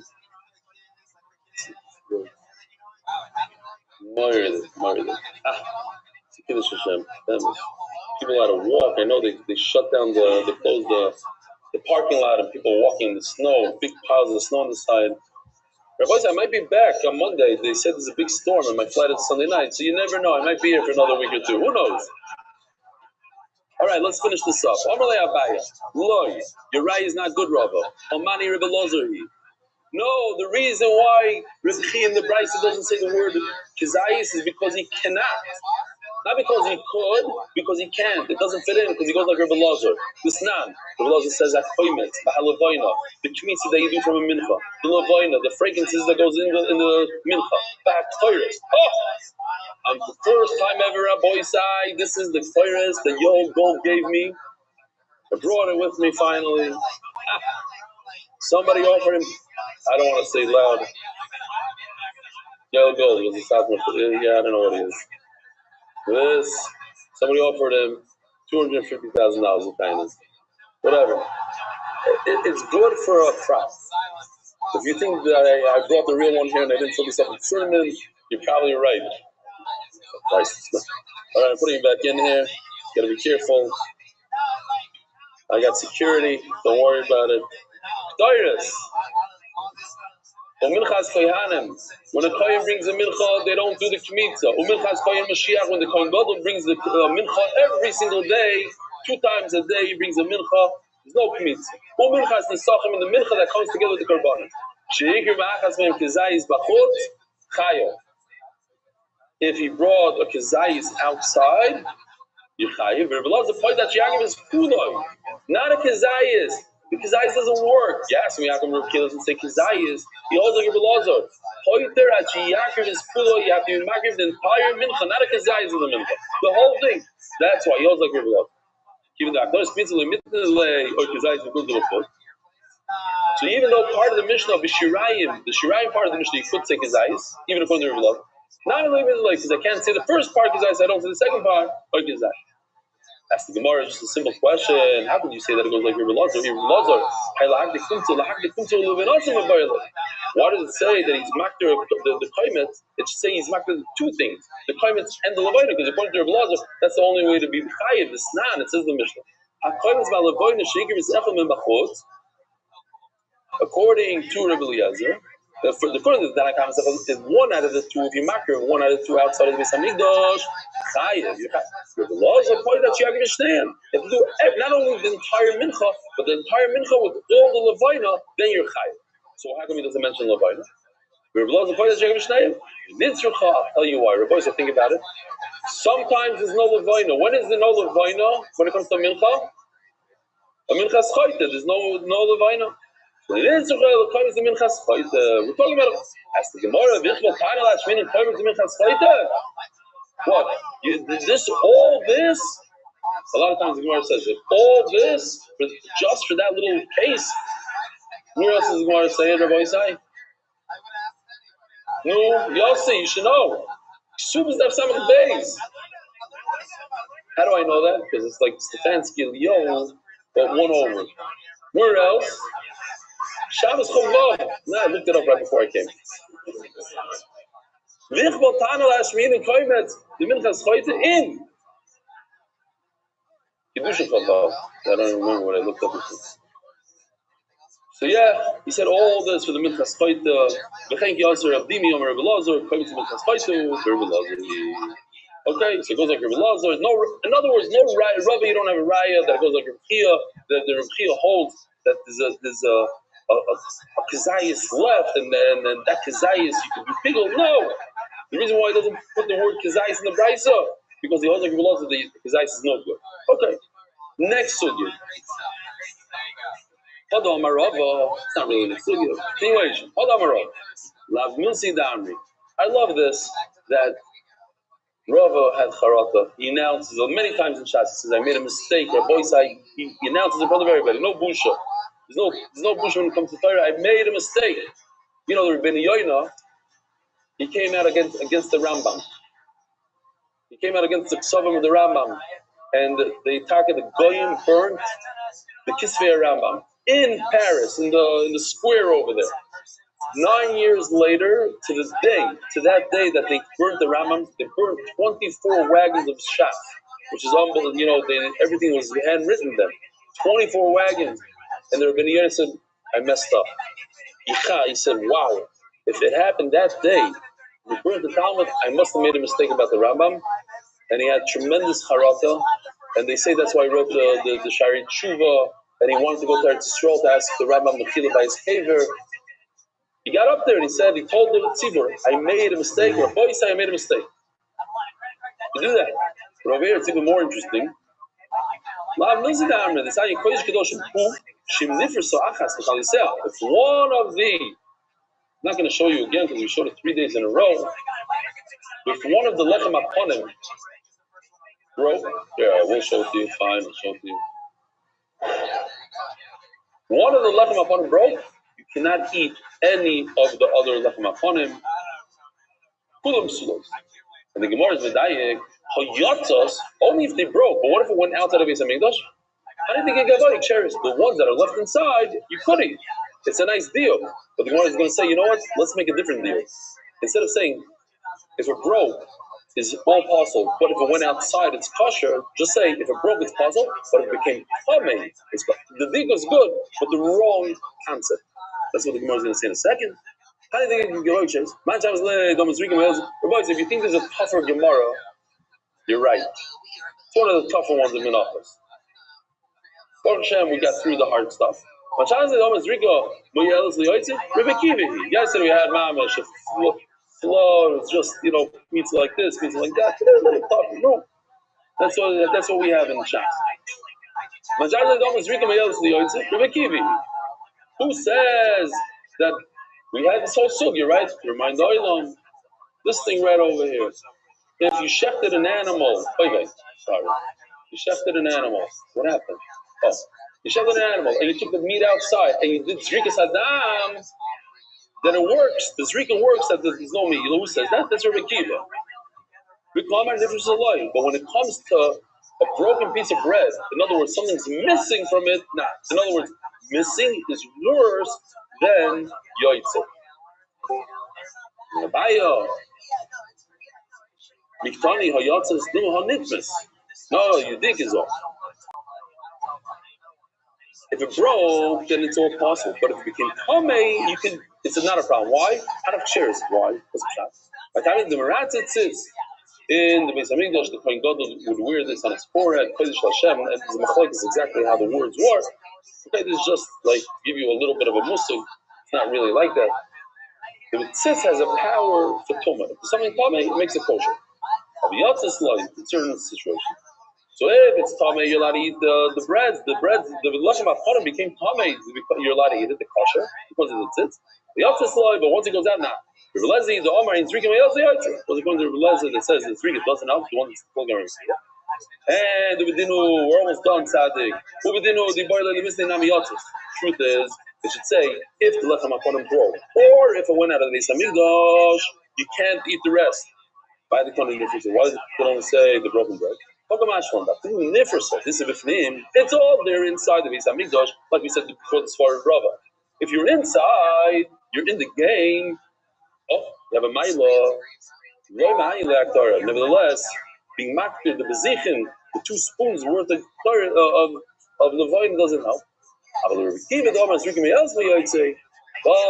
Kiva who says that zrika does help for something that goes out, so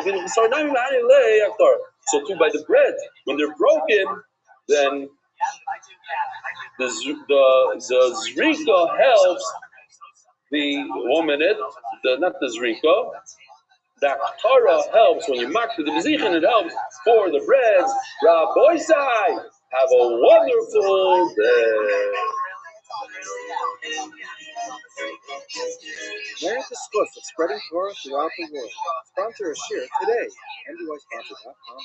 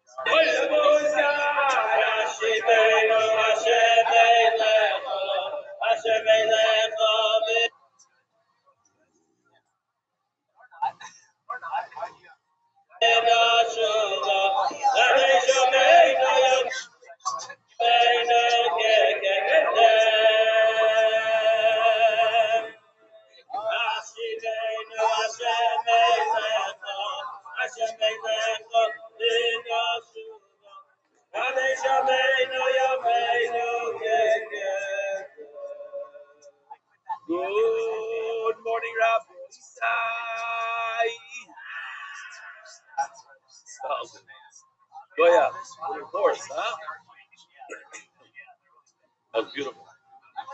Where's this photo? Nice. Okay. Yeah, what a welcome. What a welcome. Live from Staten Island, New York. Make it a little lower. We don't really need that much volume. Who's in charge of the volume? Make the a little lower. Oh yeah. Staten Island. Staten Island. That's the Overland.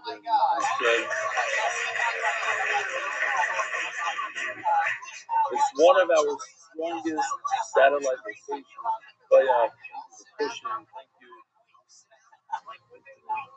As I walked in, first of all, you should have God for having us here tonight.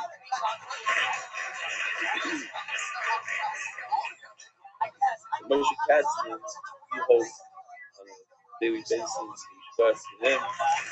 God. What was your name? I don't have to say your name. This Gemara comes over to me as we're walking and says, get upset. I hope I understood what he said. So basically, job. You had to get a job. Nothing says, listen, whatever the job is paying you right now, I want you to come to this year. So this is what MDY is all about. MDY is in the Baka.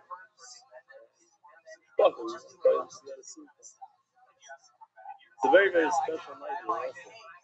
One of the famous guys in characters our shir is from Staten Island.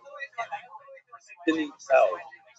And tonight is Penny's 1,500 days straight doing the daf.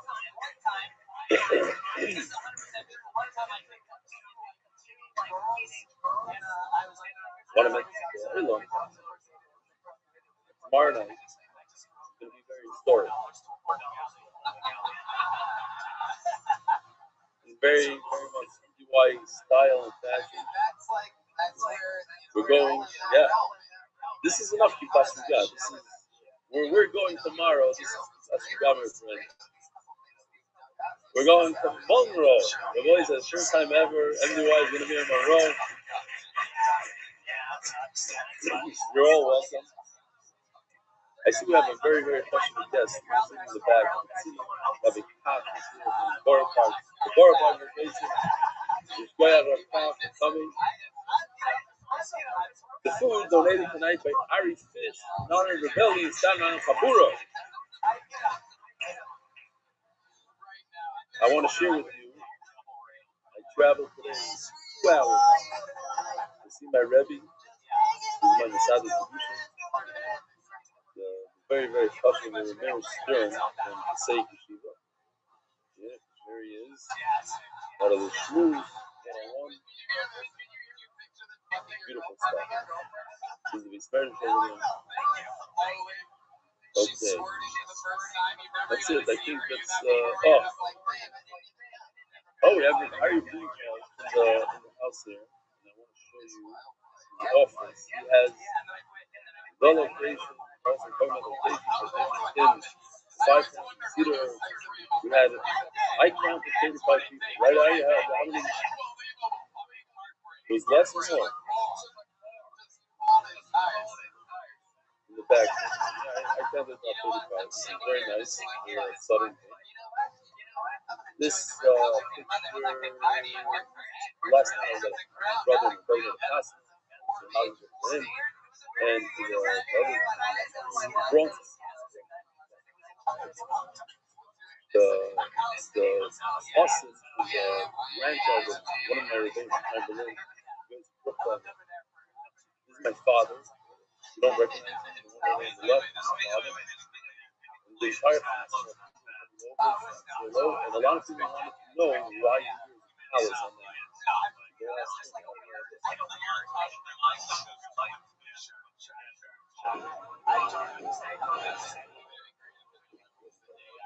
Yes.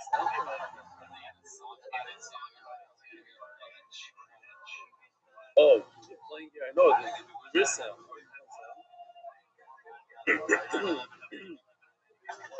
That's a good one. I'll tell you why. Barry Weber was different things that he threw in. He did good morning, good evening, Rabbi Rothschild. In Hollywood, Florida. So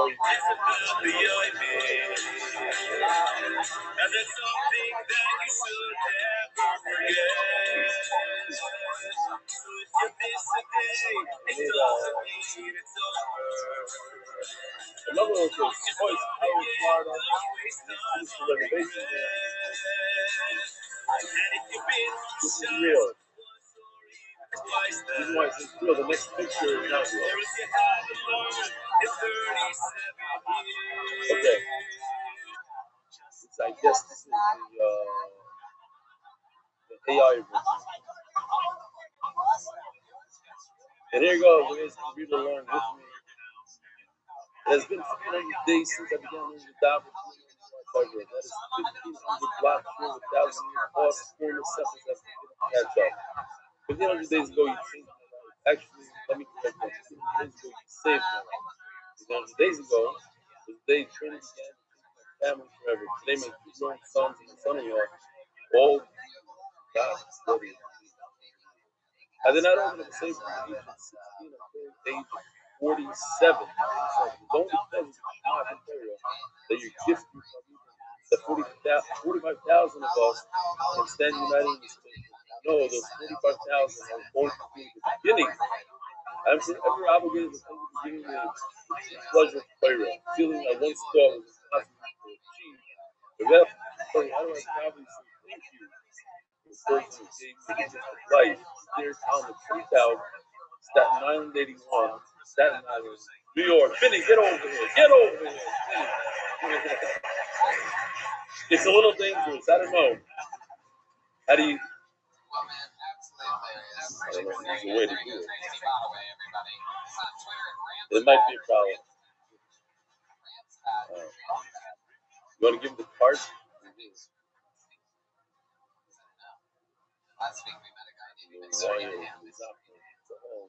Let's not fall through the stage together.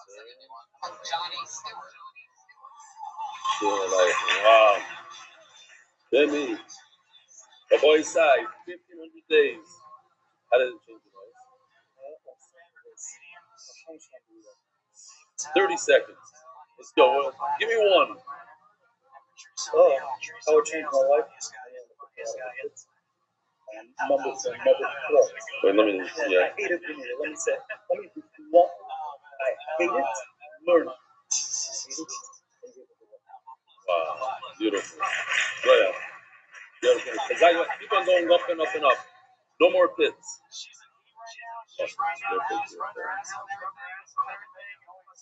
Coming up here. Wow. All right. Mordechai. Official edition of U.S. Shas. Oh. The Mishnah is sponsored by the Irani and Levy families, the Perek, Shani, who are on the way to Florida family. It's a Christina Zimmerman. Today's daf. Every daf is somebody else. Dedicated to our children, Blake, David, Gabriel, Maya, Yurat Shemaim, there. I see some of you are right over there. What's your name? Remind me your name. Boishi? Well, no, you also use it. And you also, oh, look at that. Hold on. Let me turn this around a second. It's hard. Okay, man. Anybody has any more? I don't know if the camera's going to get all the people. It's a nice oil, beautiful oil. Thank you so much for coming out. Okay. What's that? Yeah, better. This talks Nina Zimmerman, dedicated to our children, Blake, David, and Israel, Yurash, and Ira. This is sponsored by the Salmon, dedicated in memory of Avi Murray, Shmuel, Baruch, and Doib, and Rafa. The second sponsor, Joe Medallions, Apologetic Medallions Anonymous, and several witnesses of Gashman, the Apologetic Family Foundation, and Zayf Mishnah, the Rabbi Goyer, and Shmuel Apologies, the Mishnah, Ilu. Anonymous, Anonymous, Harry Song, the Bassas, the Shaw, and Malki, Kevin Perez, the Bethesda, the Each Tiger, Then the Gross and Family, Kent, Candy Island, Kay and Honor, the Belly, Cheese, and Eating of Life. And Almani also Mark and Benny and all those MDY. Go Shans or Amy Azulai.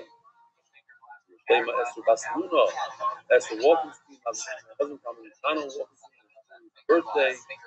Their monthly sponsor, Anonymous Brohad Buzai, for Felician Leah, for the Five Anonymous, for Leah, getting Southern Generation, Anonymous, and Zal Bakler, Anonymous, Kia. Anonymous, good and open and reveal the way for the support of Leah, Lewis, and Chris. For everyone who needed to figure out Anonymous, prepared and Yosef, success, and blessings in all areas of life.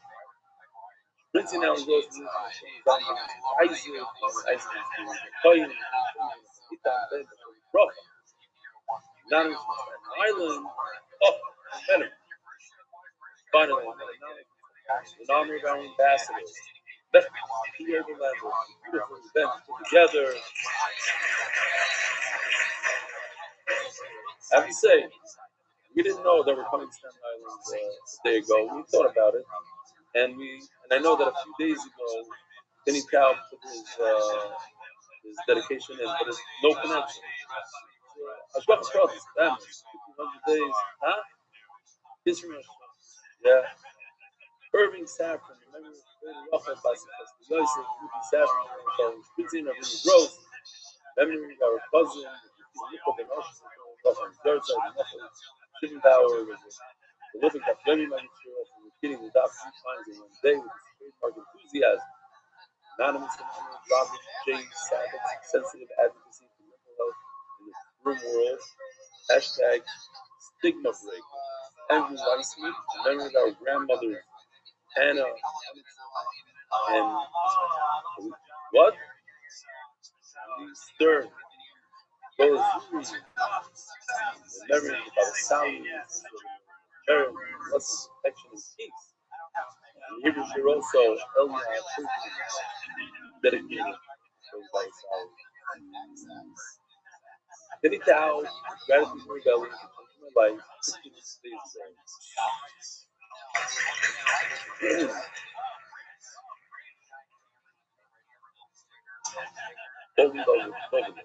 That means for sure. The lady on the birth, baby boy, this is from Biat, this is Motive Hitters, World Headquarters, Fridays at 8:15, looking forward to seeing Seesaw with our extended family. David Kapoditsky, for my grandmother, Rivka Bastano, and the Shlema, the Geba, Howard Asel, and Rebel, and Kat, Peter Shlema, Bakibi Fesco, Ben, Hana Yehudis. And then we are Yoshi Weiss, our big artist, Nara Motivosi, Local, great videos, fun. Basically, I saw Reba, Rafa, Shlema, Nestor, Sayela, Nestor, boy side. We have a word to go. It's a really fun daf today. A lot of hands-on stuff. Shkoya. Send them a mazel tov. Thomas, the Allah of the other destroy regarding Mela. Oh, you know what I'm missing? I need like a pebble. Everybody has something like a pebble. Maybe a bottle. Something like this size. Something black. My water bottle has I need something else. Maybe a nice stone inside of the construction.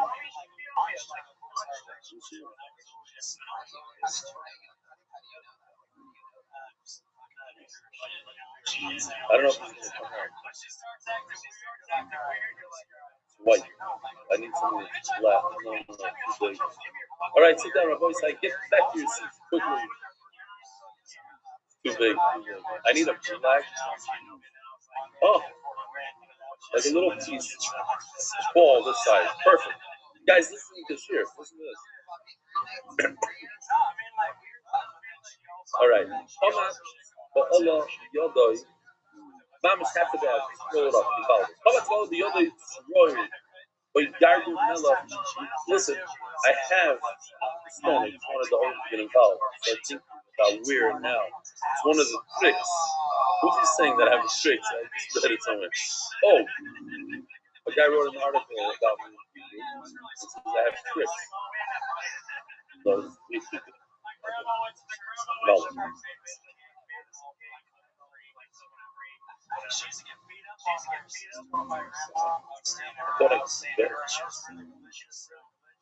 Have to, like, give me a piece of tape, so a whole piece, I'll do it.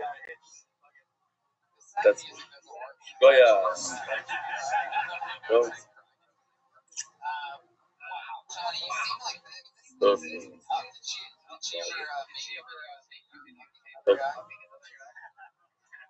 okay. It says in the Mishnah, Hamatz v'olu b'yom Yisroel, Gargu Mela. Oh, he told him. He doesn't eat it. He puts his hand into the flour, and all of a sudden he notices inside is like a stone. So, a piece of Levina. Show you, we're going to be talking about this Levina, then you just see here. One piece like this. One piece of Levina. Levina comes in pieces. One piece. That's the Gemara called Hanalem. Many cases of something.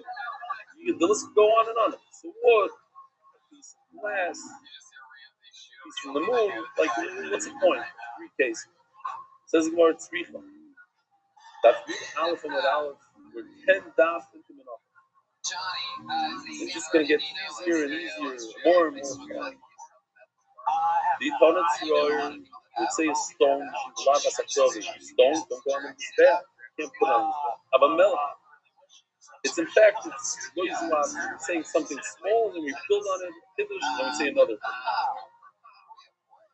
Melach Asakrovi. Know that every part of it is called the Melach on it. Even in the Mincha, for the Melach on it. Well, the Basakrovi is something that's available to the Mizbeach. Came with the stash. So I would say that salt is a Kiddush. I would think that you could put it. They found a little salt inside the Mincha, not a big deal. It is a big deal. It's possible. The Tana Melach, and if they say those 2 things, stone and Melach. The lo yikva v'adi mincha mikara, because it's not. Oh, the mincha. But the loina yikva v'adi mincha mikara is kasher, but the loina is part of the mincha. You put your loina on shnas, so think that it's part of it. It's part of it. It's part of the mincha. If you do, so you found it later on in the shmitz, it's not a big deal. I think it's part. Mashma is also part. Okay, so you have 3 things that are part. Next part of the Mishnah. Why is it a problem? Because think about it. This amount, these 3 fingers amount of flour is your part. That's what you put on these there. But you don't have 3 fingers with it. You have 3 fingers minus the stone. Therefore, it's awesome. Or it's little. Here it is. The point is, it's not easy. Asking the Torah, why you call it more, it's less. David Lynch, when this stone is flour, is it going in and out? Huh? Why is it so choppy? I'm moving?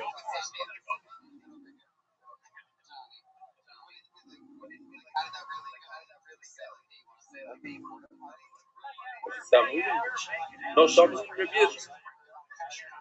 You go like this. One more. Wow. Tough. Where's that black tape that you had? I'll have it go like this.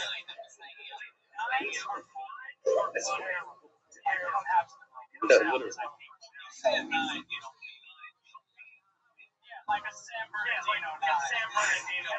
My ears possibly up. So, reminds you of your Rebbe? It reminds you of your Rebbe?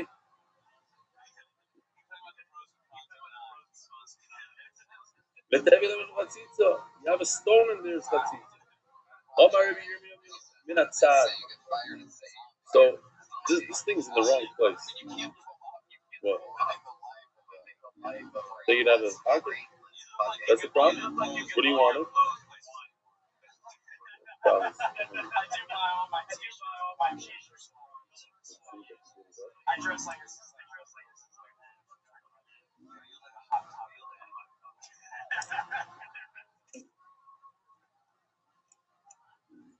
Put it on the table.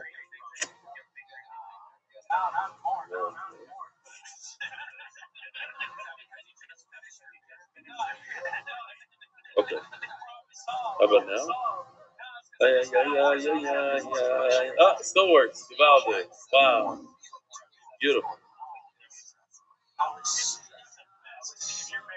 This guy? Okay. You know what? We're gonna have to do it on this side. This side. This side. Let's do this. On this side, here we go. A lot of this here. Using this fancy folding system like this. Now,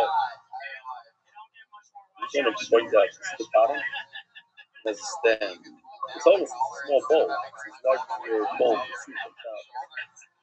Just pointing it out. Oh. First of all, I got to use that. It's going to get messy, but we're by our tradition. I don't want to try really hard not to mess.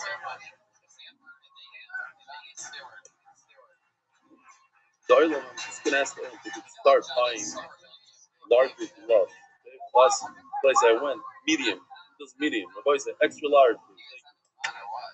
Actually, grew up from my suitcase. All right, here we go.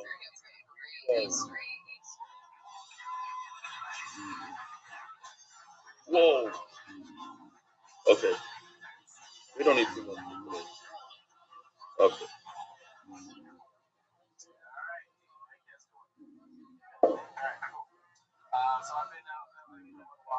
Pizza. Yeah. Put my hand in sideways. Bending my three fingers like a tractor. What was that thing? It says the Gemara that the stone right over there. Minatzat. What's interesting is, why is it called Minatzat? It's really Milamala. It's over here. It says Rashi. It's not Lamala.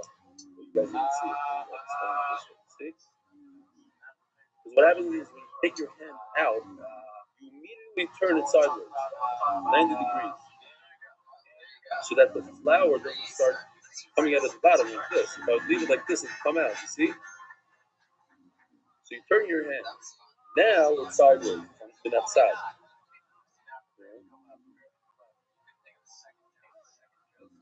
That's smart.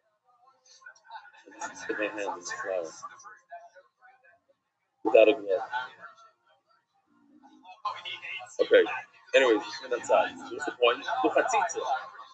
Lochatzitza is on the top. Chatzitza means it's inside. If it was in here somewhere, that's chatzitza. Between the flour and the hand, you have a stone. But the stone is all the way on the top of everything. It's minatzad. After two holes, either from the pinky or from the thumb. But that's minatzad. Okay.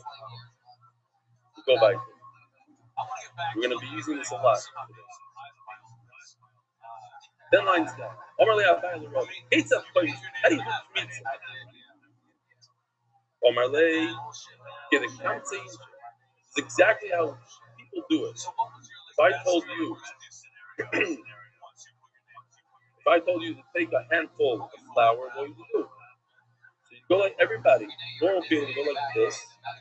They grab a handful of flour. How many fingers did I just use, Rabbi Yisai? 5. How many are you supposed to use? So that's the Gemara. Doesn't make sense what you say. The Gemara goes through all the names of the fingers. Zuzeres.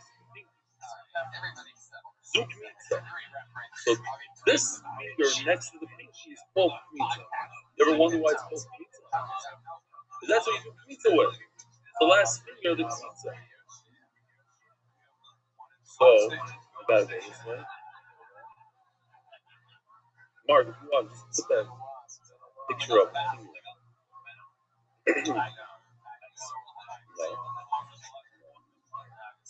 Go to the list of all my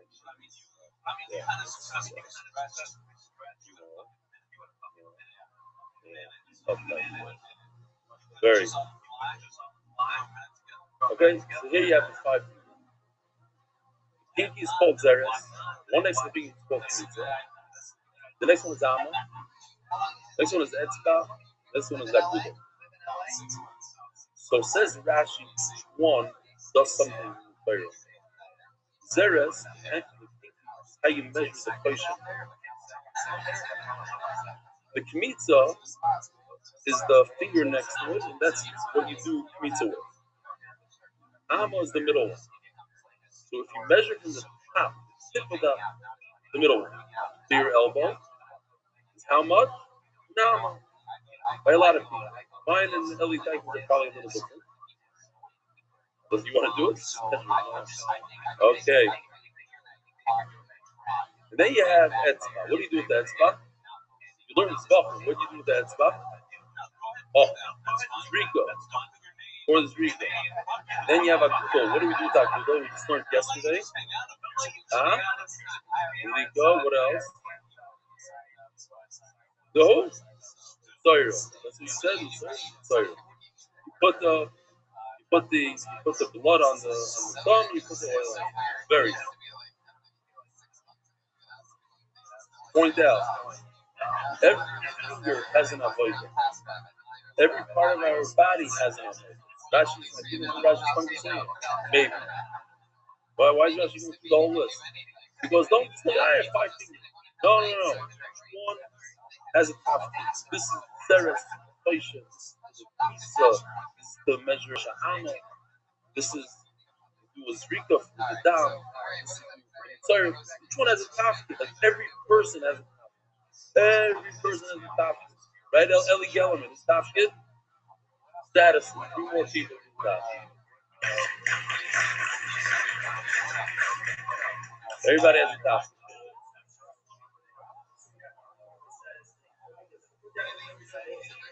7 people. 12.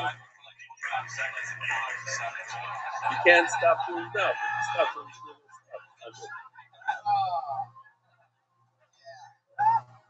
All right. So what's the Gemara's kasha? You all saw the kasha coming. You stick your hand in, and Abai says like people stick their hand in, they go like this. But it's not true. Kmitza, it's even called kmitza because it stops right there. It's like this. It's not like this. It's only 3 fingers, not 5. Says the Gemara, Elo lahash. It's like we said, kmitza's kmitza, 3 fingers. But the pinky and the thumb are there to straighten it out. That's perfect. It can't be too much, it can't be too little, and you're going to see soon. It's possible for right over there, but it's disturbing me.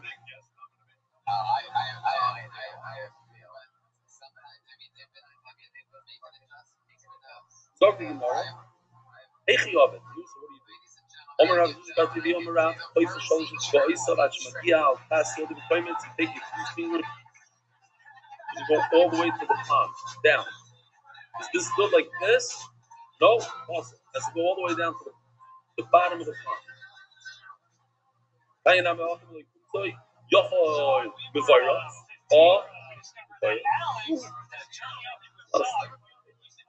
This is Mavira. See how it pops out on the top? No good. It has to be like this. Can't have a bunch of flour on the top like this. It has to be inside the coin. It's big. Inside is 3 fingers. Maybe you should go like this. Mamish like nothing. By the way, it's hard for me to go here, but I'm going to do it anyway. The Vairats right over there. That's too much. And then Russian is this is flavor from. No, I don't like that. No, not true. Not good. what is this? Right over. See? Folding up his fingers like this.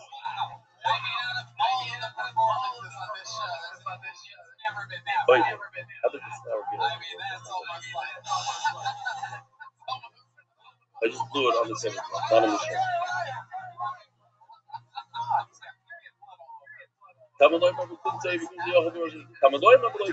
As we fold. Full. Okay, so you don't know what's going on over here on my pants. Wow. Okay, so okay, great. When you have a very thick bread or thin bread, break it up into pieces, and then you beat it with those pieces. I don't know if you have a piece of bread here or something, a piece of cake. Yeah. I'm gonna try to.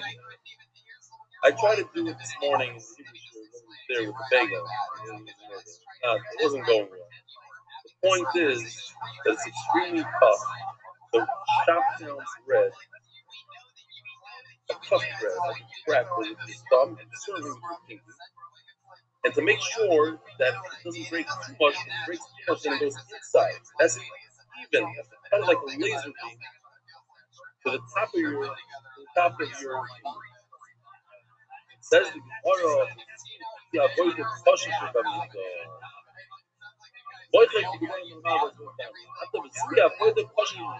the hardest thing to chop down. I don't even want to do it. Oh, this is easy. Wow, no. We'll do it right now. I've never done it with puppets. Let's see if I can do it. It's not going to work. You see, here it is. Break. Oh. Mama's purpose. Nice. It's not so question. Listen, it was a little bit stronger. Wow. Nice. Wow.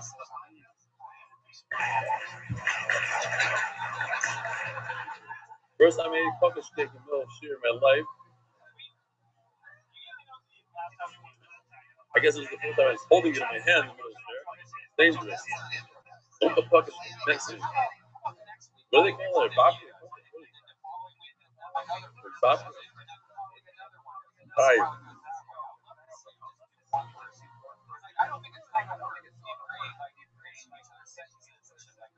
Oh.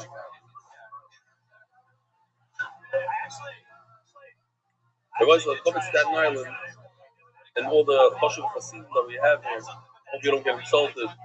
But my artist thought it was funny because he's Litvish. What is that for points in me? He said that people go in like this. What does it look like in real life? In Staten Island, like this.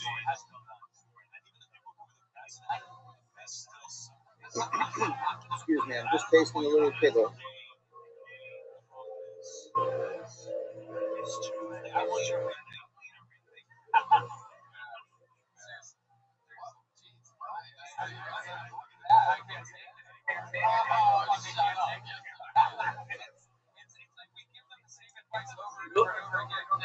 You have toilets?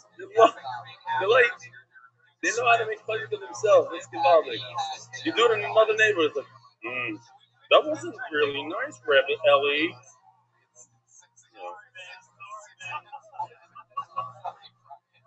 All right.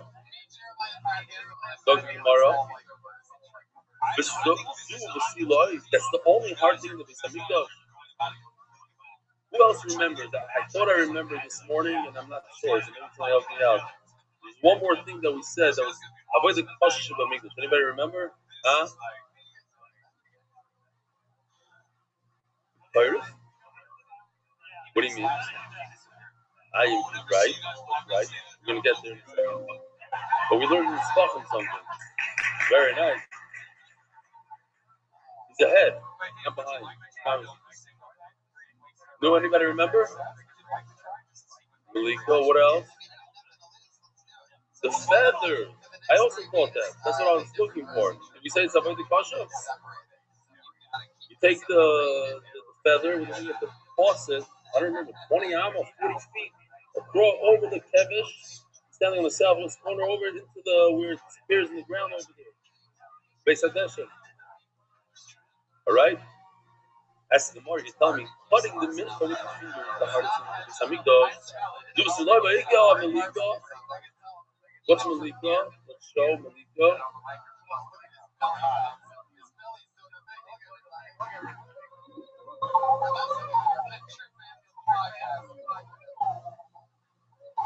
I guess putting your thumb, the size is tough to do. You have to have some personality. You have to have a very strong finger. Goiga chafino, but there's also chafino. What's chafino? This, I can't tell you how sad I am. I have this device that I built myself in Eretz Yisrael. It's in my office. I look at it all the time. 7 years. Every time I say it, I'll use it when I get to Menachos. I'll use it. And now I'm in New York. And it's sitting. I'm going to wait another 7.5 years.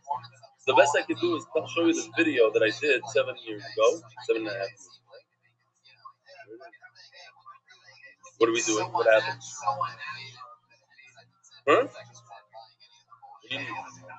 Says the Gemara's half of Yutes and that. Why do they bring it to Beis Hafinos? To teach you Tafina. Rabbi Rothschild, I'm going to take the great pleasure to show you what I think Tafina looks like. First, I made a kli all by myself. Looks something like this. Now, obviously, in the Beis Hafinos, this was gold. But I had to do it see-through. You see what's going on. Here's the kli. Hopefully, it doesn't. I had to buy special klis and wood, and it actually still used now. I have a pen here. Don't ask me why. 7 years. Look how I use it. 7 years. This is I'm not. That's not why I brought it. It's going to catch my fires. I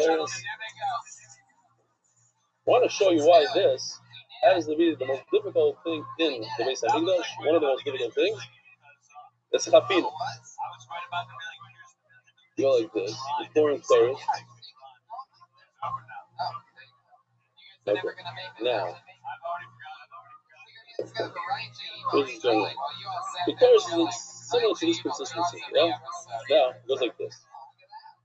He holds this. The cameraman is having an issue. Gary's up there now. Waiting. It's fine. So he comes in with two things. First, he has his pen. It's full of cold. And he has this, the chorus. So now, all right, I don't know what, I'm just trying to do something. He has to get, this is what he's practicing all week long. Now what? If one drop falls into the pan, it's all over. Let's show you how hard it is. Go like this. This is one way to do it. There's another way to finish stuff. Nothing can fall, nothing. I'm out. There's another way. Hold on, I don't know if I can. Let's turn this. There's another way. It has to go like this. His mouth. Really?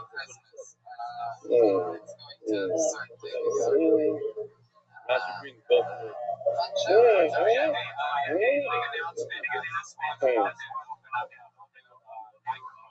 That's why they'll go all week long to practice. Okay, let's go ahead. That's your professional. The book that question is okay, so Tafina is tough. You have to pour it out. One drop falls, then he puts it in the pan.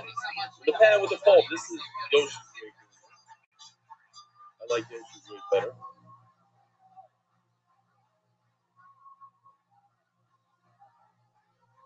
Very nice. Anybody play Kugelach over here? So what is it called when you throw up on the Kugelach and then you catch it? Huh? Aliyah? Aliyah? No, that's like that. You catch it in your hand. No, if you throw it up and catch it like this. Huh? Huh?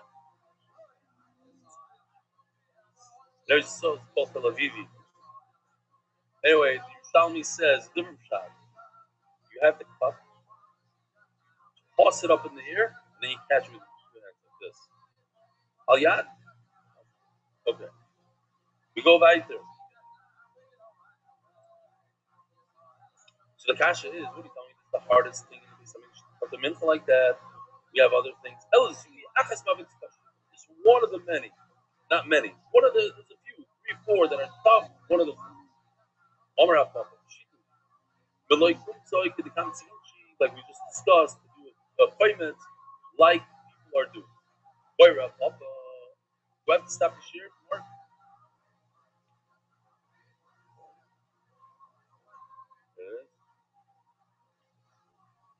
Okay.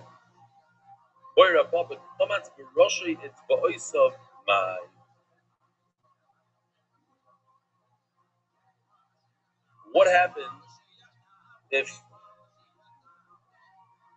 his palm is facing down like this, and he grabs a little bit with the tips of his fingers? Minat doesn't mind. This is interesting. I don't know if I can demonstrate so well, but he puts his hand, palm up, hand down, pushes hard into it, and somehow then he's able to grab something like this. Not instead of putting his palm in, his palm up, pushes down, and then he gets up. Or he goes in like this, straight in, and curls his fingers. Instead of this way, like the tractor does, it goes this the opposite way. What's that law? Take it. Overall, Puff is referring to the Torah. It says in Torah makes a little tough, which means 2 handfuls. What's normal for people to do 2 handfuls? Look how it's like this. Yeah? The little tough like this. The Shaila is a similar question we had a second ago.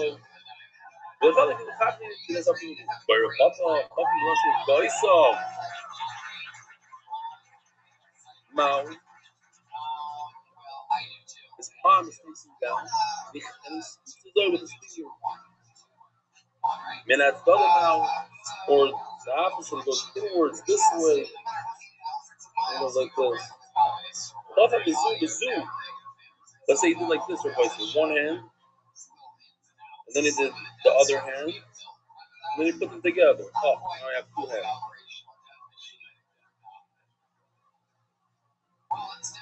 If everything is fake, where up? Daphne, Daphne, the mono, my. Okay, I think I can take this off. I'm done for now.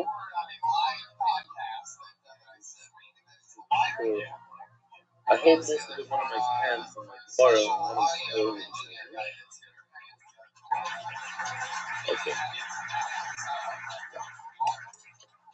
Good day. How do you check this again? Okay. Says the Gemara. More Gemara stuff. Daphne the famous Daphne the mono, Mike. Here we go. If the mitzvah is on the wall of the bowl, what's that like? It needs to be inside the cleat. It's inside the cleat, right? But it's not enough of the toilet being on the leg. It has to be on the bottom, not in the cleat, but there has to be hanacha. There has to be a placement inside. And you didn't place it inside. It's on the wall. Leg. Take it. Boy, Marta Ravashi. Actually, one of the dafkin I showed you already. The bottom of this has its own bowl. Not meant to put things in it, and just make it, give it some height. What happens if you put it in there? Let's see what it looks like. Here we go. Here's the bowl upside down. And what happens if you put inside that area. The doctor will put it the harisa the monomer. Put it on the bottom of the bowl. It's clean. I love the social being on. You need to put it inside a kli and you put it inside a kli. Well, it's not being on. Like it has to be like normal fashion. Nobody typically puts stuff there. Take something. Hates everyone. Voice of a pasiodo, which we read, discussed. He takes 3 fingers and puts it like this. Ribo shamra, shamra. The item remembers how much flour do we put in the mincha, everybody? What do you say? 1 sorrow. How much oil do you put in? 1 loaf. So what happens if you put some more than a loaf of oil? How much more is oil? You put in too much oil, shamra, too little oil, so the venosa, too little levaina, shula, it's says in Gemara, shamra. What does it mean exactly? He doubled up the oil. Instead of 1 loaf, 2 loaves. Mashma that if it's half a loaf, more, not a problem. It's because he doubled it up. As the Gemara looking at the Aruch Hashem and the Freedom, Hashem and the Chaversha, makes a shot is he put oil from his home. He doesn't have to cut. Kedusha, that's why it's cut. Or oil from another ministry. If Hashem and the Freedom, Hashem and the Chaversha, they're talking. If you're going to tell me that's not a problem, that's a question. And after we speak to the plus of Hashem and Hashem, you know, a mitzvah of a fight of a sinner doesn't have any oil. Put an oil, it's possible. What oil are we talking about? If it's own oil, or less than. It doesn't have its own. The chulin, if you put in oil from your home, with the chaversha, or oil that belongs to another carbon, another mitzvah, honestly possible. It's always not a problem. Oh my, it is poison. Lezen, let me buy you one. You're right. The reason why it's not here, because that's caution. If you bring oil from your home or you use oil from another mitzvah, that it becomes possible. The Kiddush is. Oil of a fuzzy law. The high fuzzy law. Each look by itself is another look that can work. Each one by itself, individually, to be the real oil for this mitzvah. So I would think, whatever happened, one is going to be the entire shemen for this thing. It shouldn't be possible. The masculine that it is. The bottom line is, comes out this, that if it's less than the whole thing, it's also a problem. We're trying to say even a large amount that's enough for the whole thing is also a problem. But less, a half a loaf, on top of the regular loaf that you already have, is also poison. How do you know that oil that has kedusha to it creates because you got a problem with it. Here they're going to be shamno. What is saying of its oil, shamno with a hay out there? It doesn't say riba shemen, too much oil. Riba shamno, its oil. What does its oil mean? That it's punished for this. This is a riba lotion. Welcome, Ashton. Even though your mafresh goes looking up. Oh, but here's a mosquito. Spoke about a mosquito.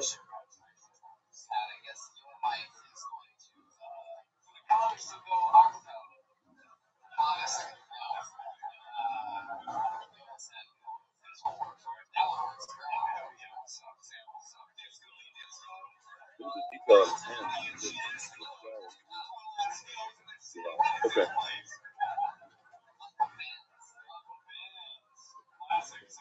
He's a little enough. If he doesn't have enough levana, he says the Gemara, Rabbanon, Basra, yeah, it doesn't have enough levana. It's Basra, Rabbanon, Basra, Rabbanon, period. That's what it's. He started off with this amount of levana, and he's left in his hand one piece of levana. Comes in pieces.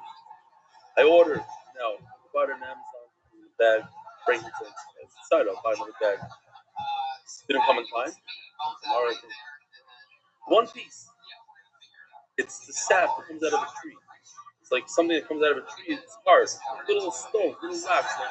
Like, you can imagine what it looks like. It comes out of the bark, yeah?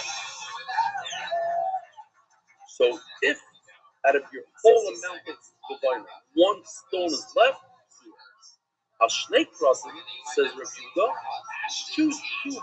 What are we going to call them, Rabbi? What are these called? Particles? No, I don't know. No. Fragments. Fragments is not a bad word. Who? Granules. Stickler. Zwei Stickler. Zwei Krüter. Zwei Stickler. Ja. Scheide. The Rabbi Yehuda says it's enough, it's good, because you have two fragments, pieces, stickler, granules. I'll carry that with the church. No, comes from says one is enough. Comes from less than one, I'm not sure. Rabbi, say everybody together. So there's always a first. Standing on is the first of many, many things. What are the first? We ate puckish cake here the first time in the middle share. During the daf, and our global is a one-stop shop for all your financial needs. Isaac Estelle, in honor of all the MDY doctors in South Florida, we should all be still looking to the God. Anonymous memories of Moshe and Peretz, first roadside, Zion.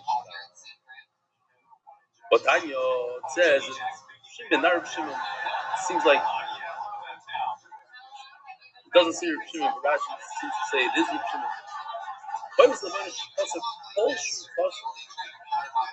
If you have an entire mitzvah, you have 99%, 1% went bye-bye. Yeah, 1% went bye-bye. What's the halacha? No good, it says over here, Shimon. So, I understand that Rabbi Kassim just walked in. Where's Rabbi Kassim?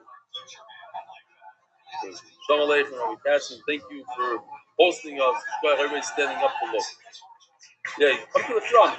What are you sitting in the back? Rabbi Kassim, come, no?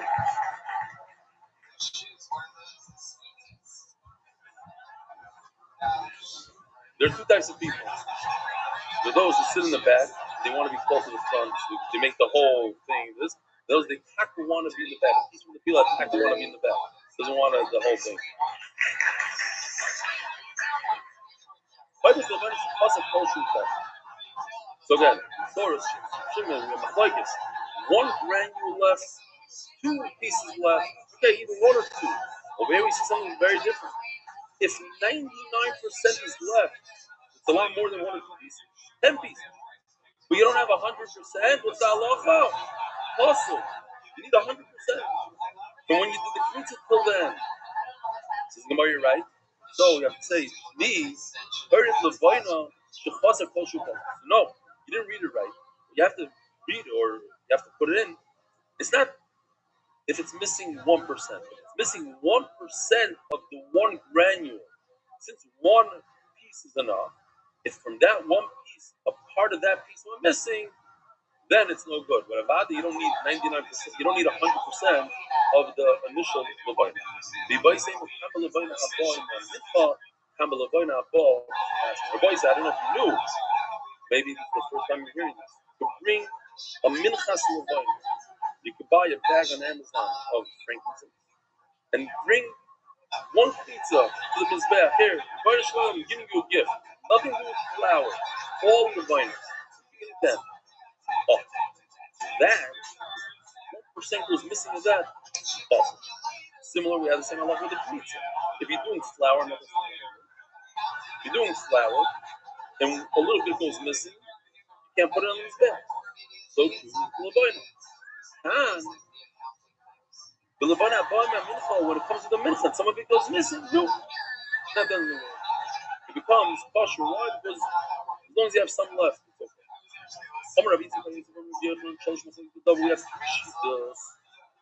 Rabbi Meir, so coming to the Kila, coming to the Soif, Rabbi Meir holds whatever you did in the beginning, that's what you need at the end.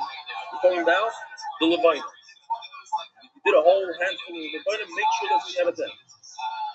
Review the Savar, no, all you need at the end is 2 pieces, 2 regular shtickler.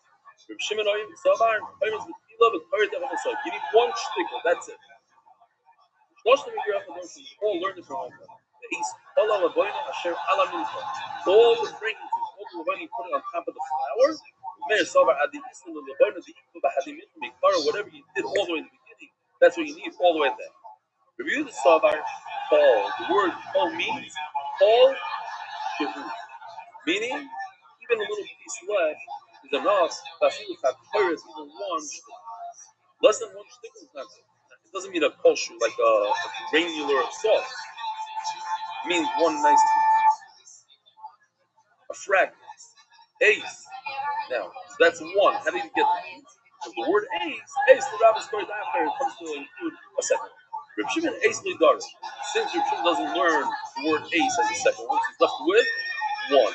1 or 2 pieces, and according to Meir, the entire amount, 100% of what you start out with, you need to have at the This is after the comes together with flour. When it comes back on its own, whatever you start out with, that's what you need to have all the way back. But it comes on top of the mincha. That's maloi. Anything that comes together with a mincha, then you could have something going missing. But if it comes on its own, this is the carbon, and even 1% was missing, no good. What's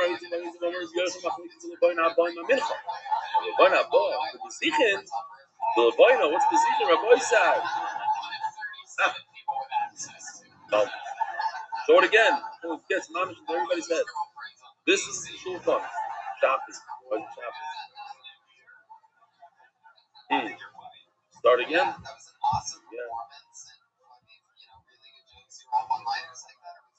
These are the 12. Let's come upon it. But there's also bazikhin, 2 spoons, special spoons that have inside it the levina. The levina, the frankincense. This you burn on Shabbos. When you burn it, you're allowed to eat the lechem upon it. But the levina of the bazikhin, the re'akol shnei kmotz, the pilo shnei kmotz, so if you can't have anything missing. That's mamish to get the mincha, like the piece of a mincha. Shita, why is it so tough? You understand? Very simple. Because there's no word that says kol. Kol teaches us a kosher meat. Kosher meat, even a little bit. You don't have that by lechem upon it. So you really have to have the entire thing left. The same thing that the lechem has comes with bread. Asher al mincha, mamish like a mincha. It's like levina that goes with the regular mincha. Levina goes with lechem upon it. Levina on the mincha. Same. Mashma is different. A little piece goes missing from the lechem upon him. Levina can't be marked. Can't eat the lechem upon him either. Think about Rabbi Rothschild.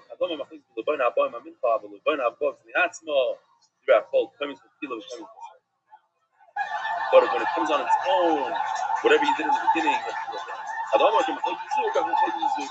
the difference between a levina that goes with a milch and a levina that goes by itself. Let's just do this little figure. It's also easy. We'll get to the mission. Piece of levina, yeah, it's fine. It says in the Mishnah that if you're missing a little bit of the frankincense, of the levina, it's possible. But you don't share it. The Mishnah doesn't talk about adding.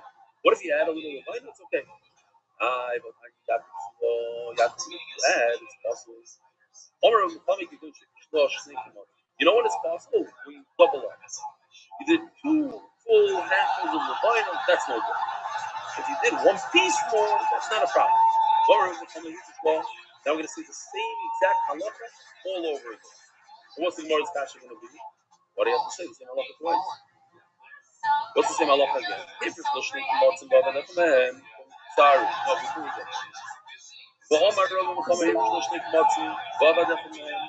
if a person set aside 2 full handfuls, 2 full matzim of levine, Mamish looks like a guy in California, you know? Yeah. Huh? Why? Some Jeffers don't think matzim.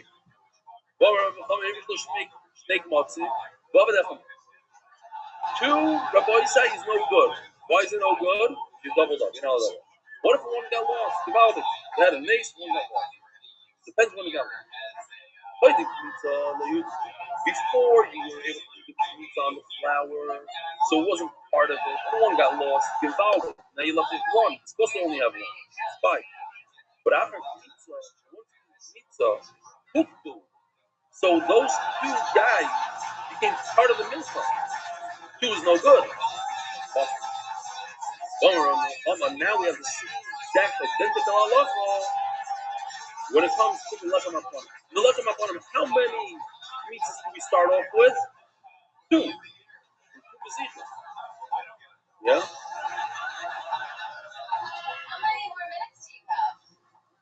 Two spoonfuls. So now we're going to do the same thing. We're going to double it out. So how many do we have now? 4. You put aside 4 instead of 2. So now it became puzzles. Double. And 2 of them got lost. So it depends. It's before you remove the kaihanim, remove the spoonfuls. So it's not considered anything. It's not part of the lechem haponim. So it doesn't pass away. But once the kaihanim remove it, what do you do in the same case? So then it occurs. Says the Gemara, if you look at these two guys standing there. They're waiting to be taken. They're there. You know exactly what the pizza is. The Mela was. Here's another nuisance that we don't know. What time of the day you take these 2 spoonfuls of levina off the shulchan? What time of the day? Huh? 6 hours. But that's the shoe that we said the other day. It's after you bring the covering missile. How do you know? It says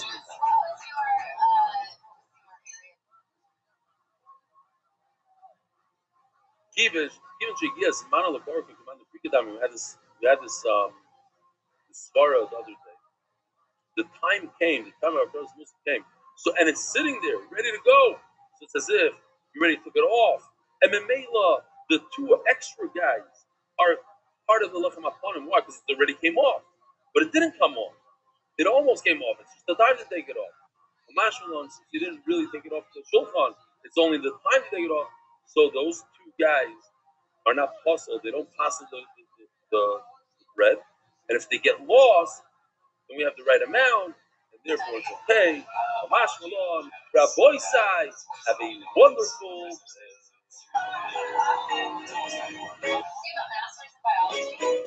Merit the schutz of spreading Torah throughout the world. Sponsor a shir today. MDYsponsor.com or sponsor at MDY.com.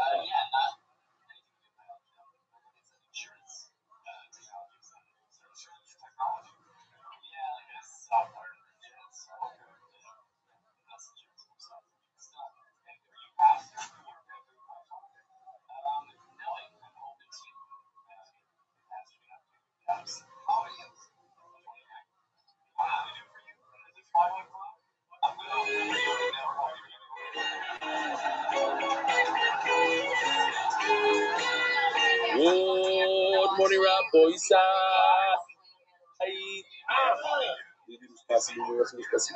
Live from the 5 towns in Farakoi, everybody's Blumenthal. What's the name of this place?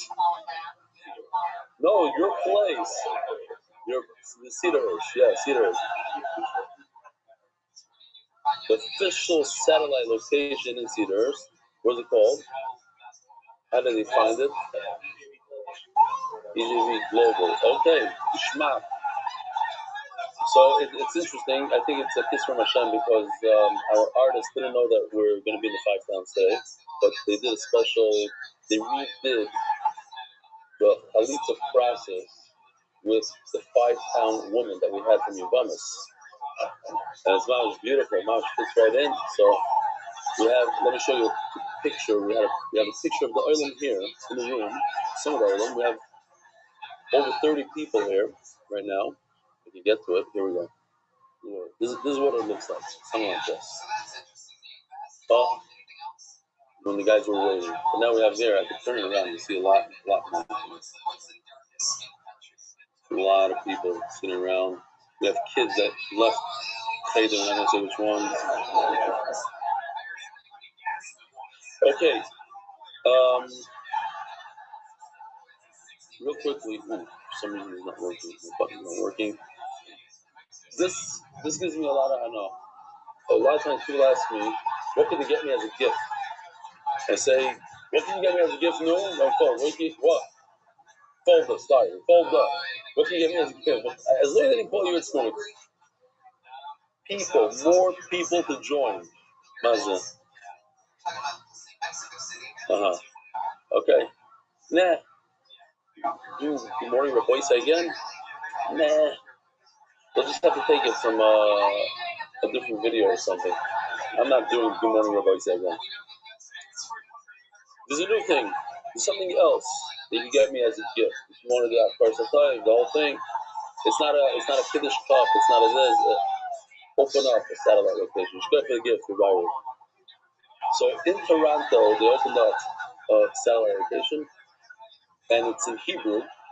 So it goes live when it's 9 o'clock in Eretz Yisrael, live in Toronto, 2 p.m. is the new satellite location.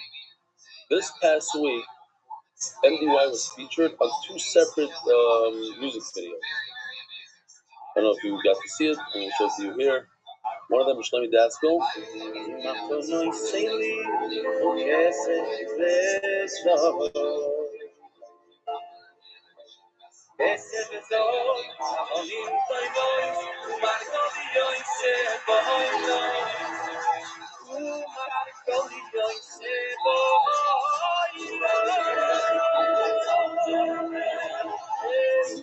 Here's MDY.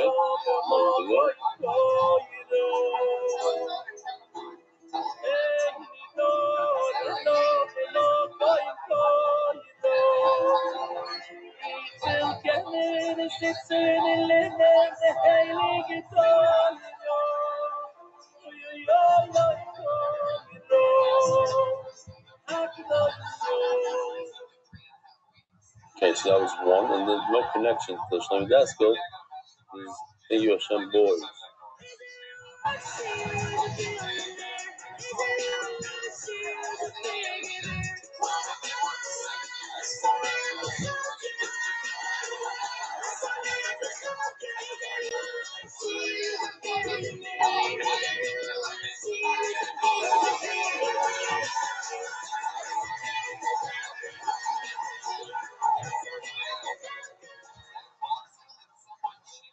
Was I in there? I didn't know that. Okay, good. I was watching Vanderlei write another book over there. He's doing something on his phone now. So a very interesting thing happened. So Yaakov Langer, because he said if he has 1,000 likes, he'll join MDY, Eli Geller, and all these people, they got together, so they got 1,000 likes. So he joined. A guy comes over to me in shul today and he says, "Oh, Shalom Aleichem, I just joined the shir yesterday." Yesterday? Yeah. I said, "Why?" He says, "Yaakov Langer joined, so I'm joining also." I get out of shul, I'm walking home, guys, I walk you? I said, "Yeah." He says, "Listen, I joined yesterday." I said, "Why?" He said, I said, "Because of Yaakov Langer?" He's like, maybe. It wasn't. Anyway, within 3 minutes, 2 guys. So that was just in one place. I don't know how many people. When you have influence on other people, you have large following and a status. You could bring a lot of people to Torah. I'm gonna have to read this face up. Hold on. As a daily MDY, this is spelled Rafa. MDY, it was never spelled like that. EMDIWIER. No cruise for me, maybe a paddle boat. It's really striking the effort and emphasis you put in on an enjoyment part of the learning. I think I can speak for everyone besides the Nachman Seltzer. It's not about the DAV, it's about the AI videos, the fun, the vibes, just an absolute enjoyment of learning. Now, it's important for people to know, especially the ones who have a hard time laughing at the hilarious videos. So we have a few people in our English here in our Israel that anytime something's really funny, they go like this together. Look, they hardly make this stark face. Now, it's more, An unknown pirush of the Mishnah in Avos, Paragdal Mishnah Beis. Schar mitzvah mitzvah. It says in the Bartanur, a very groundbreaking pshat. I don't know how to read this exactly. It's all backwards. But basically, it says certain enjoyment that you get from doing the mitzvah. This is describing exactly what MBY is doing. Besides the biggest mitzvah within the Torah, there's a separate mitzvah of really enjoying it. Read, having as many videos as possible, and no one does it better than MBY. It's a buy one get one free. Remez, the whole zapper at 422 is Eli Stefanski with the Aleph, I guess. America's the Fiona is 422. The kids are Shkoyach. Next, good evening in blood. First of all, so this I guess was written in Hebrew. Oh, I love this story.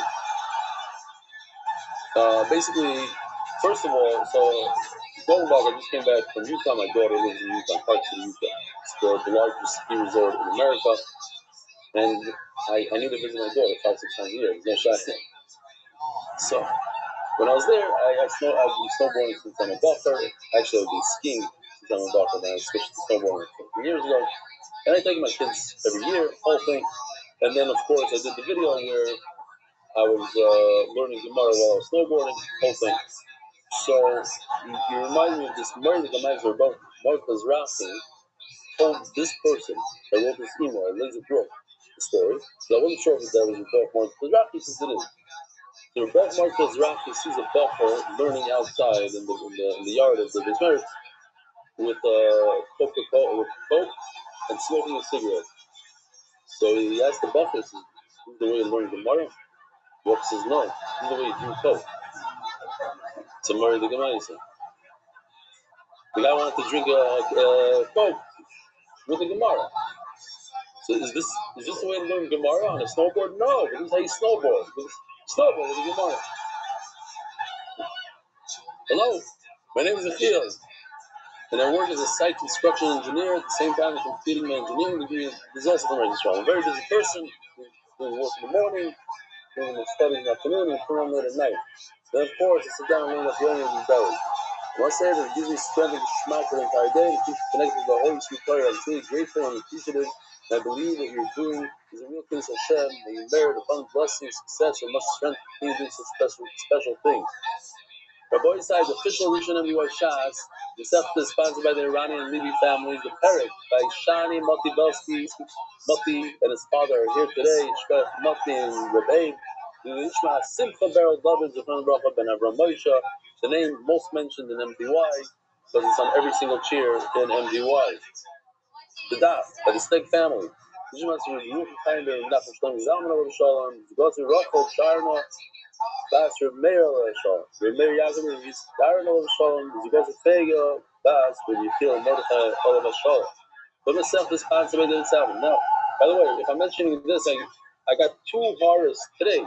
So I'll mention it. I didn't really put much or thought into it, but the Gemara has a glossary in the back which you don't find in a lot of Gemaras. So if there's anything that it's, I don't know what page it is, but it's in the back, right before the charts. If there's something you don't understand, like Chalitza, Chasidim Rishonim, Hekesh, Relacha, Yisaron, Treifa, any musug in the Gemara that you don't understand, there's a little explanation in the back of all the musagim. Okay, maybe it's kedai for kids or whatever to go through the musagim. What's an Afsadra? Anybody? You know what Amaretz is? Somebody who doesn't know what Afsadra is. Givaldi. Next, David Salmon dedicated memory of the murder of Shmuel Brockman, Chaim Tzvi. The Sefta sponsors Joel Gedalis, Nishmas, my father, Jack Gedalis, and others, and some of the Rufus of Gashmas, the College Family Foundation, Zevin Nishmas, Sarab, Agdoy, the Children College, the Metch Sirilu. Anonymous, before stepping on the Moshe Ben Nizar. Anonymous, for complete Refuah, Shleimon, Arifas Yomim, Kaleo, Bas Esther. Amazed, Israel Malki, Holy Ghost, Peter Malchus of Chesed, we're so proud of you, you have Mordechai, keep steiging. Send the Grossen family, Canvey Island, UK, in honor of Rebellion, who changed my meaning of life. Plenty Almoini, Yossi Mark and Benny, and all the Iskim, the Tzorch MDY, at the Baruch Shalom Schara.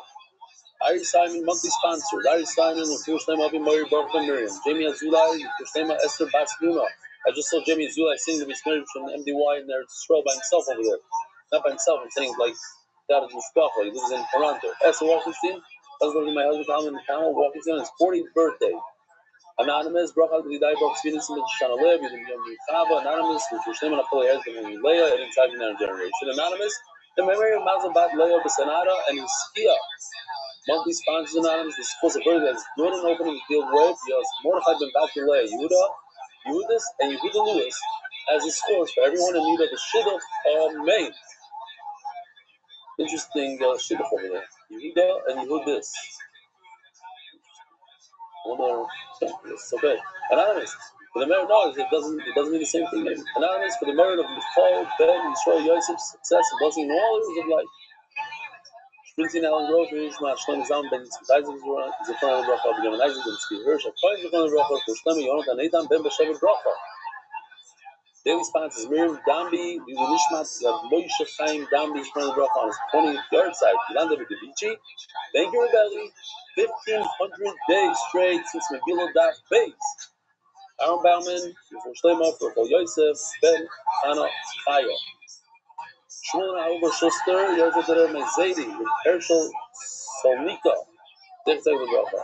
There's a double Chani Lefkowitz, Basdov Shui, and Freddy, Bubbies, and Zadis, and the Ganze Mishpach on the birth of Bakia of Dal Davis. Anyway, our first sheet writes in honor of Mati Bells in the room with Niat Slocha, reading of JIV. Oh, two generations. What's your name again? Remind me. Why? You what? Your brother? Yoshi. And now Yoshi's giving you back. Come on. Yosef ben Chaya Sarah, for Tanaz Bereva, for Shlema, Yohanan Eitan ben Beshev Bracha, for Shlema Mordechai ben Esser, the first Ayah Dani is Zeb, and Ayah Desser, once he was to fire now. Yeah. About 3.5 minutes or so. We are holding on like 9-10 lines from the bottom of the test on the base. Comments for small. Easier sugyas, mamish. I'm telling you, I'm not making this up.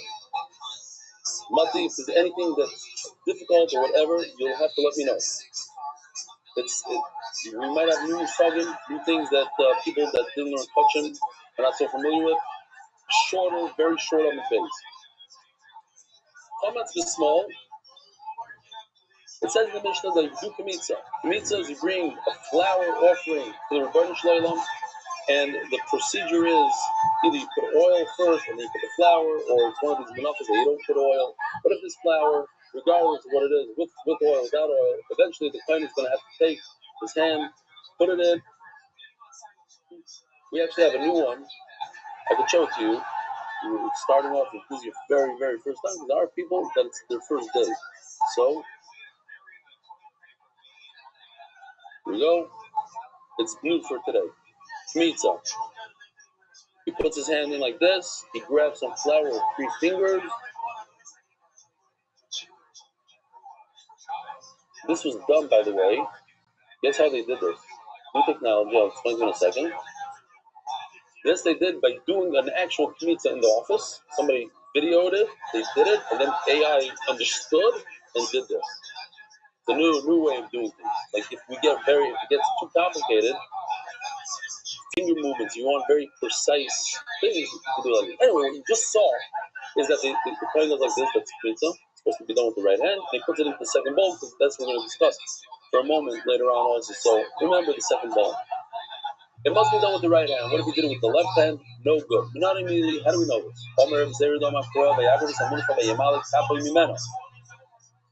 It says that you should fill your hand with the mincha. Now, what does a kaf mean? Palm. Now we're going back to the Mitzvah. Even though we saw the videos a bunch of times, let's get back to knock it down right. Now I want to show you this video because it's important, because it's wrong. We're going to learn today that this video is bad. And let's see if you can notice what's bad about it. First of all, here, let's just show this for now. One kohen is pouring from the lug. This is a klisha. This whole thing has kedusha. All the oil in his kaddish. He pours it into his left hand. The Torah says left. And from here we can learn that everywhere else in the Torah it's in the right. The kaf means right. Over here it says kaf smallest.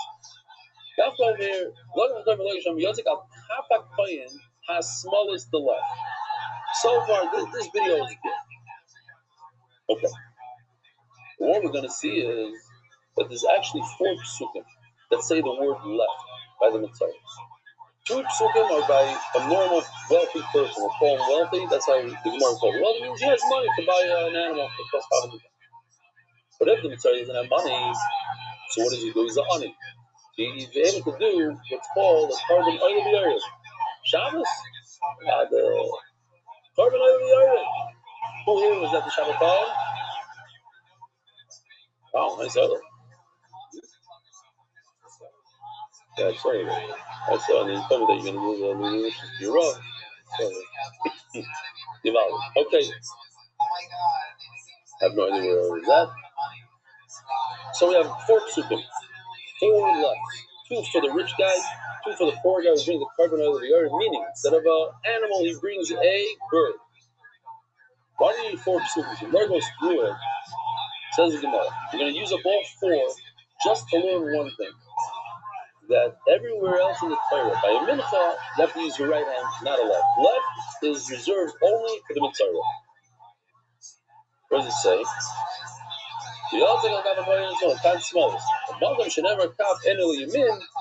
Anywhere else in the Torah, kaf means the right. Only by mitzvah is for the as Gemara, but I need it for the actual halacha to tell me that one kohen pours it into the other kohen's left. Not to teach me that in other places it's the right. Says the Gemara, small is achrinoksev. So here we go. So this is our puzzle by mincha. It says the word kaf to pan. Now, first puzzle by Usher says kaf asmalus. That I need for itself. So, it says in the second time. Kaf asmalus. It says also by a wealthy person, the left hand. So now I know in other places not.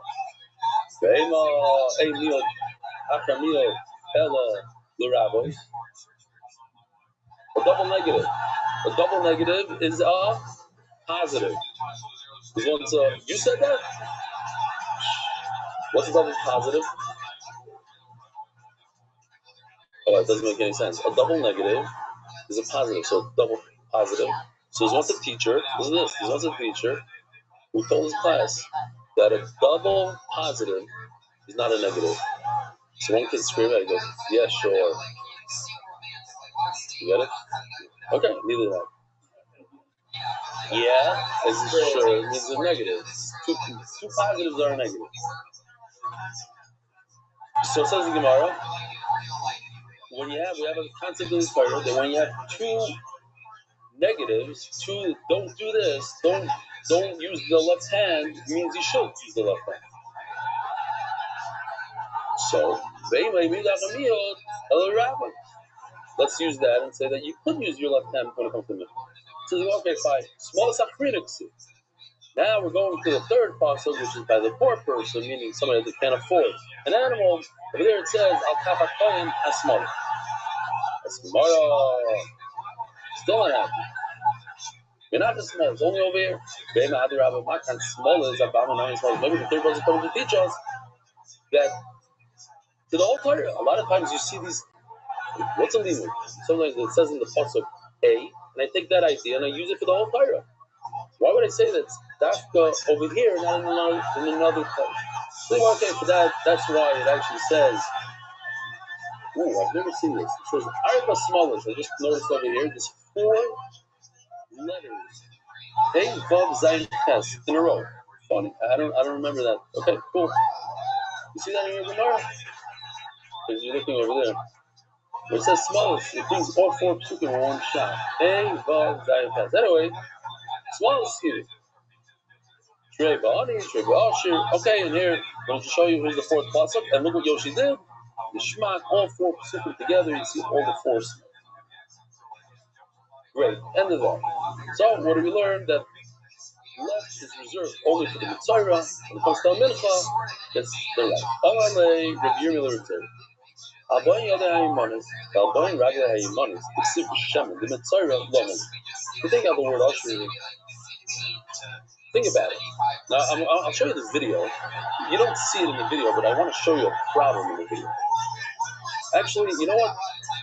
Let's do the video after we learn it, and you'll tell me what the problem is. Okay? So you have to pay attention to what we're about to learn, because you have to find this. Oh, things over here. Yeah. Alboin Yadayim Monis. Alboin Raglayim Monis. Sibishem. The Mitzvah Loman. So let's do this again. They asked me yesterday in Lakewood to get a small share in the Meyer Fishing. His house. So when people ask me, I could tell this guy is not into Daf Yomi. He told me afterwards he never learned Daf Yomi, never will. I get it. He said, isn't it a problem if you're learning, you don't retain everything? So I told him, I said a few times, I said, I guess, was it on video? I don't even know if it was on video. I think it was before show. I said what I know is by Ari Time works. We went around with the video. I didn't watch this whole thing, but watch it, let me know. It's probably good. It's a whole hour. But I saw a clip where as he comes, I just watched the first few minutes, as he comes to the hotel, and he sees the Mizbeach. He starts describing the Mizbeach like a professional. This is the Mizbeach Hazal. This is the Mizbeach Hakitzon. This is the Kiyar. This is the Mukni. This is like that. It doesn't say a sign on the bottom of it. It doesn't say. And then he's like, wow, look at this. He doesn't look at the Gemara. He doesn't like to look at the Gemara. He says, it's Gemara, right? But he just listens to shit. And he knows.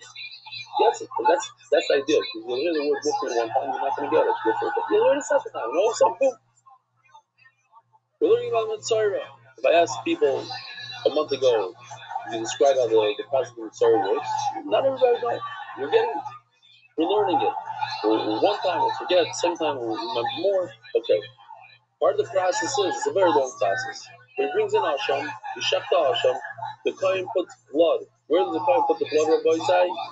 On his ear, right ear, on his right thumb, on his right toe, large toe. Then, you just saw the video, the Kohen takes the oil, pours it into the left hand of the second Kohen, and he takes his finger, dips it into the oil, puts it on the ear where you put the blood, on the thumb and on the toe. So the question is, if he puts the oil on top of the blood, where's the blood on the right hand? So we know it's on the right. Yeah? Why do you need a puzzle to say that has to be on the right? Where do you put the oil? The oil goes wherever the blood was. And the blood is on the right. Right ear, right finger, right toe, the whole thing. So the oil is also on the right. So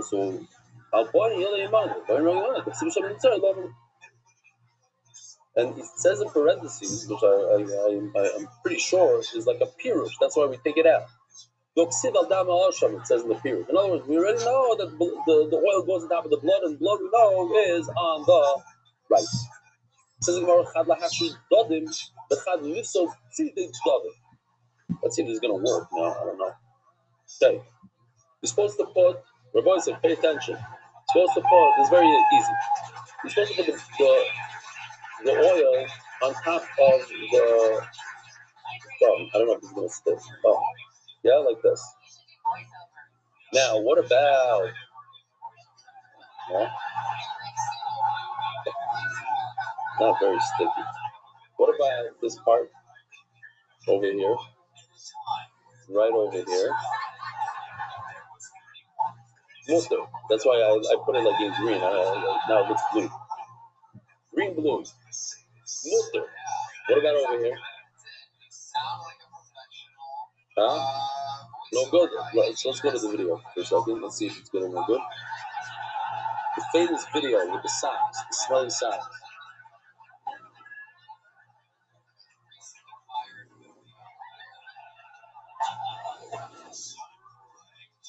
It's not a business. There are younger kids that refuse to take their socks off for months. Look where you put the oil. Rabbi says, look where you put the oil. Mutter also. Says the Gemara. Chad lahatzer tzadim. One pasuk over here. Yimanis. Tell me that the side is okay, right over here. The Chad Lifsol. Tzidit there. Right over here, it's also red. There's the part that's part, the palm, the side of the palm, that's no good. So you gotta tell Yoshi, he has to, you better switch it up quickly. Okay. Says the Gemara, Adam Ha'osham, Ba'amukoyim Dam Ha'osham, Gemay Osu. This is by the wealthy person. It says, I put the blood on top. I put the oil on top of the blood. And then it says, Ba'amukoyim Dam Ha'osham. And that's by the poor person. It says, on the place of the blood of God. Why do I need both of those? Something else? Says the Gemara beautifully. And it's Richi, this is something that you and I didn't know until today. If I were to ask you, I'll stop right here. Let's think about it. Can I remove the blood before I put the oil on? Or does the oil have to be on the blood? Spicy, what do you say? Take a guess. What does logic tell you? Again, I have blood on my ear, I have blood on my finger, blood on my tongue. Now I want to put oil.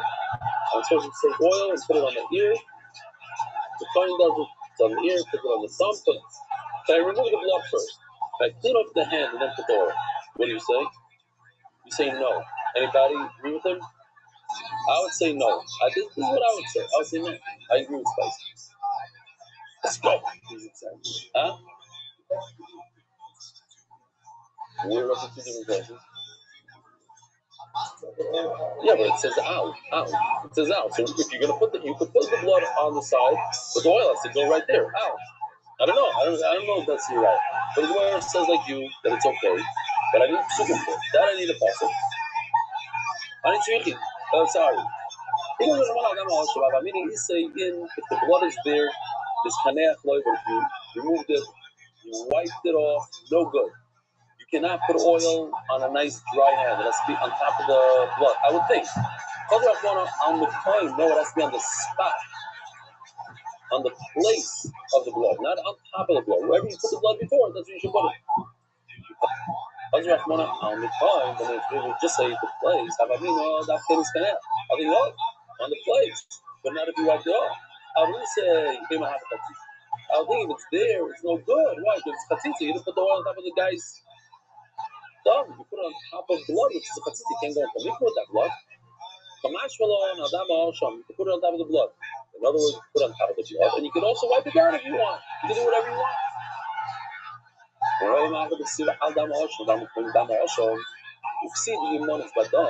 Since it says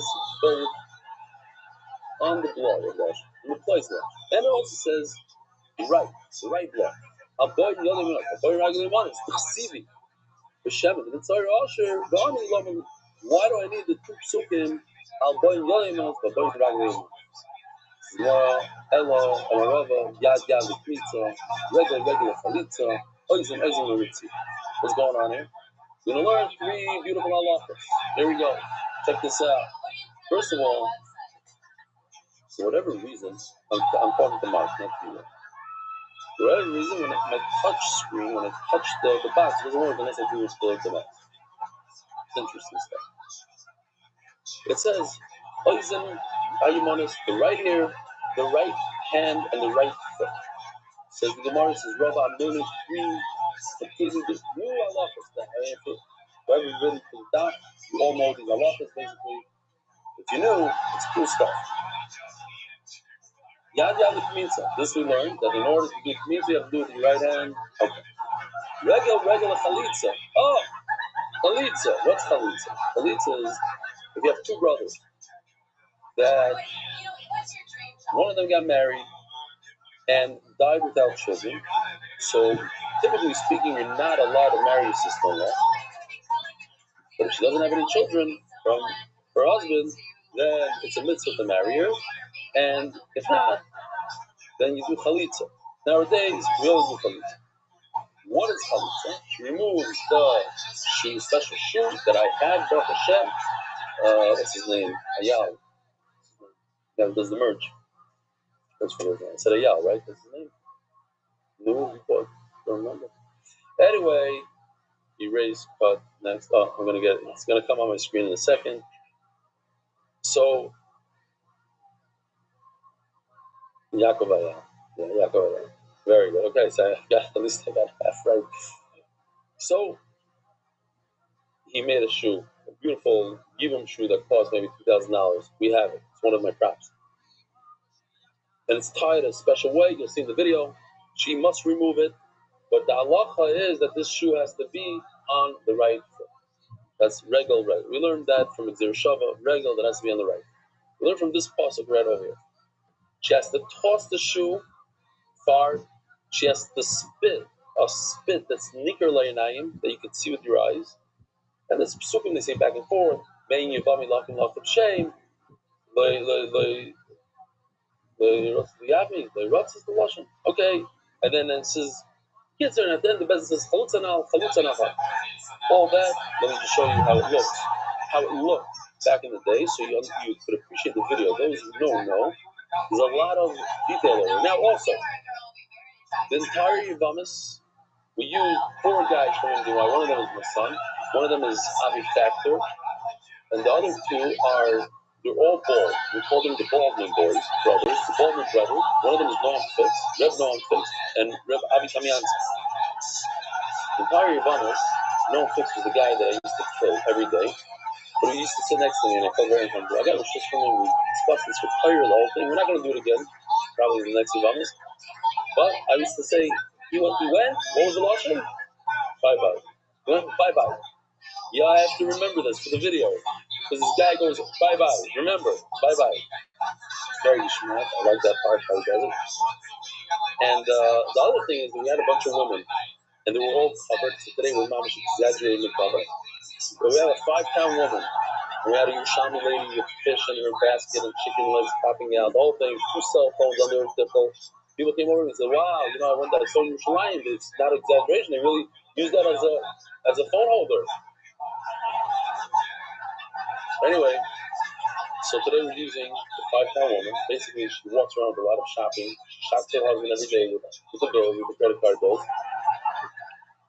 And, so first I'm going to show you what it looked like in the past. Introduces the character and shows a new video of the Chalitza. Brother, remember this? Noam Fix is in the middle. This Yoshi drew before AI drew by hand. And that's a 5-pound woman. You can't see her face, but she has, it's unbelievable detail in the AI. Because she's going to be wearing that jacket and that hat, everything. She has a 5-pound necklace. Gishmak. You have 2 brothers, and the S is on the bottom. Didn't make it to the top. Gishmak. Right? This is before AI. He got married. And look how it goes. He goes bye-bye. He turns colors. He becomes gray. Now these 2, either Chalitza or Yibum. Here's a shoe. This wasn't that, by the way. I'm serious. This is very... Yeah. May, Yivami Lagin Lam Shem. Well, you have me. And it's fishing with a big tongue in the back. She bends down to unload the shoe. And she crosses it right over here. Oop. Now she spits. That's the spit. Back in the day, you can see how the spit is danced. Even the spit is danced. Where is it? Talking else in the ish. Chalitza. AI couldn't do the Chalitza now. It came out very sharp. Okay, here we go. Rabbi Rothschild. Here's the Baldwin brothers. Check it out.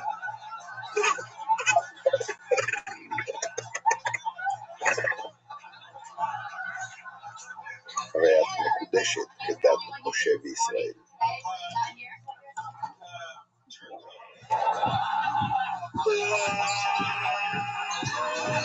Sorry, I need to go. Bye-bye. See you later.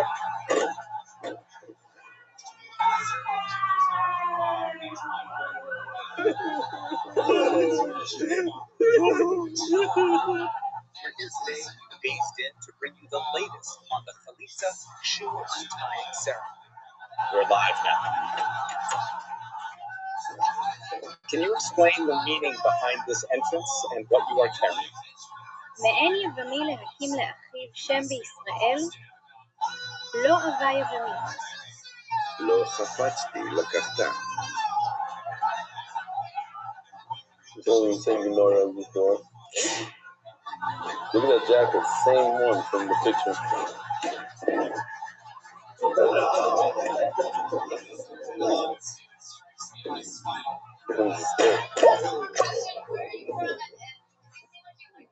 ככה יעשה לאיש Same bags.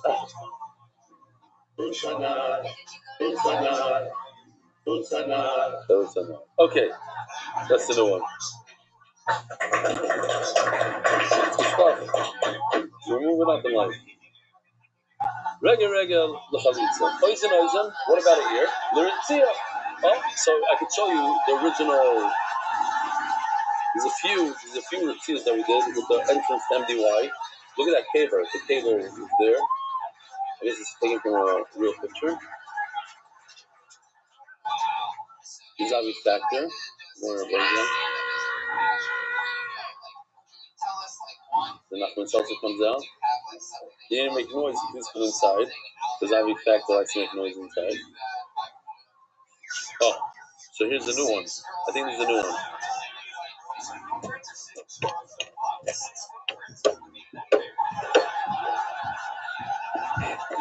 He continues to learn. Alright, so that's the shop saying 11 jazz. They say, it says in the Gemara, why do you open in the right ear? So I just Shama on Sinai, you hear on Sinai that you should be slaves to HaKadosh Baruch Hu, not slaves to a human being. But HaKadosh Baruch Hu is facing Israel. So it's really it's the left ear that we're facing Hashem, so it's the left ear, not the right ear. So he says, yeah, it went in the left, but came out on the right. And because it came out on the right, you get punished on the right ear. That's just the part I said a few weeks ago when it's not the Rebbe. I like it. I'll say it again. He says that people say, what's the use of learning Torah like fast when it doesn't stick? So he says, yeah, when something goes in one ear and goes out the other, it might go out completely, but as it goes out, it cleans the pipes on the way. So there's something to it. All right. That's what you're saying. Hey, there's no such Lashon as doing shit. I am okay, fine.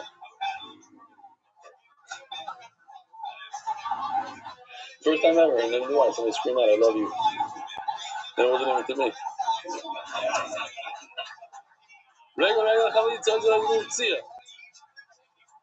Smallest. What does Rabbi do with the four small? So you need two for the actual halacha that it should be in the left hand of the client. But what does he do with the other two? What am I asking? You should read it out. You leave so you mean the client in the Torah. First of all, to tell you that if you put it in the right hand, you are doing something wrong. But this makes a lot of sense because when the verse is left, I would think, typically, especially, see them, don't start off with the right. You right, left. You try to give a chassid your left hand, you're in big trouble. No, you're right, So maybe the Torah man, also the left, not only the left. Shaloi Toimar, Umar Among Shaloi, the Srav is small, the Srav Yamin, in a place where typically you have to do only with your right. But when the Srav is small, so when the Torah says you should do with your left, then it didn't, Srav is Yamin, so you should be able to do with your right. So that's one. One tells you no. If you do it with your right over here, it's possible. Smallish, what I do the fourth one, my also, but it's not very small. But Hush number of initiatives, Ella Bishvil, Dovershnis, Kadish Bo. In other words, sometimes the Torah repeats itself. Just like over here, Torah started off telling you about the rich man's Torah, and then the poor man's Torah. The Torah goes through all the steps in order to teach you one thing. What's the thing? The one thing the Torah taught us that you don't have to. If you're poor, you don't have to bring a whole animal. You bring a bird. But all the little details that the Torah tells you with it are not there for you to learn new stuff. Say, oh, look, the Torah repeated itself. Oh, so I have extra words, I can learn something. No. The Torah repeated it just to tell you one chiddush. The chiddush is that you can use a bird, not an animal. What do I do with all the extra words? Nothing. They're not there for a revoice. They're there just to be part of the whole of that little chiddush. Lo Yidishnes called parsha, the entire parsha. They said twice. Only for one little thing. All right,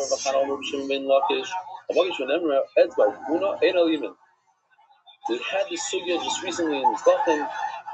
We had a number of times. I don't know where. It's in Zvachim. It's twice in Zvachim. There you go. When the Torah says the word etzba, finger, or koyim, but and koyim is not or, we're going to see, or and, etzba, ukuna, finger, and koyim, it means you must do with your right. So the Daitin, Gemara says the thing, etzba, ukuna being you need both. Siv, the koyim takes the blood of the chatos with his finger. Important to notice this because it's the only carbon you learn about them. The only carbon you do with your finger. All other carbonos, the kohen takes the vessel, he gives a spritz with his hand. But by chatos, he does it with his finger. But it says in this passage both words. Kohen, etzba. V'logan ha-kohen, be'etzba. We go in the Torah, and I learned out from the Torah the sip. He dunks his right finger. Harry Knitza Lexiva Ball asks, okay, fine, I know it's not the right. Harry Knitza asks the Gemara Lexiva Ball with Kuna. You tell me you need both, Chayan and finger, but we just finished the sugya about Knitza. Usnan comes in small parts, and we start off today's sugya. Chayan does Knitza with the left hand. Also, no good. It only says Chayan, doesn't say anything about a hand or a finger. Oh yeah, it's about Aikuna. You got it wrong. You don't understand. Doesn't mean you need both words. One of the two words. It says in the pasuk etzba, it means the right. Over here it says Chayim, that's it. I don't need etzba. It means the right.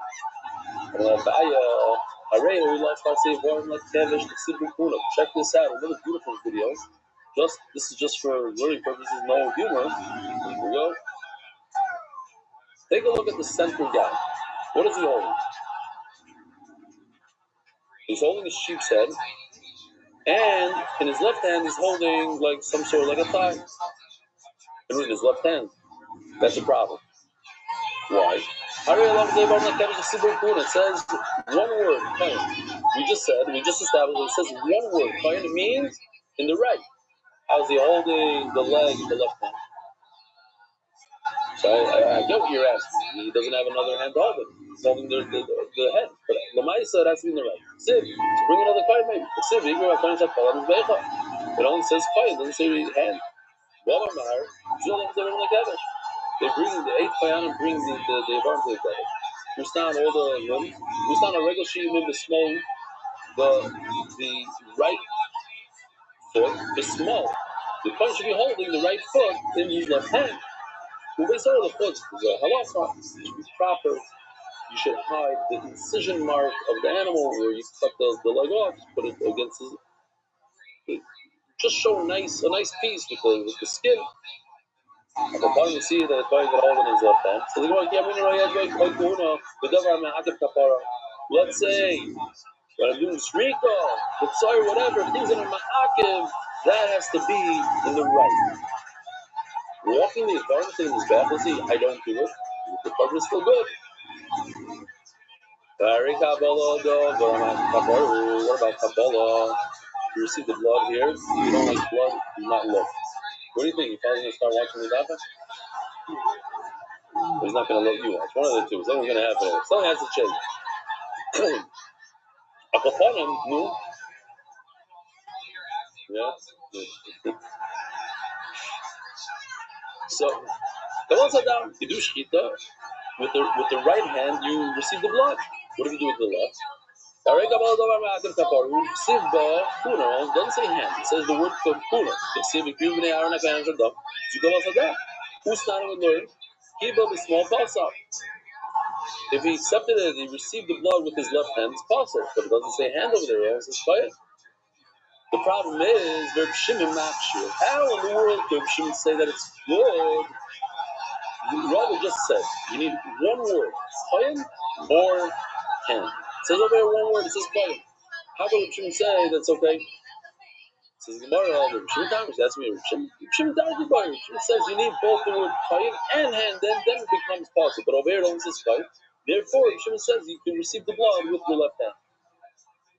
But the problem is, when we buy Rav Shimon really requires two words: hand, yad, etzba, or and the word Chayin. But Tanya Rav Shimon Omer, the mother should never yad in el yamin, etzba in el yamin. Says Meforish, according to Rav Shimon Bayachai, one word. If it just says yad, it means the right hand. If it just says etzba, it means the right. Nothing to do with Chayin. It doesn't say the word Chayin here. Says Gemara, okay. Etzba. Anybody remember the sugi from Zvachim? Over. Etzba, you learned twice. Both? Do you really listen to them? Wow, how do you have time for that? A kid? You might be the first kid that does Tishua. Wow.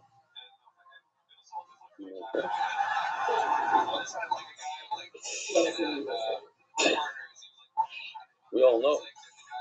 But Tanya or Shimon Omer, I just was looking for an hour yesterday. Call that. But Tanya, Rav Shimon Omer, call Magum Shenemer Yad in al Yamin.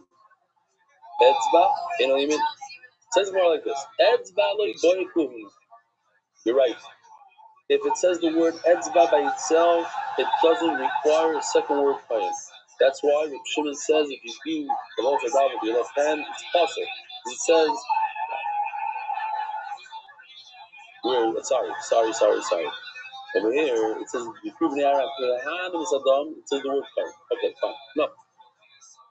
So if it says etzba, it means human. Rav Shimon says it's kosher. Etzba lo yiboyekuhu. Huna baya etzba. If it says the word etzba, that's enough. One is enough, it means right. But if it says chayin, that's not enough to tell me that I need the right. I need another word, etzba, together with it, and now I know that it's on the right. The problem is, so why in the world did he say the word chayin? Chayin by itself doesn't mean the right hand. You need the word etzba in conjunction with chayin. So, but the word etzba by itself means chayin, right. So why do I need the word chayin? What does chayin help me ever? You know what it does for me? The kihuna, that a Chayin must be wearing the big day kihuna when he performs the avodah, otherwise it's no good. It's the chiyuv to wear the big day kihuna. If you don't face. Oh, who's that? Rebbe? Even at your age, you're just going to say it? Nothing, what do you do? No way. The rabbis have to finish quickly. Turning of the dam, Shvat, Adar Global, the one-stop shop for all financial needs. Isaac Estelle. In our world, anyway, in South Florida, we should all be Matzliach, the movements of the Gashmis, anonymous, in memory of Rabbi Moshe ben Peretz, first yard side, Chof Zayin Shvat. What? You can do it again. Young Gemara, I gotta tell you that I'm not comfortable here. I don't have my sharemarket.com chair. Shvat says, listen, Arya, you gotta step it up. You gotta get some chips from share market. You know what? Maris Riga Sigbe Elikuhuna. What about Riga? The Jim Saddam. It only says the word plain. Who's not driving the small parcel? If you do Riga with your left hand, parcel. And even Rav Shimon agrees to that. Rabbi, how do I know he agrees? He doesn't argue. Oh, Rabbi, I'm telling you, Bryson, you don't know? This is a Mesilasha Bryson that he argues the science is the Bryson. Keep it small. Also, Rav Shimon, Rav Shimon says the Kabbalah Saddam could be with the right. Zar is small. Also, Rav Shimon Mashur. Remember this, Rabbi, there's a man, the Alma called Rav Shimon Bayachai, who says you can do this rita of the blood on his back with your left hand, the Kabbalah with your left hand, the Friga with your left hand, and so good. But the Adam Rava Yad Yad Kmitza Lamali. It says by Kmitza, it says the Kamat. What's the next word? The Kamat's Ha Koyim. So Koyim means the right. So why do I need the special words Yad Yad to tell me that's with the right? If one word is enough, Koyim is enough, tell me that's with the right. So why do I need Yad Yad? Because what an after learn from the word Koyim. So you know the Koyim, the Chad, the Kiddush Koyim. So that's what we saw in the beginning of this year. But over here, the kmitza must be done right over here. He's doing it with his right, but also putting it into the second vessel must be done right over here with the right. That's what I do with both. But the problem is, Reb Shimon doesn't need this last step that we saw. This last step, that he takes the kmitza and he puts it into the second vessel, you don't need that. You can take your kmitza from the first vessel directly to the mizbeach and put it on the mizbeach. The boy Kiddush Kaimetz Reb Shimon, but even if the says that Reb Shimon does require to put it into the second vessel, and he allows it with the left hand, yad yad the Rav. What is he going to do with the two words that say yad, which means with the right? See the kmitza gufa, tell me that you should do kmitza with your right hand. I'll leave it with Shimon. But you're already learned Reb Shimon somewhere else. But Yehuda already with you. My time with Reb Shimon, why does he hold? You do that. Don't cross. I'm sorry, the kmitza has to be done with the right. How does he know that? Well, my problem says the mincha is like a chatas like Gosh. What does that mean? If you're performing an avodah with your hand, meaning kmitza, you must do the kmitza with your right hand. We said that chatas is the only one of the korbanos that you do the zrikas adam with your right hand, not with a kli, with your hand. Whereas other korbanos, here, this is like a regular zrika. It's a little weird, this one. It's just backward. But he throws it with the kli. That's every other carbon you have to do it like that. On the southwest corner, Shnaim Shemarba, etc. But Bala of the kli, over the small kasha. The bottom line is, what does your Shimon by Chai do with the word yad yad? You're going to do it, you're going to use a vessel, you should do it with the left hand, if it does kmitza, you should do it with his right hand, but I don't need yad yad for that. But in Yisrael says the Gemara, like, famous minchas fighter. When there's a sinner, a guy that does a chet, and he has to bring a carbon, but he can't afford it, so he brings flour, and he doesn't add any oil. Why? Because I want to make him feel that he did an aveira. He's not going to bring a beautiful carbon. So since explains that you don't put any oil in it, you don't put any levain in it. Why? You don't want him to give a beautiful carbon. You constantly now you small scotches. If you do it with the left hand, boom, fits right in. No oil, no levain, just left. A mashmalon that even a minchas taita with the word yad I learned has to be with the right hand. Rabbi Sai, have a wonderful day. Merit the spush of spreading Torah throughout the world. Sponsor a share today. MDYsponsor.com or sponsor at MDY.com.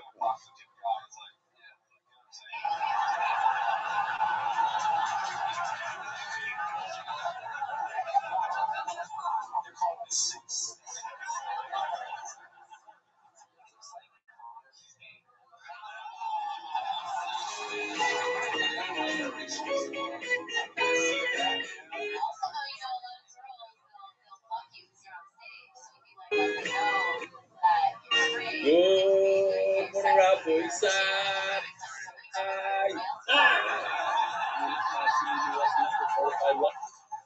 I'm from Lakewood. I was born in this town 53 years ago. In the country at home, Meyer Bishop. I just flew in from Utah, a 4-hour trip. Landed, got off the plane. I didn't eat breakfast yet. We had our lunch, dinner. Mark got me the dinner, it's some sushi. But I have a tremendous place tonight. Tremendous. A lot of you are using Gemara right now. My official edition. He got up, did it on Aliyah. Crazy stuff. $180,000 Aliyah. So I figured if there's one place I'm going to go give a share. Now, after the share's over, after you drive 2 hours to Krakow, but I had a beer. So thanks for having me. Gorgeous. I mean, nice to see you. You know what? I'm going to turn the camera around for a second. If you're embarrassed, you local guys can hide. It's a nice feather. I do apologize to explain. In the storage, we have very expensive equipment. It's stationary. I walk in, I put a mic on, and we start the share. Every day, not without any charts, nothing. On the road, we have a lot of charts and videos. And to combine the charts and videos together with the shear that's on the same screen requires technology. And I don't know how to do it myself, and that's why Mark Ashkenazi is here, and usually he goes to my computer remotely. So if he's in Phoenix or Muncie, wherever he is, he comes in when I'm on the road, twice a day. And there's always an issue. Usually, it's the thinking that we had just last week. I was in Paragway. We're in a guy's office. So happens, 5 minutes of the shear, we got picked up. The whole shear got up and we went to somebody's house down the block. And then over there was a start. This is always an incident. So I apologize. We're gonna go.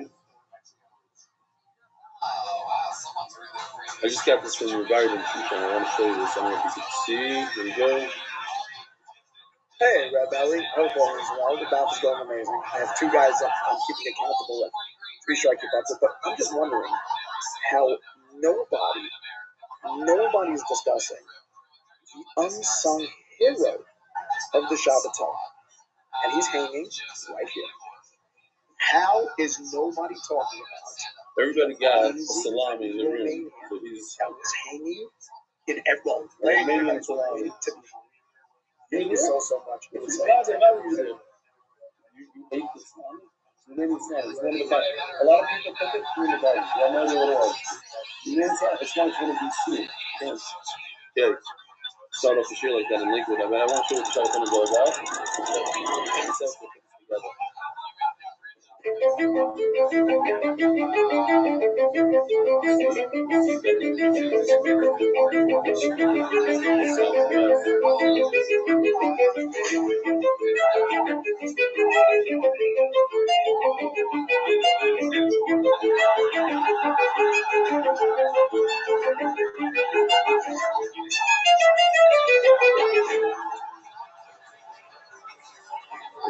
People. A little bit over 1,100.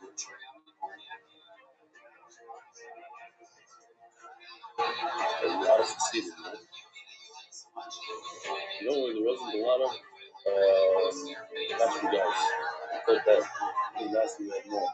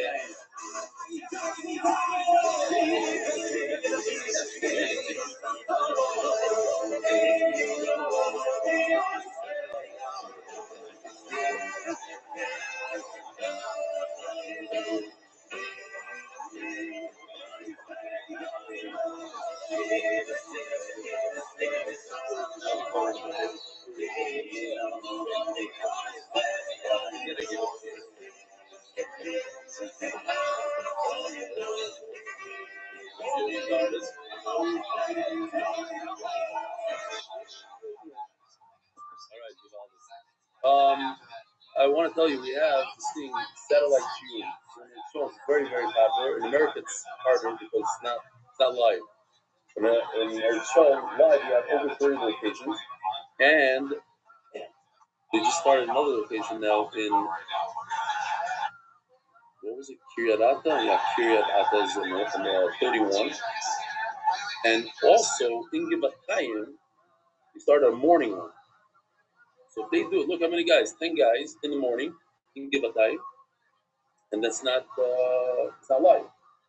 So we should do better here in America. This is somebody sent me this because there's a video that my son took. I liked it. Some people took offense to it, but I thought it was givaldic. I was snowboarding, holding a Gemara, learning the Gemara. It was a point that you can learn Torah in every situation. So here, somebody sent me this. He's learning, he's not learning. He's skiing and doing Lulav and Esra. We're going to jump into it right away. We have no emails today. Oh, Rabbi Sai, this is unbelievable. I used the restroom in the house over here, and I had to steal a couple of items. I might not take them home, but I want to show you what I found in there. This is in the great cupboard. In the bathroom, the MDY towel. It's not a joke. I thought I'll take it home. Why not? Boy, it doesn't get in the bathroom. The Natil Sedayim thing is the MDY. Am I making this up? It was there. So I'll leave it back. You didn't put it there just for today. And I'm going to do this. Hold on, I'm turning around the camera this is for Yossi. Yossi, take a look on the wall.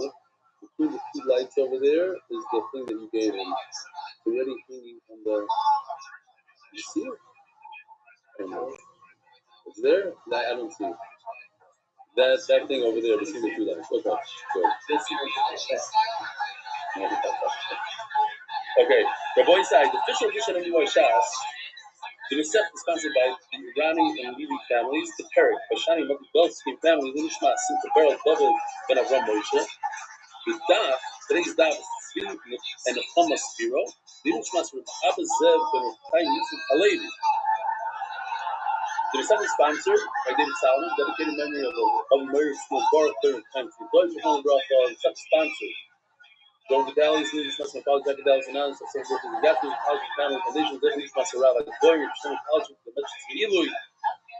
Anonymous for Furshtema and Moshe Ben Mizaha, Anonymous for Furshtema and Arif Sion for Leah Basester, Yisrael Malki, Deputy Speaker Malki Zov, Festival, so Kari, Yakamorta, keep steiging.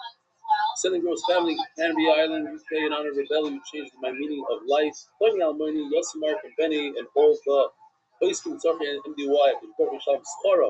The monthly sponsors, I Simon, the Fush Leva, the Mori Bark, Miriam, Miriam, Jimmy Azulai, Fush Leva, Essa Basluna, Essa Wilkinson, Mazda, my husband, Colin Connell, Washington, his 40th birthday. Anonymous, Bro Hadley Dai, Bro Chinizman, Shana Lev, Yom Makava, Anonymous, Fush Leva, Napoli Ed, and Leia, in Southern generation. Anonymous, in memory of Master Leia, Sanada, and Fiskia. Anonymous is a bird that is good and open and revealed Leia for Yosef, Mordechai, Ben, Baki, Leia. Yehudis and Yehuda Lewis as a supposed for everyone in need of a Shidduch Hamein. Anonymous for the merit of the whole things for Yosef's success and blessing in all areas of life.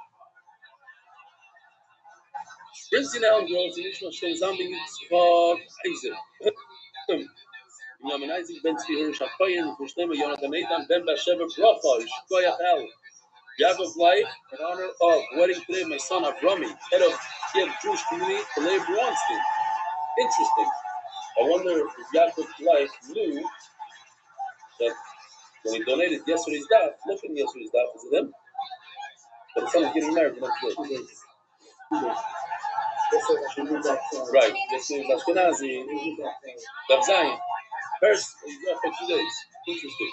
First time Levin, my son-in-law, Rabbi Abi Grossman, are receiving Smichas Yoyer from Rabbi Yitzchak Berkowitz. We are very proud.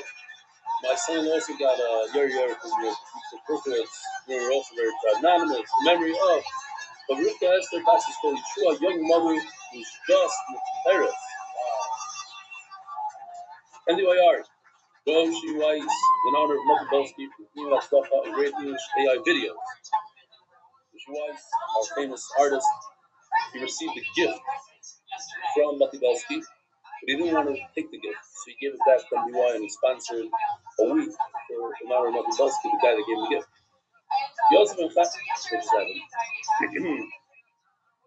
Yosef Ben Chaya, sorry for Yosef Bereva, for Pushtem Yonatan Eitan Ben Bashev Bracha, for Pushtem Bercha Ben Esther, for Fuas Ayela Daniel Zev Ben Ayel Desser Aboisa. Here we go. We're middle of Fez Amud Beis. What's the shmak about these sugyas? We don't have any difficult sugyas. Svaris are not difficult.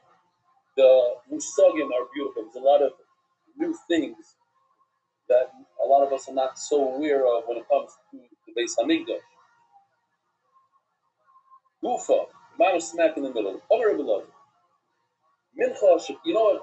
I don't know if it's too late now. I would have asked you for a bowl of flour. I used it in the Hebrew shir this morning. But forget it. You want to do it? There, fill this up. You fill it up with flour. Try not to make a mess. Spoil. All the way to the top. Your wife is going to love it. Mincha shikmotza lehecha sheira. So, take a look at this. This is, by the way, if you look from the back of the official Gemara, you have this picture. That's one of the things that this Gemara has that a lot of Gemaras don't have. It has a lot of charts. There you go. Now, it doesn't have the blue dotted lines and the red dotted lines. I just added on myself.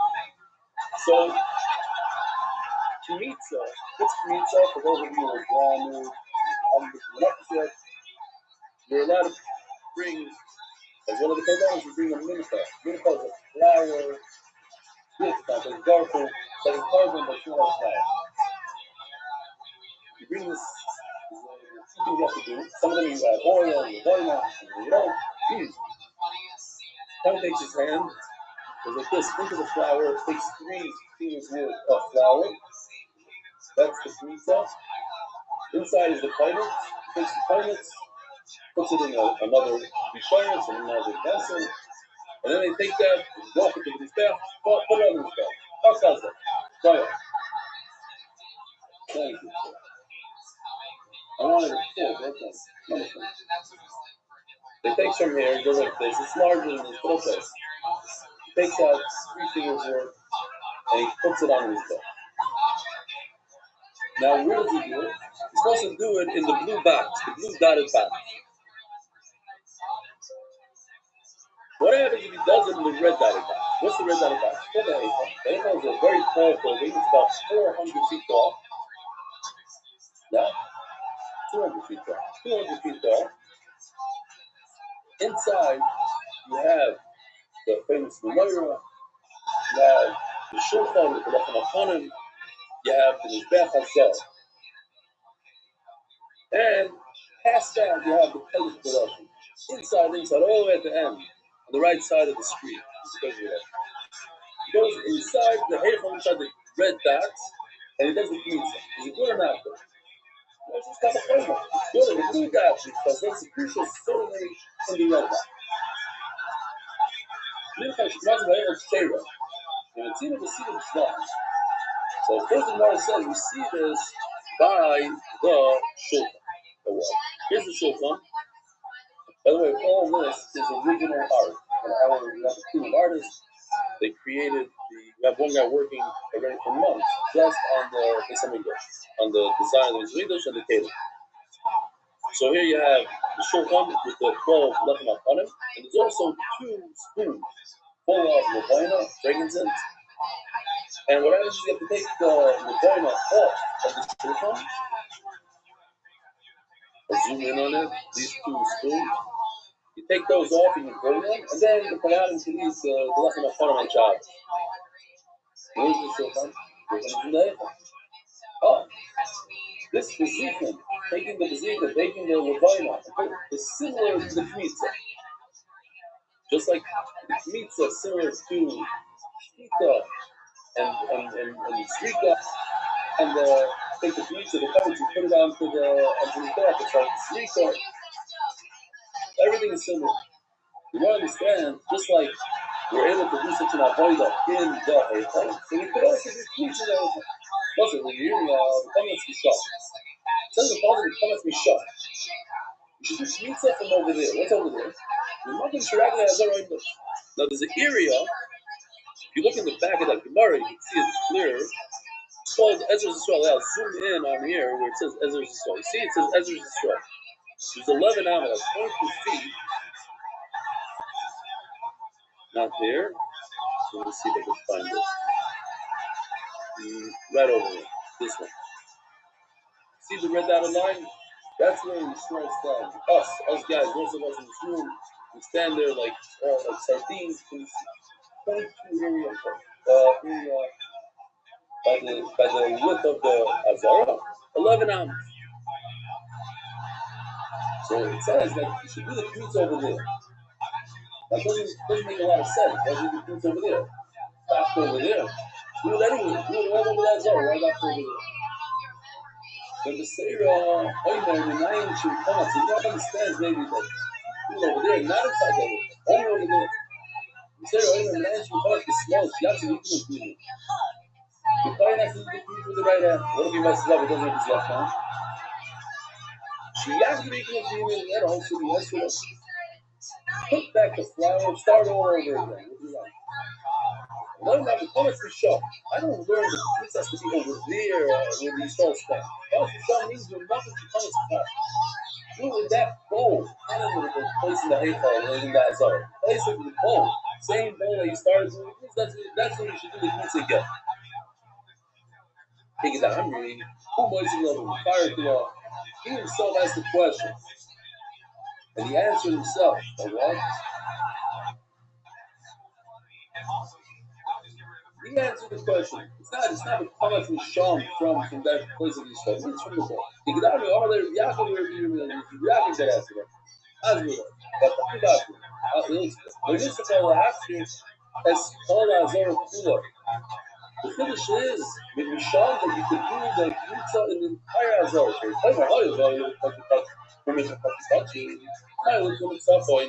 wonder if I put this in the other day's dots. I don't think I have it here. You see this? This is bad. This wall right over here, where the laser is going, that's Suffolk. That's the northern wall of the bed. So from this laser all the way down here is the northern part of Gaza. Kachim, which are Oila, Matos, Osham, Tzibur, they're all down here in this area. Kachim Kalim, like the Shlama and the Qaida, they're everywhere. This entire area, even in the south, right over here. Lord says, I would think that a mincha could only be done in the northern part. Everything's stepped down. Hold on, 1 second. This is the word study. This is their thing. And then.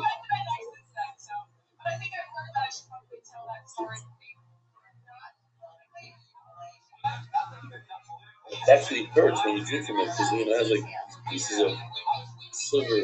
Hold on. What? Hold on. My spoon. Get that done. I'm a grunet, so you know the grub is very much on man human. Even though there's many questions, man, there, but more there's one reason, many other reasons. Okay. The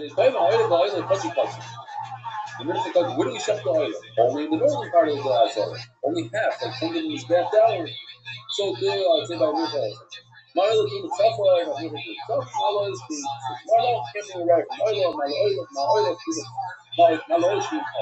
Marlo, you put the whole thing on the staff, so that's why you need salt. The minute just to get the it's a lighter kind of thing, so there's no reason why to do that in salt. Maybe I'll learn this after. Child does figure out to get to eat from it. Nevertheless, it has to be only in the Safa. So maybe the meat also, now if I should get a comparison, I have increased. I was also very common. Because we have and feel like these parts, so we also this is done. I also speak in Domin. What means Domin?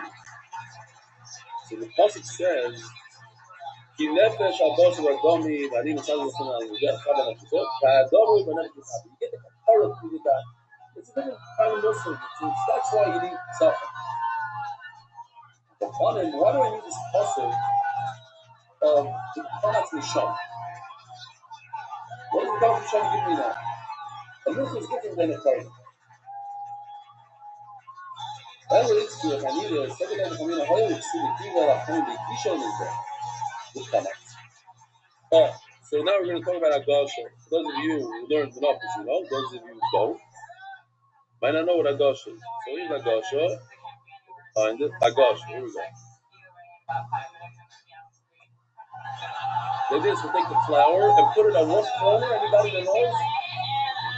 Huh? Southwest. How do you know? Airplane. Very good. Self-moving airline. That's right. Obviously, these guys are so sure. One of the main corners of his bath, and you can see on the bottom, you have the two sheepin over there. Not the sheepin, the plane. So I once said Southwest. I flew on the screen, the Southwest airline. So I probably remember a year later. Southwest. You call that? So Hagdosha means you take the bowl of flour, you take it, and you literally touch the corner of his bath, the southwest corner of his bath. So in Mela, I would think that just like Hagdosh is weird on the southwest corner of his bath, so too the Kmitza also should be on the southwest corner of his bath. Oh, yes, you go right over there in that area.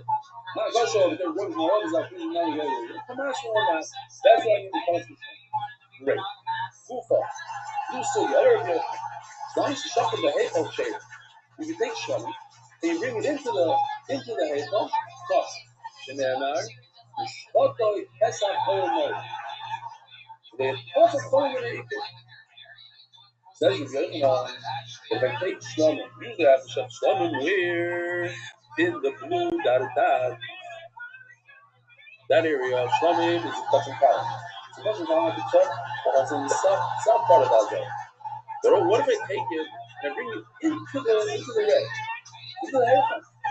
It seems like a little discreet. Nobody goes to the haircut. Everybody goes in there, nice to the Moira, brings the pirates into the punches that chef and animal blood. Yeah, you bring it in there as a cut.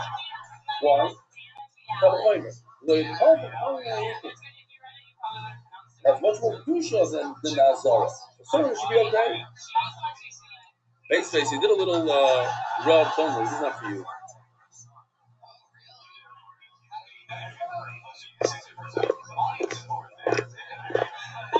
The pirates in there.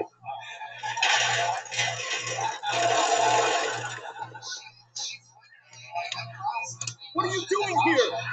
Rabbi Yochanan ruled that it is permitted to slaughter in the sanctuary by Kal Vachomer. Right, but not everything that's mutter is something you should actually do. What if I tell you Rebelli say it's mutter to do the doff while snowboarding, wearing shorts and an MDY t-shirt? Good morning, Rabbi says. So, Rabbi says that it's not Pesach in the Sugya.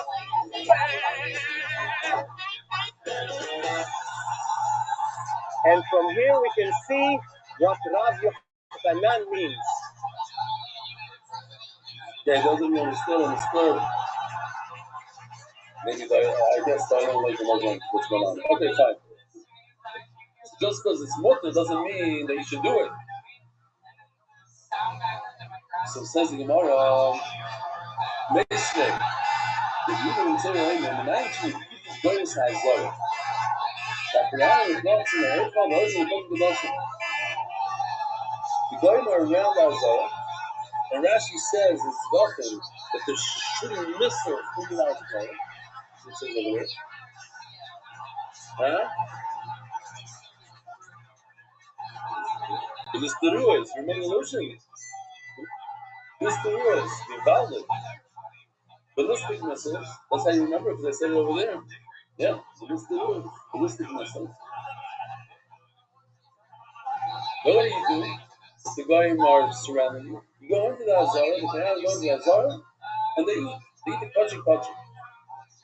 The Shiur and the leftover after the Kohen takes is 3 fingers full of flour. The rest goes to the Shiur. Here's the question. The Goyim are surrounding us. What's the first thing we do? As Yidden, what do we do right now? What do you do? Goyim surrounding us. You go eat a steak? Or you go eat sick like a bit of film? What do you do? Take the order. No? No, that's not what you do. What you do is you do the mitzvah that's before food. You have a mitzvah, you have the mitzvah lachilas kachim, that's what you do. That's what we're going to buy right now. If I go to one time and say, oh, I'm going to do a steer, I'm going to dive into this. You do that tomorrow. That tomorrow. Nothing like a daf tomorrow. Nothing like learning Torah. It's in front of you, that's what you do. You're going to cozy Gemara to go over there to say that doesn't make sense to me. I just think that again, make it go, you sit, you touch it. That's what you're not to. That's what's there. So we even have, we had it from there, I'll show you over here. This is the older ones. בדקות האחרונות התקבל דיווח המבוסס על מערכת ההתראה הארצית. כך נמסר, מתקפת טילים בדרך אל המקדש בירושלים. מתקפת טילים בדרך לבית המקדש. אנחנו נמשיך לעדכן.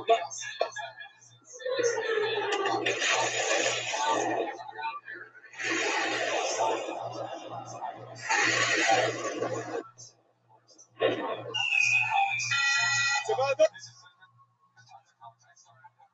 צבע אדום! כולם למרחב המוגן! למרחב המוגן! מה אתה עושה? זה הזמן לאכול? עם ישראל צריך זכויות. יש לך זכות גדולה יותר מאכילת קודשים?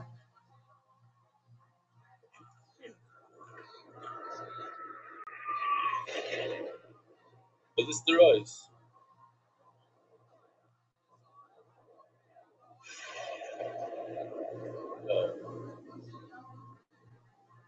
Say somebody wants to ask you running in on opening up a trailer of Shabbos. Right before Shabbos, 2 hours before Shabbos, and give the break from a lot of money. Right before Shabbos. The guys stay at home, doing sponge, his wife, making a trailer of that. What's the priority? Right now, what are you supposed to do? As I said, I don't know. The point is, sometimes this is the mitzvah. The mitzvah is to do this. The mitzvah is to do, right now, this is to eat coffee. So tomorrow, anyway, the Kodesh HaKadoshim before. That if the goyim are surrounding you, you don't want the Kodesh HaKadoshim, not literal Kodesh HaKadoshim. Over here means one step before the Kodesh HaKadoshim. Echos, let's say, the Kodesh HaKadoshim. But the problem is, the only floor that person down on top. Lema, Tara, if you could eat the Kodesh. Where do you eat Kodesh HaKadoshim? Where do you eat Kodesh HaKadoshim? You eat Kodesh HaKadoshim in the Azor. You can't eat Yerushalayim, you have to eat it in the Azor. So you can be in the Azor, so certainly, same type of flavor you're building in before you make over here. If you can eat Kodesh in the Azor, you should be able to eat them in the Eichel and what do you eat?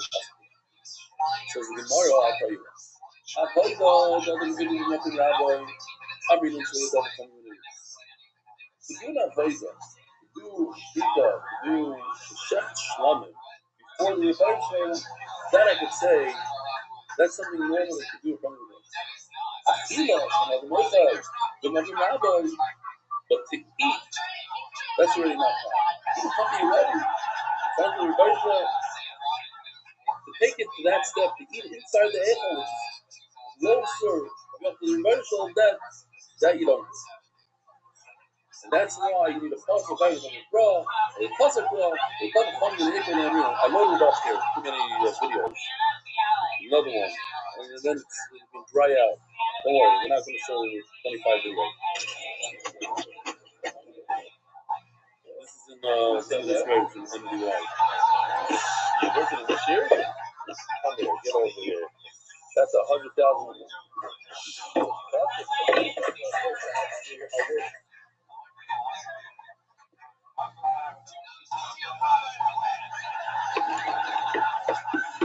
That is scary.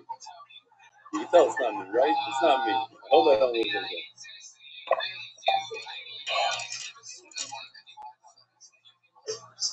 At least one guy likes it.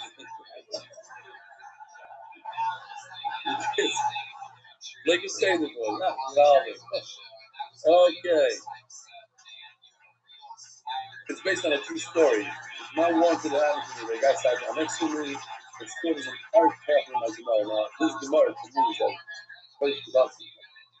I love my Gemara like you can't even imagine. He spilled a whole cup of coffee twice. The same guy twice.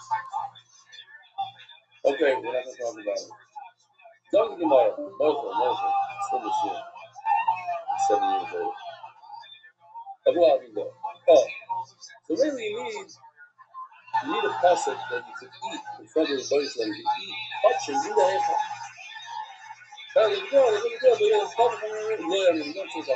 It's not. The rubber fits the premise as below here. we do have a video. This is more for learning purposes. It's not a funny one or anything. This is how you make a mincha. You take it 3 quarts of sorrow. You fill in enough flour for sorrow. Now, in certain menachas, the first step is you pour oil in first, then you put the oil, the flour, you put oil again, and this is the third time you put oil. You mix it all together. What happens if you do this mixing, this blue you do outside of the base hamikdash? You have machlokes together with stuff. No, since the times outside, we don't know what's there, so I'm going to share it. Like it. It's not share it. Since you do all these things, you put the oil, then you put the refiner, the other, and only afterwards, the real thing out of the come. Then comes the thing to go out. By the way, you have also agrees to this that a czar is supposed to do all this. This way. Between the dialogue, this is say everybody. So says since we learn from here that the put it all together, he says it. And this is the argument. And since you don't need a coin, it shows up, this is good. So he makes it, he does it just. If you can use his throat, do the belief log, so you can also do it outside of the base of me. That really doesn't argue with what you that says to you. Look at this picture. What is he doing? He's doing a formal food. It's a klishar, it's an execution food. So since you're doing it in free, you need it to know the you're right. Certain things are off, you don't need a fight. Like shkita. I mean, it's not avoid the pashuma, it's part of the process. So putting it in a klishar was a part of it. Might not be kosher. You don't need a quiet, but it's still part of the process. And then they last 2 years, and the definitely need to be inside the way something. I ain't gonna say there's nothing wrong with the price like you do.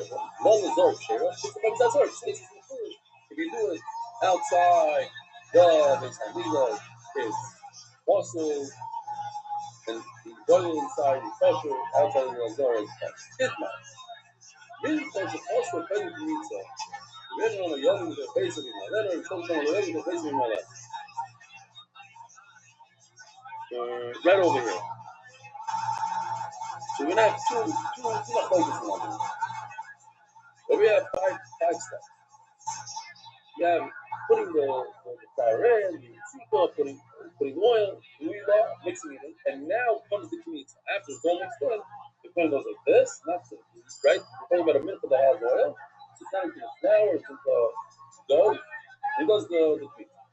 What happens as the Gemara, if the mincha is missing part of it, obviously you can't do a kmitza when part of it is missing. But what do you do?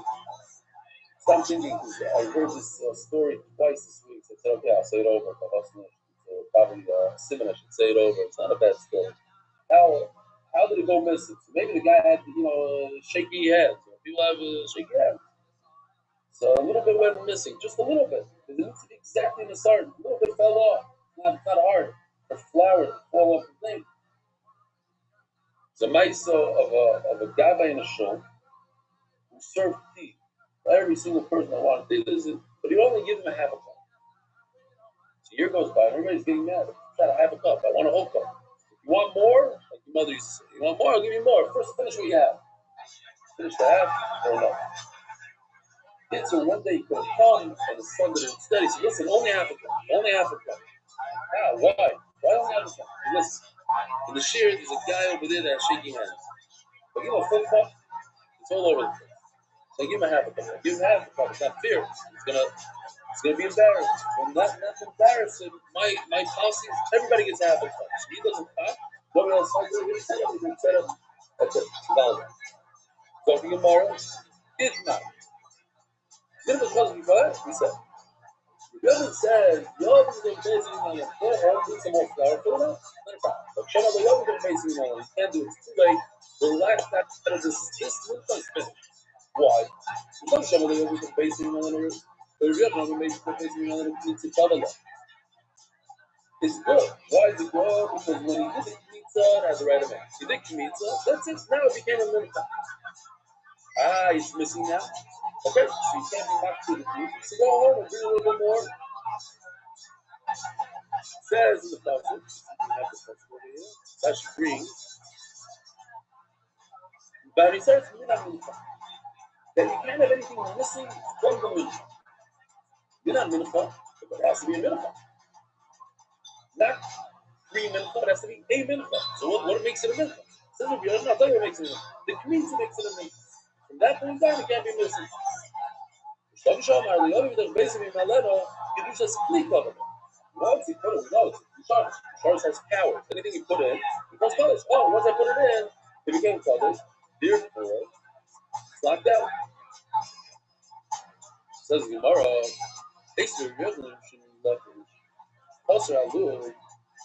We're talking about a Mitzvah. Here, show you Mitzvah. This flea is a flea shark. Yeah, it's a golden flea has Kedusha. He's pouring the oil into another person's left hand. And from this left hand, he goes through the whole process. 70 white socks. Those who don't know. By the way, this is not a joke. One of my kids, I'm not going to say who, you can figure it out maybe. He wears them white socks, you know, with Lila. Merev Shabbos, Merev Shabbos. So quickly, this ray comes from his head. I fell upon him. This is the process. You take the first, you put the blood on the thumb, and then on the big toe, and then on here. Then you take the oil and put it on the same spot. On the thumb, on the big toe, and on the ear. The leftover oil, from the left hand, where does it go? It goes on the guy's head. Oh. So what happens from this look? So this whole video is for this picture. This look, it's a flea shark. Inside this flea shark is oil. It's flooded. What does it say? If somebody was listening, also I know that the oil from this flea shark is missing. He naturally also came out. If you didn't start the process, fill it out. Even if you poured, but the flea shark is the pattern. Just like your Rishonim said before, the bowl is the pattern. You can't. That's it. You're locked out. But we're also locked out. You can't add the oil to ready to cook this. Well, now you see, like your girlfriend, that you cook. You cook. Fine. I just wanna. It's not really my place, but I figure once in a while I like to talk about it, mention it. Maybe it will sound somebody. I feel that there's a big tragedy in Shalim today. Those of you who may know, the lifter. And not pointing fingers at anybody. I have no idea what happened, and that doesn't bother me. What happened exactly is not the issue. But I think it's once in a while mention. Maybe somebody will take it physically. I live in Eretz Yisrael. I don't know how it is. I think in Lakewood also I heard most of the driving here in Lakewood. So I'm throwing it out. For some reason in Eretz Yisrael and in from communities, there's a lack of safety. And people laugh at it. They look down at it. The hard hat they wear in Shlosim. I want to say no. Maybe we have to be a little bit more careful in certain things. I've been to places. I've been to Miran and like Ba'omer. I'm never going back.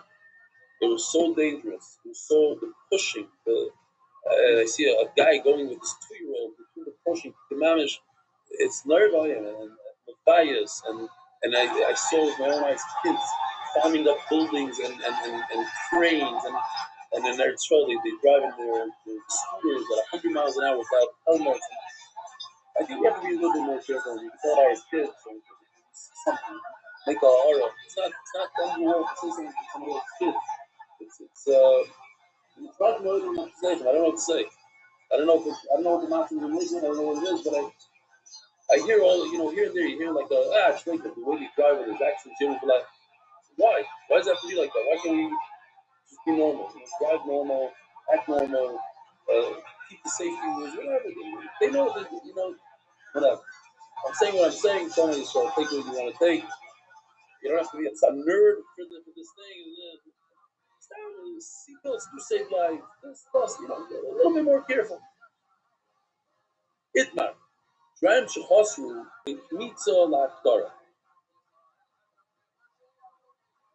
was it? Oh yeah, it's in Lakewood. I was in a shear in Lakewood. And it was right after Shir, I felt in danger. I felt in danger. Like they were pushing from all. I have a video of it from all sides. It was like, calm down, whatever, you gotta be careful.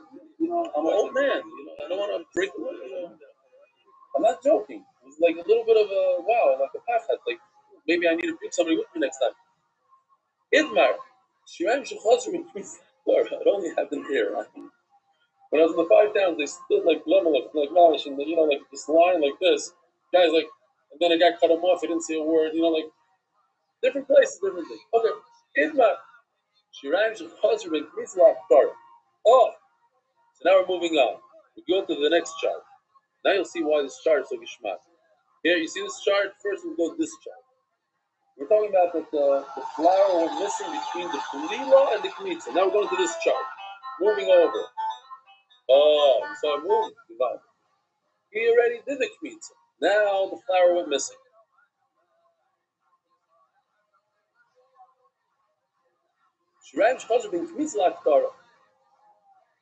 Now, let me ask you something. Let's see who's paying attention here. After the kmitza is done, go to your counter, go to the thing here. Just add a little bit. That's a now. No. Huh? No, you put it into the bowl. What? No, I'm going to go to the box and get some new fresh flour. Not bayah. The answer is big bayah. There's no kmitza done to it. You already did the kmitza. How can you add flour after the kmitza? You did the kmitza on that flour. You know the kmitza on that flour. So you can't add flour. That's it, you're done. But the question is that continue moving towards the back and put it on the back. So it wasn't this bowl something was missing. This is the Kayana ready later on, but my pizza is done nicely from the right shear. Let him continue. Go to the back. So the reference is okay. I'll leave there. Let's go out with Biggie. As the one's going to say in a second, I'll leave there Yeshua. Chayzer Lezer Yeshua, Rebbe Chayzer Yeshua. What? Snam, Yisrael. This Yisrael. Oh, Yisrael. Lezer is of the opinion that if this Shirayim, see Rabbi Rothschild, the leftover flour gets burned, gets lost, it's not a problem. Take the kaimitz and put it on this bed. Why? Same thing that we have by a carbon. This is a place based on a carbon. What happens after you shut the carbon? The carbon goes missing. It got burnt. It's gone. Burnt came, ate it up. And you do Zrikas down. You take the blood and throw it on this guy. Blazer says yes. I don't need any carbon.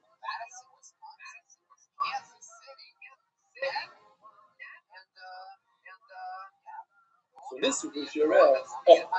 Not a nice thing. He's he meets the usher.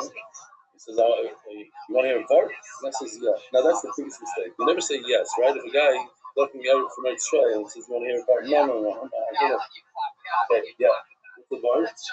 The famous Mishnah Suda says that if you get up Sheila, if she burns after you divorce her without the Suda, right? Without a Suda, I think. Let's say, okay, divorce her. Let's just call it divorce her. With a Suda. With a Suda. Okay, you divorce her.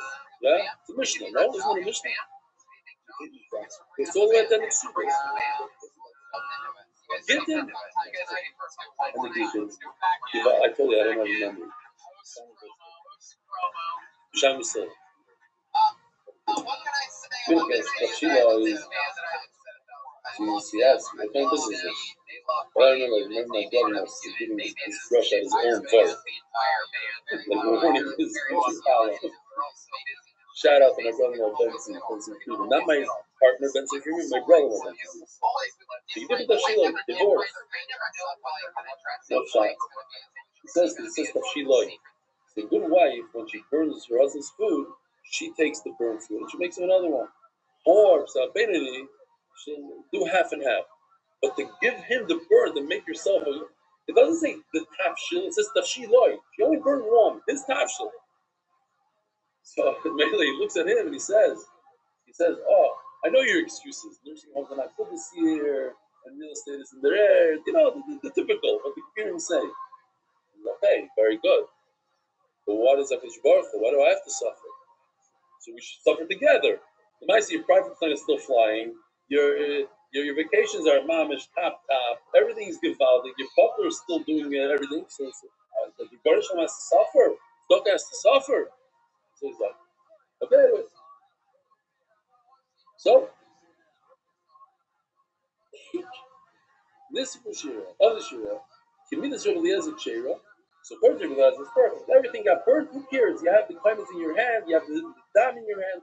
Throw the dam. Put the tweets on his back. Kimidas Rabbi Shua Psira, but according to Rabbi Shua, it's awesome. You can't just not have any of them. So the Ramah, the possible Rabbi Shua, Mother Maksher. So the Mother says it's possible it's going to hold a Shua because you have to have the minimum property before you can the climates on his back. I'm not sure, however, even in Yeshua, you can say that's possible, right? I don't know where Yeshua, awesome. Why does it say over there it's possible? Oh, it's that because nothing is left over. Zero. Zero is left over. You can't put the kids in the chef. When zero of the animal is gone, you don't have a single part of the animal left, then you can't do Zrikas Adam. Hey, for Mishtayr. But over here, we're talking about that this is still a swap. It's like a little bit of the flour was missing. Sure, no delay. So you can still say that it's good. Why did he have a nice amount left? Oh, sign you on a full deal like Rabbi Rothschild and Troy because Baruch Bakorish and Steinman decides. Oh, so right over here is the liar for this line. We're going to continue. If you have from a carbon, one kizayis of meat left over. Now on way is 1,000 pounds. You have one little amount left over, a kizayis failure, or kizayis of failure. What's the difference? Kizayis plus and kizayis failure. Failure goes out in this failure. It also goes to your mouth. Right? Plus is edible to the failure. And the failure goes to a good bird. So if you have kizayis of meat left over, so that kizayis that's left over, I could do Zrikas Adam. If I don't even have that kizayis, I can't do Zrikas Adam. Or if I have a kizayis failure, also, I was thinking of the beautiful himself. Kechatzi zayis also, kechatzi zayis failure. But what if I have a half a kizayis of steak? A half a kizayis of fats that don't use that. Together I have a kizayis. And it's already Adam. The two different types of achila. One is achila salon, one is achila the mizbeach. They don't go together. Uga oila, he's gebalder. I feel the chazi zayis doesn't. Chazi zayis chayla, zayis Adam. If I have a half the zayis of meat and I have the zayis of chayla, they combine together. Why? Mibnei shubayla, the entire oil anyways goes on the mizbeach. There's no such thing as edible and not edible. The whole thing is produced by itself. So I have the zayis of meat, I have the zayis of chayla, it's both very versions. Together you have the zayis of behema, of carbon, and the middle I can do Zrikas Adam. This needs explanation. We're going to get the explanation on the day. And if you have a mincha, hear this? If you have mincha, even if the entire mincha is full, you cannot throw blood. This blood has to do with this. Where's the Zrikas Adam to get to this mincha? Where is it? Says, see,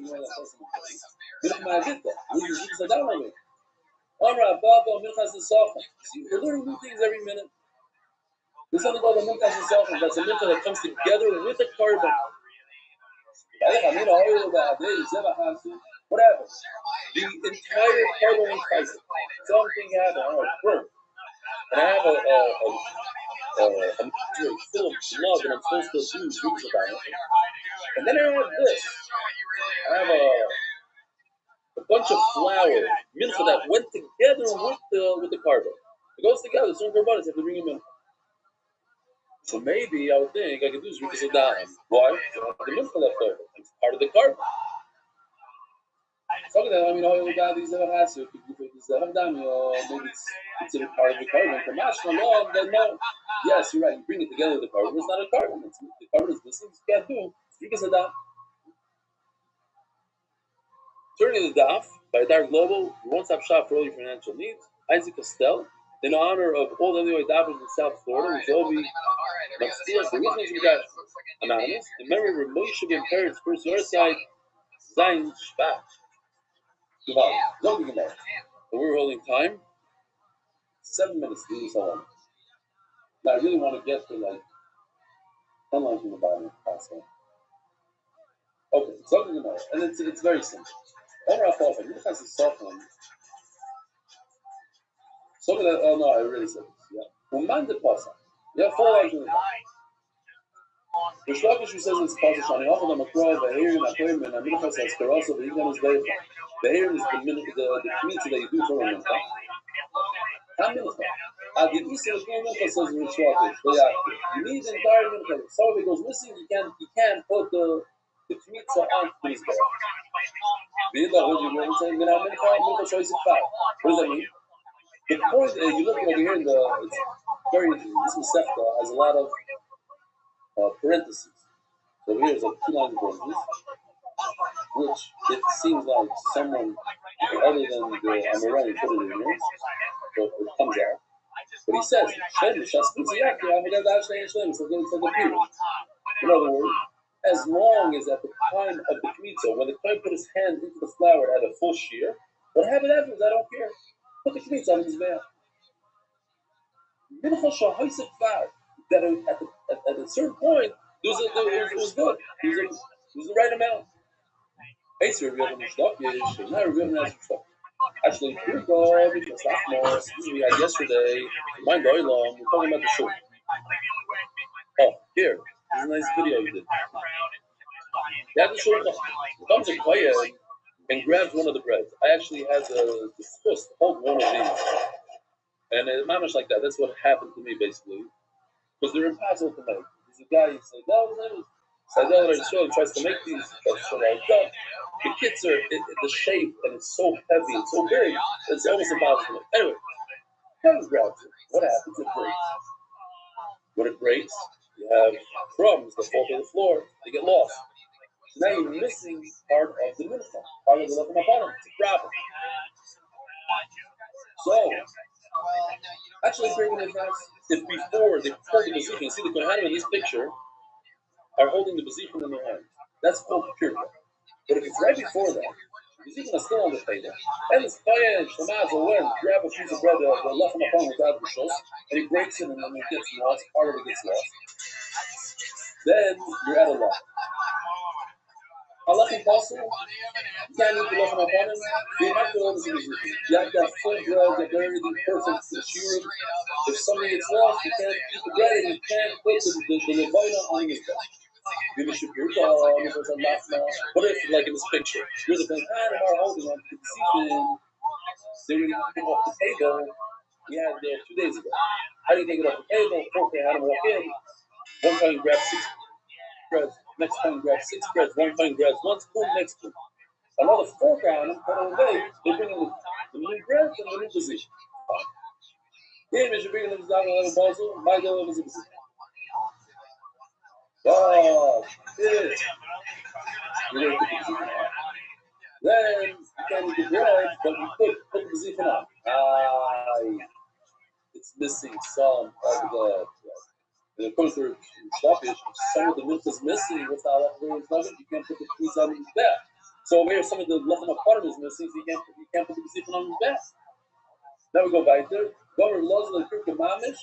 It doesn't mean that he mamish took the bezichin off the shulchan. El Kinchi is minor part is the 6th hour of the day. El Kinchi here, but anybody can put up. Because nets in Utah is at almost 8 o'clock. Nets 7:48 is nets. So I don't know what time. I don't know how that works. But one 6 hours is a day. But mamish late. Okay, but anyway, 6 hours of the day is none. What time? We do like it's. Thank you. No, Shkia was 5. Yeah. What time is night here in Lakewood? No, 5:20 was Shkia like in Utah. But what time is night here? You know? Oh, it is also this thing. You're in the same country. I don't know if you have. Same country. It's a 2-hour difference. You're 2 hours away. It's like right now it's what? It's 9 o'clock in Utah. And now it's 11 o'clock here, right? All right. I'll go upon him. Says tomorrow, so we have a problem. That if some of it is missing, some of the bread, some of the lachem upon is missing, how can you put the mizichin on this bayah? Says tomorrow, Malay, Amani, Rabbi What's going to Rabbi We saw Rabbi Lezer and Omadal. That if the entire carbon is burnt, the entire mincha is burnt, you can continue putting the meat on the mizbeach. You can continue doing this reading. Oh my lay, I don't like that. You're telling me, I know I'm telling you a whole mishnah that goes according to everybody. Obviously, Rabbi telling me it goes according to one shita. And another problem here, Rabbi Eliezer, my ear in Nifras. You tell me a very small chiddush. Guy takes a look at like you saw on the video, and he breaks it, and then 3 crumbs fall to the floor. Oh, it's missing. I'm going to tell you a much bigger chiddush. If the entire lechem was burnt, not a single morsel left in the lechem water, you can still put, according to Rabbi, you can still put the bezichin on the mizbeach. Why are you telling me a case where a few crumbs are missing? The whole thing is missing. I feel sorry for all the now enough. Ishtik, you didn't know what that is. I said, Gemara, by my shasa. Why did somebody have a kibal get? The delay, tzibur shani. What's lechem upon? Lechem upon is something for the community. We have foolish when it comes to the community. We know that Tum is Mukri with Tzibur. Issue now with Kisar. So a little bit of the Lachem Upon is missing. So for the Tzibur, we're going to allow. I'll tell you why you didn't answer. This Yumeres, because he is true that Kisar Kibal Mum Dom. They Bamum, but Tzibur. When something's missing, it's like a broken leg. When we have a broken leg, even by Tzibur, can't get away with a carbon that has a broken leg. Bamum is Bamum. So this Lachem Upon is a mum. It's Bamum. So even for Tzibur, we don't want. Lots of Rapapa become a little Shmaita. Oh, there is a Shama, there are Papa. By the way, I don't know if you know, a lot of you are new here. The Beit Patsum will tell you, Ahmed Beis and all of Shas is much, much easier and much quicker, right? You do that for Yemi. Don't you know? So you saw it. It's for sure quicker. You're not being worried that it's easier. For some reason, it just flies. The other Rapapa come around, these people, they try to get away with it. You think that I don't know. I know. It put me on 1.5 speed. But the problem is when they get done with base, they don't know what's flying. Like, it sounds like down and up. They put it back. Yeah. No, sir, I'm going on the Schneid, he sent it over. It doesn't say where Rabbi Yochanan Shark. They'll argue even in the case of Minchas Oimer. What's Minchas Oimer? On the second day of Pesach, we bring a mincha, which allows us, according to some, allows us to eat the new crop, the chadol. I didn't like it the macro first, no. When I was a kid in New York, in Brooklyn, it was a big problem. They weren't into this is their rights so much. It's America, it's not Mazeh, you know, the whole. I'm sure. The restaurants, pizza shops. To be mapped. What, here in Barbara also? Yeah? How long ago did this happen? So, not when I was a kid. Yeah, things change. That's what happens. I'm going to say this now, even though I'm going to get into a lot of trouble. I'm predicting that in 10 years from now, a lot of people are going to be wearing tefillahs. Seriously. It's the same thing. Chodesh was for weirdos. The Baf says smoker. Taylor's kind doesn't wear it. So many things. Why is that the other day? You'll see. I know you're thinking this weirdo. I'll tell you real quickly why. It's a passing required for this. And they have tremendous rise that this is it. And the side effect, the down, what's the word I'm looking for? The downside is negligent. You're not over on anything really wearing it. So it's the only thing is it costs money. And you look a little straight. They're gonna look at you. Yeah. And it's their eyes. So, kind of don't wear the ashes in my hair. You've all the kindness. But I do have a video of confidence saying that if you believe that it's the real thing, you have to be able to do it. So, Gemara. Also, our public take it out. 10 years from now, you'll see. There'll be many, many people.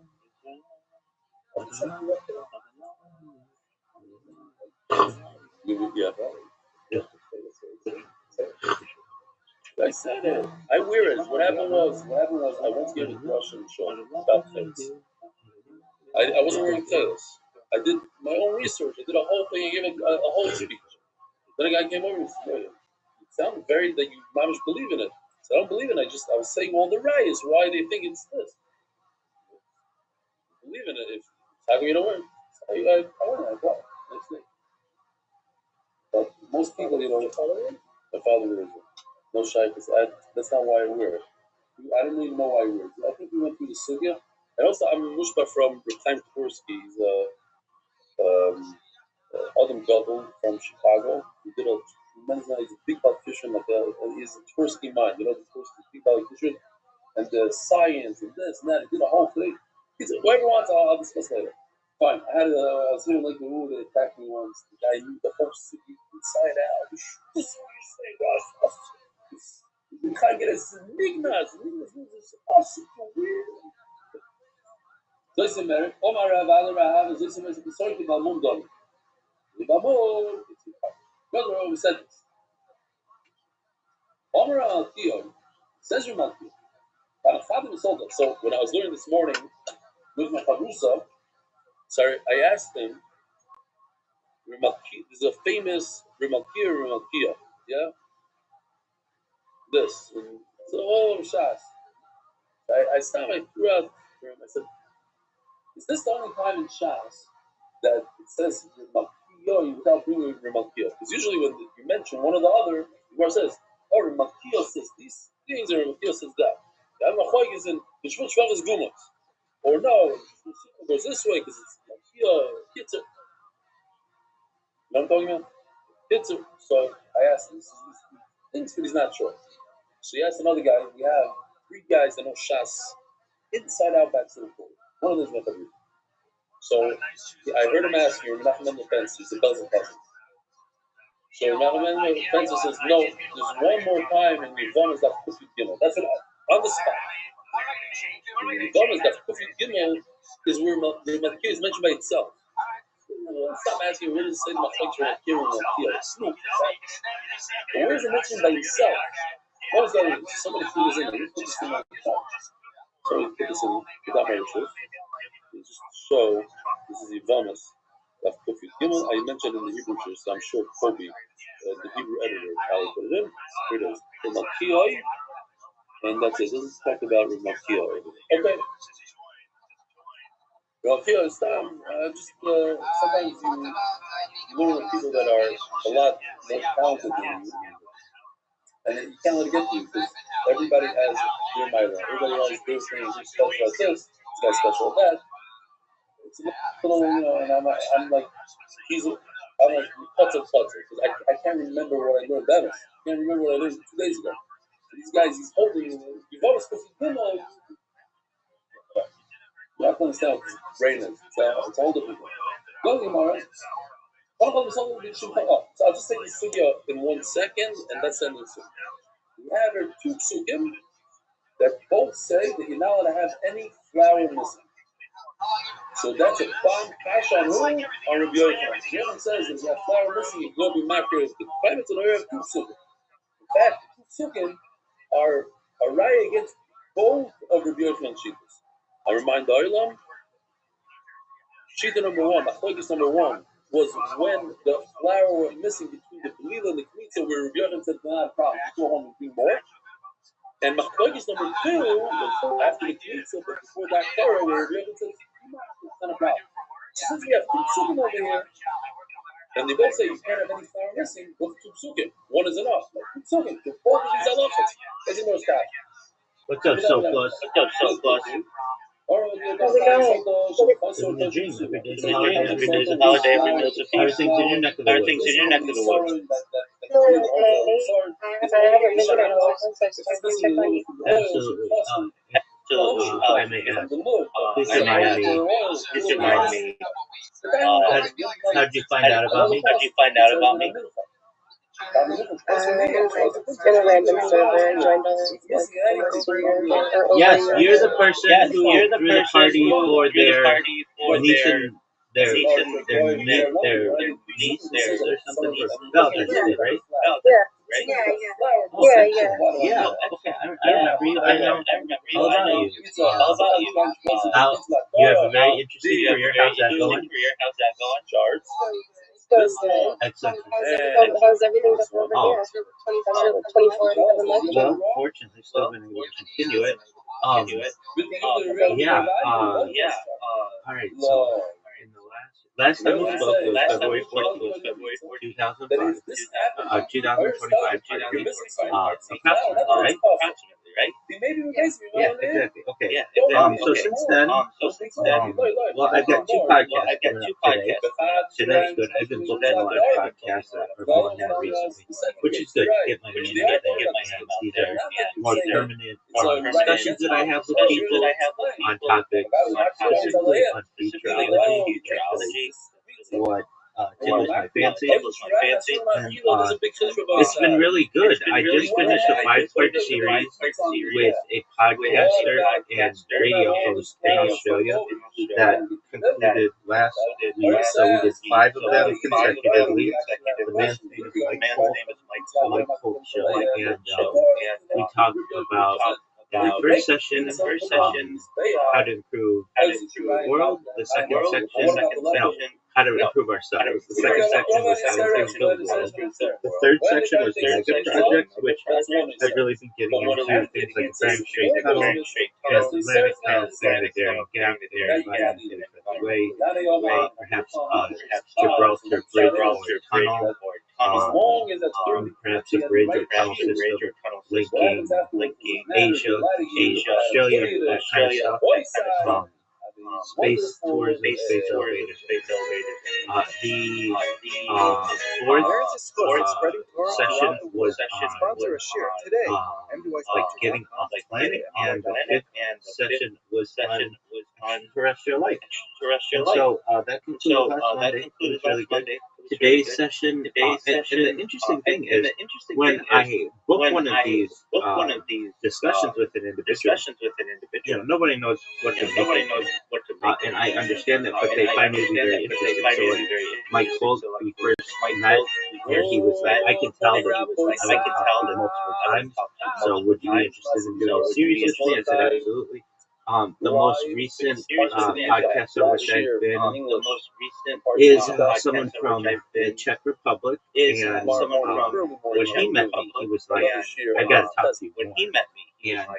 And so we went from one session to 3 sessions, and that's very positive because it's like, once people hear what I'm doing, once people hear interesting, they want to talk to me more, so that's great.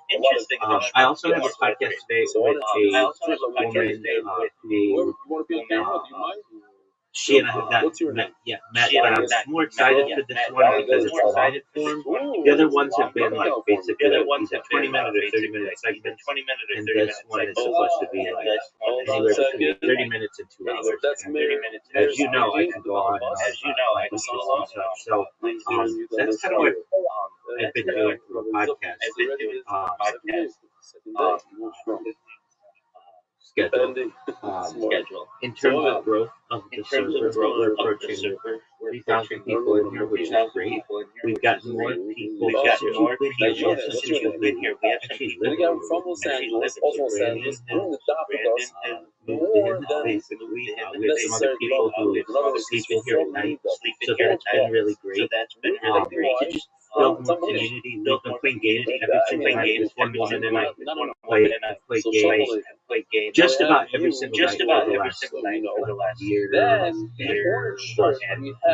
like maybe 14 months or so. So that's been really cool to build those kinds of friendships. We've been doing a thing. Another person in Canada and I have been doing a thing where we watch documentaries every night. So just on any kind of subject. That's been really cool. Just expanding my. I've been doing a lot of robot programming. And it's very interesting robot programming. I feel so basically I've created like a huge blog network. Now this is more recent and it's not quite done yet, but what I basically do is I create blogs. The goal is to create 2,000 blogs. Rabbi, why 2,000 blogs? Why not just one blog? I do have one blog.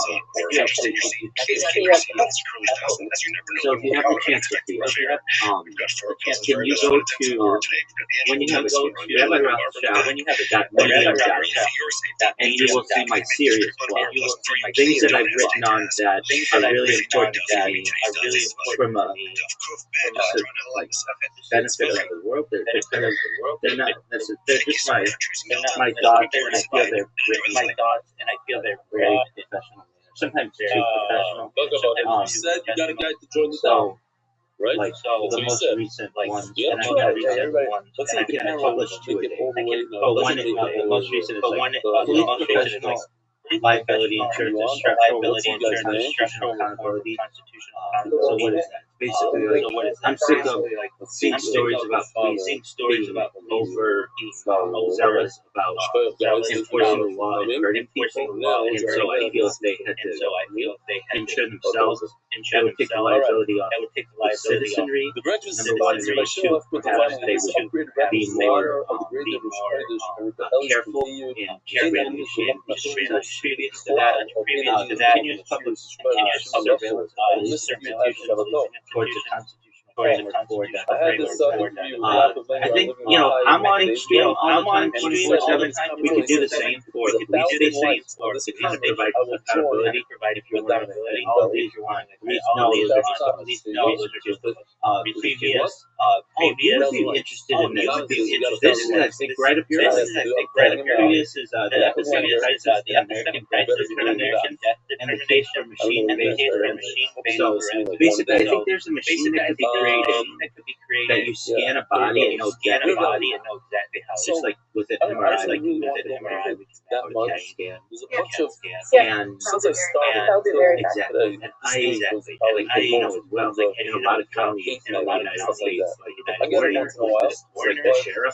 the sheriff, there's a conflict of interest. Many times it doesn't have to even be like a funeral director or anyone with any experience in the bodies. They just basically have to win and sometimes so I think that there should just be a determinative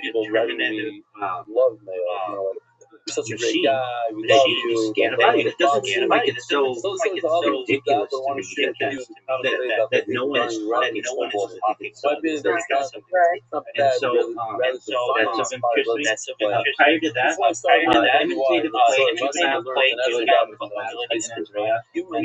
homicide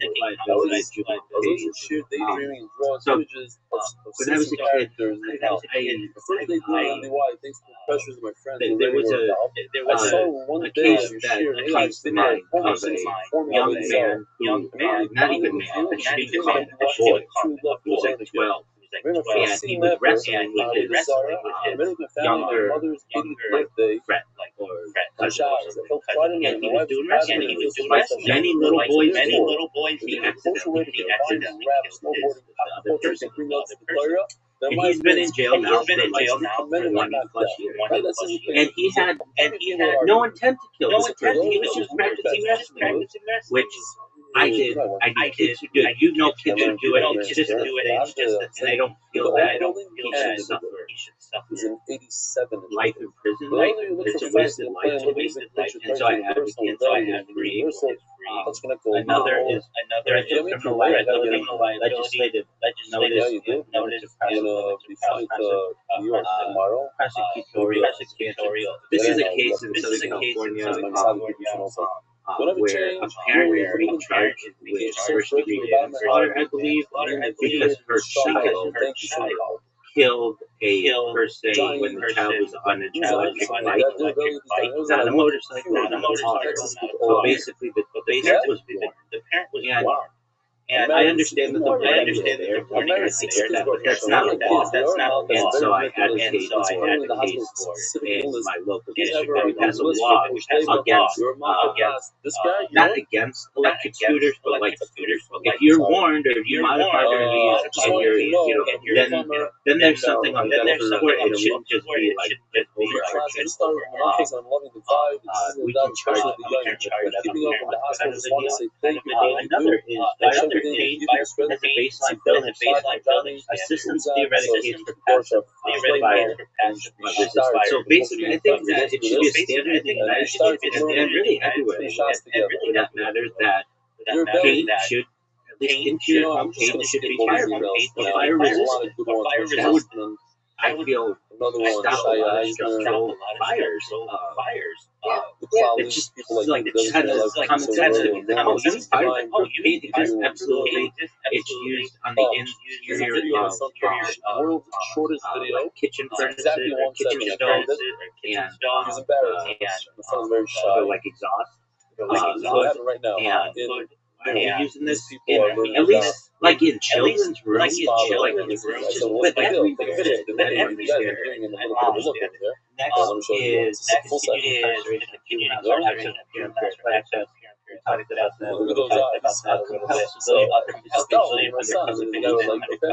I'm against the practice of directives and we're trying to get into the I only have such a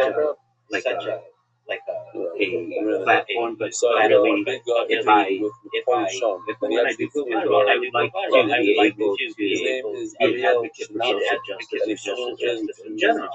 And in this one, I don't feel it should be legal for the police to say to you, so hey, you got caught with small bad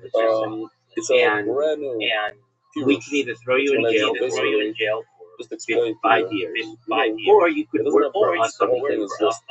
I don't feel that is proper policing. Basically telling someone they're making a complete and they're going to work on the inside. And so they're going to be going into a drug that could be very dangerous. They could have liars. That to me is just too Hollywood.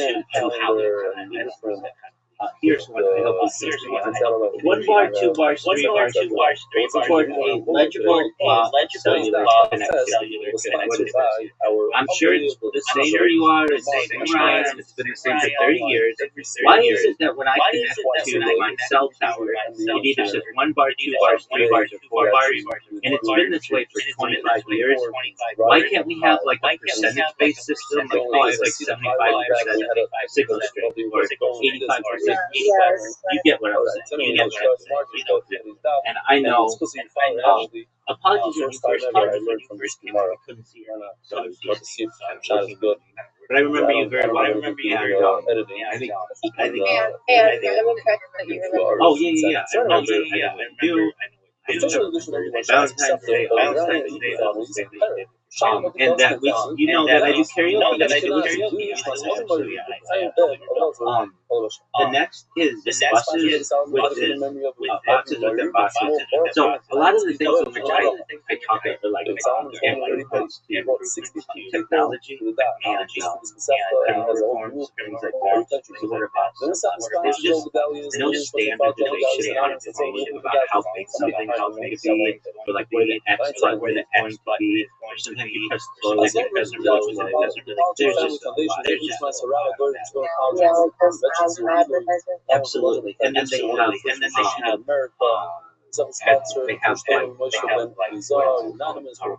basically false expletives. You click it and then it opens up the next door. I hate it too. And so these are like the things that I write about. And so anyway, they're really interesting topics. If you ever want to take a look at Rabbi Rothschild, but that's not the blog. That's the blog. There's that. That's like a serious thing that I do every single day. I write one of these every week, or two of them are actually published. And I have a huge backlog of anything that I hear about that's news or somebody brings to me or I just experience. If I don't like it, I go and I create it and I really want it. And then I put it in the backlog and in the backlog. My blog network, though, is different. So one of the major issues that I encountered is I'll be honest with you, I wish I would like and you can tell I've changed up some strategies about how to get more and more popular, but one of the major issues that I've experienced here, I still experience, is there are other Rabbi Rothschild I'm not always the first Rabbi Rothschild to show up. There's a very famous Rabbi Rothschild who previously lived in Atlanta, and he was friends with Martin Luther King. It's like, how am I supposed to overtake this spot in Google? Somebody types, Google Rabbi Rothschild or something like that. It's like, okay, so this is a civil rights leader. Well, yes, in my own way, but not the same as this rabbi. So I have used this blog network to basically populate AI, so that when someone types in AI, it talks about what I do, but it puts me up there with them, and then it helps me in the search engine ranking. So, what is this different blog? It is basically a series of like 1,900 blogs. At the end of the day, I want it to be at least 2,000 blogs. Not blog posts, I mean individual posts. So, what a lot of times Google does is it crawls the whole internet for information, and it will push a bunch of results in there. If I can plug the results with my blog, then maybe you type in Rabbi Rothschild and this rabbi from Atlanta from 1960 shows up, but then I'm the next 9 results or something like that. That's my and so but you need content for the blog. So I created bots that basically when you type into what do? They I can give it a on whatever I want, and it will write about it, and then it will publish blogs about it on 10 different blogs. It takes a little bit of time. So what are the topics that I chose? He says, "Yeah, I have a flight." Well, right now, I have one working on supercomputing. So basically, I'll go to ChatGPT and I'll go to ChatGPT and I'll tell me 100 computers that are more advanced than quantum. All right. Well, many of these are hypothetical or experimental or whatever, or emerging, but there's 100 of them. Which is like a lot of different kinds of computers. And then this robot takes each one of those, each of the AI, and then we'll find out, like, it'll outline the practicality of them, their cost, their capabilities, like all of these things, and then it'll create about like 25 different computers there. And then it moves on to the next one. And I can basically like give it like ammunition, which I find to be pretty interesting. So that's one of the bots just doing that. The other bot is basically I'll give it like a topic, like I can notice when people Google me what they look up, and it's not civil rights leader from Atlanta. That's not what they look up. They look up YouTube and Discord and Kick and Reddit and like things that are direct to me. So it's almost like the people are saying, "Hey Google, we understand that Rabbi Rothschild was a historical, Rabbi Jacob Rothschild was a historical rabbi in Atlanta, but that's not what we're looking for. We're looking for the one that's contemporary." Exactly. And so basically, I like am making blogs that are like, who is Rabbi Rothschild? We don't have a huge description. I've also put out a lot of different press releases recently, which have really helped. So this may be helpful. This may be helpful. Yeah, I don't know. I don't want you to get too into your job, but if you have your own business, you know that SEO, search engine optimization, is really important. It's really important on what you do with it. And there's an emerging kind of realm. It's known as not SEO, search engine optimization, but GEO, which is generative engine optimization. It's not even like the industry hasn't even settled on it. But basically, it's AI. I can say that I want to make a AI engine optimization. So what is it? Like you can. We're still in the early days of AI. I want to elevate the niche. I want to make it really either yourself or about what you do. And you're like a private individual, so I understand that you're not like, hey, I don't want it to know anything about it. But if you did, you can like put out a blog article or a blog post or a press release and tell them about yourself, and then within 24, 48 hours, when someone looks you up in AI, it like knows everything about you from the article that you gave it, and then that's really powerful way of marketing yourself and also getting people to find out about who you are and what you do. So I have been just basically doing my best to manipulate the search engine results. So when people look for me, they find out. Additionally, I've been using, so like I dominate video, I just create so much of it, and I've actually expanded the amount of streams that I have and more macros and such.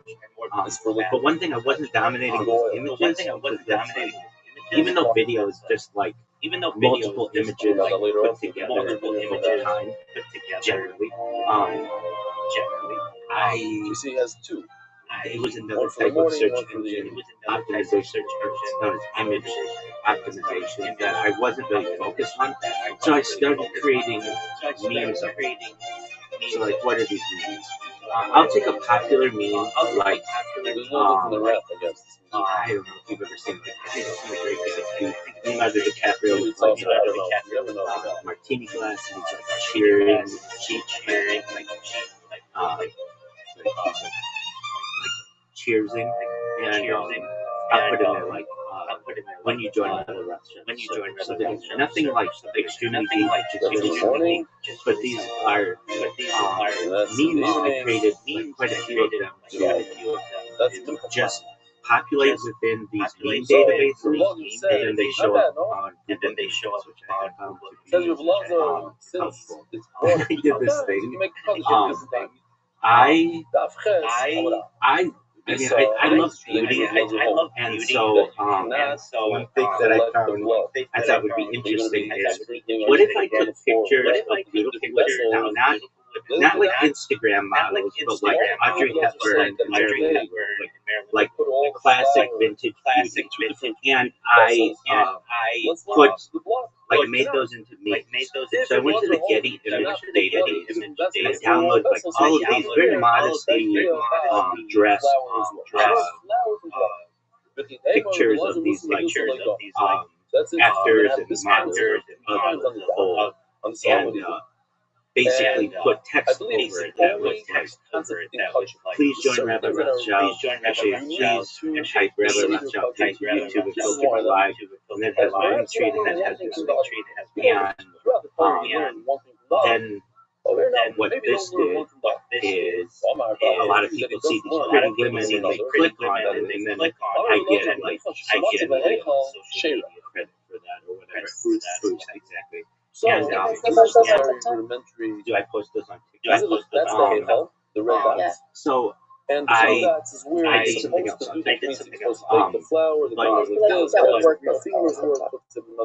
I do too. TikTok kind of limits the amount of posts I can do like that. And it's like, okay, Rabbi, like you know me by now. If you tell me that I can drive 200 miles an hour, I want to drive 200 miles an hour. I don't want to drive 180. I don't want to drive 50. I want to go all the way. And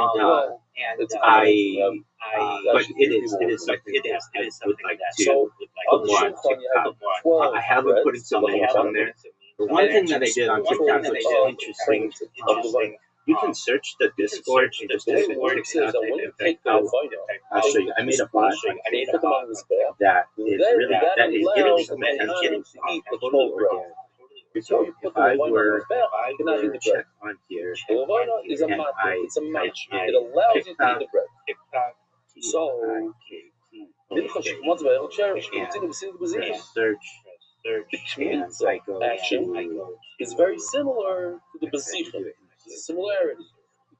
server, search, the rest of the bowl of flour that you take and putting them in the So do the position. Where do you do position? Where does this take? This whole video. It's just TikTok music video. And there's a bot that I created that literally, I like music, but I like music of all kinds, whatever it is,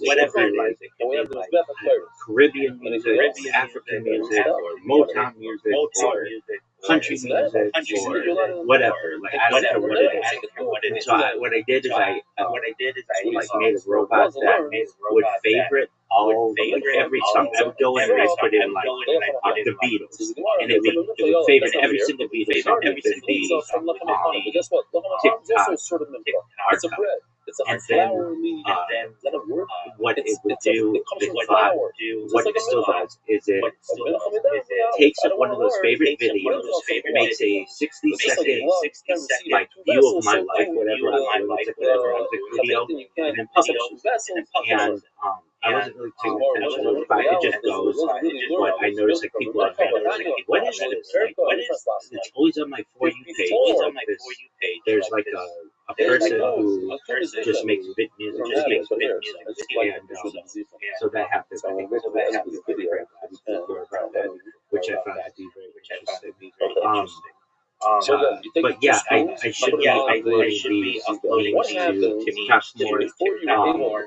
I have uploaded them to Flickr, and DeviantArt I've never used it. It sounds like it's really just people created art that you create. Where else have I done? Like these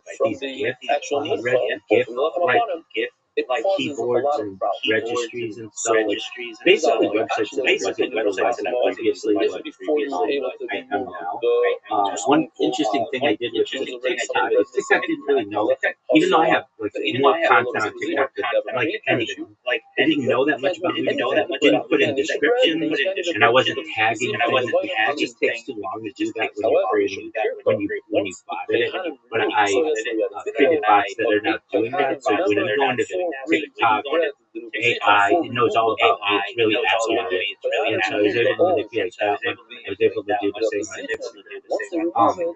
And then the client grabs a loaf of bread and cracks it in half. Also on X, I streamed a year of my life on X Spaces, and then I archived that account because I don't want. One of the things that I do is I create an account. It'll be really great, but for whatever reason, and it's usually like an algorithm thing or AI, I'll get just flagged and suspended for whatever reason. I didn't do anything wrong. I didn't do anything material. I didn't make it. I didn't but it'll just flag. So okay, fine. So I archived that account. When I say archive, it just means I stopped using it so that it's like preserved. And then I created 2 more accounts, and I'm live streaming right now on X, and this is on video. So I basically have like an entire year, more than an entire year of my life that is available on video through X Spaces.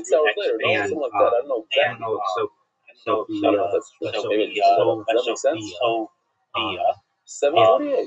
Exactly. You're 6 hours. Aware of maybe from X Spaces. X Spaces. Basically, do you know what X Spaces are? Should check out an app. I know what X is. Okay.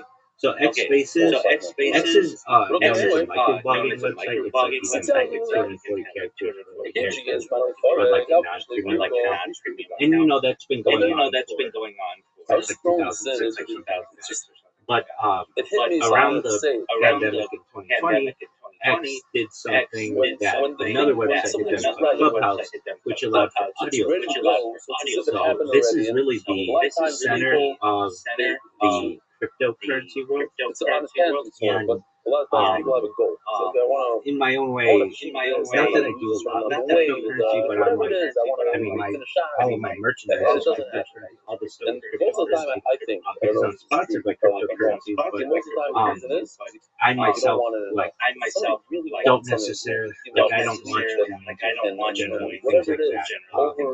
And but I do go into these discussions, and they have things, it's when you don't really, you want it, but you don't really want it. shill and shit. So where you shill your project, and then you shill on so where you shill your project, and it's all video, or it's all audio. Generally, there's some audio, video, generally. But I'll go in there, and I got a really good. Pitch. People love my pitch. People ask me to say my pitch. Like when I go into a space, like, oh, Rabbi's here. Rabbi, you gotta hear it. He's got the best pitch. So It says, I can tell you why in the poem beyond it, because your passion is so inspiring, and how long you can talk about the things you're passionate about is so extremely inspiring. Whether or not people understand what it is you're going on about, it's still inspiring. Thank you. Well, you get it. You absolutely get it. And it's true. I'm inspired by what I do. I'm passionate about it. I feel that. And they showed us how to make lacham apart. It was very, very complicated, massive bread. So I will go into a space. Here's my spiel. And this is what I say. Just grabbing it, I can just see the whole thing falling. It's just. Is there a time limit on how long your spiel can be in every service? Yeah, so that's a great question. Some of them say keep it under a minute. Some of them say keep it under 3 minutes. Some of them say keep it under 5 minutes. Some rooms give you as long as you give you as long as maybe check it out. All right. And so I have different. So I have different versions. So my 1 minute version.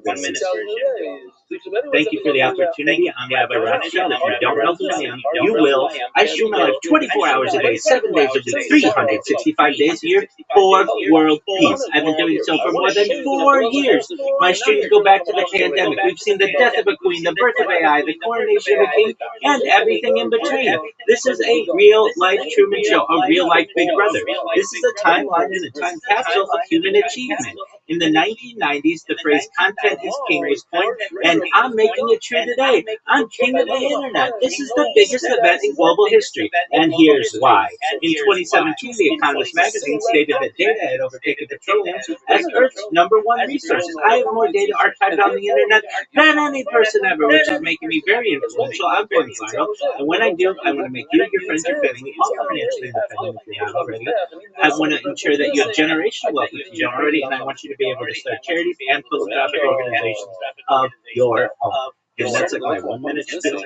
When people hear that, they're like, what is this? And, you know, it gets a lot of people's attention. So I find that to be really cool. And then I have like a 3 minute version that people like, and then sometimes people are like, we're just going to let you go. What you talking about is really interesting. And I've been able to help a lot of people, specifically. So part of this cryptocurrency, we build wells and water towers and developing nations, specifically in Nigeria, and that's all cool. And you know, but I want to help people individually. So what I tell people is, if you need a job or you're looking to get hired, come in here. I'll help you. So I get a lot of people from Nigeria come in here. It's just interesting. And they'll come in here and they'll be like, okay, Rabbi, usually they're like an 18-year-old man or woman in Nigeria. They don't have a lot of options and they want options. So what I explain to them, everything that I tell them first thing foremost is free. I don't want money from them. I'm never going to ask them for money. What I want in the future is what I want in the future. And what I tell them is, so you're a social media, right? And they're like, yeah, right? And I'm like, okay, cool. Do you have an X account? They're like, yeah. Do you have a YouTube account? No. Do you have a Facebook account? Yeah. Do you have a Snapchat account? No. Do you have a Pinterest account? No. Do you have a TikTok account? Yes. Do you have an Instagram account? Yes. Do you have a LinkedIn? No. So they like have 50% of all the main social media out there. And I say that the first thing we have to do is we need to get you all of that social media, because as a social media marketer, you want to be able to market a project anywhere on the internet, wherever it is. And it helps with your search engine optimization, your search engine strategy to be able to have this kind of stuff. So I give them a list. It's like the top 30, and most of the people have these things already, but they don't have them in one location. The one location I advise they have is something called a link tree. And what a link tree is, I don't know if you're familiar with it, it's basically a link in bio that all of your social media, so that you can go into an X space and say, my name is XYZ. You can find out more about me on my link.com/link.com. And then it's not like, well, Sammy123 on X and I'm Sammy241 on Twitter or on Instagram. I'm that cool guy on TikTok. You don't have to do that. That wastes time and nobody's going to remember it.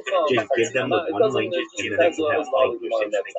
So once they create those 30 links, then what I advise that they do is we populate it with stuff. So we get them a logo, we get them a brand, we basically get them a brand full business. And then we populate their social media with videos, AI content, usually. That is just something so that when a customer looks at their account, it's not just blank. If people are comfortable putting themselves out there on their social media, then not, then we just have AI avatars. But these AI avatars are basically, or the videos are like, hi, my name is XYZ, I'm a social media marketer, I'd love to help you promote your business. If this will interest you, send me a DM. That's really simple. So they got their 30 different social media accounts, and then we populate it with some content, and then we optimize it for search engine results. Because I say to these people, you know, if I look you up on Google, what am I going to find? I don't know. So I don't Google yourself. You're like, well, I'm the 4th result down, and I'm the 7th result. Okay, cool. You need to be the 1st result, the 2nd result, the 3rd result, the 4th result. You want to be the top 10 results. Your social media marketing. This is what you're supposed to be doing. They're like, yeah, that's a good thing. So then what I do is, once we get all their social media aligned, I help them to get down their pitch. So all of them basically do the same thing. The pitch is pretty standard. It's basically, hi, my name is XYZ, I'm a social media marketer. I would like to help you promote your project, your cryptocurrency, your NFT, whatever it may be. I have over 30 different social media platforms on which to promote your project. You should know that what makes me different than any of my competition is I'm not just going to promote you on X or on Facebook or on Instagram, on Instagram, I'm everywhere. So partnering with me is a multi-platform strategy. Additionally, you should know that this means you're going to get more DMs in your social media. We're going to help you to dominate search engine results, and we're going to help you to dominate AI results. Because when I post your content on all of my social media, it is going to traverse the entire internet and is going to help to promote you on multiple channels. If this sounds of interest, feel free to send me a message. I'd be happy to talk to you. And I tell these guys and women, basically, you don't have to memorize. I send them the script, and I say, all you have to do is all your Twitter spaces, whenever you have free time, you just read this. And they do, and then people immediately DM them, because it's a good pitch, and this is a different strategy than most people do. Most people say, for $5 I'll repost your content, or for $10 I'll take the video on your content. And that's cool. But this is like, I will post your content on 30 your content on 30. It's basically a way for someone who has no resources, who doesn't have a lot of experience, to be able to get their feedback and start marketing and make money and make money. So I've been, in my own way, changing lives.